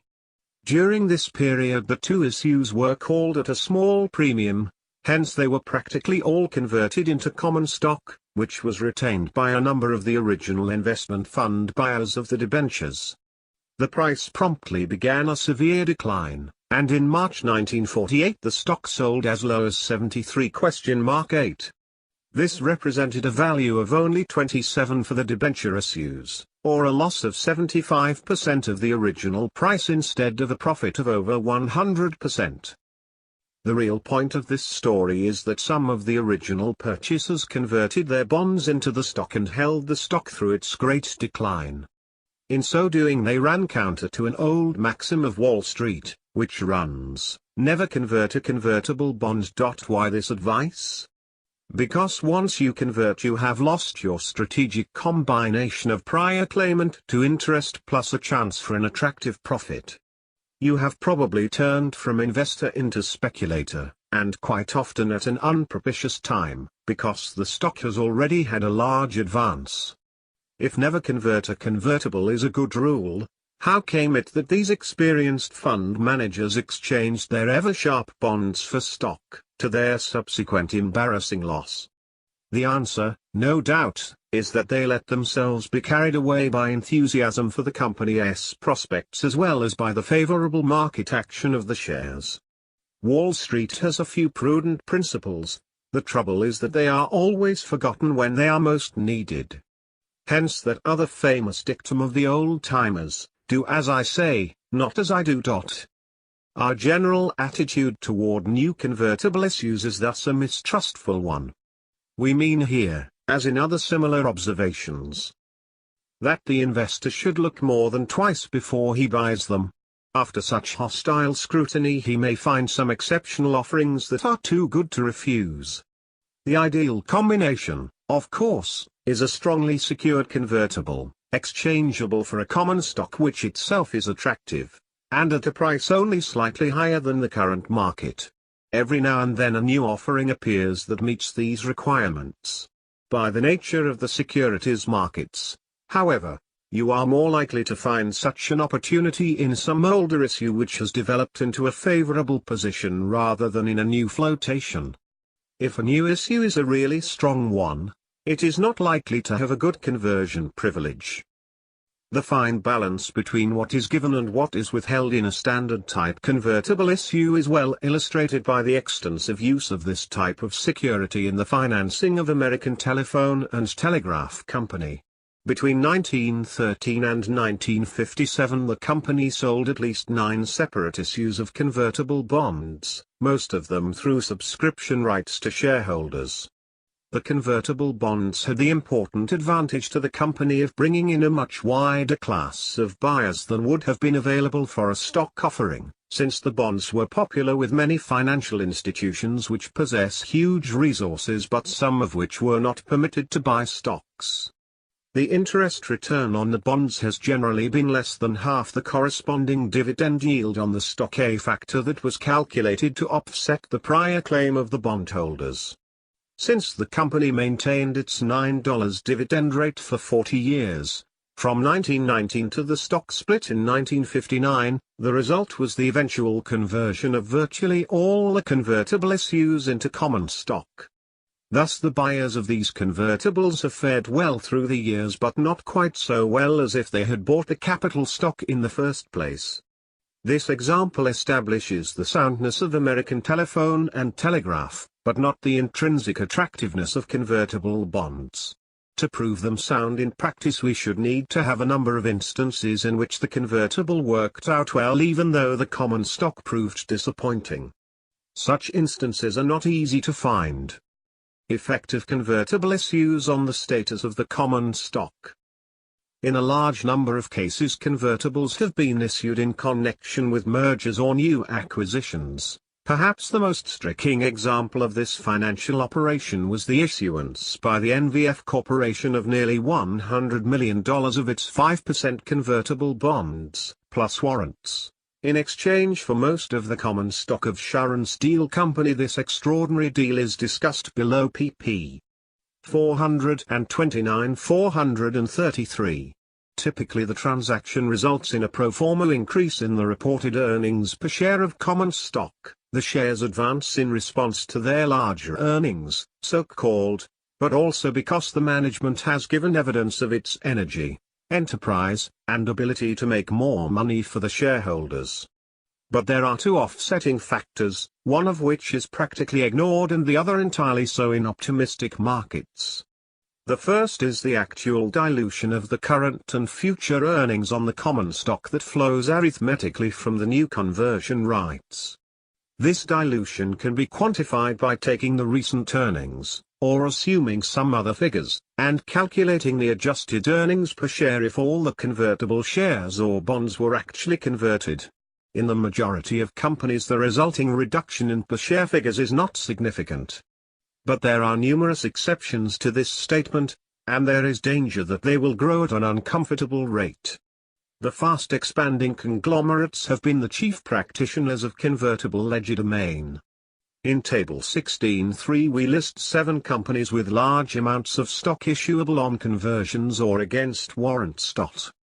Indicated switches from common into preferred stocks. For decades before, say, 1956, common stocks yielded more than the preferred stocks of the same companies. This was particularly 412 true if the preferred stock had a conversion privilege close to the market. The reverse is generally true at present. As a result, there are a considerable number of convertible preferred stocks which are clearly more attractive than the related common shares. Owners of the common have nothing to lose and important advantages to gain by switching from their junior shares into the senior issue. Example: a typical example was presented by Studebaker Worthington Corporation at the close of 1970. The common sold at $57, while the $5 convertible preferred finished at $871?2. Each preferred share is exchangeable for 11?2 shares of common, then worth $851?2. This would indicate a small money difference against the buyer of the preferred. But dividends are being paid on the common at the annual rate of $1.20, or $1.80 for the 11?2 shares, against the $5 obtainable on one share of preferred. Thus the original adverse difference in price would probably be made up in less than a year, after which the preferred would probably return an appreciably higher dividend yield than the common for some time to come. But most important, of course, would be the senior position that the common shareholder would gain from the switch. At the low prices of 1968 and again in 1970, the preferred sold 15 points higher than 11?2 shares of common. Its conversion privilege guarantees that it could never sell lower than the common package. 2. Stock option warrants. Let us mince no words at the outset. We consider the recent development of stock option warrants as a near fraud, an existing menace, and a potential disaster. They have created huge aggregate dollar values out of thin air. They have no excuse for existence except to the extent that they mislead speculators and investors. They should be prohibited by law, or at least strictly limited to a minor part of the total capitalization of a company. For an analogy in general history and in literature, we refer the reader to the section of Faust Part 2, in which Goethe describes the invention of paper money. As an ominous precedent on Wall Street history, we may mention the warrants of American and Foreign Power Co., which in 1929 had a quoted market value of over $1 billion, although they appeared only in a footnote to the company's balance sheet. By 1932 this $1 billion had shrunk to $8 million, and in 1952 the warrants were wiped out in the company's recapitalization even though it had remained solvent. Originally, stock option warrants were attached now and then to bond issues, and were usually equivalent to a partial conversion privilege. They were unimportant in amount, and hence did no harm. Their use expanded in the late 1920s, along with many other financial abuses, but they dropped from sight for long years thereafter. They were bound to turn up again, like the bad pennies they are, and since 1967 they have become familiar instruments of finance. In fact, a standard procedure has developed for raising the capital for new real estate ventures, affiliates of large banks, by selling units of an equal number of common shares and warrants to buy additional common shares at the same price. Example: in 1971 Cleve Trust Realty investors sold 2,500,000 of these combinations of common stock, or shares of beneficial interest, and warrants, for $20 per unit. Let us consider for a moment what is really involved in this financial setup. Ordinarily, a common stock issue has the first right to buy additional common shares when the company's directors find it desirable to raise capital in this manner. This so-called preemptive right is one of the elements of value entering into the ownership of common stock along with the right to receive dividends, to participate in the company's growth, and to vote for directors. When separate warrants are issued for the right to subscribe additional capital, that action takes away part of the value inherent in an ordinary common share and transfers it to a separate certificate. An analogous thing could be done by issuing separate certificates for the right to receive dividends, for a limited or unlimited period, or the right to share in the proceeds of sale or liquidation of the enterprise, or the right to vote the shares. Why then are these subscription warrants created as part of the original capital structure? Simply because people are inexpert in financial matters. They don't realize that the common stock is worth less with warrants outstanding than otherwise. Hence the package of stock and warrants usually commands a better price in the market than would the stock alone. Note that in the usual company reports the per share earnings are, or have been, computed without proper allowance for the effect of outstanding warrants. The result is, of course, to overstate the true relationship between the earnings and the market value of the company's capitalization. The simplest and probably the best method of allowing for the existence of warrants is to add the equivalent of their market value to the common share capitalization, thus increasing the true market price per share. Where large amounts of warrants have been issued in connection with the sale of senior securities, it is customary to make the adjustment by assuming that the proceeds of the stock payment are used to retire the related bonds or preferred shares. This method does not allow adequately for the usual premium value of a warrant above exercisable value. In Table 16.4 we compare the effect of the two methods of calculation in the case of National General Corporation for the year 1970. Does the company itself derive an advantage from the creation of these warrants, in the sense that they assure it in some way of receiving additional capital when it needs some? Not at all.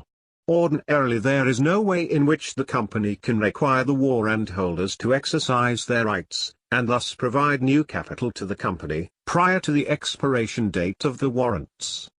In the meantime, if the company wants to raise additional common stock funds it must offer the shares to its shareholders in the usual way, which means somewhat under the ruling market price. The warrants are no help in such an operation, they merely complicate the situation by frequently requiring a downward revision in their own subscription price.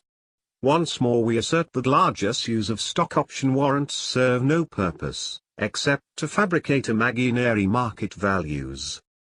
The paper money that Goethe was familiar with, when he wrote his Faust, were the notorious French assignats that had been greeted as a marvelous invention, and were destined ultimately to lose all of their value, as did the $1 billion worth of American and foreign power warrants. Some of the poetess' remarks apply equally well to one invention or another, such as the following, in Bayard Taylor's translation, Practical Postscript. The crime of the warrants is in having been born. Once born they function as other security forms, and offer chances of profit as well as of loss. Nearly all the newer warrants run for a limited time, generally between 5 and 10 years. The older warrants were often perpetual, and they were likely to have fascinating price histories over the years. Example, the record books will show the Tricontinental Corporation warrants, which date from 1929, sold at a negligible 1/32 of a dollar each in the depth of the Depression. From that lowly estate their price rose to a magnificent 753/4 in 1969, an astronomical advance of some 242,000%. The warrants then sold considerably higher than the shares themselves. This is the kind of thing that occurs on Wall Street through technical developments, such as stock splits. A recent example is supplied by Ling-Temco Vought warrants, which in the first half of 1971 advanced from 21 halves to 121 halves, and then fell back to 4. No doubt shrewd operations can be carried on in warrants from time to time, but this is too technical a matter for discussion here. we might say that warrants tend to sell relatively higher than the corresponding market components related to the conversion privilege of bonds or preferred stocks. To that extent there is a valid argument for selling bonds with warrants attached rather than creating an equivalent dilution factor by a convertible issue. If their warrant total is relatively small, there is no point in taking its theoretical aspect too seriously. If their warrant issue is large relative to the outstanding stock, that would probably indicate that the company has a top-heavy senior capitalization. It should be selling additional common stock instead.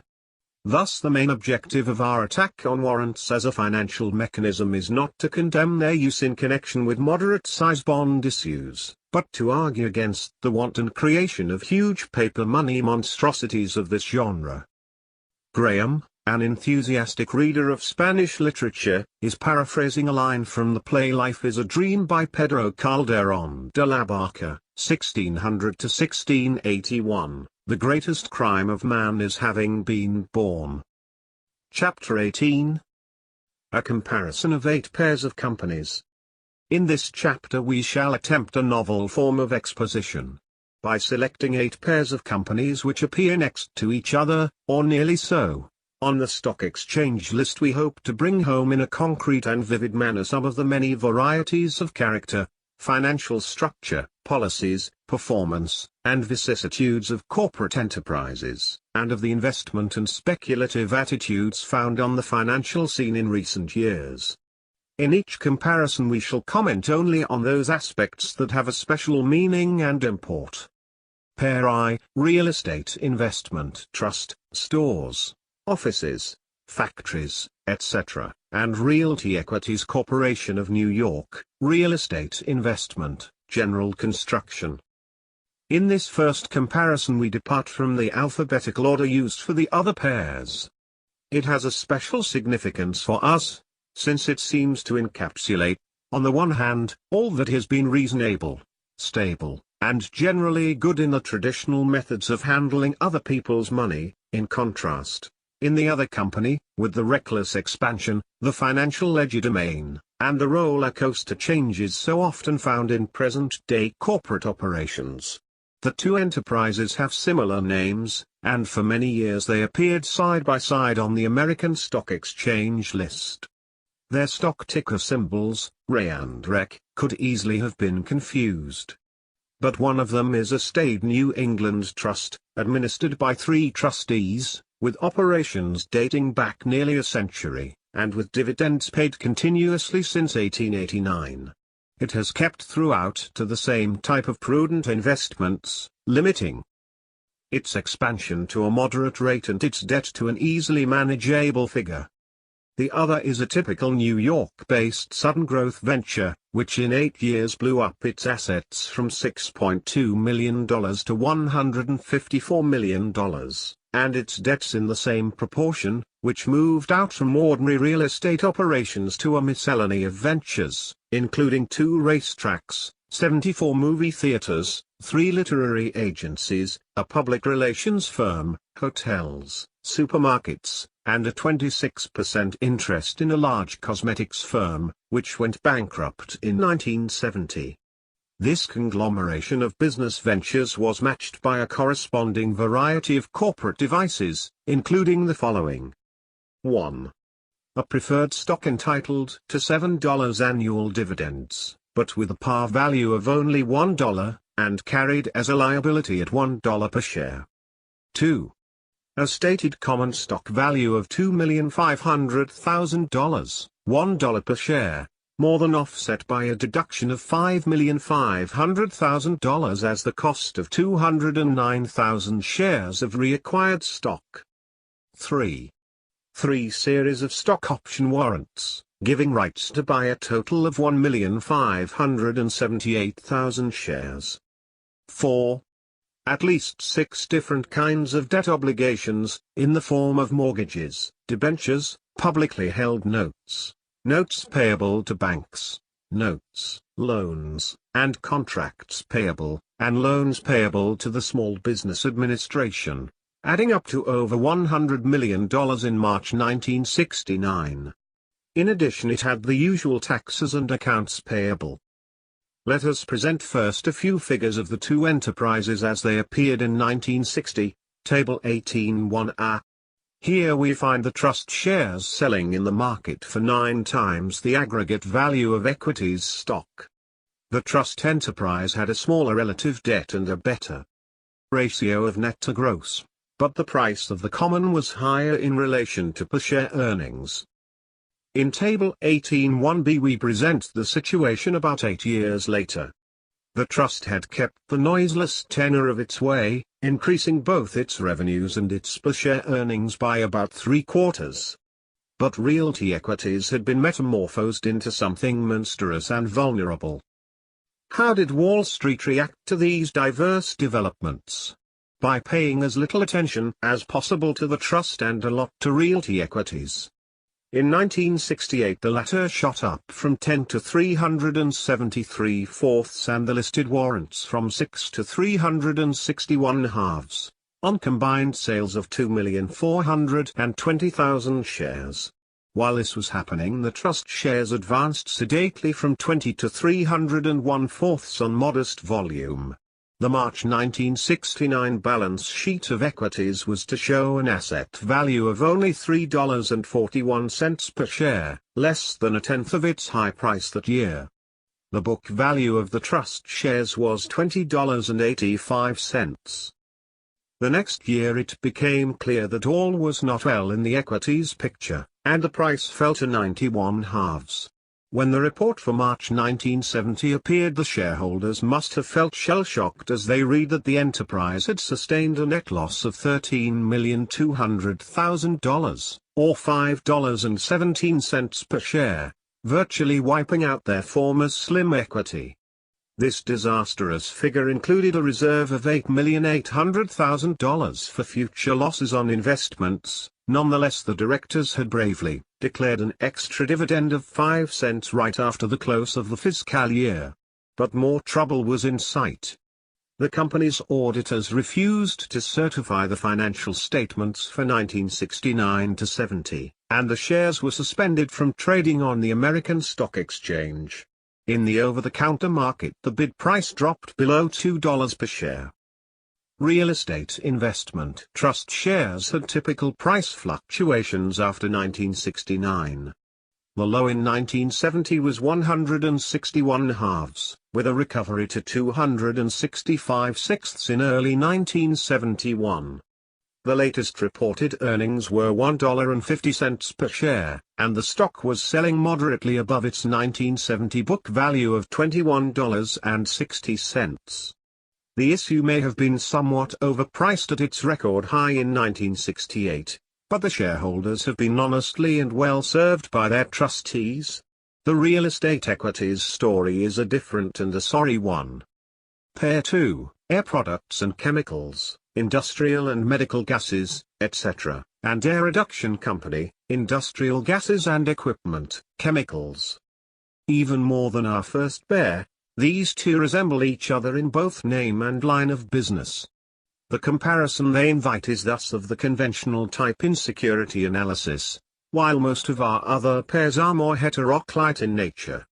Products is a newer company than Reduction, and in 1969 had less than half the other's volume. Nonetheless, its equity issues sold for 25% more in the aggregate than Air Reduction's stock. As Table 18.2 shows, the reason can be found both in Air Reduction's greater profitability and in its stronger growth record. We find here the typical consequences of a better showing of quality. Air Products sold at 161/2 times its latest earnings against only 9.1 times for Air Reduction. Also, Air Products sold well above its asset backing, while Air Reduction could be bought at only 75% of its book value. Air Reduction paid a more liberal dividend, but this may be deemed to reflect the greater desirability for Air Products to retain its earnings. Also, Air Reduction had a more comfortable working capital position. On this point we may remark that a profitable company can always put its current position in shape by some form of permanent financing. But by our standards, Air Products was somewhat overbonded. If the analyst were called on to choose between the two companies, he would have no difficulty in concluding that the prospects of Air Products looked more promising than those of Air Reduction. But did this make Air Products more attractive at its considerably higher relative price? We doubt whether this question can be answered in a definitive fashion. In general, Wall Street sets quality above quantity in its thinking, and probably the majority of security analysts would opt for the better but dearer Air Products as against the poorer but cheaper Air Reduction. Whether this preference is to prove right or wrong is more likely to depend on the unpredictable future than on any demonstrable investment principle. In this instance, Air Reduction appears to belong to the group of important companies in the low multiplier class. If, as the studies referred to above would seem to indicate, that group as a whole is likely to give a better account of itself than the high multiplier stocks, then Air Reduction should logically be given the preference, but only as part of a diversified operation. Also, a thoroughgoing study of the individual companies could lead the analyst to the opposite conclusion, but that would have to be for reasons beyond those already reflected in the past showing. Sequel: Air Products stood up better than Air Reduction in their 1970 break, with a decline of 16% against 24%. However, Reduction made a better comeback in early 1971, rising to 50% above its 1969 close, against 30% for Products. In this case, the low multiplier issue scored the advantage, for the time being, at least. Pair 3, American Home Products Company, drugs, cosmetics, household products, candy, and American Hospital Supply Company, distributor and manufacturer of hospital supplies and equipment. These were $2 billion goodwill companies at the end of 1969, representing different segments of the rapidly growing and immensely profitable health industry. We shall refer to them as home and hospital, respectively. Selected data on both are presented in Table 18.3. They had the following favorable points in common: excellent growth, with no setbacks since 1958, that is, 100% earnings stability, and strong financial condition. The growth rate of hospital up to the end of 1969 was considerably higher than home's. On the other hand, home enjoyed substantially better profitability on both sales and capital. In fact, the relatively low rate of hospital's earnings on its capital in 1969, only 9.7%, raises the intriguing question whether the business then was in fact a highly profitable one, despite its remarkable past growth rate in sales and earnings. When comparative price is taken into account, home offered much more for the money in terms of current, or past, earnings and dividends. The very low book value of home illustrates a basic ambiguity or contradiction in common stock analysis. On the one hand, it means that the company is earning a high return on its capital, which in general is a sign of strength and prosperity. On the other, it means that the investor at the current price would be especially vulnerable to any important adverse change in the company's earnings situation. Since hospital was selling at over 4 times its book value in 1969, this cautionary remark must be applied to both companies. Conclusions: our clear-cut view would be that both companies were too rich at their current prices to be considered by the investor who decides to follow our ideas of conservative selection. This does not mean that the companies were lacking in promise. The trouble is, rather, that their price contained too much promise and not enough actual performance. For the two enterprises combined, the 1969 price reflected almost $5 billion of goodwill valuation. How many years of excellent future earnings would it take to realize that goodwill factor in the form of dividends or tangible assets? Short-term sequel. At the end of 1969, the market evidently thought more highly of the earnings prospects of hospital than of home, since it gave the former almost twice the multiplier of the latter.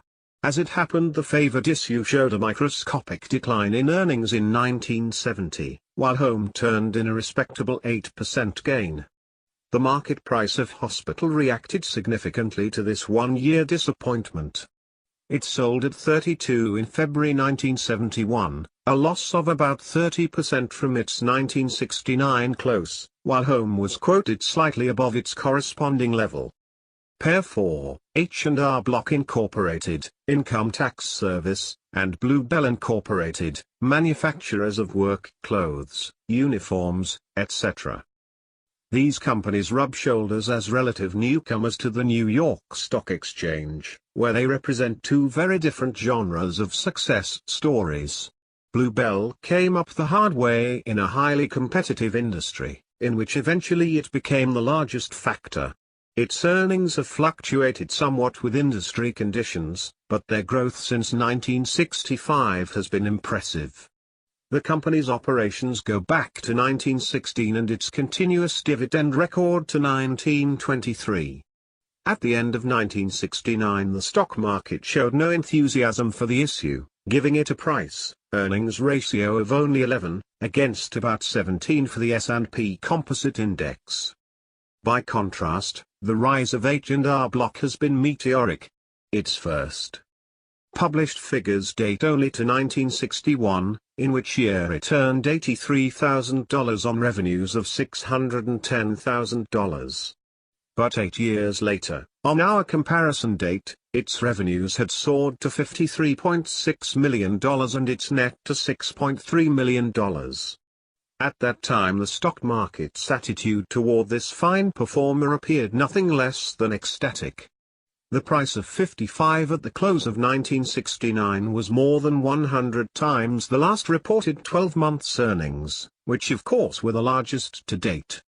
The aggregate market value of $300 million for the stock issue was nearly 30 times the tangible assets behind the shares. This was almost unheard of in the annals of serious stock market valuations. At that time IBM was selling at about 9 times and Xerox at 11 times book value. Our Table 18.4 sets forth in dollar figures and in ratios the extraordinary discrepancy in the comparative valuations of Block and Blue Bell. True, Block showed twice the profitability of Blue Bell per dollar of capital, and its percentage growth in earnings over the past 5 years, from practically nothing, was much higher. But as a stock enterprise Blue Bell was selling for less than 1/3 the total value of Block, although Blue Bell was doing 4 times as much business, earning 21/2 times as much for its stock, had 51/2 times as much intangible investment, and gave 9 times the dividend yield on the price. Indicated conclusions. An experienced analyst would have conceded great momentum to Block, implying excellent prospects for future growth. He might have had some qualms about the dangers of serious competition in the income tax service field, lured by the handsome return on capital realized by Block. But mindful of the continued success of such outstanding companies as Avon Products in highly competitive areas, he would have hesitated to predict a speedy flattening out of the Block growth curve. His chief concern would be simply whether the $300 million valuation for the company had not already fully valued and perhaps overvalued all that one could reasonably expect from this excellent business. By contrast, the analyst should have had little difficulty in recommending Blue Bell as a fine company, quite conservatively priced. Sequel to March 1971. The 1970 near-panic lopped 1/4 off the price of Blue Bell and about 1/3 from that of Block. Both then joined in the extraordinary recovery of the general market. The price of Block rose to 75 in February 1971, but Blue Bell advanced considerably more, to the equivalent of 109, after a 3-for-2 split. Clearly Blue Bell proved a better buy than Block as of the end of 1969. But the fact that Block was able to advance some 35% from that apparently inflated value indicates how wary analysts and investors must be to sell good companies short, either by word or deed, no matter how high the quotation may seem. Pair 5, International Flavors and Fragrances, Flavors, etc., for other businesses, and International Harvester Company, truck manufacturer, farm machinery, construction machinery. This comparison should carry more than one surprise. Everyone knows of International Harvester, one of the 30 giants in the Dow Jones Industrial Average. How many of our readers have even heard of International Flavors and Fragrances, next door neighbor to Harvester on the New York Stock Exchange list? Yet, Mirabile Dictu, IFF was actually selling at the end of 1969 for a higher aggregate market value than Harvester, $747 million versus $710 million. This is the more amazing when one reflects that Harvester had 17 times the stock capital of Flavors and 27 times the annual sales. In fact, only 3 years before, the net earnings of Harvester had been larger than the 1969 sales of Flavors. How did these extraordinary disparities develop? The answer lies in the two magic words, profitability and growth. Flavors made a remarkable showing in both categories, while Harvester left everything to be desired. The story is told in Table 18.5. Here we find Flavors with a sensational profit of 14.3% of sales. Before income tax the figure was 23%, compared with a mere 2.6% for Harvester. Similarly, Flavors had earned 19.7% on its stock capital against an inadequate 5.5% earned by Harvester. In 5 years the net earnings of Flavors had nearly doubled, while those of Harvester practically stood still. Between 1969 and 1959 the comparison makes similar reading. These differences in performance produced a typical stock market divergence in valuation. Flavors sold in 1969 at 55 times its last reported earnings, and Harvester at only 10.7 times. Correspondingly, Flavors was valued at 10.4 times its book value, while Harvester was selling at a 41% discount from its net worth. Comment and conclusions. The first thing to remark is that the market success of Flavors was based entirely on the development of its central business, and involved none of the corporate wheeling and dealing, acquisition programs, top-heavy capitalization structures, and other familiar Wall Street practices of recent years. The company has stuck to its extremely profitable knitting, and that is virtually its whole story. The record of Harvester raises an entirely different set of questions, but these two have nothing to do with high finance. Why have so many great companies become relatively unprofitable even during many years of general prosperity? What is the advantage of doing more than $21.5 billion of business if the enterprise cannot earn enough to justify the shareholders' investment? It is not for us to prescribe the solution of this problem. But we insist that not only management but the rank and file of shareholders should be conscious that the problem exists and that it calls for the best brains and the best efforts possible to deal with it. From the standpoint of common stock selection, neither issue would have met our standards of sound, reasonably attractive, and moderately priced investment. Flavors was a typical brilliantly successful but lavishly valued company. Harvester's showing was too mediocre to make it really attractive even at its discount price. Undoubtedly there were better values available in the reasonably priced class. Sequel to 1971, the low price of Harvester at the end of 1969 protected it from a large further decline in the bad break of 1970. It lost only 10% more. Flavors proved more vulnerable and declined to 45. A loss of 30%. In the subsequent recovery both advanced, well above their 1969 close, but Harvester soon fell back to the 25 level. Pair 6, McGraw-Edison, Public Utility and Equipment, Housewares, McGraw-Hill Incorporated, Books, Films, Instruction Systems, Magazine and Newspaper Publishers, Information Services.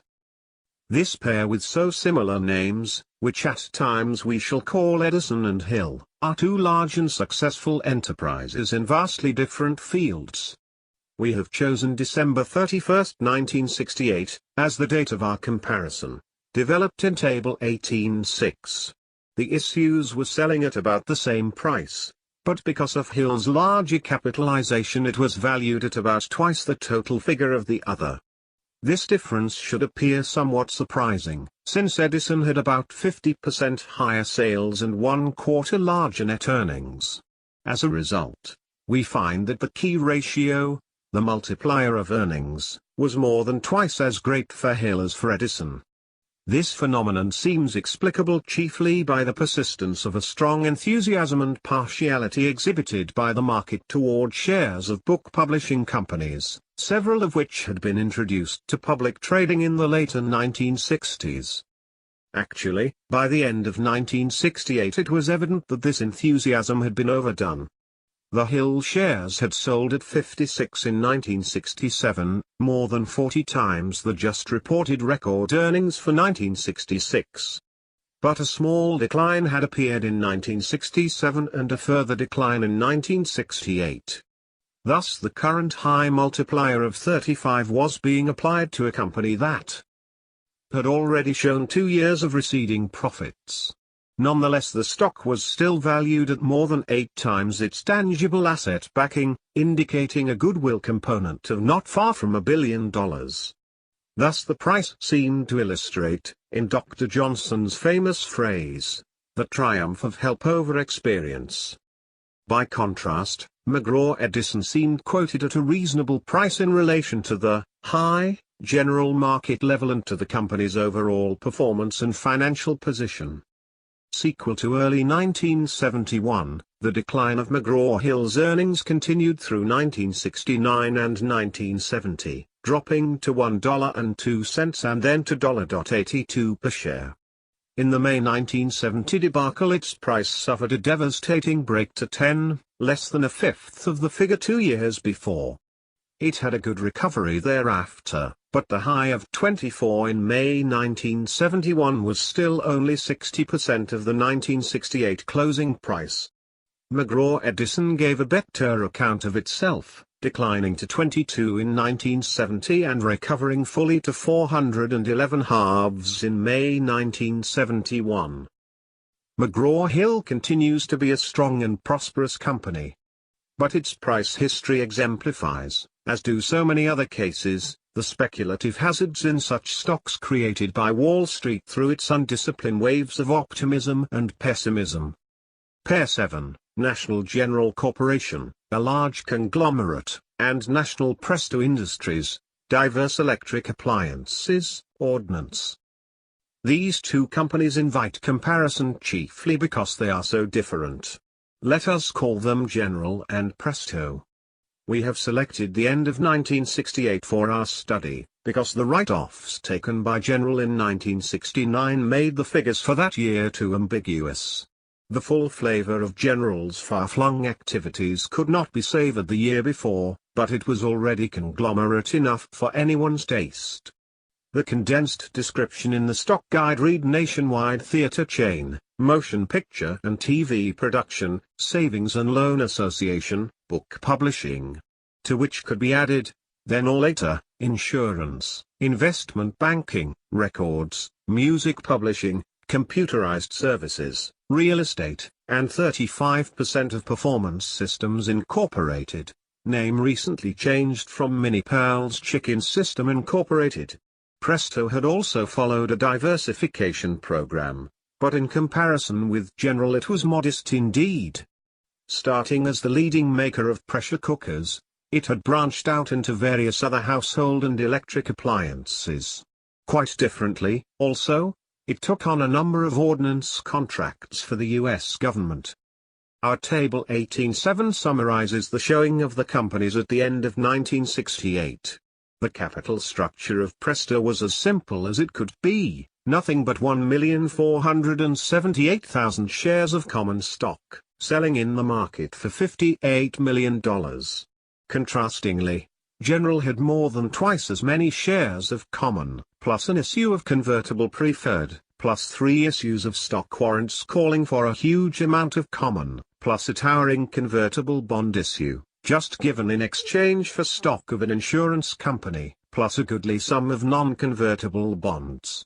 All this added up to a market capitalization of $534 million, not counting an impending issue of convertible bonds, and $750 million, including such issue. Despite National General's enormously greater capitalization, it had actually done considerably less gross business than Presto in their fiscal years, and it had shown only 75% of Presto's net income. The determination of the true market value of General's common stock capitalization presents an interesting problem for security analysts and has important implications for anyone interested in the stock on any basis more serious than outright gambling. The relatively small $41 convertible preferred can be readily taken care of by assuming its conversion into common, when the latter sells at a suitable market level. This we have done in Table 18.7. But the warrants require different treatment. In calculating the full dilution basis, the company assumes exercise of all their warrants, and the application of the proceeds to the retirement of debt, plus use of the balance to buy in common at the market. These assumptions actually produced virtually no effect on the earnings per share in calendar 1968, which were reported as $1.51 both before and after allowance for dilution. We consider this treatment illogical and unrealistic. As we see it, the warrants represent a part of the common stock package and their market value is part of the effective market value of the common stock part of the capital. See our discussion of this point on p. 415 above. This simple technique of adding the market price of their warrants to that of the common has a radical effect on the showing of National General at the end of 1968, as appears from the calculation in Table 18.7. In fact, the true market price of the common stock turns out to be more than twice the quoted figure. Hence the true multiplier of the 1968 earnings is more than doubled, to the inherently absurd figure of 69 times.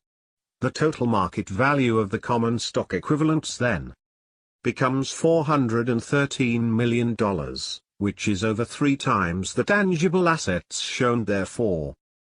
These figures appear the more anomalous when comparison is made with those of Presto. One is moved to ask, how could Presto possibly be valued at only 6.9 times its current earnings when the multiplier for General was nearly 10 times as great? All the ratios of Presto are quite satisfactory, the growth figure suspiciously so, in fact. By that we mean that the company was undoubtedly benefiting considerably from its war work, and the shareholders should be prepared for some falling off in profits under peacetime conditions. But, on balance, Presto met all the requirements of a sound and reasonably priced investment, while General had all the earmarks of a typical conglomerate of the late 1960s vintage, full of corporate gadgets and grandiose gestures, but lacking in substantial values behind the market quotations. Sequel: General continued its diversification policy in 1969, with some increase in its debt. But it took a whopping write-off of millions, chiefly in the value of its investment in the Mini Pearl Chicken deal. The final figures showed a loss of $72 million before tax credit and $46.4 million after tax credit. The price of the shares fell to 161 halves in 1969 and as low as 9 in 1970, only 15% of its 1968 high of 60. Earnings for 1970 were reported as $2.33 per share diluted, and the price recovered to 281 halves in 1971. National Presto increased its per share earnings somewhat in both 1969 and 1970, marking 10 years of uninterrupted growth of profits. Nonetheless, its price declined to 211 halves in the 1970 debacle. This was an interesting figure, since it was less than 4 times the last reported earnings, and less than the net current assets available for the stock at the time. Late in 1971 we find the price of National Presto 60% higher, at 34, but the ratios are still startling. The enlarged working capital is still about equal to the current price, which in turn is only 51 halves times the last reported earnings. If the investor could now find 10 such issues, for diversification, he could be confident of satisfactory results. Pair 8, Whiting Corporation, Materials Handling Equipment, and Wilcox & Gibbs, small conglomerate. This pair are close but not touching neighbors on the American Stock Exchange list. The comparison, set forth in Table 18.8a, makes one wonder if Wall Street is a rational institution. The company with smaller sales and earnings, and with half the tangible assets for the common, sold at about 4 times the aggregate value of the other. The higher valued company was about to report a large loss after special charges. It had not paid a dividend in 13 years. The other had a long record of satisfactory earnings, had paid continuous dividends since 1936, and was currently returning one of the highest dividend yields in the entire common stock list. To indicate more vividly the disparity in the performance of the two companies, we append, in Table 18.8b, the earnings and price record for 1961 to 1970.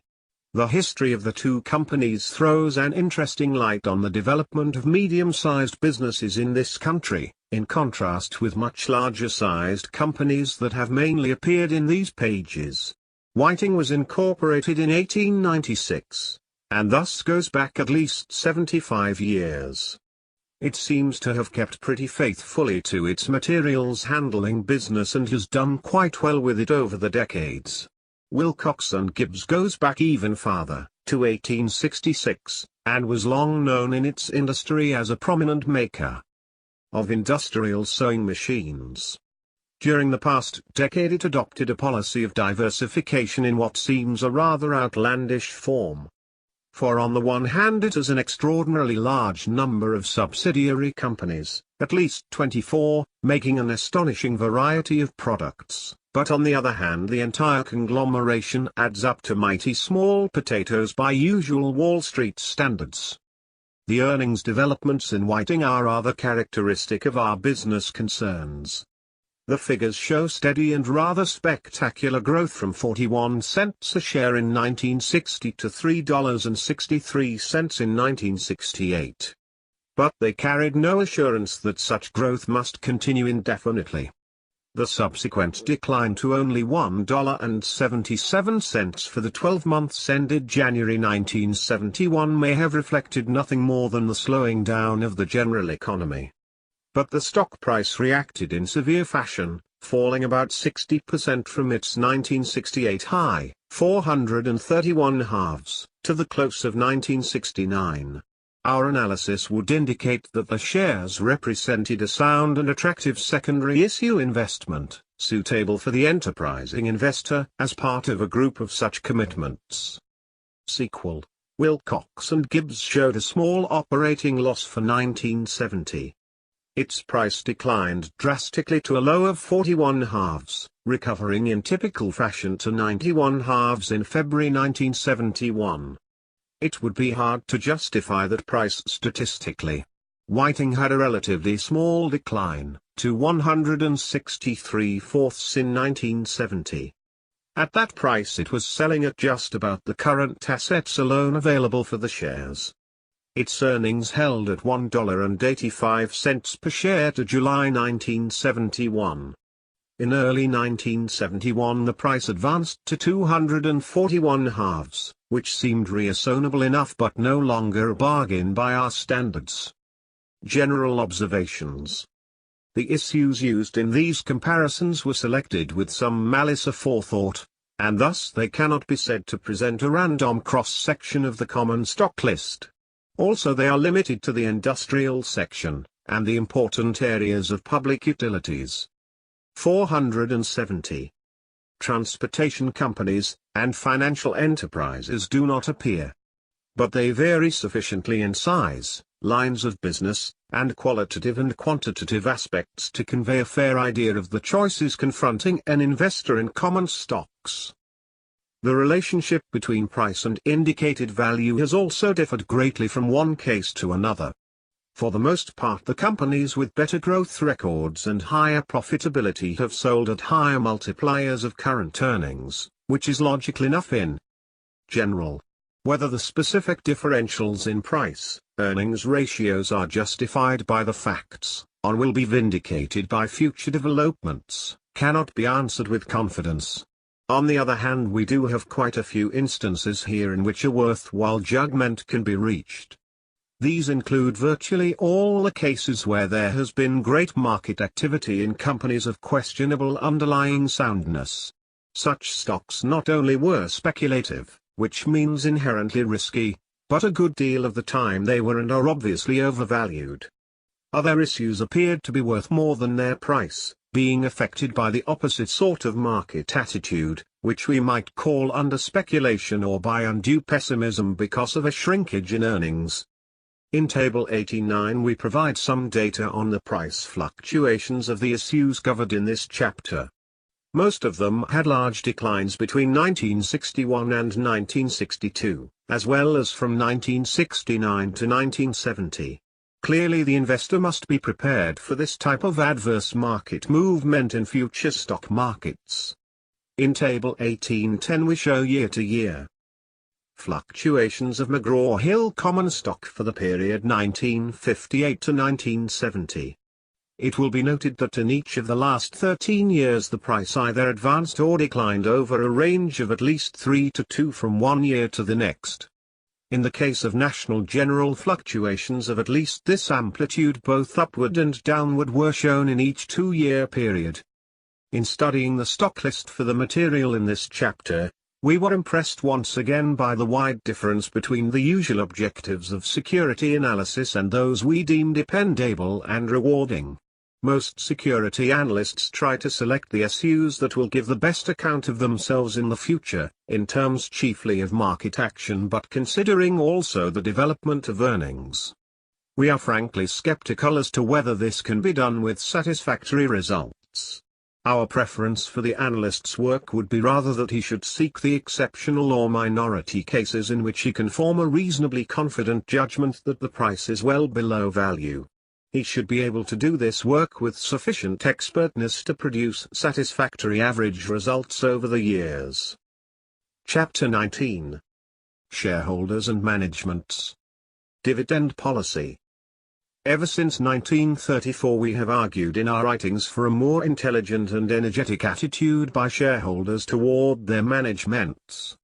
We have asked them to take a generous attitude toward those who are demonstrably doing a good job. We have asked them also to demand clear and satisfying explanations when the results appear to be worse than they should be, and to support movements to improve or remove clearly unproductive managements.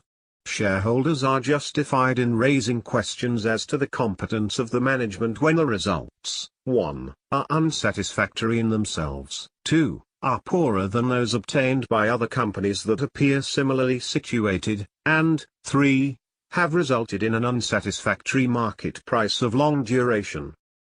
In the last 36 years practically nothing has actually been accomplished through intelligent action by the great body of shareholders. A sensible crusader, if there are any such, would take this as a sign that he has been wasting his time, and that he had better give up the fight. As it happens, our cause has not been lost. It has been rescued by an extraneous development, known as takeovers, or takeover bids. We said in Chapter 8 that poor managements produce poor market prices. The low market prices, in turn, attract the attention of companies interested in diversifying their operations, and these are now legion. Innumerable such acquisitions have been accomplished by agreement with the existing managements, or else by accumulation of shares in the market and by offers made over the head of those in control. The price bid has usually been within the range of the value of the enterprise under reasonably competent management. Hence, in many cases, the inert public shareholder has been bailed out by the actions of outsiders who at times may be enterprising individuals or groups acting on their own. It can be stated as a rule with very few exceptions that poor managements are not changed by action of the public stockholders, but only by the assertion of control by an individual or compact group. This is happening often enough these days to put the management, including the board of directors, of a typical publicly controlled company on notice that if its operating results and the resulting market price are highly unsatisfactory, it may become the target of a successful takeover move. As a consequence, boards of directors have probably become more alive than previously to their fundamental duty to see that their company has a satisfactory top management. Many more changes of presidents have been seen in recent years than formerly. Not all companies in the unsatisfactory class have benefited from such developments. Also, the change has often occurred after a long period of bad results without remedial action, and has depended on enough disappointed shareholders selling out at low prices to permit the energetic outsiders to acquire a controlling position in the shares. But the idea that public shareholders could really help themselves by supporting moves for improving management and management policies has proved too quixotic to warrant further space in this book. Those individual shareholders who have enough gumption to make their presence felt at annual meetings, generally a completely futile performance, will not need our counsel on what points to raise with the managements. For others the advice would probably be wasted. Nevertheless, let us close this section with the plea that shareholders consider with an open mind and with careful attention any proxy material sent them by fellow shareholders who want to remedy an obviously unsatisfactory management situation in the company. Shareholders and dividend policy. In the past, the dividend policy was a fairly frequent subject of argument between public, or minority, shareholders and managements. In general, these shareholders wanted more liberal dividends, while the managements preferred to keep the earnings in the business to strengthen the company. They asked the shareholders to sacrifice their present interests for the good of the enterprise and for their own future long-term benefit. But in recent years the attitude of investors toward dividends has been undergoing a gradual but significant change. The basic argument now for paying small rather than liberal dividends is not that the company needs the money, but rather that it can use it to the shareholders' direct and immediate advantage by retaining the funds for profitable expansion. Years ago it was typically the weak company that was more or less forced to hold on to its profits, instead of paying out the usual 60% to 75% of them in dividends. The effect was almost always adverse to the market price of the shares. Nowadays it is quite likely to be a strong and growing enterprise that deliberately keeps down its dividend payments, with the approval of investors and speculators alike. There was always a strong theoretical case for reinvesting, Professor. It's in the business where such retention could be counted on to produce a goodly increase in earnings. But there were several strong counter-arguments, such as, the profits belong to the shareholders, and they are entitled to have them paid out within the limits of prudent management.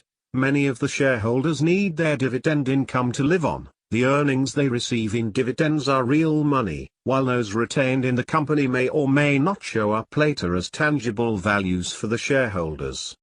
These counter-arguments were so compelling, in fact, that the stock market showed a persistent bias in favor of the liberal dividend payers as against the companies that paid no dividends or relatively small ones. 1. In the last 20 years the profitable reinvestment theory has been gaining ground. The better the past record of growth, the readier investors and speculators have become to accept a low payout policy. So much is this true that in many cases of growth favorites the dividend rate, or even the absence of any dividend, has seemed to have virtually no effect on the market price. A striking example of this development is found in the history of Texas Instruments, Incorporated. The price of its common stock rose from $5 in 1953 to $256 in 1960, while earnings were advancing from 43 cents to $3.91 per share and while no dividend of any kind was paid. In 1962 cash dividends were initiated, but by that year the earnings had fallen to $2.14 and the price had shown a spectacular drop to a low of 49. Another extreme illustration is provided by Superior Oil. In 1948 the company reported earnings of $35.26 per share, paid $3 in dividends, and sold as high as $235. In 1953 the dividend was reduced to $1, but the high price was $660. In 1957 it paid no dividend at all, and sold at $2,000. This unusual issue later declined to $795 in 1962, when it earned $49.50 and paid $7.50. Investment sentiment is far from crystallized in this matter of dividend policy of growth companies. The conflicting views are well illustrated by the cases of two of our very largest corporations, American Telephone and Telegraph and International Business Machines. American Telephone and Telephone came to be regarded as an issue with good growth possibilities, as shown by the fact that in 1961 it sold at 25 times that year's earnings. Nevertheless, the company's cash dividend policy has remained an investment and speculative consideration of first importance, its quotation making an active response to even rumors of an impending increase in the dividend rate. On the other hand, comparatively little attention appears to have been paid to the cash dividend on IBM, which in 1960 yielded only 0.5% at the high price of the year and 1.5% at the close of 1970. But in both cases stock splits have operated as a potent stock market influence. The market's appraisal of cash dividend policy appears to be developing in the following direction, where prime emphasis is not placed on growth. The stock is rated as an income issue, and the dividend rate retains its long-held importance as the prime determinant of market price. At the other extreme, stocks clearly recognized to be in the rapid growth category are valued primarily in terms of the expected growth rate over, say, the next decade, and the cash dividend rate is more or less left out of the reckoning. While the above statement may properly describe present tendencies, it is by no means a clear-cut guide to the situation in all common stocks, and perhaps not in the majority of them. For one thing, many companies occupy an intermediate position between growth and non-growth enterprises. It is hard to say how much importance should be ascribed to the growth factor in such cases, and the market's view thereof may change radically from year to year. Secondly, there seems to be something paradoxical about requiring the companies showing slower growth to be more liberal with their cash dividends. For these are generally the less prosperous concerns, and in the past the more prosperous the company the greater was the expectation of both liberal and increasing payments.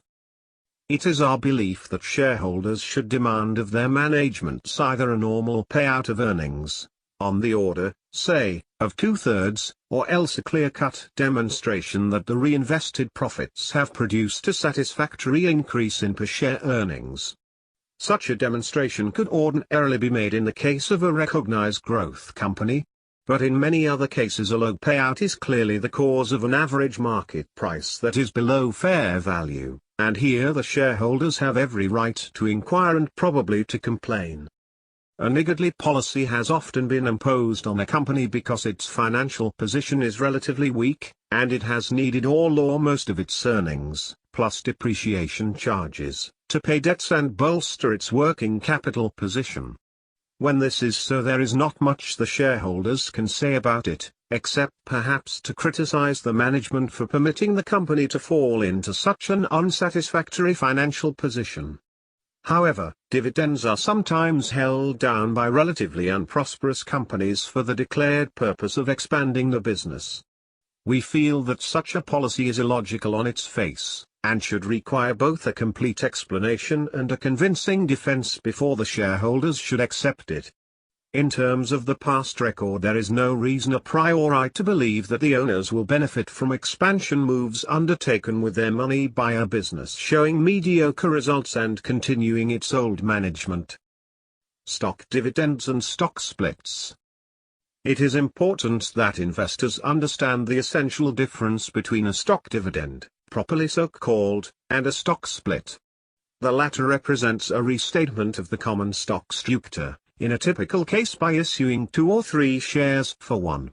The new shares are not related to specific earnings reinvested in a specific past period. Its purpose is to establish a lower market price for the single shares, presumably because such lower price range would be more acceptable to old and new shareholders.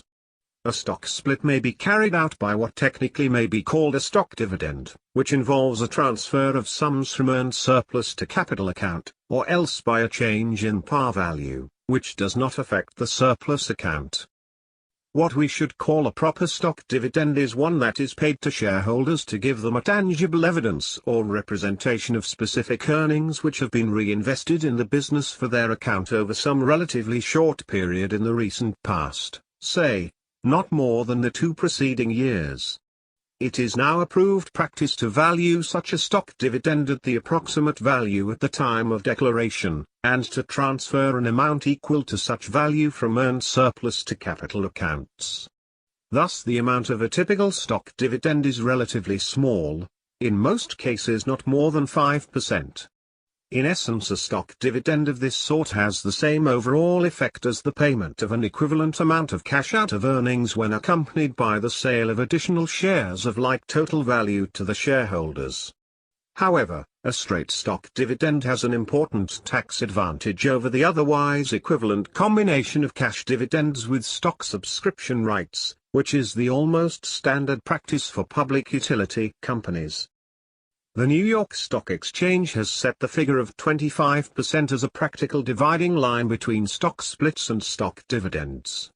Those of 25% or more need not be accompanied by the transfer of their market value from earned surplus to capital, and so forth. Some companies, especially banks, still follow the old practice of declaring any kind of stock dividend they please, for example, one of 10%, not related to recent earnings, and these instances maintain an undesirable confusion in the financial world. We have long been a strong advocate of a systematic and clearly enunciated policy with respect to the payment of cash and stock dividends. Under such a policy, stock dividends are paid periodically to capitalize all or a stated portion of the earnings reinvested in the business. Such a policy, covering 100% of the reinvested earnings, has been followed by Purex, government employees insurance, and perhaps a few others. Stock dividends of all types seem to be disapproved of by most academic writers on the subject.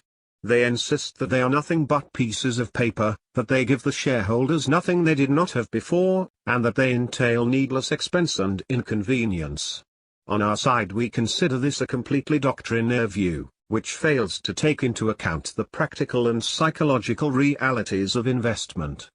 True, a periodic stock dividend, say of 5%, changes only the form of the owner's investment.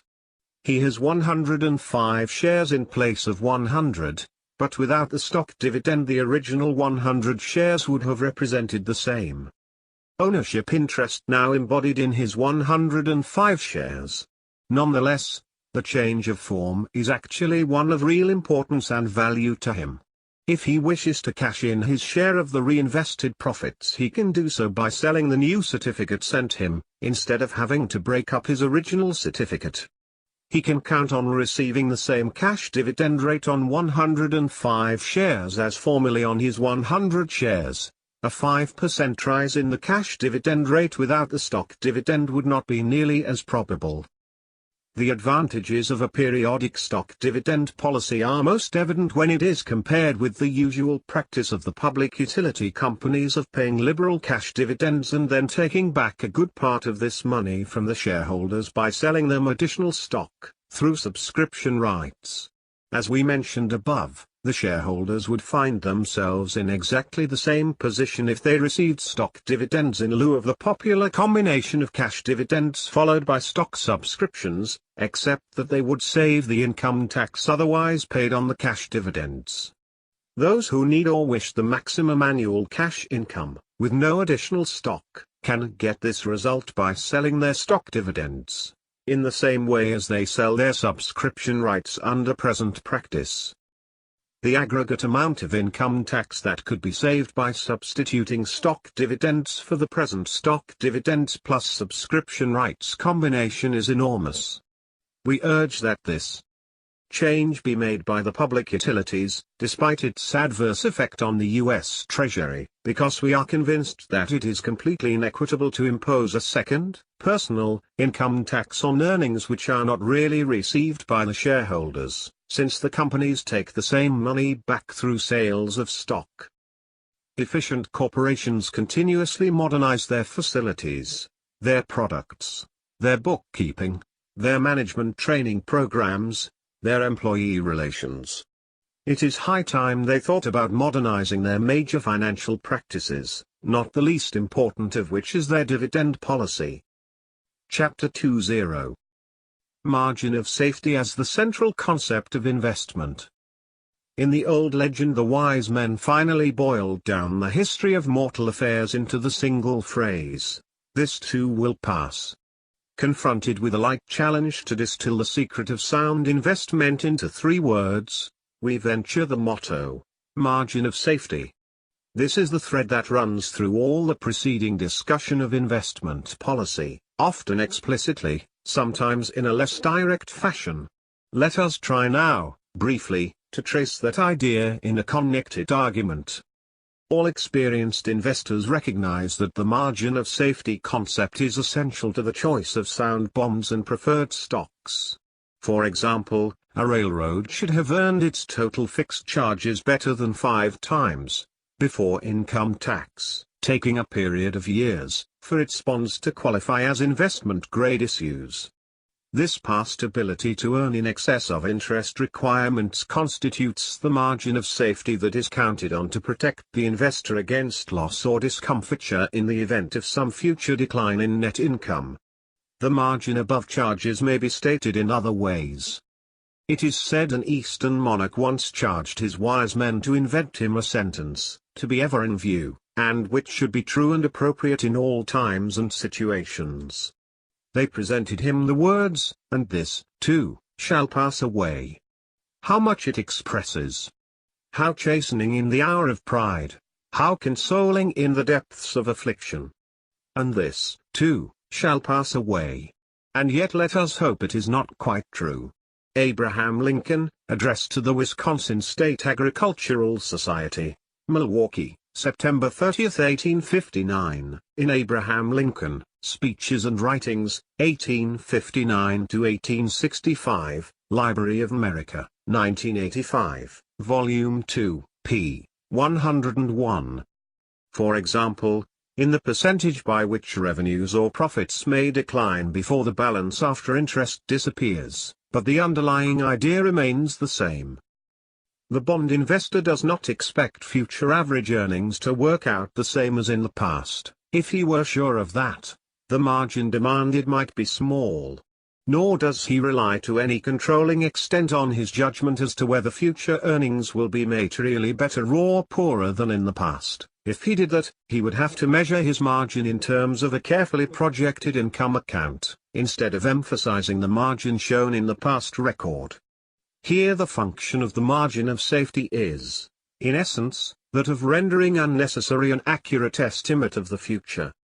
If the margin is a large one, then it is enough to assume that future earnings will not fall far below those of the past in order for an investor to feel sufficiently protected against the vicissitudes of time. The margin of safety for bonds may be calculated, alternatively, by comparing the total value of the enterprise with the amount of debt.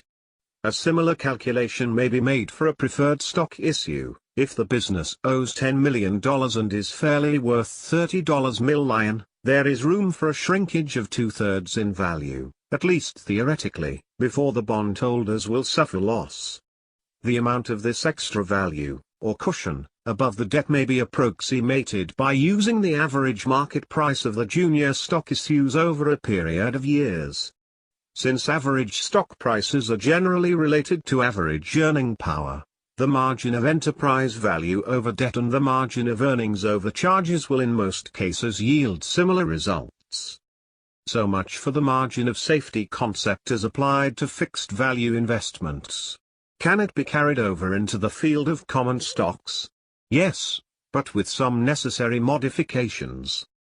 There are instances where a common stock may be considered sound because it enjoys a margin of safety as large as that of a good bond. This will occur, for example, when a company has outstanding only common stock that under depression conditions is selling for less than the amount of bonds that could safely be issued against its property and earning power. That was the position of a host of strongly financed industrial companies at the low price levels of 1932 to 33. In such instances the investor can obtain the margin of safety associated with a bond, plus all the chances of larger income and principal appreciation inherent in a common stock. The only thing he lacks is the legal power to insist on dividend payments or else, but this is a small drawback as compared with his advantages. Common stocks bought under such circumstances will supply an ideal, though infrequent, combination of safety and profit opportunity. As a quite recent example of this condition, let us mention once more National Presto Industries stock, which sold for a total enterprise value of $43 million in 1972. With its $16 millions of recent earnings before taxes, the company could easily have supported this amount of bonds.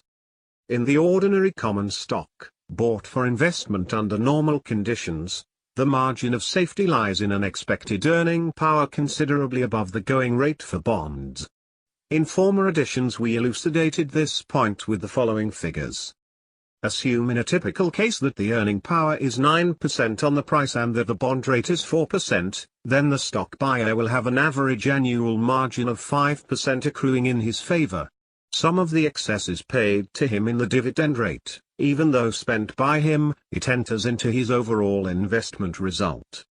The undistributed balance is reinvested in the business for his account. In many cases such reinvested earnings fail to add commensurately to the earning power and value of his stock. That is why the market has a stubborn habit of valuing earnings dispersed in dividends more generously than the portion retained in the business. But, if the picture is viewed as a whole, there is a reasonably close connection between the growth of corporate surpluses through reinvested earnings and the growth of corporate values. Over a 10-year period, the typical excess of stock earning power over bond interest may aggregate 50% of the price paid. This figure is sufficient to provide a very real margin of safety, which, under favorable conditions, will prevent or minimize a loss. If such a margin is present in each of a diversified list of 20 or more stocks, the probability of a favorable result under fairly normal conditions becomes very large. That is why the policy of investing in representative common stocks does not require high qualities of insight and foresight to work out successfully. If the purchases are made at the average level of the market over a span of years, the prices paid should carry with them assurance of an adequate margin of safety. The danger to investors lies in concentrating their purchases in the upper levels of the market, or in buying non-representative common stocks that carry more than average risk of diminished earning power. As we see it, the whole problem of common stock investment under 1972 conditions lies in the fact that in a typical case the earning power is now much less than 9% on the price paid. Let us assume that by concentrating somewhat on the low multiplier issues among the large companies, a defensive investor may now acquire equities at 12 times recent earnings, that is, with an earnings return of 8.33% on cost. He may obtain a dividend yield of about 4%, and he will have 4.33% of his cost reinvested in the business for his account. On this basis, the excess of stock earning power over bond interest over a 10-year basis would still be too small to constitute an adequate margin of safety. For that reason we feel that there are real risks now even in a diversified list of sound common stocks. The risks may be fully offset by the profit possibilities of the list, and indeed the investor may have no choice but to incur them, for otherwise he may run an even greater risk of holding only fixed claims payable in steadily depreciating dollars. Nonetheless, the investor would do well to recognize, and to accept as philosophically as he can, that the old package of good profit possibilities combined with small ultimate risk is no longer available to him. However, The risk of paying too high a price for good quality stocks, while a real one, is not the chief hazard confronting the average buyer of securities. Observation over many years has taught us that the chief losses to investors come from the purchase of low-quality securities at times of favorable business conditions. The purchasers view the current good earnings as equivalent to earning power and assume that prosperity is synonymous with safety. It is in those years that bonds and preferred stocks of N4 grade can be sold to the public at a price around par, because they carry a little higher income return or a deceptively attractive conversion privilege. It is then, also, that common stocks of obscure companies can be floated at prices far above the tangible investment, on the strength of 2 or 3 years of excellent growth. These securities do not offer an adequate margin of safety in any admissible sense of the term. Coverage of interest charges and preferred dividends must be tested over a number of years, including preferably a period of subnormal business such as in 1970 to 71. The same is ordinarily true of common stock earnings if they are to qualify as indicators of earning power. Thus it follows that most of the fair weather investments, acquired at fair weather prices, are destined to suffer disturbing price declines when the horizon clouds over, and often sooner than that. Nor can the investor count with confidence on an eventual recovery, although this does come about in some proportion of the cases, for he has never had a real safety margin to tide him through adversity. The philosophy of investment in growth stocks parallels in part and in part contravenes the margin of safety principle. The growth stock buyer relies on an expected earning power that is greater than the average shown in the past. Thus he may be said to substitute these expected earnings for the past record in calculating his margin of safety. In investment theory there is no reason why carefully estimated future earnings should be a less reliable guide than the bare record of the past. In fact, security analysis is coming more and more to prefer a competently executed evaluation of the future. Thus the growth stock approach may supply as dependable a margin of safety as is found in the ordinary investment, provided the calculation of the future is conservatively made, and provided it shows a satisfactory margin in relation to the price paid. The danger in a growth stock program lies precisely here. For such favored issues the market has a tendency to set prices that will not be adequately protected by a conservative projection of future earnings. It is a basic rule of prudent investment that all estimates, when they differ from past performance, must err at least slightly on the side of understatement. The margin of safety is always dependent on the price paid. It will be large at one price, small at some higher price, non-existent at some still higher price. If, as we suggest, the average market level of most growth stocks is too high to provide an adequate margin of safety for the buyer, then a simple technique of diversified buying in this field may not work out satisfactorily. A special degree of foresight and judgment will be needed, in order that wise individual selections may overcome the hazards inherent in the customary market level of such issues as a whole. The margin of safety idea becomes much more evident when we apply it to the field of undervalued or bargain securities. We have here, by definition, a favorable difference between price on the one hand and indicated or appraised value on the other. That difference is the safety margin. It is available for absorbing the effect of miscalculations or worse than average luck. The buyer of bargain issues places particular emphasis on the ability of the investment to withstand adverse developments. For in most such cases he has no real enthusiasm about the company's prospects. True, if the prospects are definitely bad, the investor will prefer to avoid the security no matter how low the price. But the field of undervalued issues is drawn from the many concerns, perhaps a majority of the total, for which the future appears neither distinctly promising nor distinctly unpromising. If these are bought on a bargain basis, even a moderate decline in the earning power need not prevent the investment from showing satisfactory results. The margin of safety will then have served its proper purpose. Theory of diversification. There is a close logical connection between the concept of a safety margin and the principle of diversification. One is correlative with the other. Even with a margin in the investor's favor, an individual security may work out badly. For the margin guarantees only that he has a better chance for profit than for loss, not that loss is impossible. But as the number of such commitments is increased, the more certain does it become that the aggregate of the profits will exceed the aggregate of the losses. That is the simple basis of the insurance underwriting business. Diversification is an established tenet of conservative investment. By accepting it so universally, investors are really demonstrating their acceptance of the margin of safety principle, to which diversification is the companion.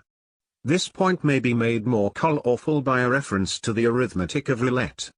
If a man bets $1 on a single number, he is paid $35 profit when he wins, but the chances are 37 to 1 that he will lose. He has a negative margin of safety. In his case, diversification is foolish.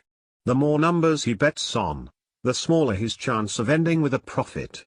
If he regularly bets $1 on every number, including 0 and 00, he is certain to lose $2 on each turn of the wheel. But suppose the winner received $39 profit instead of $35. Then he would have a small but important margin of safety. Therefore, the more numbers he wagers on, the better his chance of gain. And he could be certain of winning $2 on every spin by simply betting $1 each on all the numbers. Incidentally, the two examples given actually describe the respective positions of the player and proprietor of a wheel with 0 and 00. A criterion of investment versus speculation. Since there is no single definition of investment in general acceptance, authorities have the right to define it pretty much as they please. Many of them deny that there is any useful or dependable difference between the concepts of investment and of speculation. We think this skepticism is unnecessary and harmful. It is injurious because it lends encouragement to the innate leaning of many people toward the excitement and hazards of stock market speculation. We suggest that the margin of safety concept may be used to advantage as the touchstone to distinguish an investment operation from a speculative one. Probably most speculators believe they have the odds in their favor when they take their chances, and therefore they may lay claim to a safety margin in their proceedings. Each one has the feeling that the time is propitious for his purchase, or that his skill is superior to the crowd's, or that his advisor or system is trustworthy. But such claims are unconvincing. They rest on subjective judgment, unsupported by any body of favorable evidence or any conclusive line of reasoning.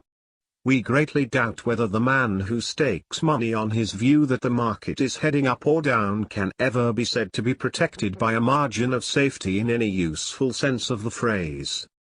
By contrast, the investor's concept of the margin of safety, as developed earlier in this chapter, rests upon simple and definite arithmetical reasoning from statistical data. We believe, also, that it is well supported by practical investment experience. There is no guarantee that this fundamental quantitative approach will continue to show favorable results under the unknown conditions of the future. But, equally, there is no valid reason for pessimism on this score. Thus, in sum, we say that to have a true investment there must be present a true margin of safety. And a true margin of safety is one that can be demonstrated by figures, by persuasive reasoning, and by reference to a body of actual experience. Extension of the concept of investment. To complete our discussion of the margin of safety principle, we must now make a further distinction between conventional and unconventional investments. Conventional investments are appropriate for the typical portfolio. Under this heading have always come United States government issues and high-grade, dividend-paying common stocks. We have added state and municipal bonds for those who will benefit sufficiently by their tax-exempt features. Also included are first-quality corporate bonds when, as now, they can be bought to yield sufficiently more than United States savings bonds. Unconventional investments are those that are suitable only for the enterprising investor. They cover a wide range. The broadest category is that of undervalued common stocks of secondary companies, which we recommend for purchase when they can be bought at 2/3 or less of their indicated value. Besides these, there is often a wide choice of medium-grade corporate bonds and preferred stocks when they are selling at such depressed prices as to be obtainable also at a considerable discount from their apparent value. In these cases the average investor would be inclined to call the securities speculative, because in his mind their lack of a first-quality rating is synonymous with a lack of investment merit. It is our argument that a sufficiently low price can turn a security of mediocre quality into a sound investment opportunity, provided that the buyer is informed and experienced and that he practices adequate diversification. For, if the price is low enough to create a substantial margin of safety, the security thereby meets our criterion of investment. Our favorite supporting illustration is taken from the field of real estate bonds. In the 1920s, billions of dollars worth of these issues were sold at par and widely recommended as sound investments. A large proportion had so little margin of value over debt as to be in fact highly speculative in character. In the Depression of the 1930s, an enormous quantity of these bonds defaulted their interest, and their price collapsed, in some cases below 10 cents on the dollar. At that stage the same advisors who had recommended them at par as safe investments were rejecting them as paper of the most speculative and unattractive type. But as a matter of fact the price depreciation of about 90% made many of these securities exceedingly attractive and reasonably safe, for the true values behind them were 4 or 5 times the market quotation. The fact that the purchase of these bonds actually resulted in what is generally called a large speculative profit did not prevent them from having true investment qualities at their low prices. The speculative profit was the purchaser's reward for having made an unusually shrewd investment. They could properly be called investment opportunities, since a careful analysis would have shown that the excess of value over price provided a large margin of safety. Thus the very class of fair-weather investments which we stated above is a chief source of serious loss to naive security buyers is likely to afford many sound profit opportunities to the sophisticated operator who may buy them later at pretty much his own price. The whole field of special situations would come under our definition of investment operations, because the purchase is always predicated on a thoroughgoing analysis that promises a larger realization than the price paid. Again, there are risk factors in each individual case, but these are allowed for in the calculations and absorbed in the overall results of a diversified operation. To carry this discussion to a logical extreme, we might suggest that a defensible investment operation could be set up by buying such intangible values as are represented by a group of common stock option warrants selling at historically low prices. This example is intended as somewhat of a shocker. The entire value of these warrants rests on the possibility that the related stocks may someday advance above the option price. At the moment they have no exercisable value. Yet, since all investment rests on reasonable future expectations, it is proper to view these warrants in terms of the mathematical chances that some future bull market will create a large increase in their indicated value and in their price. Such a study might well yield the conclusion that there is much more to be gained in such an operation than to be lost, and that the chances of an ultimate profit are much better than those of an ultimate loss. If that is so, there is a safety margin present even in this unprepossessing security form. A sufficiently enterprising investor could then include an option warrant operation in his miscellany of unconventional investments. 1. To sum up, investment is most intelligent when it is most business-like. It is amazing to see how many capable businessmen try to operate in Wall Street with complete disregard of all the sound principles through which they have gained success in their own undertakings. Yet every corporate security may best be viewed, in the first instance, as an ownership interest in, or a claim against, a specific business enterprise. And if a person sets out to make profits from security purchases and sales, he is embarking on a business venture of his own, which must be run in accordance with accepted business principles if it is to have a chance of success. The first and most obvious of these principles is, know what you are doing, know your business. For the investor this means, do not try to make business profits out of securities, that is, returns in excess of normal interest and dividend income, unless you know as much about security values as you would need to know about the value of merchandise that you propose to manufacture or deal in. A second business principle, do not let anyone else run your business, unless, 1. You can supervise his performance with adequate care and comprehension, or, 2. You have unusually strong reasons for placing implicit confidence in his integrity and ability. For the investor, this rule should determine the conditions under which he will permit someone else to decide what is done with his money. A third business principle, do not enter upon an operation, that is, manufacturing or trading in an item, unless a reliable calculation shows that it has a fair chance to yield a reasonable profit. In particular, keep away from ventures in which you have little to gain and much to lose. For the enterprising investor, this means that his operations for profit should be based not on optimism but on arithmetic.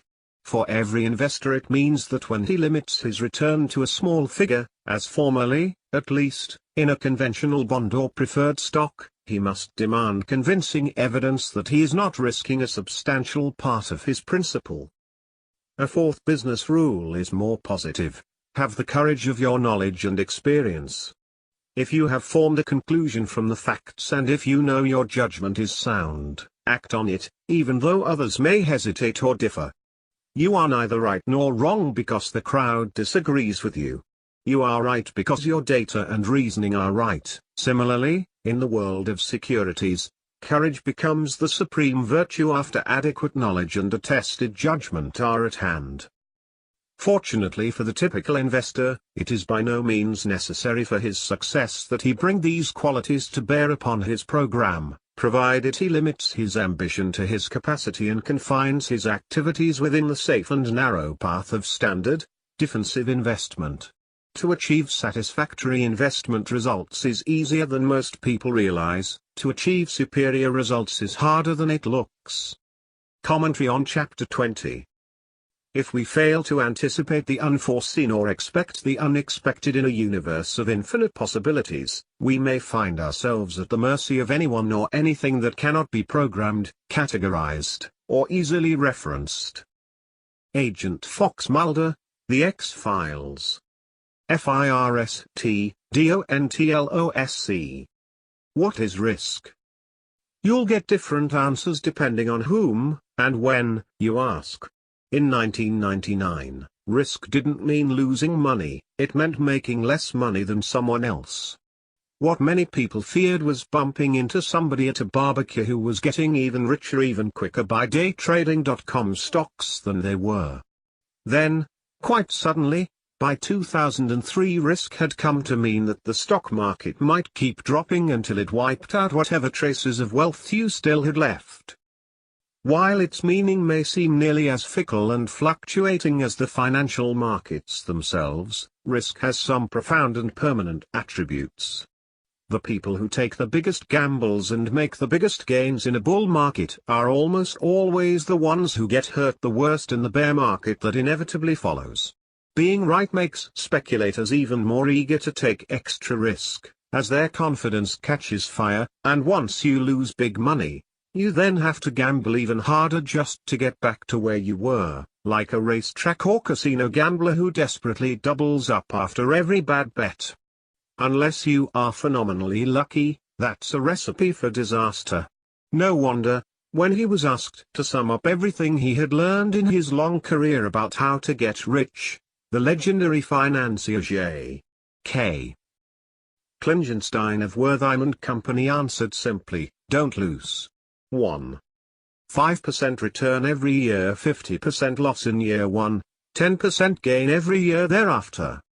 Imagine that you find a stock that you think can grow at 10% a year even if the market only grows 5% annually. Unfortunately, you are so enthusiastic that you pay too high a price, and the stock loses 50% of its value the first year. Even if the stock then generates double the market's return, it will take you more than 16 years to overtake the market, simply because you paid too much, and lost too much, at the outset. Losing some money is an inevitable part of investing, and there's nothing you can do to prevent it. But, to be an intelligent investor, you must take responsibility for ensuring that you never lose most or all of your money. The Hindu goddess of wealth, Lakshmi, is often portrayed standing on tiptoe, ready to dart away in the blink of an eye. To keep her symbolically in place, some of Lakshmi's devotees will lash her statue down with strips of fabric or nail its feet to the floor.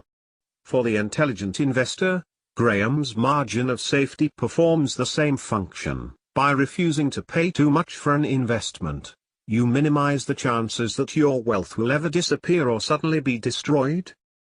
Consider this: over the 4 quarters ending in December 1999, JDS Uniphase Corporation, the fiber optics company, generated $673 million in net sales, on which it lost $313 million. Its tangible assets totaled $1.5 billion. Yet, on March 7, 2000, JDS Uniphase's stock hit $153 a share, giving the company a total market value of roughly $143 billion. And then, like most new era stocks, it crashed. Anyone who bought it that day and still clung to it at the end of 2002 faced these prospects. If you had bought JDS Uniphase at its peak price of $153.421 on March 7, 2000, and still held it at year-end 2002, when it closed at $2.47, how long would it take you to get back to your purchase price at various annual average rates of return?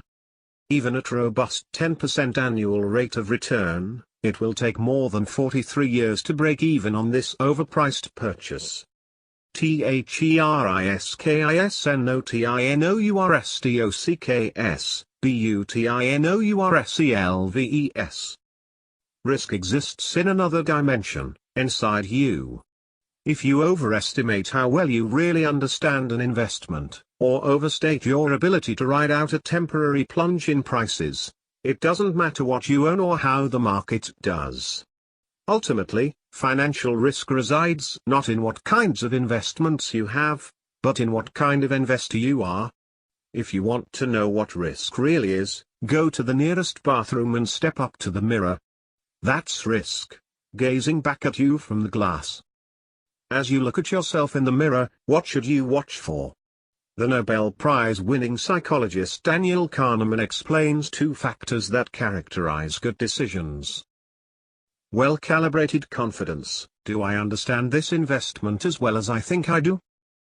Correctly anticipated regret: how will I react if my analysis turns out to be wrong?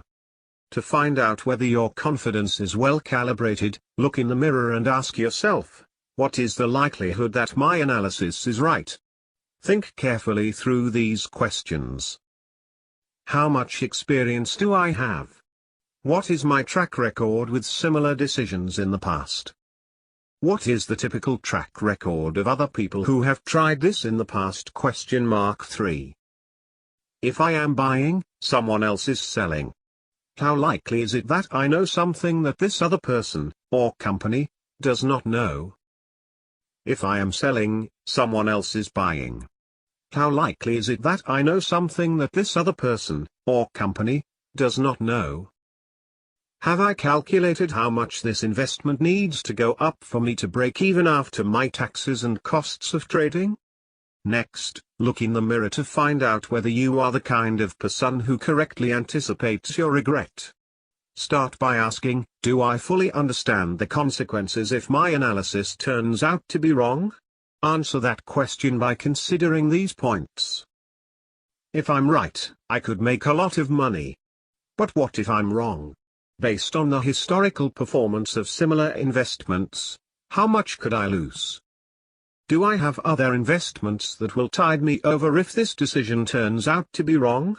Do I already hold stocks, bonds, or funds with a proven record of going up when the kind of investment I'm considering goes down?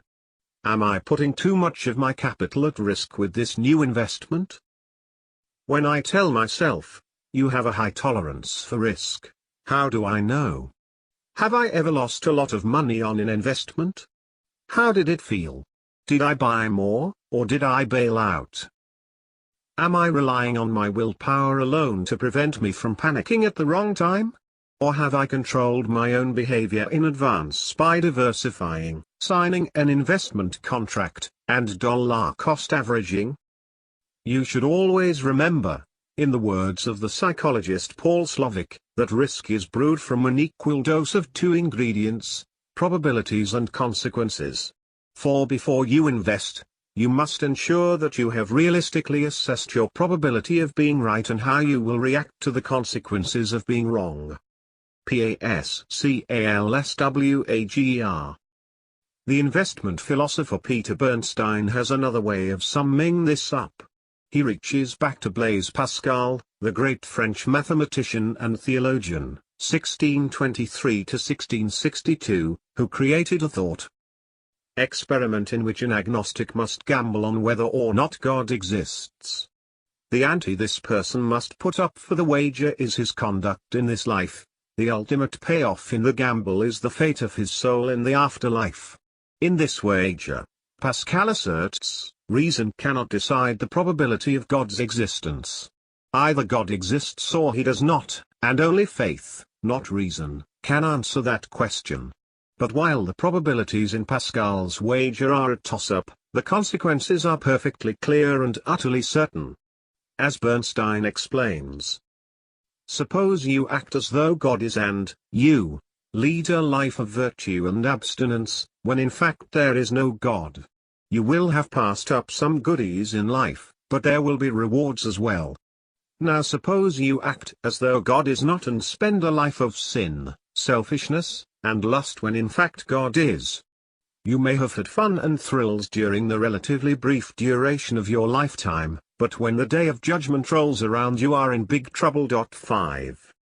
Concludes Bernstein, in making decisions under conditions of uncertainty, the consequences must dominate the probabilities. We never know the future. Thus, as Graham has reminded you in every chapter of this book, the intelligent investor must focus not just on getting the analysis right. You must also insure against loss if your analysis turns out to be wrong, as even the best analyses will be at least some of the time. The probability of making at least one mistake at some point in your investing lifetime is virtually 100%, and those odds are entirely out of your control. However, you do have control over the consequences of being wrong. Many investors put essentially all of their money into dot-com stocks in 1999. An online survey of 1,338 Americans by Money Magazine in 1999 found that nearly 1/10 of them had at least 85% of their money in internet stocks. By ignoring Graham's call for a margin of safety, these people took the wrong side of Pascal's wager. Certain that they knew the probabilities of being right, they did nothing to protect themselves against the consequences of being wrong. Simply by keeping your holdings permanently diversified, and refusing to fling money at Mr. Market's latest, craziest fashions, you can ensure that the consequences of your mistakes will never be catastrophic. No matter what Mr. Market throws at you, you will always be able to say, with a quiet confidence, this, too, shall pass away. The end. Thank you for listening to this audiobook.